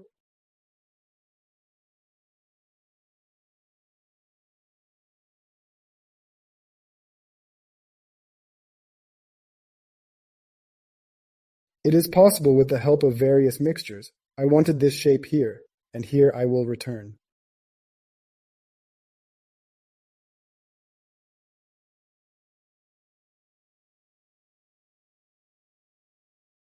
There is this, we mixed it with this. Here it was added so that it mixed well.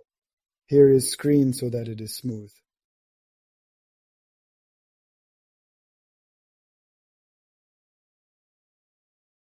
If I change the value, then our flare will be the main one. Here, for example, made this part even brighter.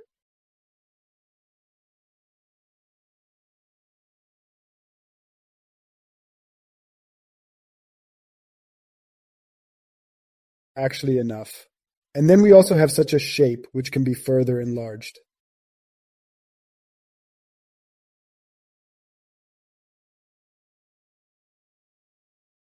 The main thing is not to go beyond the limits.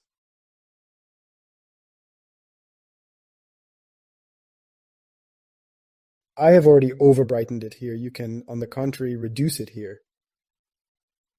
Super.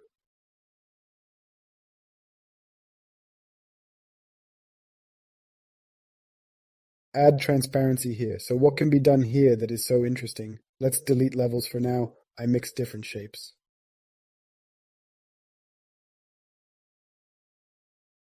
And here you can also control them.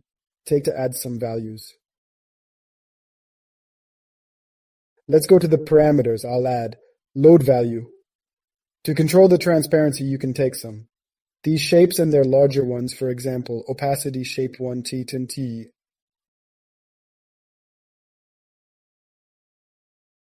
For example, I want to control the transparency of this. I'll add the transparency of this and the transparency of that.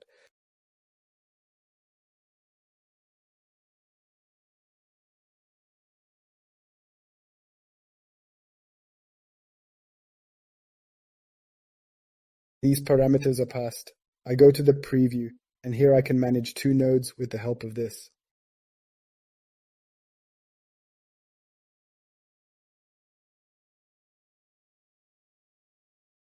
Yes, and one more thing I wanted to show is a cool node called Splatter Circular. What is she doing? Only pattern input here. Here she usually just uses ready-made shapes. There are different ones. Here is pattern mount. I already, in principle, told how many repetitions we need to do. It seems to repeat it in a circle. And how much can be randomly spun here? How many circles do we need? It repeats all these circles. Next we have radius. And let's make the pattern ring mount. Random radius, spirally twists. Spread is repetition. It twists him. Offset. This is the offset of each. It displaces him so.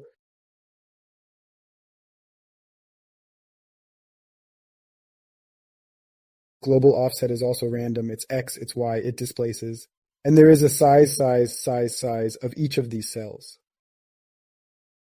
It now stands at 0.1. If we increase by 1, then they will be quite large. So now I will leave it at 0.1 as it was. There is a general direct scaling parameter. Well, you can do the same by increasing randomness. Each of them can be rotated from the center where we have a pivot. In general, the whole pattern is twisted. There at 0. Lighting, each will be different as well. Now we have selected pattern brick. We change to image input, like our entrance. Now it repeats all these images. They are so small now. It repeated 10 times, can be increased. You can make interesting circles. To increase amount and increase the radius. And for example, there is size 0.1, but you can increase the size and make such a circle. It is often used when creating an effective zone, the area that we need to show. All kinds of magic circles, but what do we need? I will first set the radius to 0. I will supply pattern 1 bin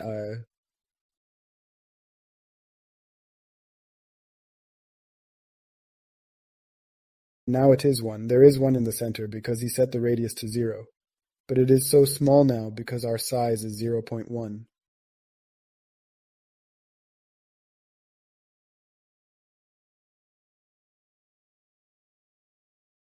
Let's increase it to 1 so that it is the same as at the entrance.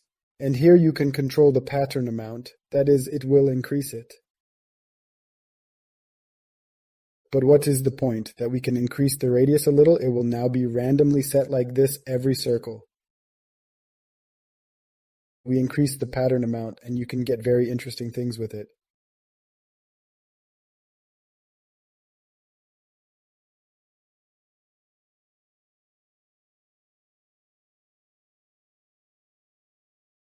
I increase the radius. It is interesting that this is the same generation. And it is always seamless with us. You can create even such noises in a variety of ways. So I increase the pattern, decrease the radius.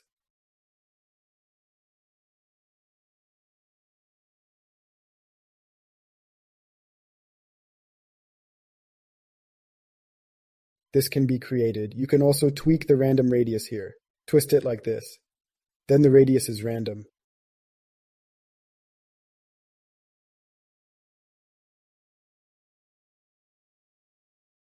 Add scale random.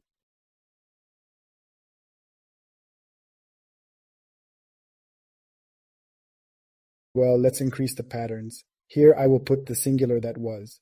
Here I will simply adjust the radius. Interesting, this is how you can create different things. Yes, but that's not what we're talking about now. What do we need?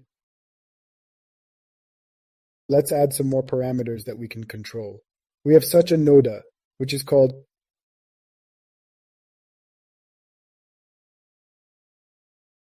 swirl grayscale. You have already seen her. Here is the radius in which it works. Let's take Alt plus Shift, clamp, and increase.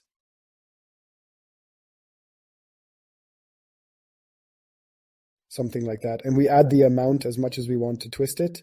Do you remember I showed her? And let's imagine that we need to change it. We put it twice on the empty place. And let's add one more parameter here.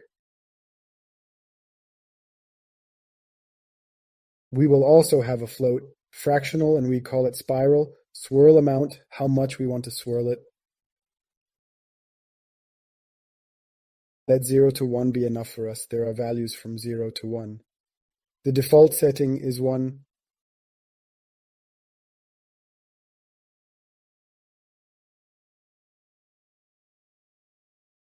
Parameters, it's at 0, so that the default value is always at 0, so that it does not twist him. And now I'm going to bind this value to this amount. Swirl amount. Great, but now it is set to 0. Now I will change this value. Cool. Now it changes. Well, of course I can enlarge it here if I want because I didn't tie it.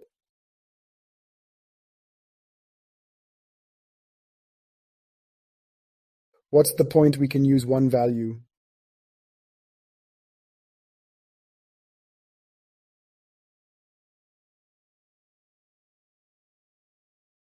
Remember, here is swirl. Here we take the value of the node before it and the value after it, and we can mix them.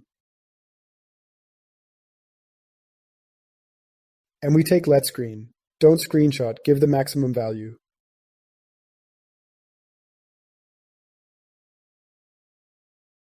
So that it takes the maximum of 2 values. Now I will show how it will work. I will start twisting. It mixes this value without highlights and that. It mixes them so that it does not become brighter.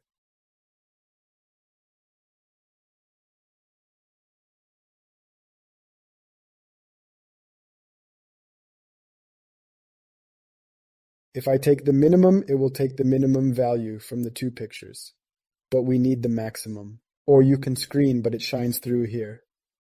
If we take the screen, in this case we take the maximum.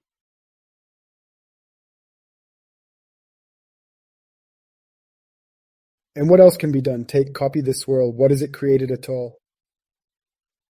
A function is created, go here, and you can see it here.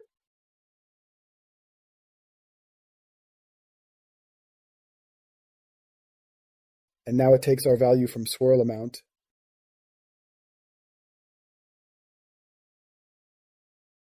But what is interesting here? You can do various manipulations, add, subtract, multiply. This is the same as how we will create materials. The same manipulations can be done here. And for example, we want one image to take our value from our graph in the plus side and the other to take it in the minus side. For example, this value was 0.53, and here I want it to be minus 0.53, so that it twists in the other direction. But I don't want to have 2 different values. I want it to take the same value but process them differently. What I do? Come on, we have this get float value. We're taking this value from our graph. What does it do? Can choose our all values. I will then explain what time is. For now, we take swirl amount.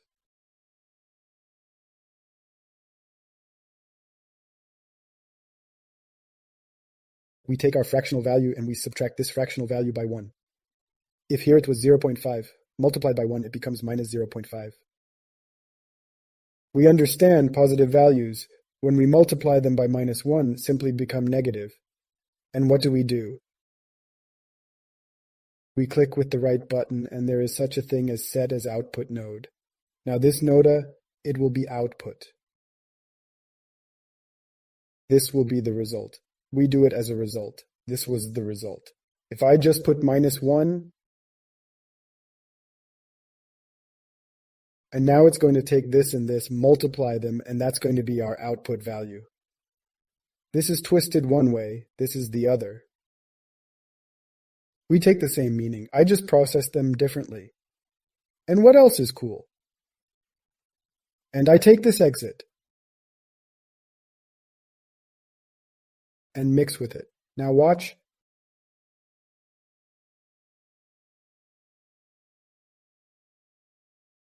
I twist, and these two notes, they spin in different directions, and I mix them together. It stays always in one place. It spins one way, and that spins another. And I mix them all up, and we can still change the value here. This is the meaning of generation.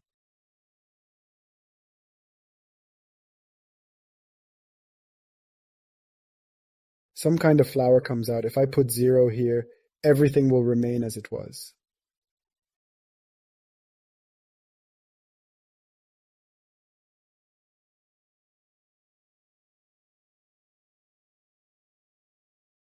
Of course, you can manage a lot here, add more options here, such as managing this.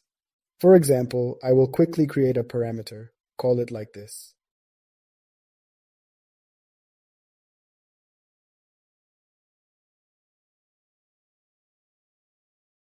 I will make the value like this. Now a value called slope intensity 0.34 has been created.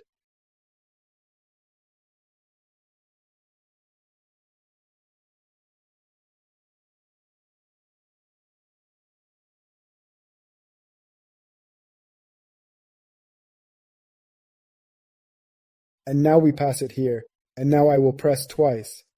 Click here twice for all nodes to update to the last click, and they will all update. Twice on an empty space, and here we have parameters. We can control how many times we want to repeat. It gradually processes all these notes. We create different things with the help of these nodes. How we want to spin these other nodes. Then slope intensity, now I added it and it is pulled up from here. This value affects all the others.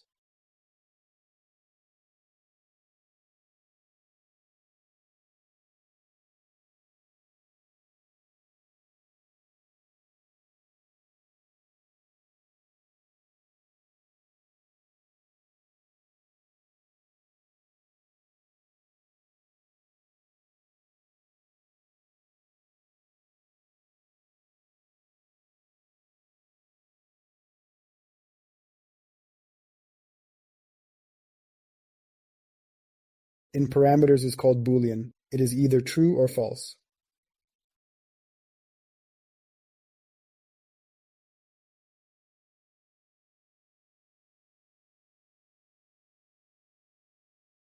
Let's give it a name. It will be true, false by standard. Let it be true. What can we do? We have these two nodes that are used.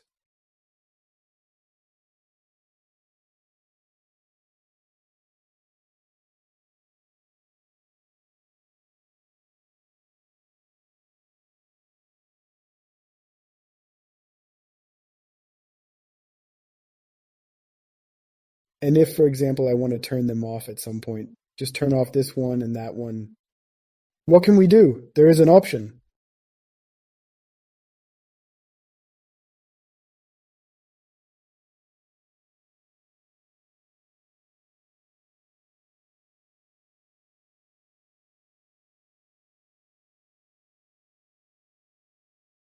This way will not work. We have such an interesting switch, grayscale.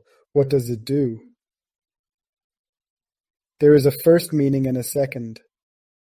True and false, it takes two values, true or false. There is nothing now. It just gives us an empty meaning, because there is nothing on false. If I set, for example, to false here, it would be possible to switch between these two textures. You can take a different texture from the very beginning. Take something else instead of starburst, and in this case I'll just turn it off. I'm going to take it over here to true, and Control D, it's over here. What is the point? We have this value, also true, false, here it is, and we will bind it to this switch. And here we will tie him. And now I can just turn them off. It just changes me.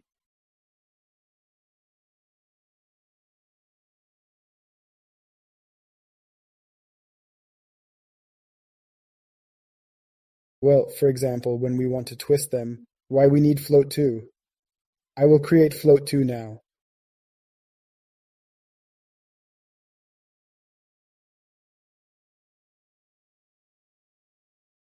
And let's call it offset. I will create float 2. Well, default is from 0.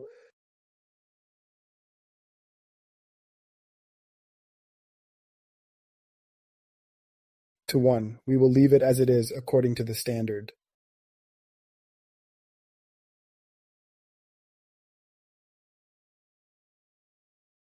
Remember, there's a node called warp. I'm just going to show you what we can do.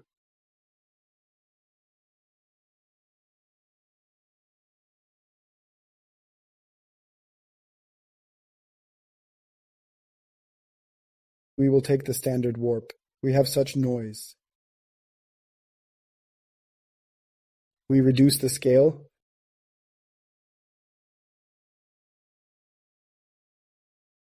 With this warp we can distort the texture. In fact, it is a little blurry. There are some handling issues.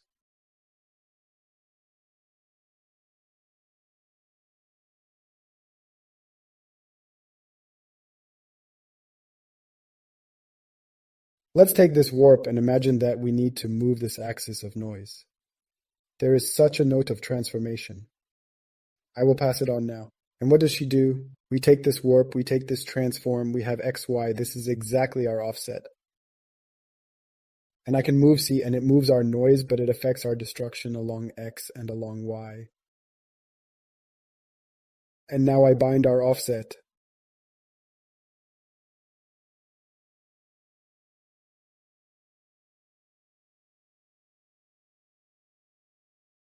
I will copy, but what's the point? I will change here, for example, scale. I will change this scale. The transform remains the same already attached. I can even edit this transform. I took this transform and I can stretch, for example, in width. We leave Ctrl D as it is.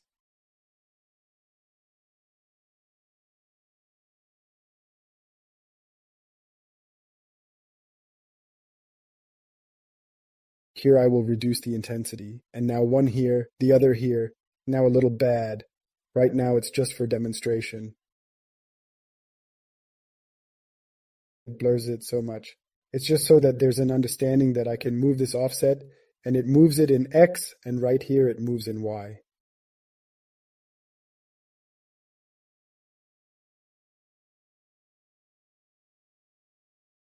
We have the switch grayscale here. I will create another value. So you can generally create a bunch of parameters. A Boolean parameter, use warp.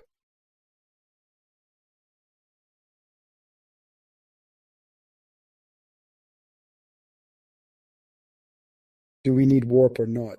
And let's say that by default it will be set to false, which is not necessary. And our just beautiful switch grayscale, here it is. And if we need warp, we will put it here.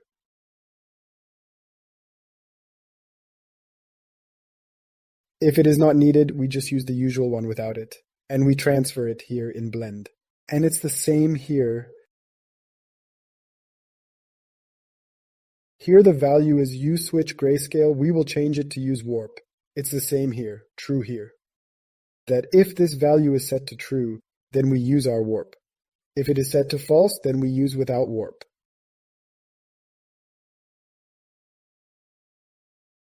Twice to an empty space to see a preview, it is exposed that we do not need warp. I move the offset, nothing gives us.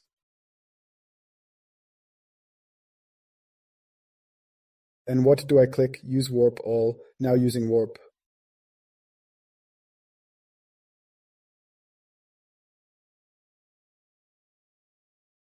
Can manage all these things. You can create very interesting things. We have this grayscale, we mix it here. There is such a note. Here you can spin.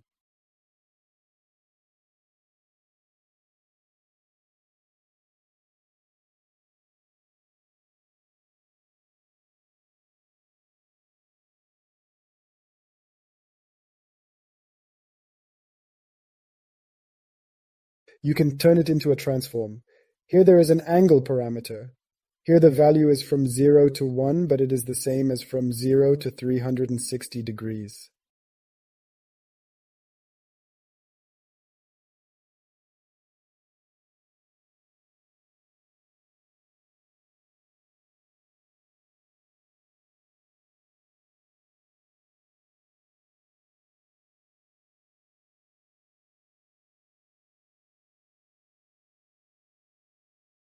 And let us want to twist this node more. And now we'll double click here, and now we'll add something like this. Let's call it something.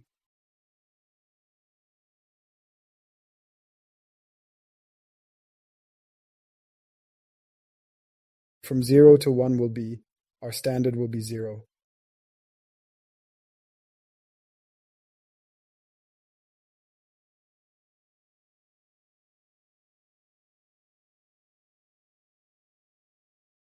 I will tie our rotation. What's the point? And there is a rotation here, and I can spin it. By the way, you see an artifact here, because it is repeated.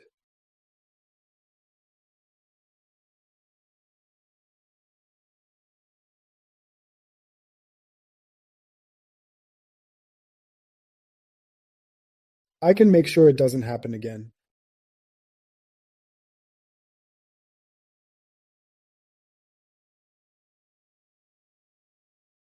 When we create some simple shapes, we don't need tiling. Otherwise, there may be some artifacts, which we do not need.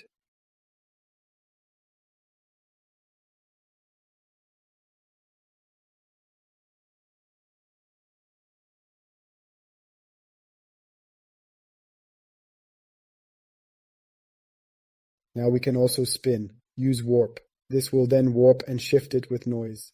You can also add, for example, a node for controlling the intensity of this warp.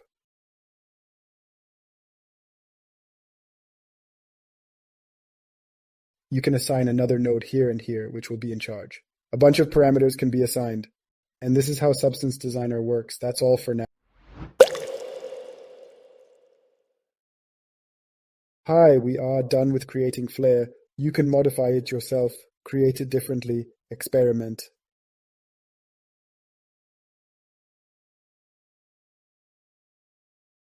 And now we will try to create trail examples. We press F2 and we can call Flare.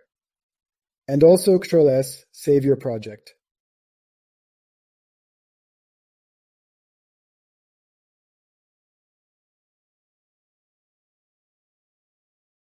We call him in this container. We will create another one. And we call it Trail01. We go to Explorer, and here we have Flare and Trail.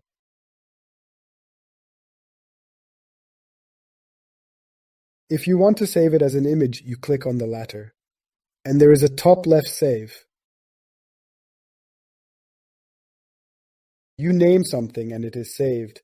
There is also an output node. Why is it needed? If you want to reduce the final size, now 2048 by 2048,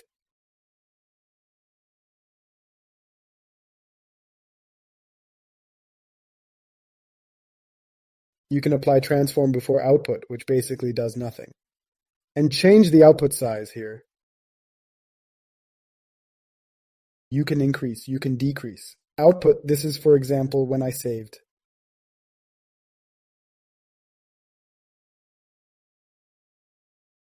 Now this flare, it can then simply be used in other graphs.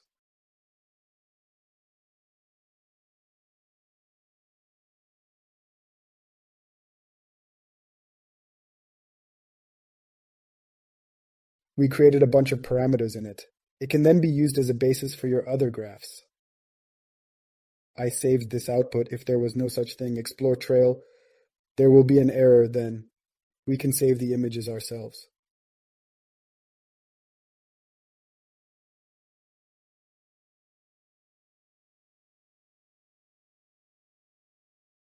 click here and save. But if we need to use it in other columns, it must be stored differently. I want it to remain 2048, 2048.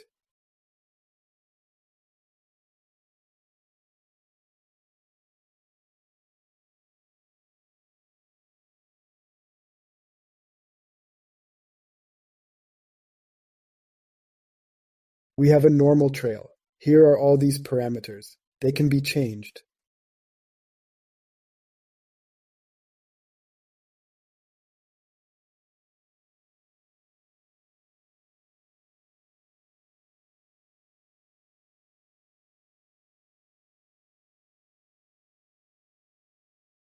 Everyone has their own parameters, although the note is duplicated.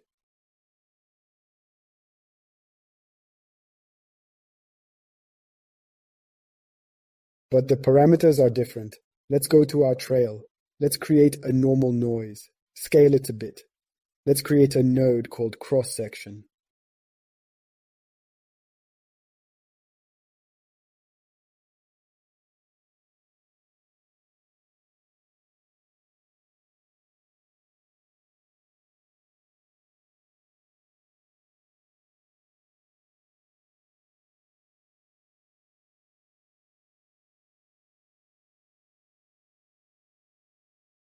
It has many different parameters. This node can change our noise. I will click on the cross-section twice, and once per node that I want to modify.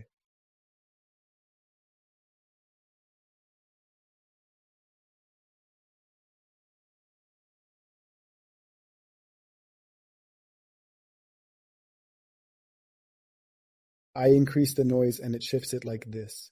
Different noises give different results. For example, I will take Voronoi.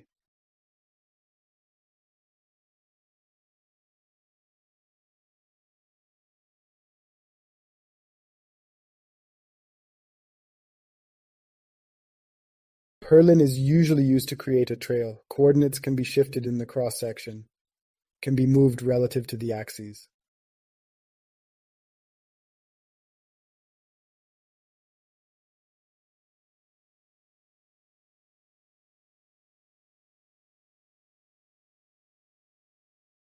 Let's click here so that it shows our noise on which it shows here. Where do they come from? Yes, that is, it displaces, it absorbs here and there, and then it goes up.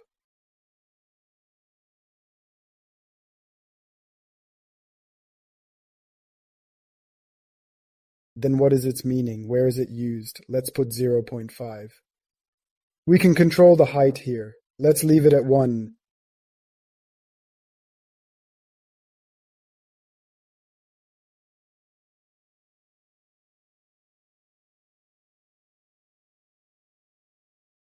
Offset, we can move it.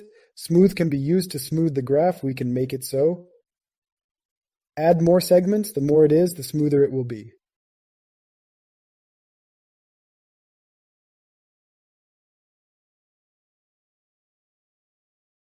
You can control the color and the background color. Well, here we leave everything as standard.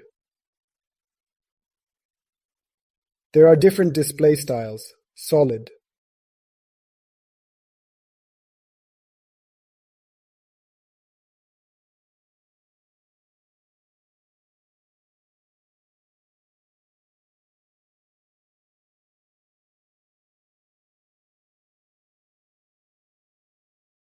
Gradient.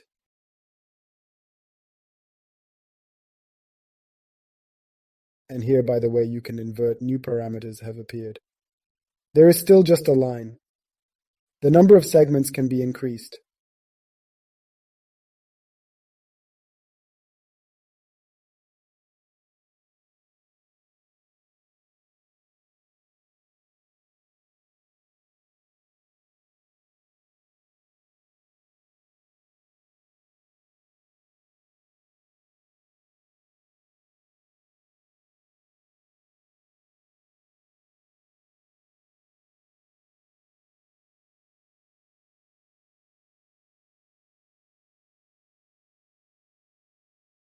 You can see how the graph changes depending on various parameters. What do we need?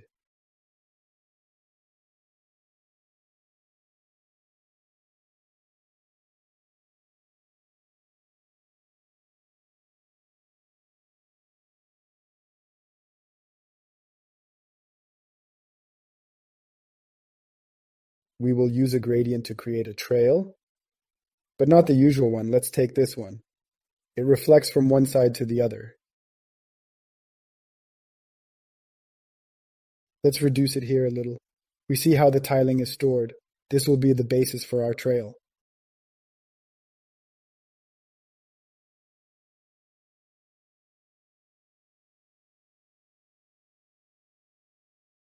And we can take a histogram.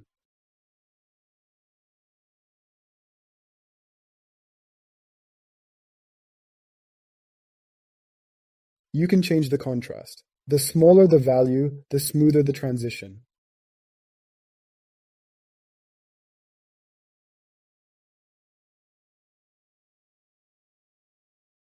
Let's take it like this.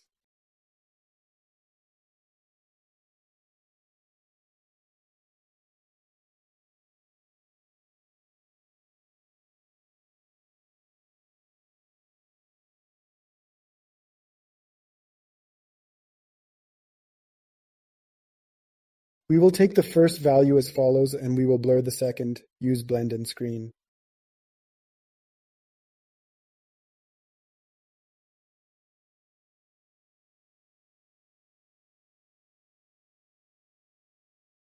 I will reduce the position a little. You have to use auto levels because it is too blurred. Not.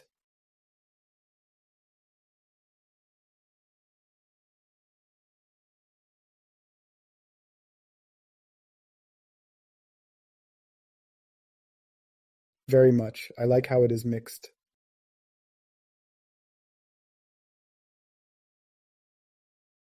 You can do that. It is possible to do this with the help of a histogram.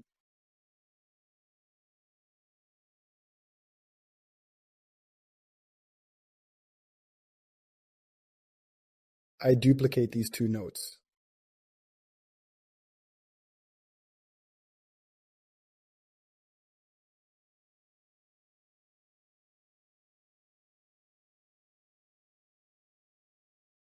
I'll just turn it over. Here is to mirror. Now it is turned upside down.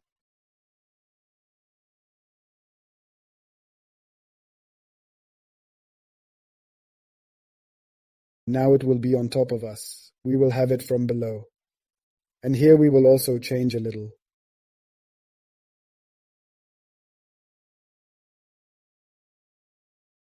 I change here and it changes our graph. And what's the point? I will now take it again and duplicate all these notes.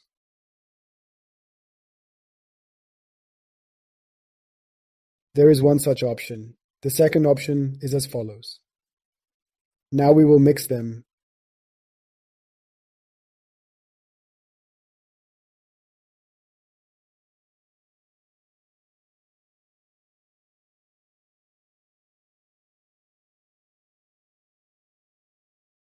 If we want, for example, to create certain variations, can be changed directly in the cross-section.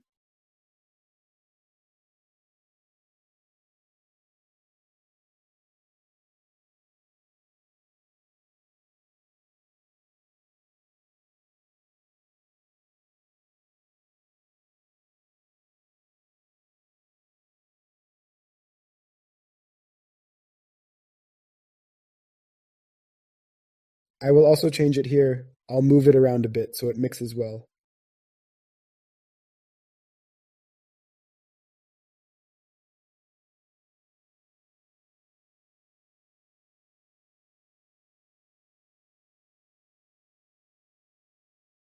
This is how I manage these nodes.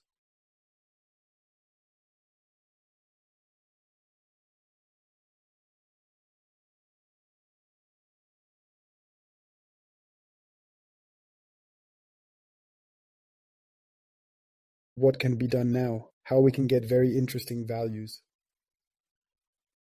Remember for our transform that moves along x and y, but let's imagine that we want to move only along xc.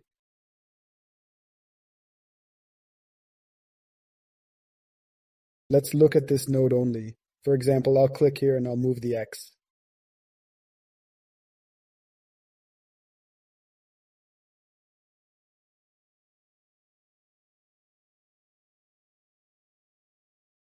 although not y must also be shifted. What's the point, for example? Let's imagine that we want to move x and y, but at the same time, how can we do it? We create right here, give it a name, and it will be 0 to 1.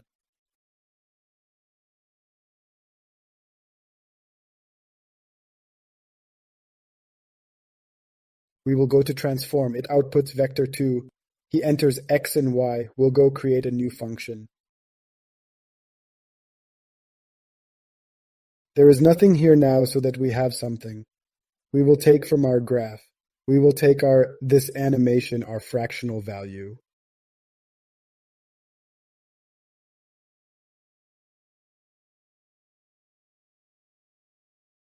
We take animation, but here it needs 2D vector 2.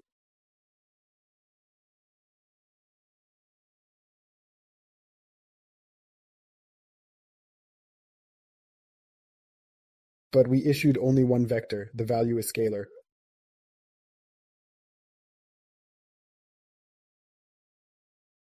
We need two exits. What do we do about it?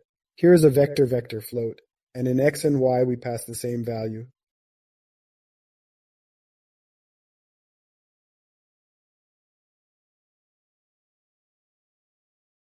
And we press set out. We pass on the output. And now when we move it, it moves it along two axes.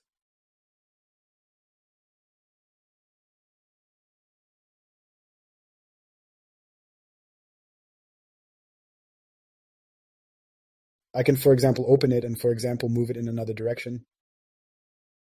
Multiply it by -1.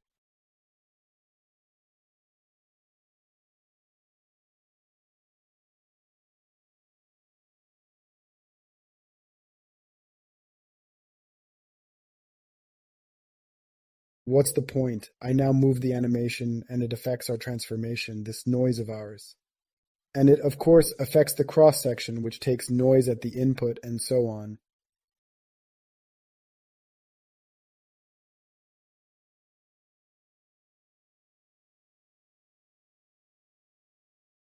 Now these two noises are mixed.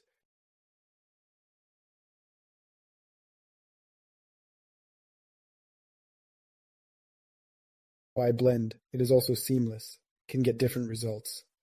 Remember I told you about the slope. You can use a histogram.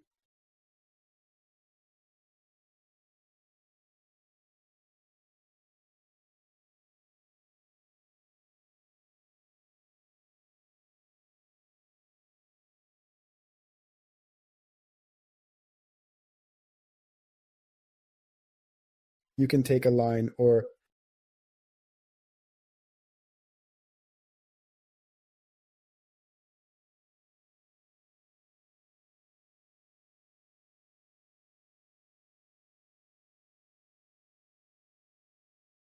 for example, you can take a line and make it solid.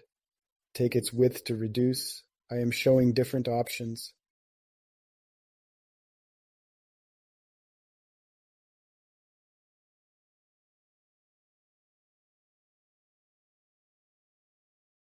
Break it up, then throw it into auto level so that it blurs it.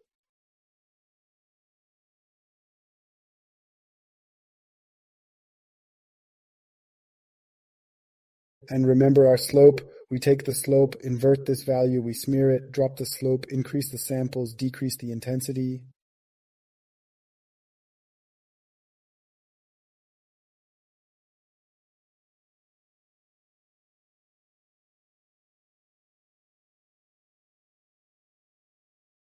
You can now remove all these things.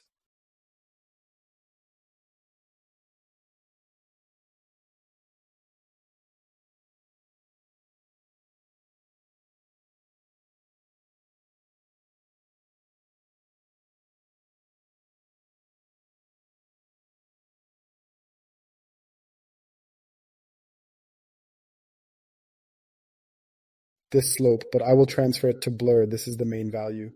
And I will mix them.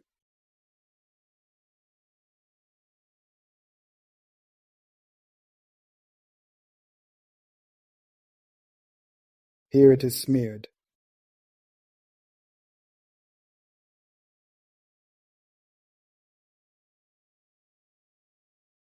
Reduce the blur intensity, And here you can control the intensity.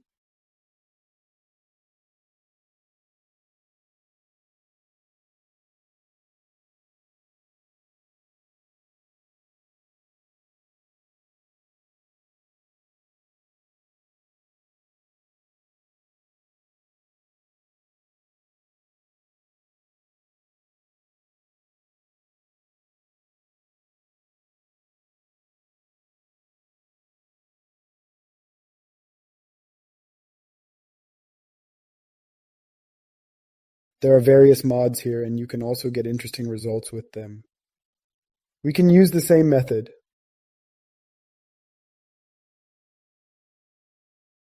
We don't take the transform, we just duplicate these nodes.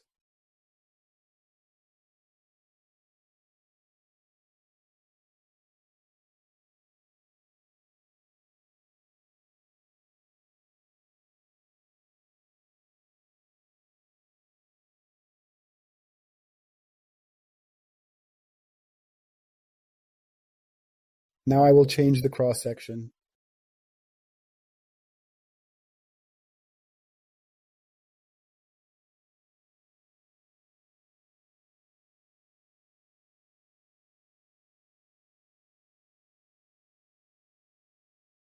I will change it just so that it is like in the past. The only thing that needs to be changed here. Let's delete it because we already use a different pattern. Cross-section, break it, then auto-level to make the black values so that it is smeared inside. Let's use blur.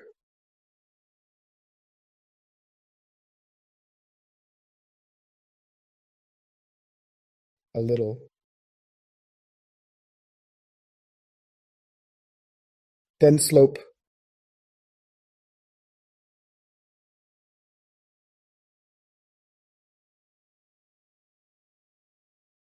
I turn off auto levels, I control the intensity here. Now we have the following result.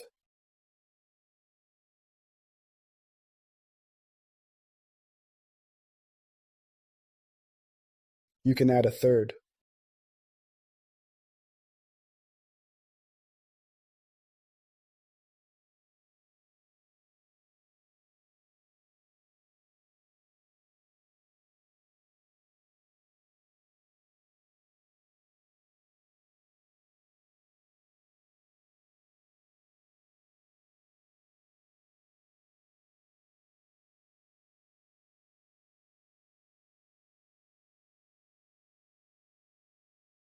Can be added again.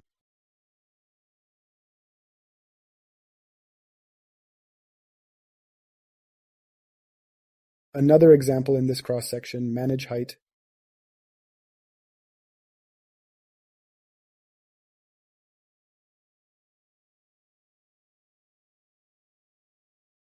We see that they have shifted a little. We can take transform and move them together a little.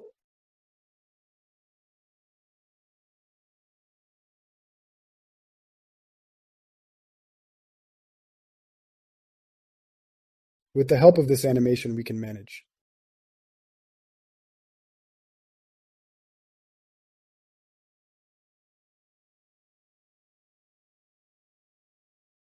In general, we can take this transform away.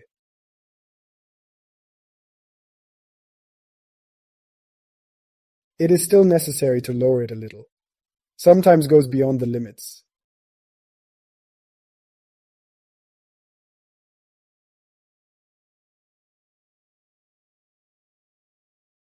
What's the point? How do we create lightning?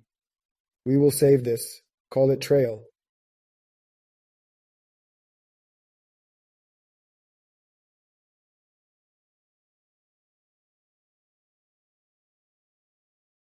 We can add parameters, for example, for blurring. We can control not only with the help of this transformation value.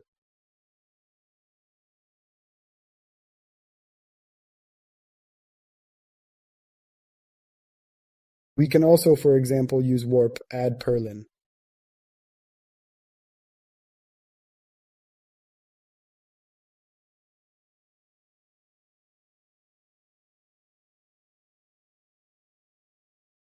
You can do something so interesting.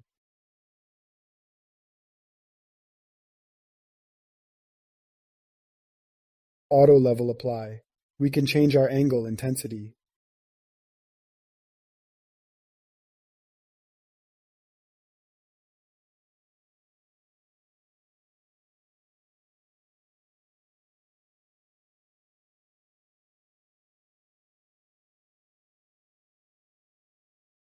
Let's use Voronoi.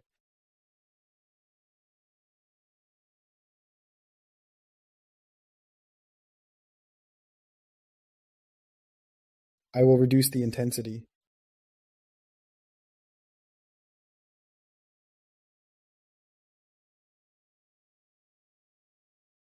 You can quickly get completely different things. You can generally mix two of these noises, multiply them. Take screen, for example.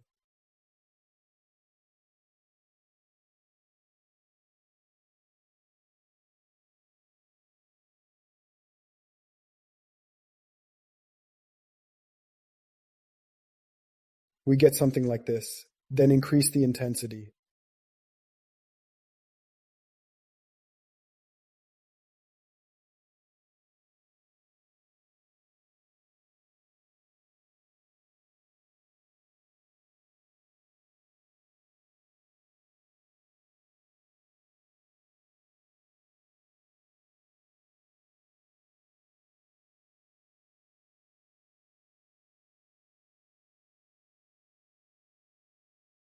So that you understand how you can experiment and get some incredible things.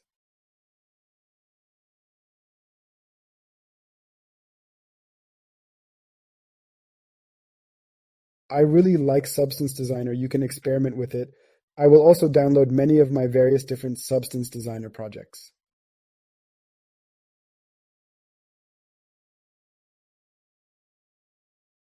You must see them, examine them.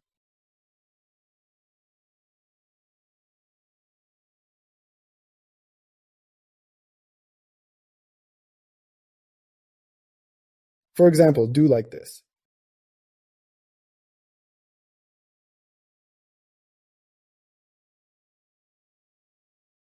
Interesting thing to add some interesting details. Normal.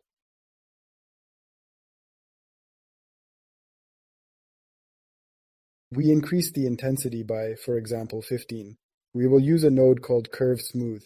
It did such a thing. Now we will take Blend. Mix it with this.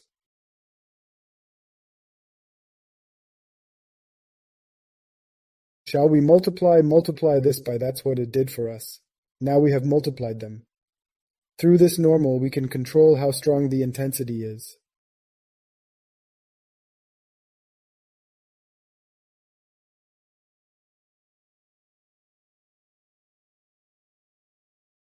Take, for example, directional blur. That's how to smear.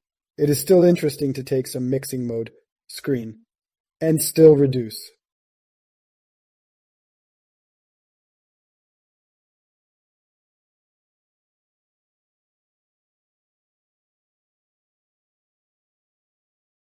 There are some problems here. Let's reduce the intensity. Let's smear a little bit. All these details are so small.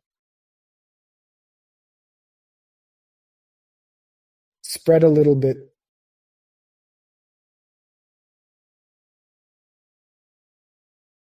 Blur intensity.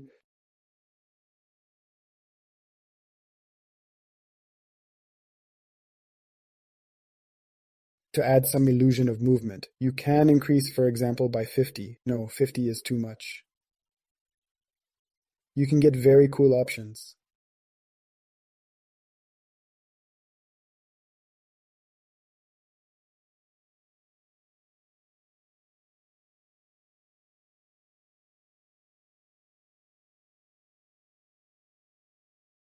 We saved everything.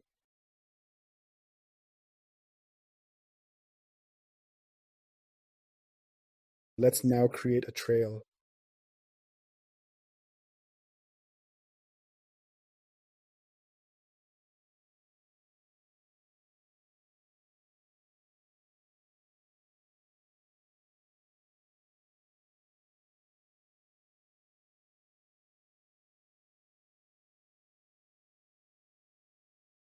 We can throw it here like this. We use all the same things we used when creating the previous trail.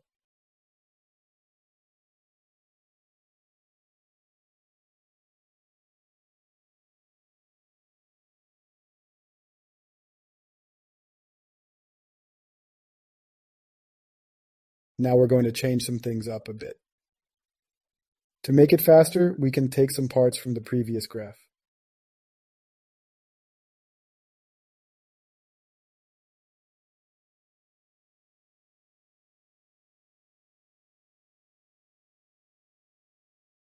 We take the first 3 nodes. We copy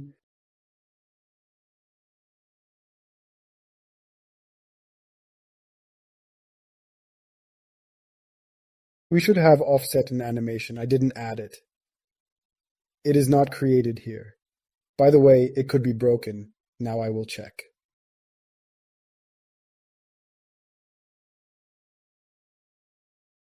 If in this way to copy when some values were tied.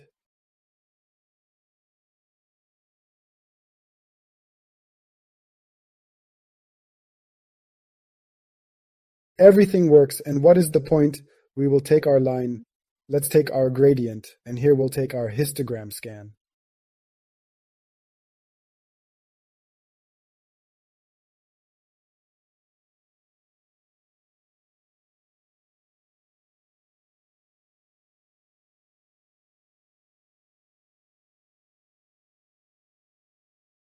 Let's do it this way. We now need a normal warp. We need a node called cells. The noise is ready.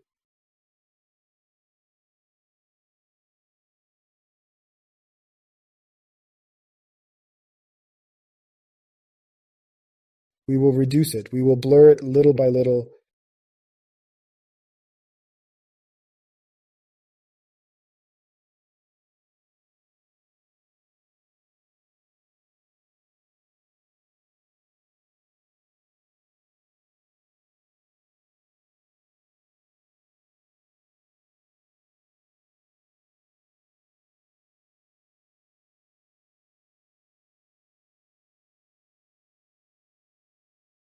I'll probably stretch it a little more because I don't like it very much.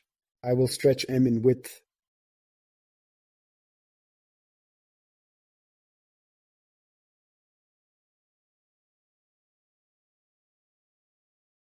Reduce this main one. There is this main figure and I added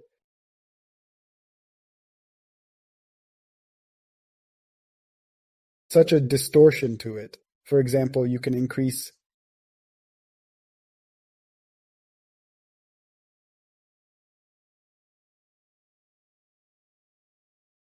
What are we doing? Just copy it all, Ctrl D, until one.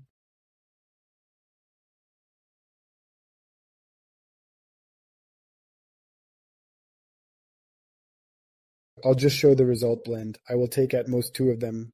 They are the same. We don't see the difference, and to see some difference, we change let's in this first one.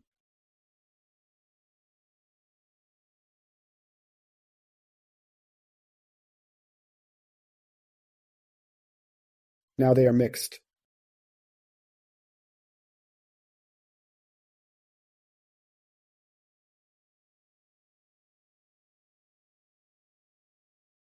I don't really like warp.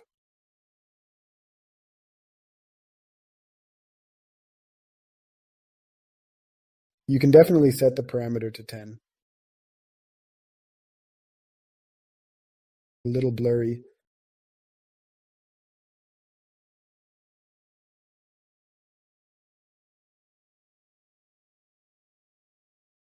There is a certain artifact here. Add this blur a little, and add another histogram scan to make it look like this.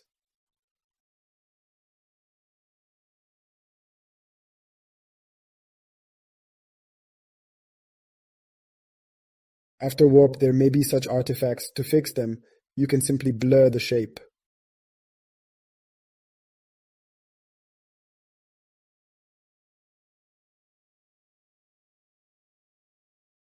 What can we do about it now? Change cells. Remember that they are all bound through this transform. Add blur. You can stretch it more.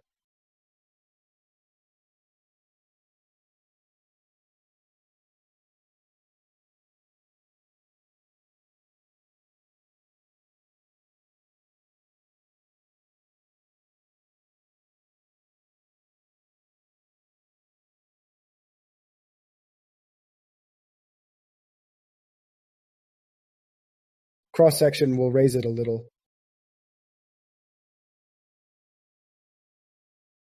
Duplicate it all.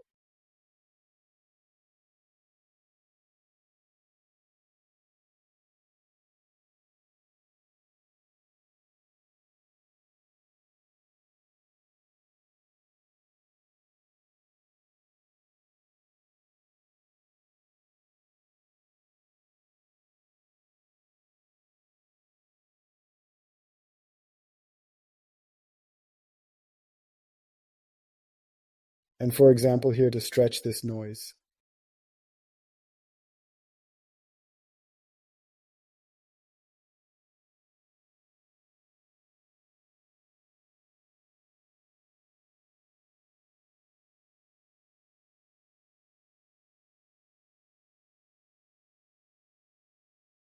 I'd rather edit it here.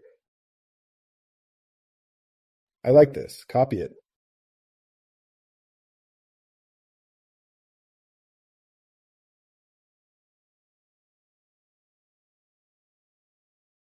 I will turn it over to make it different.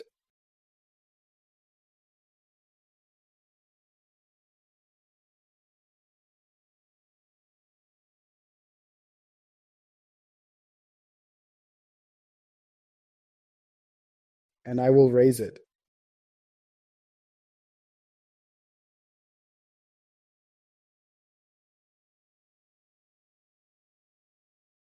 And I will add one last such lightning. I don't really like it.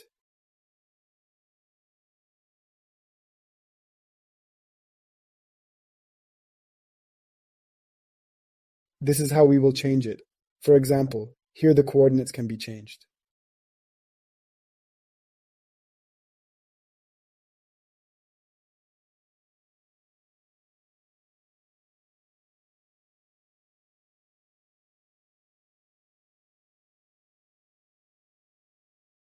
Here we enter the histogram scan, and here we change the position to make it thicker.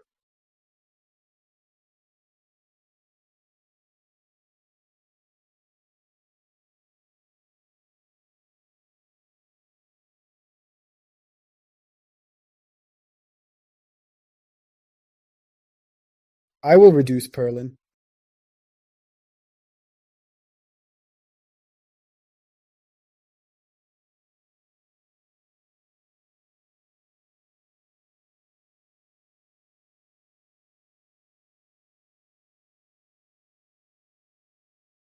I will blur a little.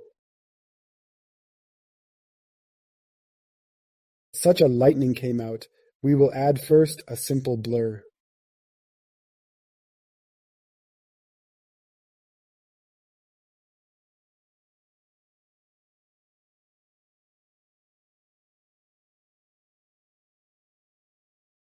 That's right. Great. Now it is a little smooth around the edges.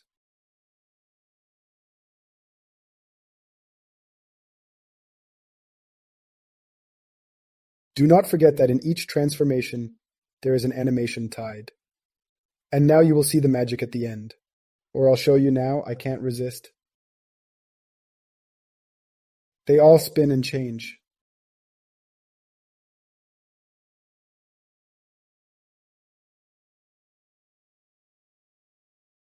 Isn't that cool?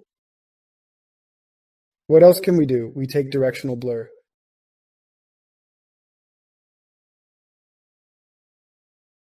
We will leave it as it is.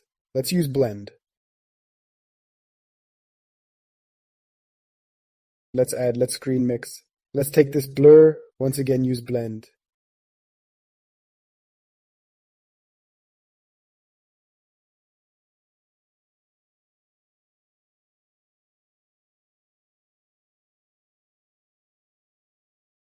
But we will also use auto levels.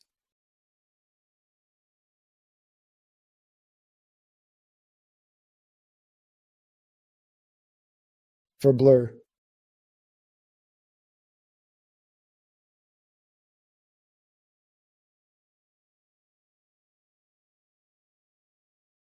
We will smear him more.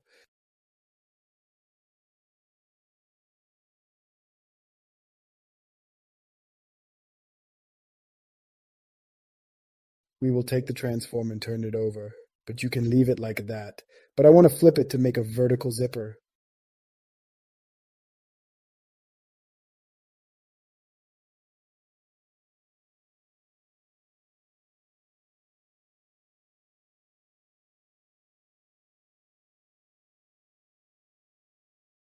You can stretch it.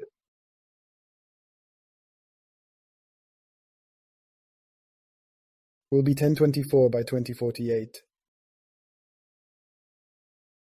Can also be stored in this way. The main thing is that it should be in the power of 2. I will apply a gradient to add some color.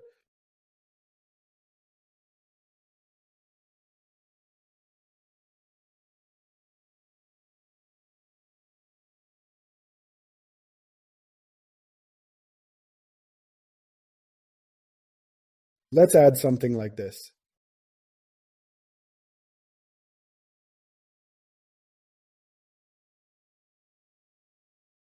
Now let's add a highlight.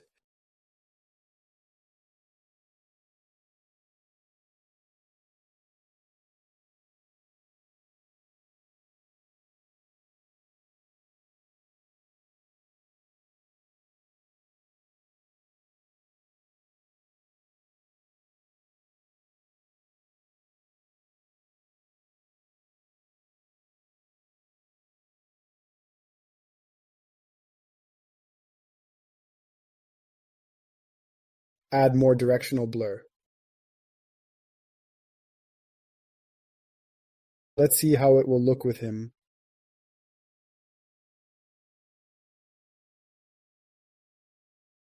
You can take it as you see fit. I will add it a little so that there is some movement.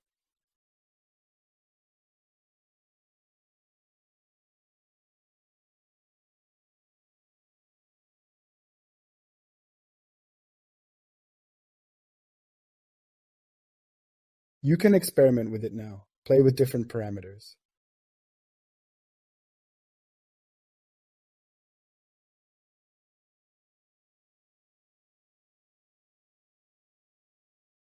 As you prefer.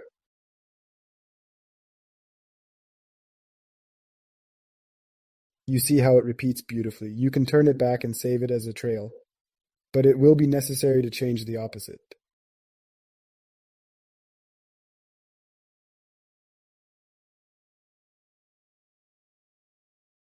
I will return everything as it was. Usually keep in black and white. This is just for demonstration. I added the color. Here, click and save. And let's not forget about our animation.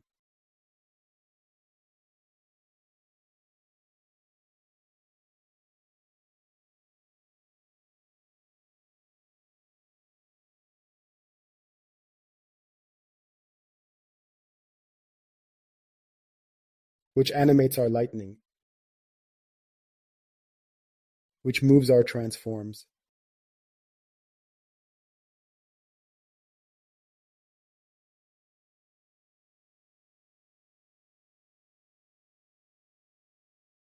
This is how you can make frame-by-frame animations.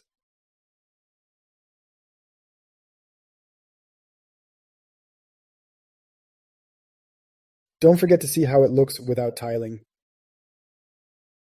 I am currently using a node called I'll show you a minute.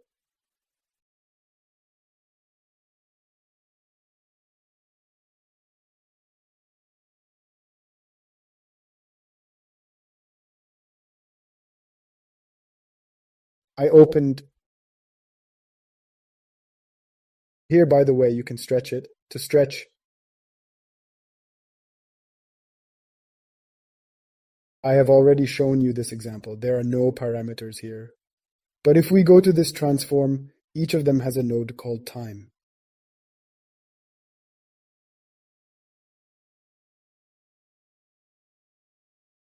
It is automatically created in each node. What is she doing? There is such a program called Substance Player. Free first, what you need.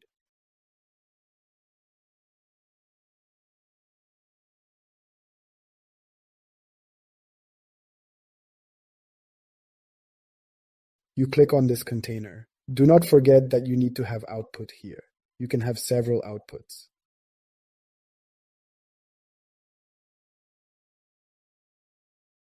Let me add.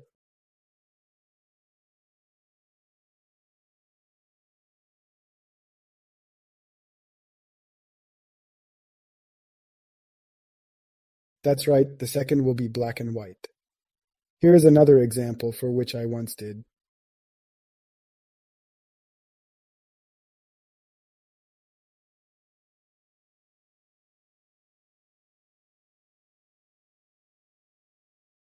Let's throw it into Substance Player now. Right mouse button and select as me.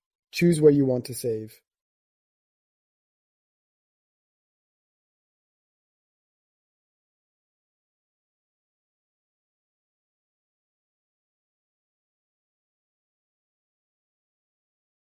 I keep it on my desktop. I will open it. I open Substance Player, find where this file was saved.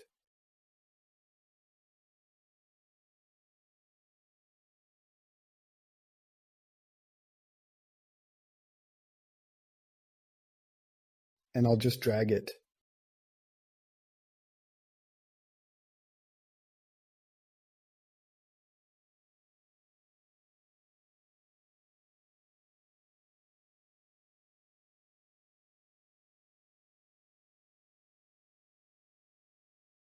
That's what saved him. I open our Substance Player, and I'm just dragging it now. I close here below. There is a timeline in which we can scroll the animation.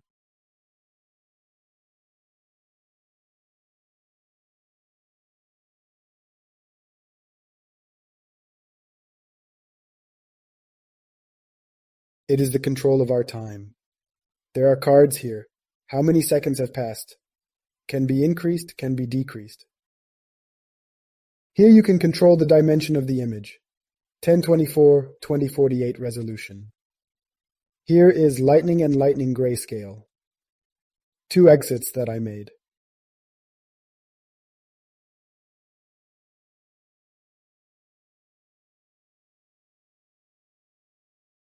And here there are more graphs, reduced by 25%. I click here and the animation starts.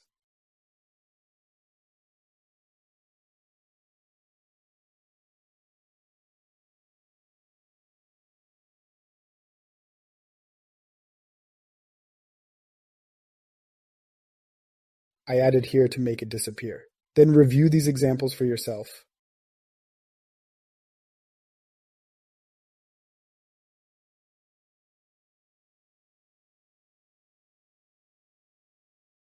And here is our lighting 02. This timeline, it just controls our time.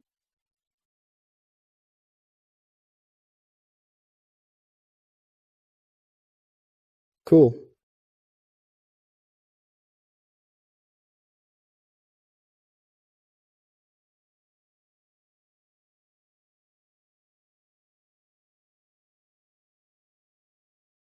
We can export it immediately.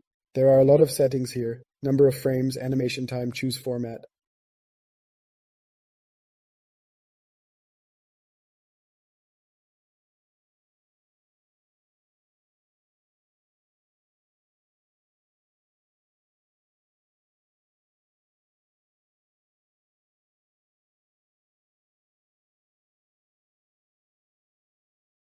I will make a name. For example, I want to have 30 frames from 0 to 30. I rendered 30 frames, I go to that folder.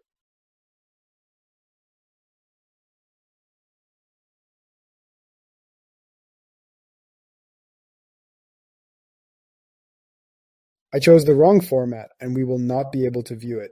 Must be saved in PNG. See 30 images.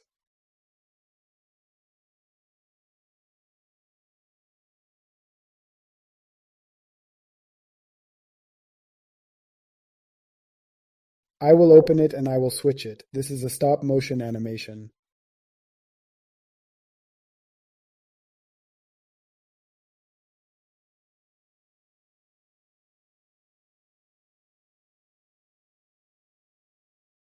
There are special programs that pack it all.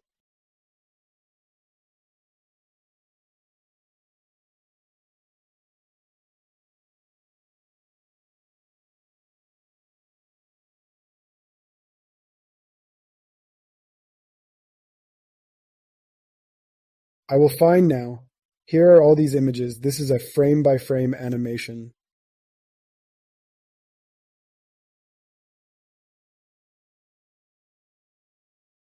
It's like one image. We will also study it. It's like making stop-motion animations. That's how interesting it is to work with a substance designer.